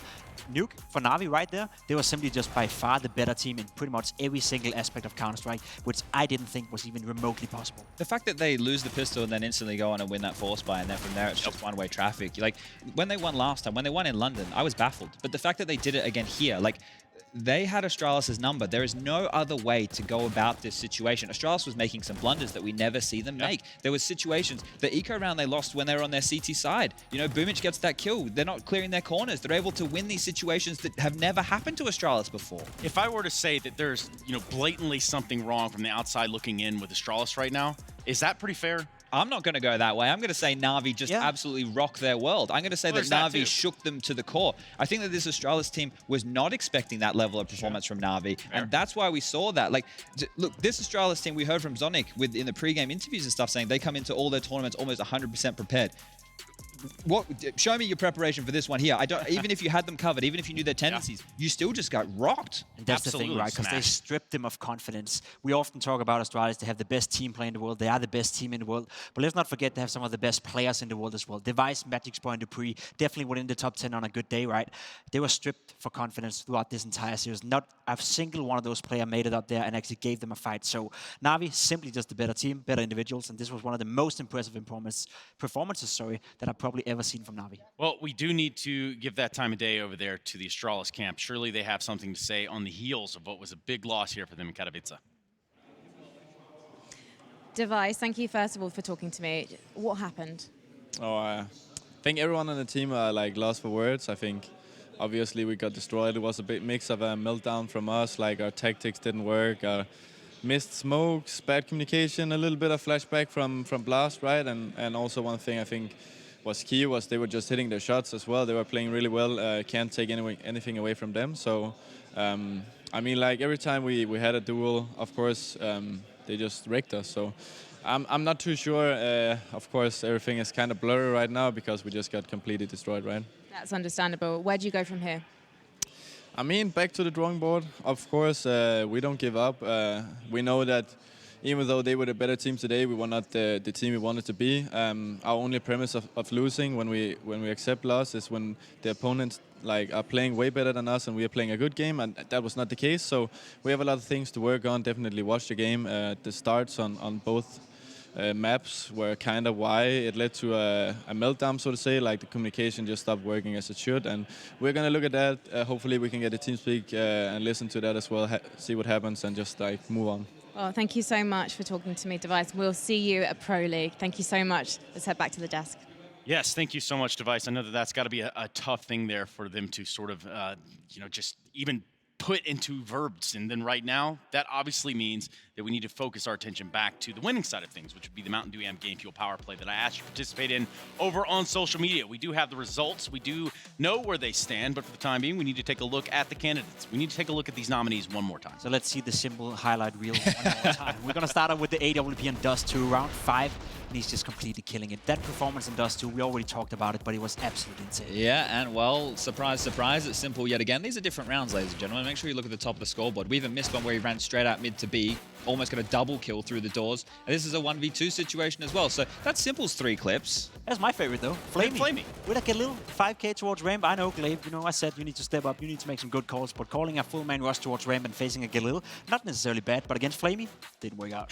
Not today, Astralis, not today. What do the poll results say? What did you vote for at home? Now is the time for us to take a look at those numbers, taking that deep dive. And Chad, if my eyes don't deceive me, Flamey wins this one. Unsurprisingly, it's the ace with the Galil from Flame Dogger right there, locking it down. Look, play this one time and time again. We've had a lot of highlights from Na'Vi here in this tournament. This is maybe Flamey's submission right now. We'll go through all the individuals. We'll see who had the absolute best because, look, Simple's going to have about half a dozen. Electronic might have a few to his name. This one here from Flamey's in the mix. Now, that's against a full gun round trace. That is the most baffling part about this. Now, if you were going to tell me that that was just a straight eco round, then they got mopped up. Yeah, and that's understandable. But I don't know where that one was going to go there for Astralis, and it certainly didn't go too far. Thank you so much for the side of at least you guys voting over there on social media over at hashtag IEM and letting us know what the results were. So all things considered, Chad, I think we need to put a lid on this one, and I think the most appropriate way to do it would be to take a look at how it all rounded out over on New. One last skybox, mate. Well, yeah, why not? I'll tee you up. And this is for all the ladies and gentlemen, all the players at home, right? This is for you guys. Now, Simple is the best player in the world, but he knows how to do one thing, and that's flash for his opponents, his teammates, ladies and gentlemen. Let's highlight this. I want you and your matchmaking to do the same. Check out Mr. Simple over here. He's going to be running around. We'll see him enter this box. He's got his boy Electronic in this position right here. Now, I'm going to highlight these 3 positions. 1, 2, 3. Check out Simple. Make sure you focus on that first circle. You're about to see flashes come on over. Oh, here's one. Guess who picks? Electronic gets a kill. Guess what? Simple has another flash. Another opportunity for Mr. Electronic to pick. They completely shut down this outside take here from that of Astralis. And look, flash for your teammates. It makes life a bit easier. And if the best player in the world can do it, you can too.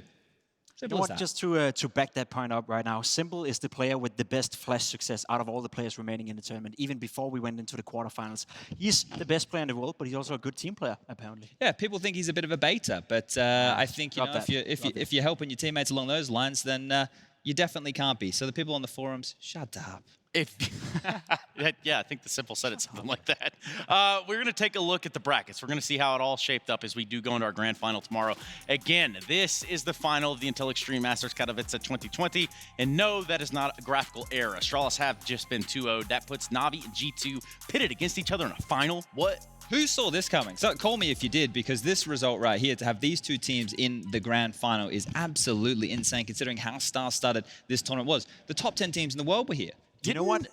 Didn't Threat say something along these lines, Jacob? He said that the winner of Navi and FaZe would go all the way to the final, so I guess he was technically correct. I'm not sure whether he thought FaZe was going to win or Navi, but one thing we can say is that this final, right, there's neither of these teams who don't deserve to be there. Sometimes I feel we've been in a position where you could argue another team may have been deserved to be in the final. These are the 2 best playing teams we have at IEM Katowice, so this final tomorrow should be a banger.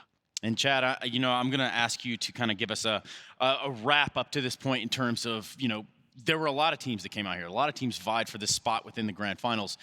But overall, is there any sort of special commiserations besides the 100 Thieves? Nothing special, but I just want to kind of put emphasis on the tournament we're dealing with right now. We had a layoff for a lot of these teams, We're going from 2019 to 2020. They've been able to boot camp. They've been able to prep. IEM Katowice is a tournament that everybody wants to win. They want to get their name on that trophy. So teams are coming in here at 100% of what they can offer. And the 2 names that we have right now are ones that I don't think anybody has expected. Right. So to knock down half the teams they have, to see the level of individual performances out of the likes of G2 and that of Navi, this is some Counter-Strike, and I'm excited. It also means that no matter who wins tomorrow, we're going to have a new enter in the Intel Grand Slam, right? These teams have won it so far. So hold up. And a new winner of IEM, because previously before it was only Fnatic, it was only Astralis, and obviously VP, right? So once upon a time, yeah, this is history's going to be made tomorrow. If history hadn't already been made this week, but certainly some history was made. And that does bring me to my next point, which is us getting out of here. That does conclude what is the playoffs up to the point of the grand finals. And then, of course, tomorrow, with the grand finals coming in full force, it's going to be Navi, it's going to be G2, and it's going to be one that tears down the Spodek. We're going to be jumping back into that tomorrow, ladies and gentlemen. But for the time being, good night. See you there. They're looking at us, an audience. Keep telling us what we can do, but here we are, showing them, making them wish they were you. We've heard the most when it comes to this. Yeah, every shade of blue, but don't even care what they all say. Think we're out of control. The truth be told, we know it. It's just the way we live. We own it. It's that we love the thrill. We know it. It's just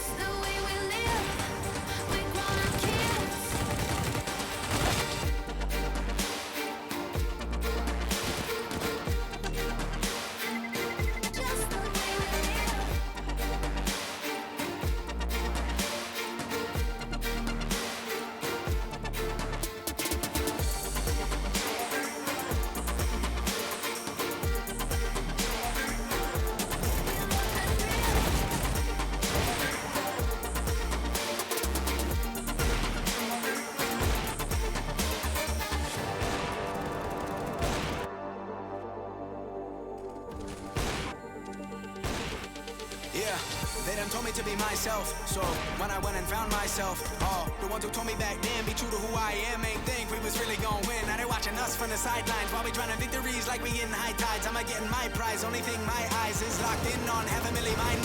I want it right now. Don't waste my time. Family in a penthouse with a view sky high. Blood, sweat, and tears bring water to my eyes. Cause a whole gang winning. I done gave my life. Odds low, but we did it, ain't we?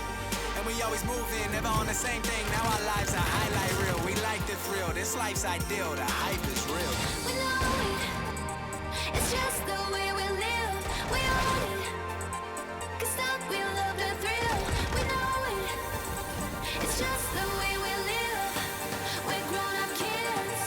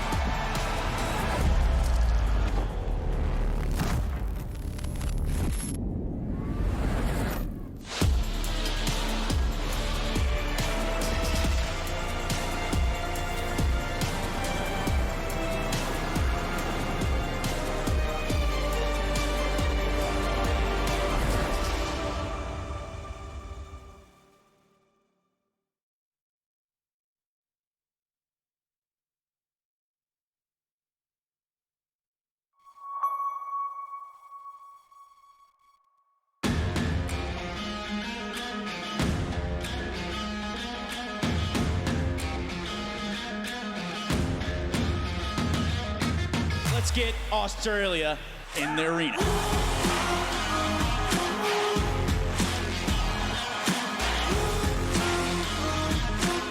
Damage, but a second by the Cherry. Provan, he'll find 3 in total. That is something.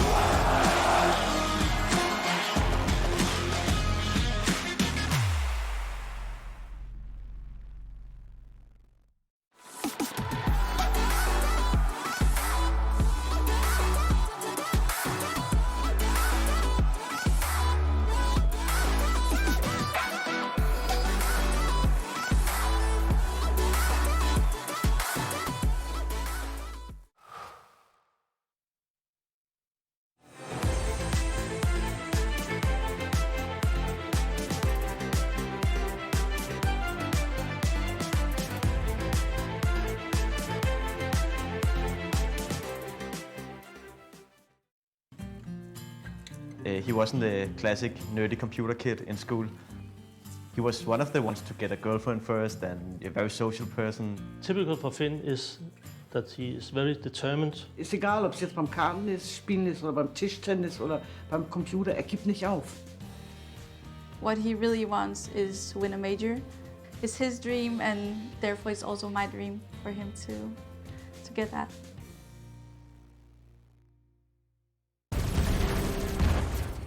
Everybody loves an underdog. Who needs to be liked? Mountain Dew Amp Game Fuel. Victory in a can. For them, to simply exist is not enough. They must strive for more. They risk everything to build a legacy, just to have it torn down. Many have tried to reach the unobtainable, but only a few achieve greatness. They have many names. We call them stars. Euronics, a human touch in a digital world. My name is Jordan Gilbert, aka Nothing. Hi, my name is Sue Lee. My handle is Snix. I think it's important for these initiatives to happen. Empathy really, really goes a long way, and it always means so much to us, and I think that's where initiatives like this really help. I encourage everyone in the community, anytime they see bullying, anytime they see someone getting called names, or I encourage you to step up and say something. Good luck, have fun. Good luck, have fun.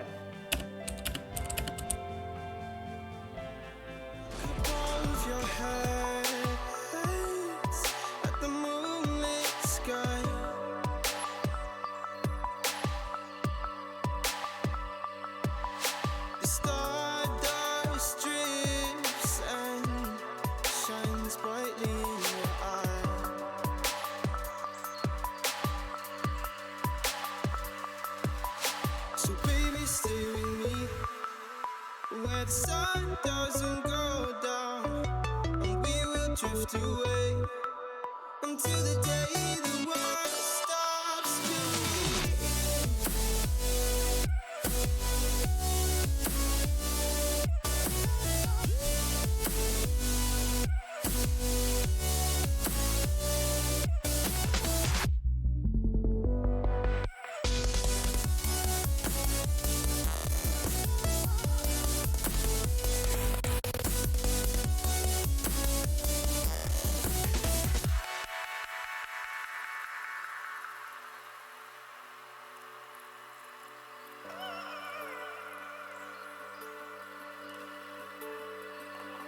Oh, baby.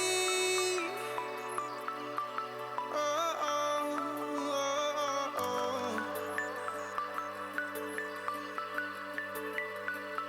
Oh, oh, oh, oh, oh, oh. Yeah, yeah.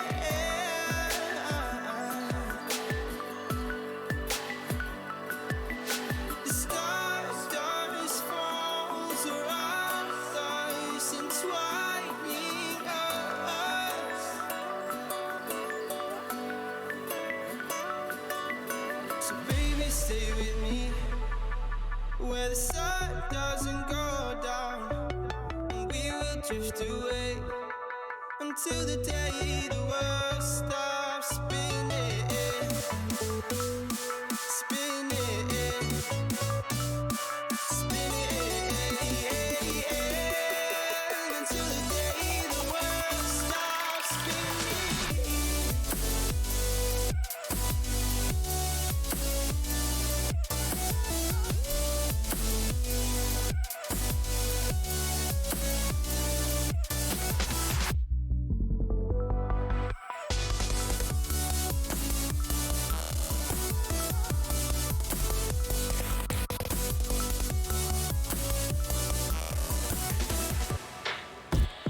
shadows. I've come to make a name, ready for battle. Cause I got a throne to claim. Think that I'll crumble, I'll show you your mistake. Where you see me coming, better run for cover. Cause I'm not slowing down, I'm never going under. I survived the pain, I know it made me stronger. So meet the monster, I came to conquer.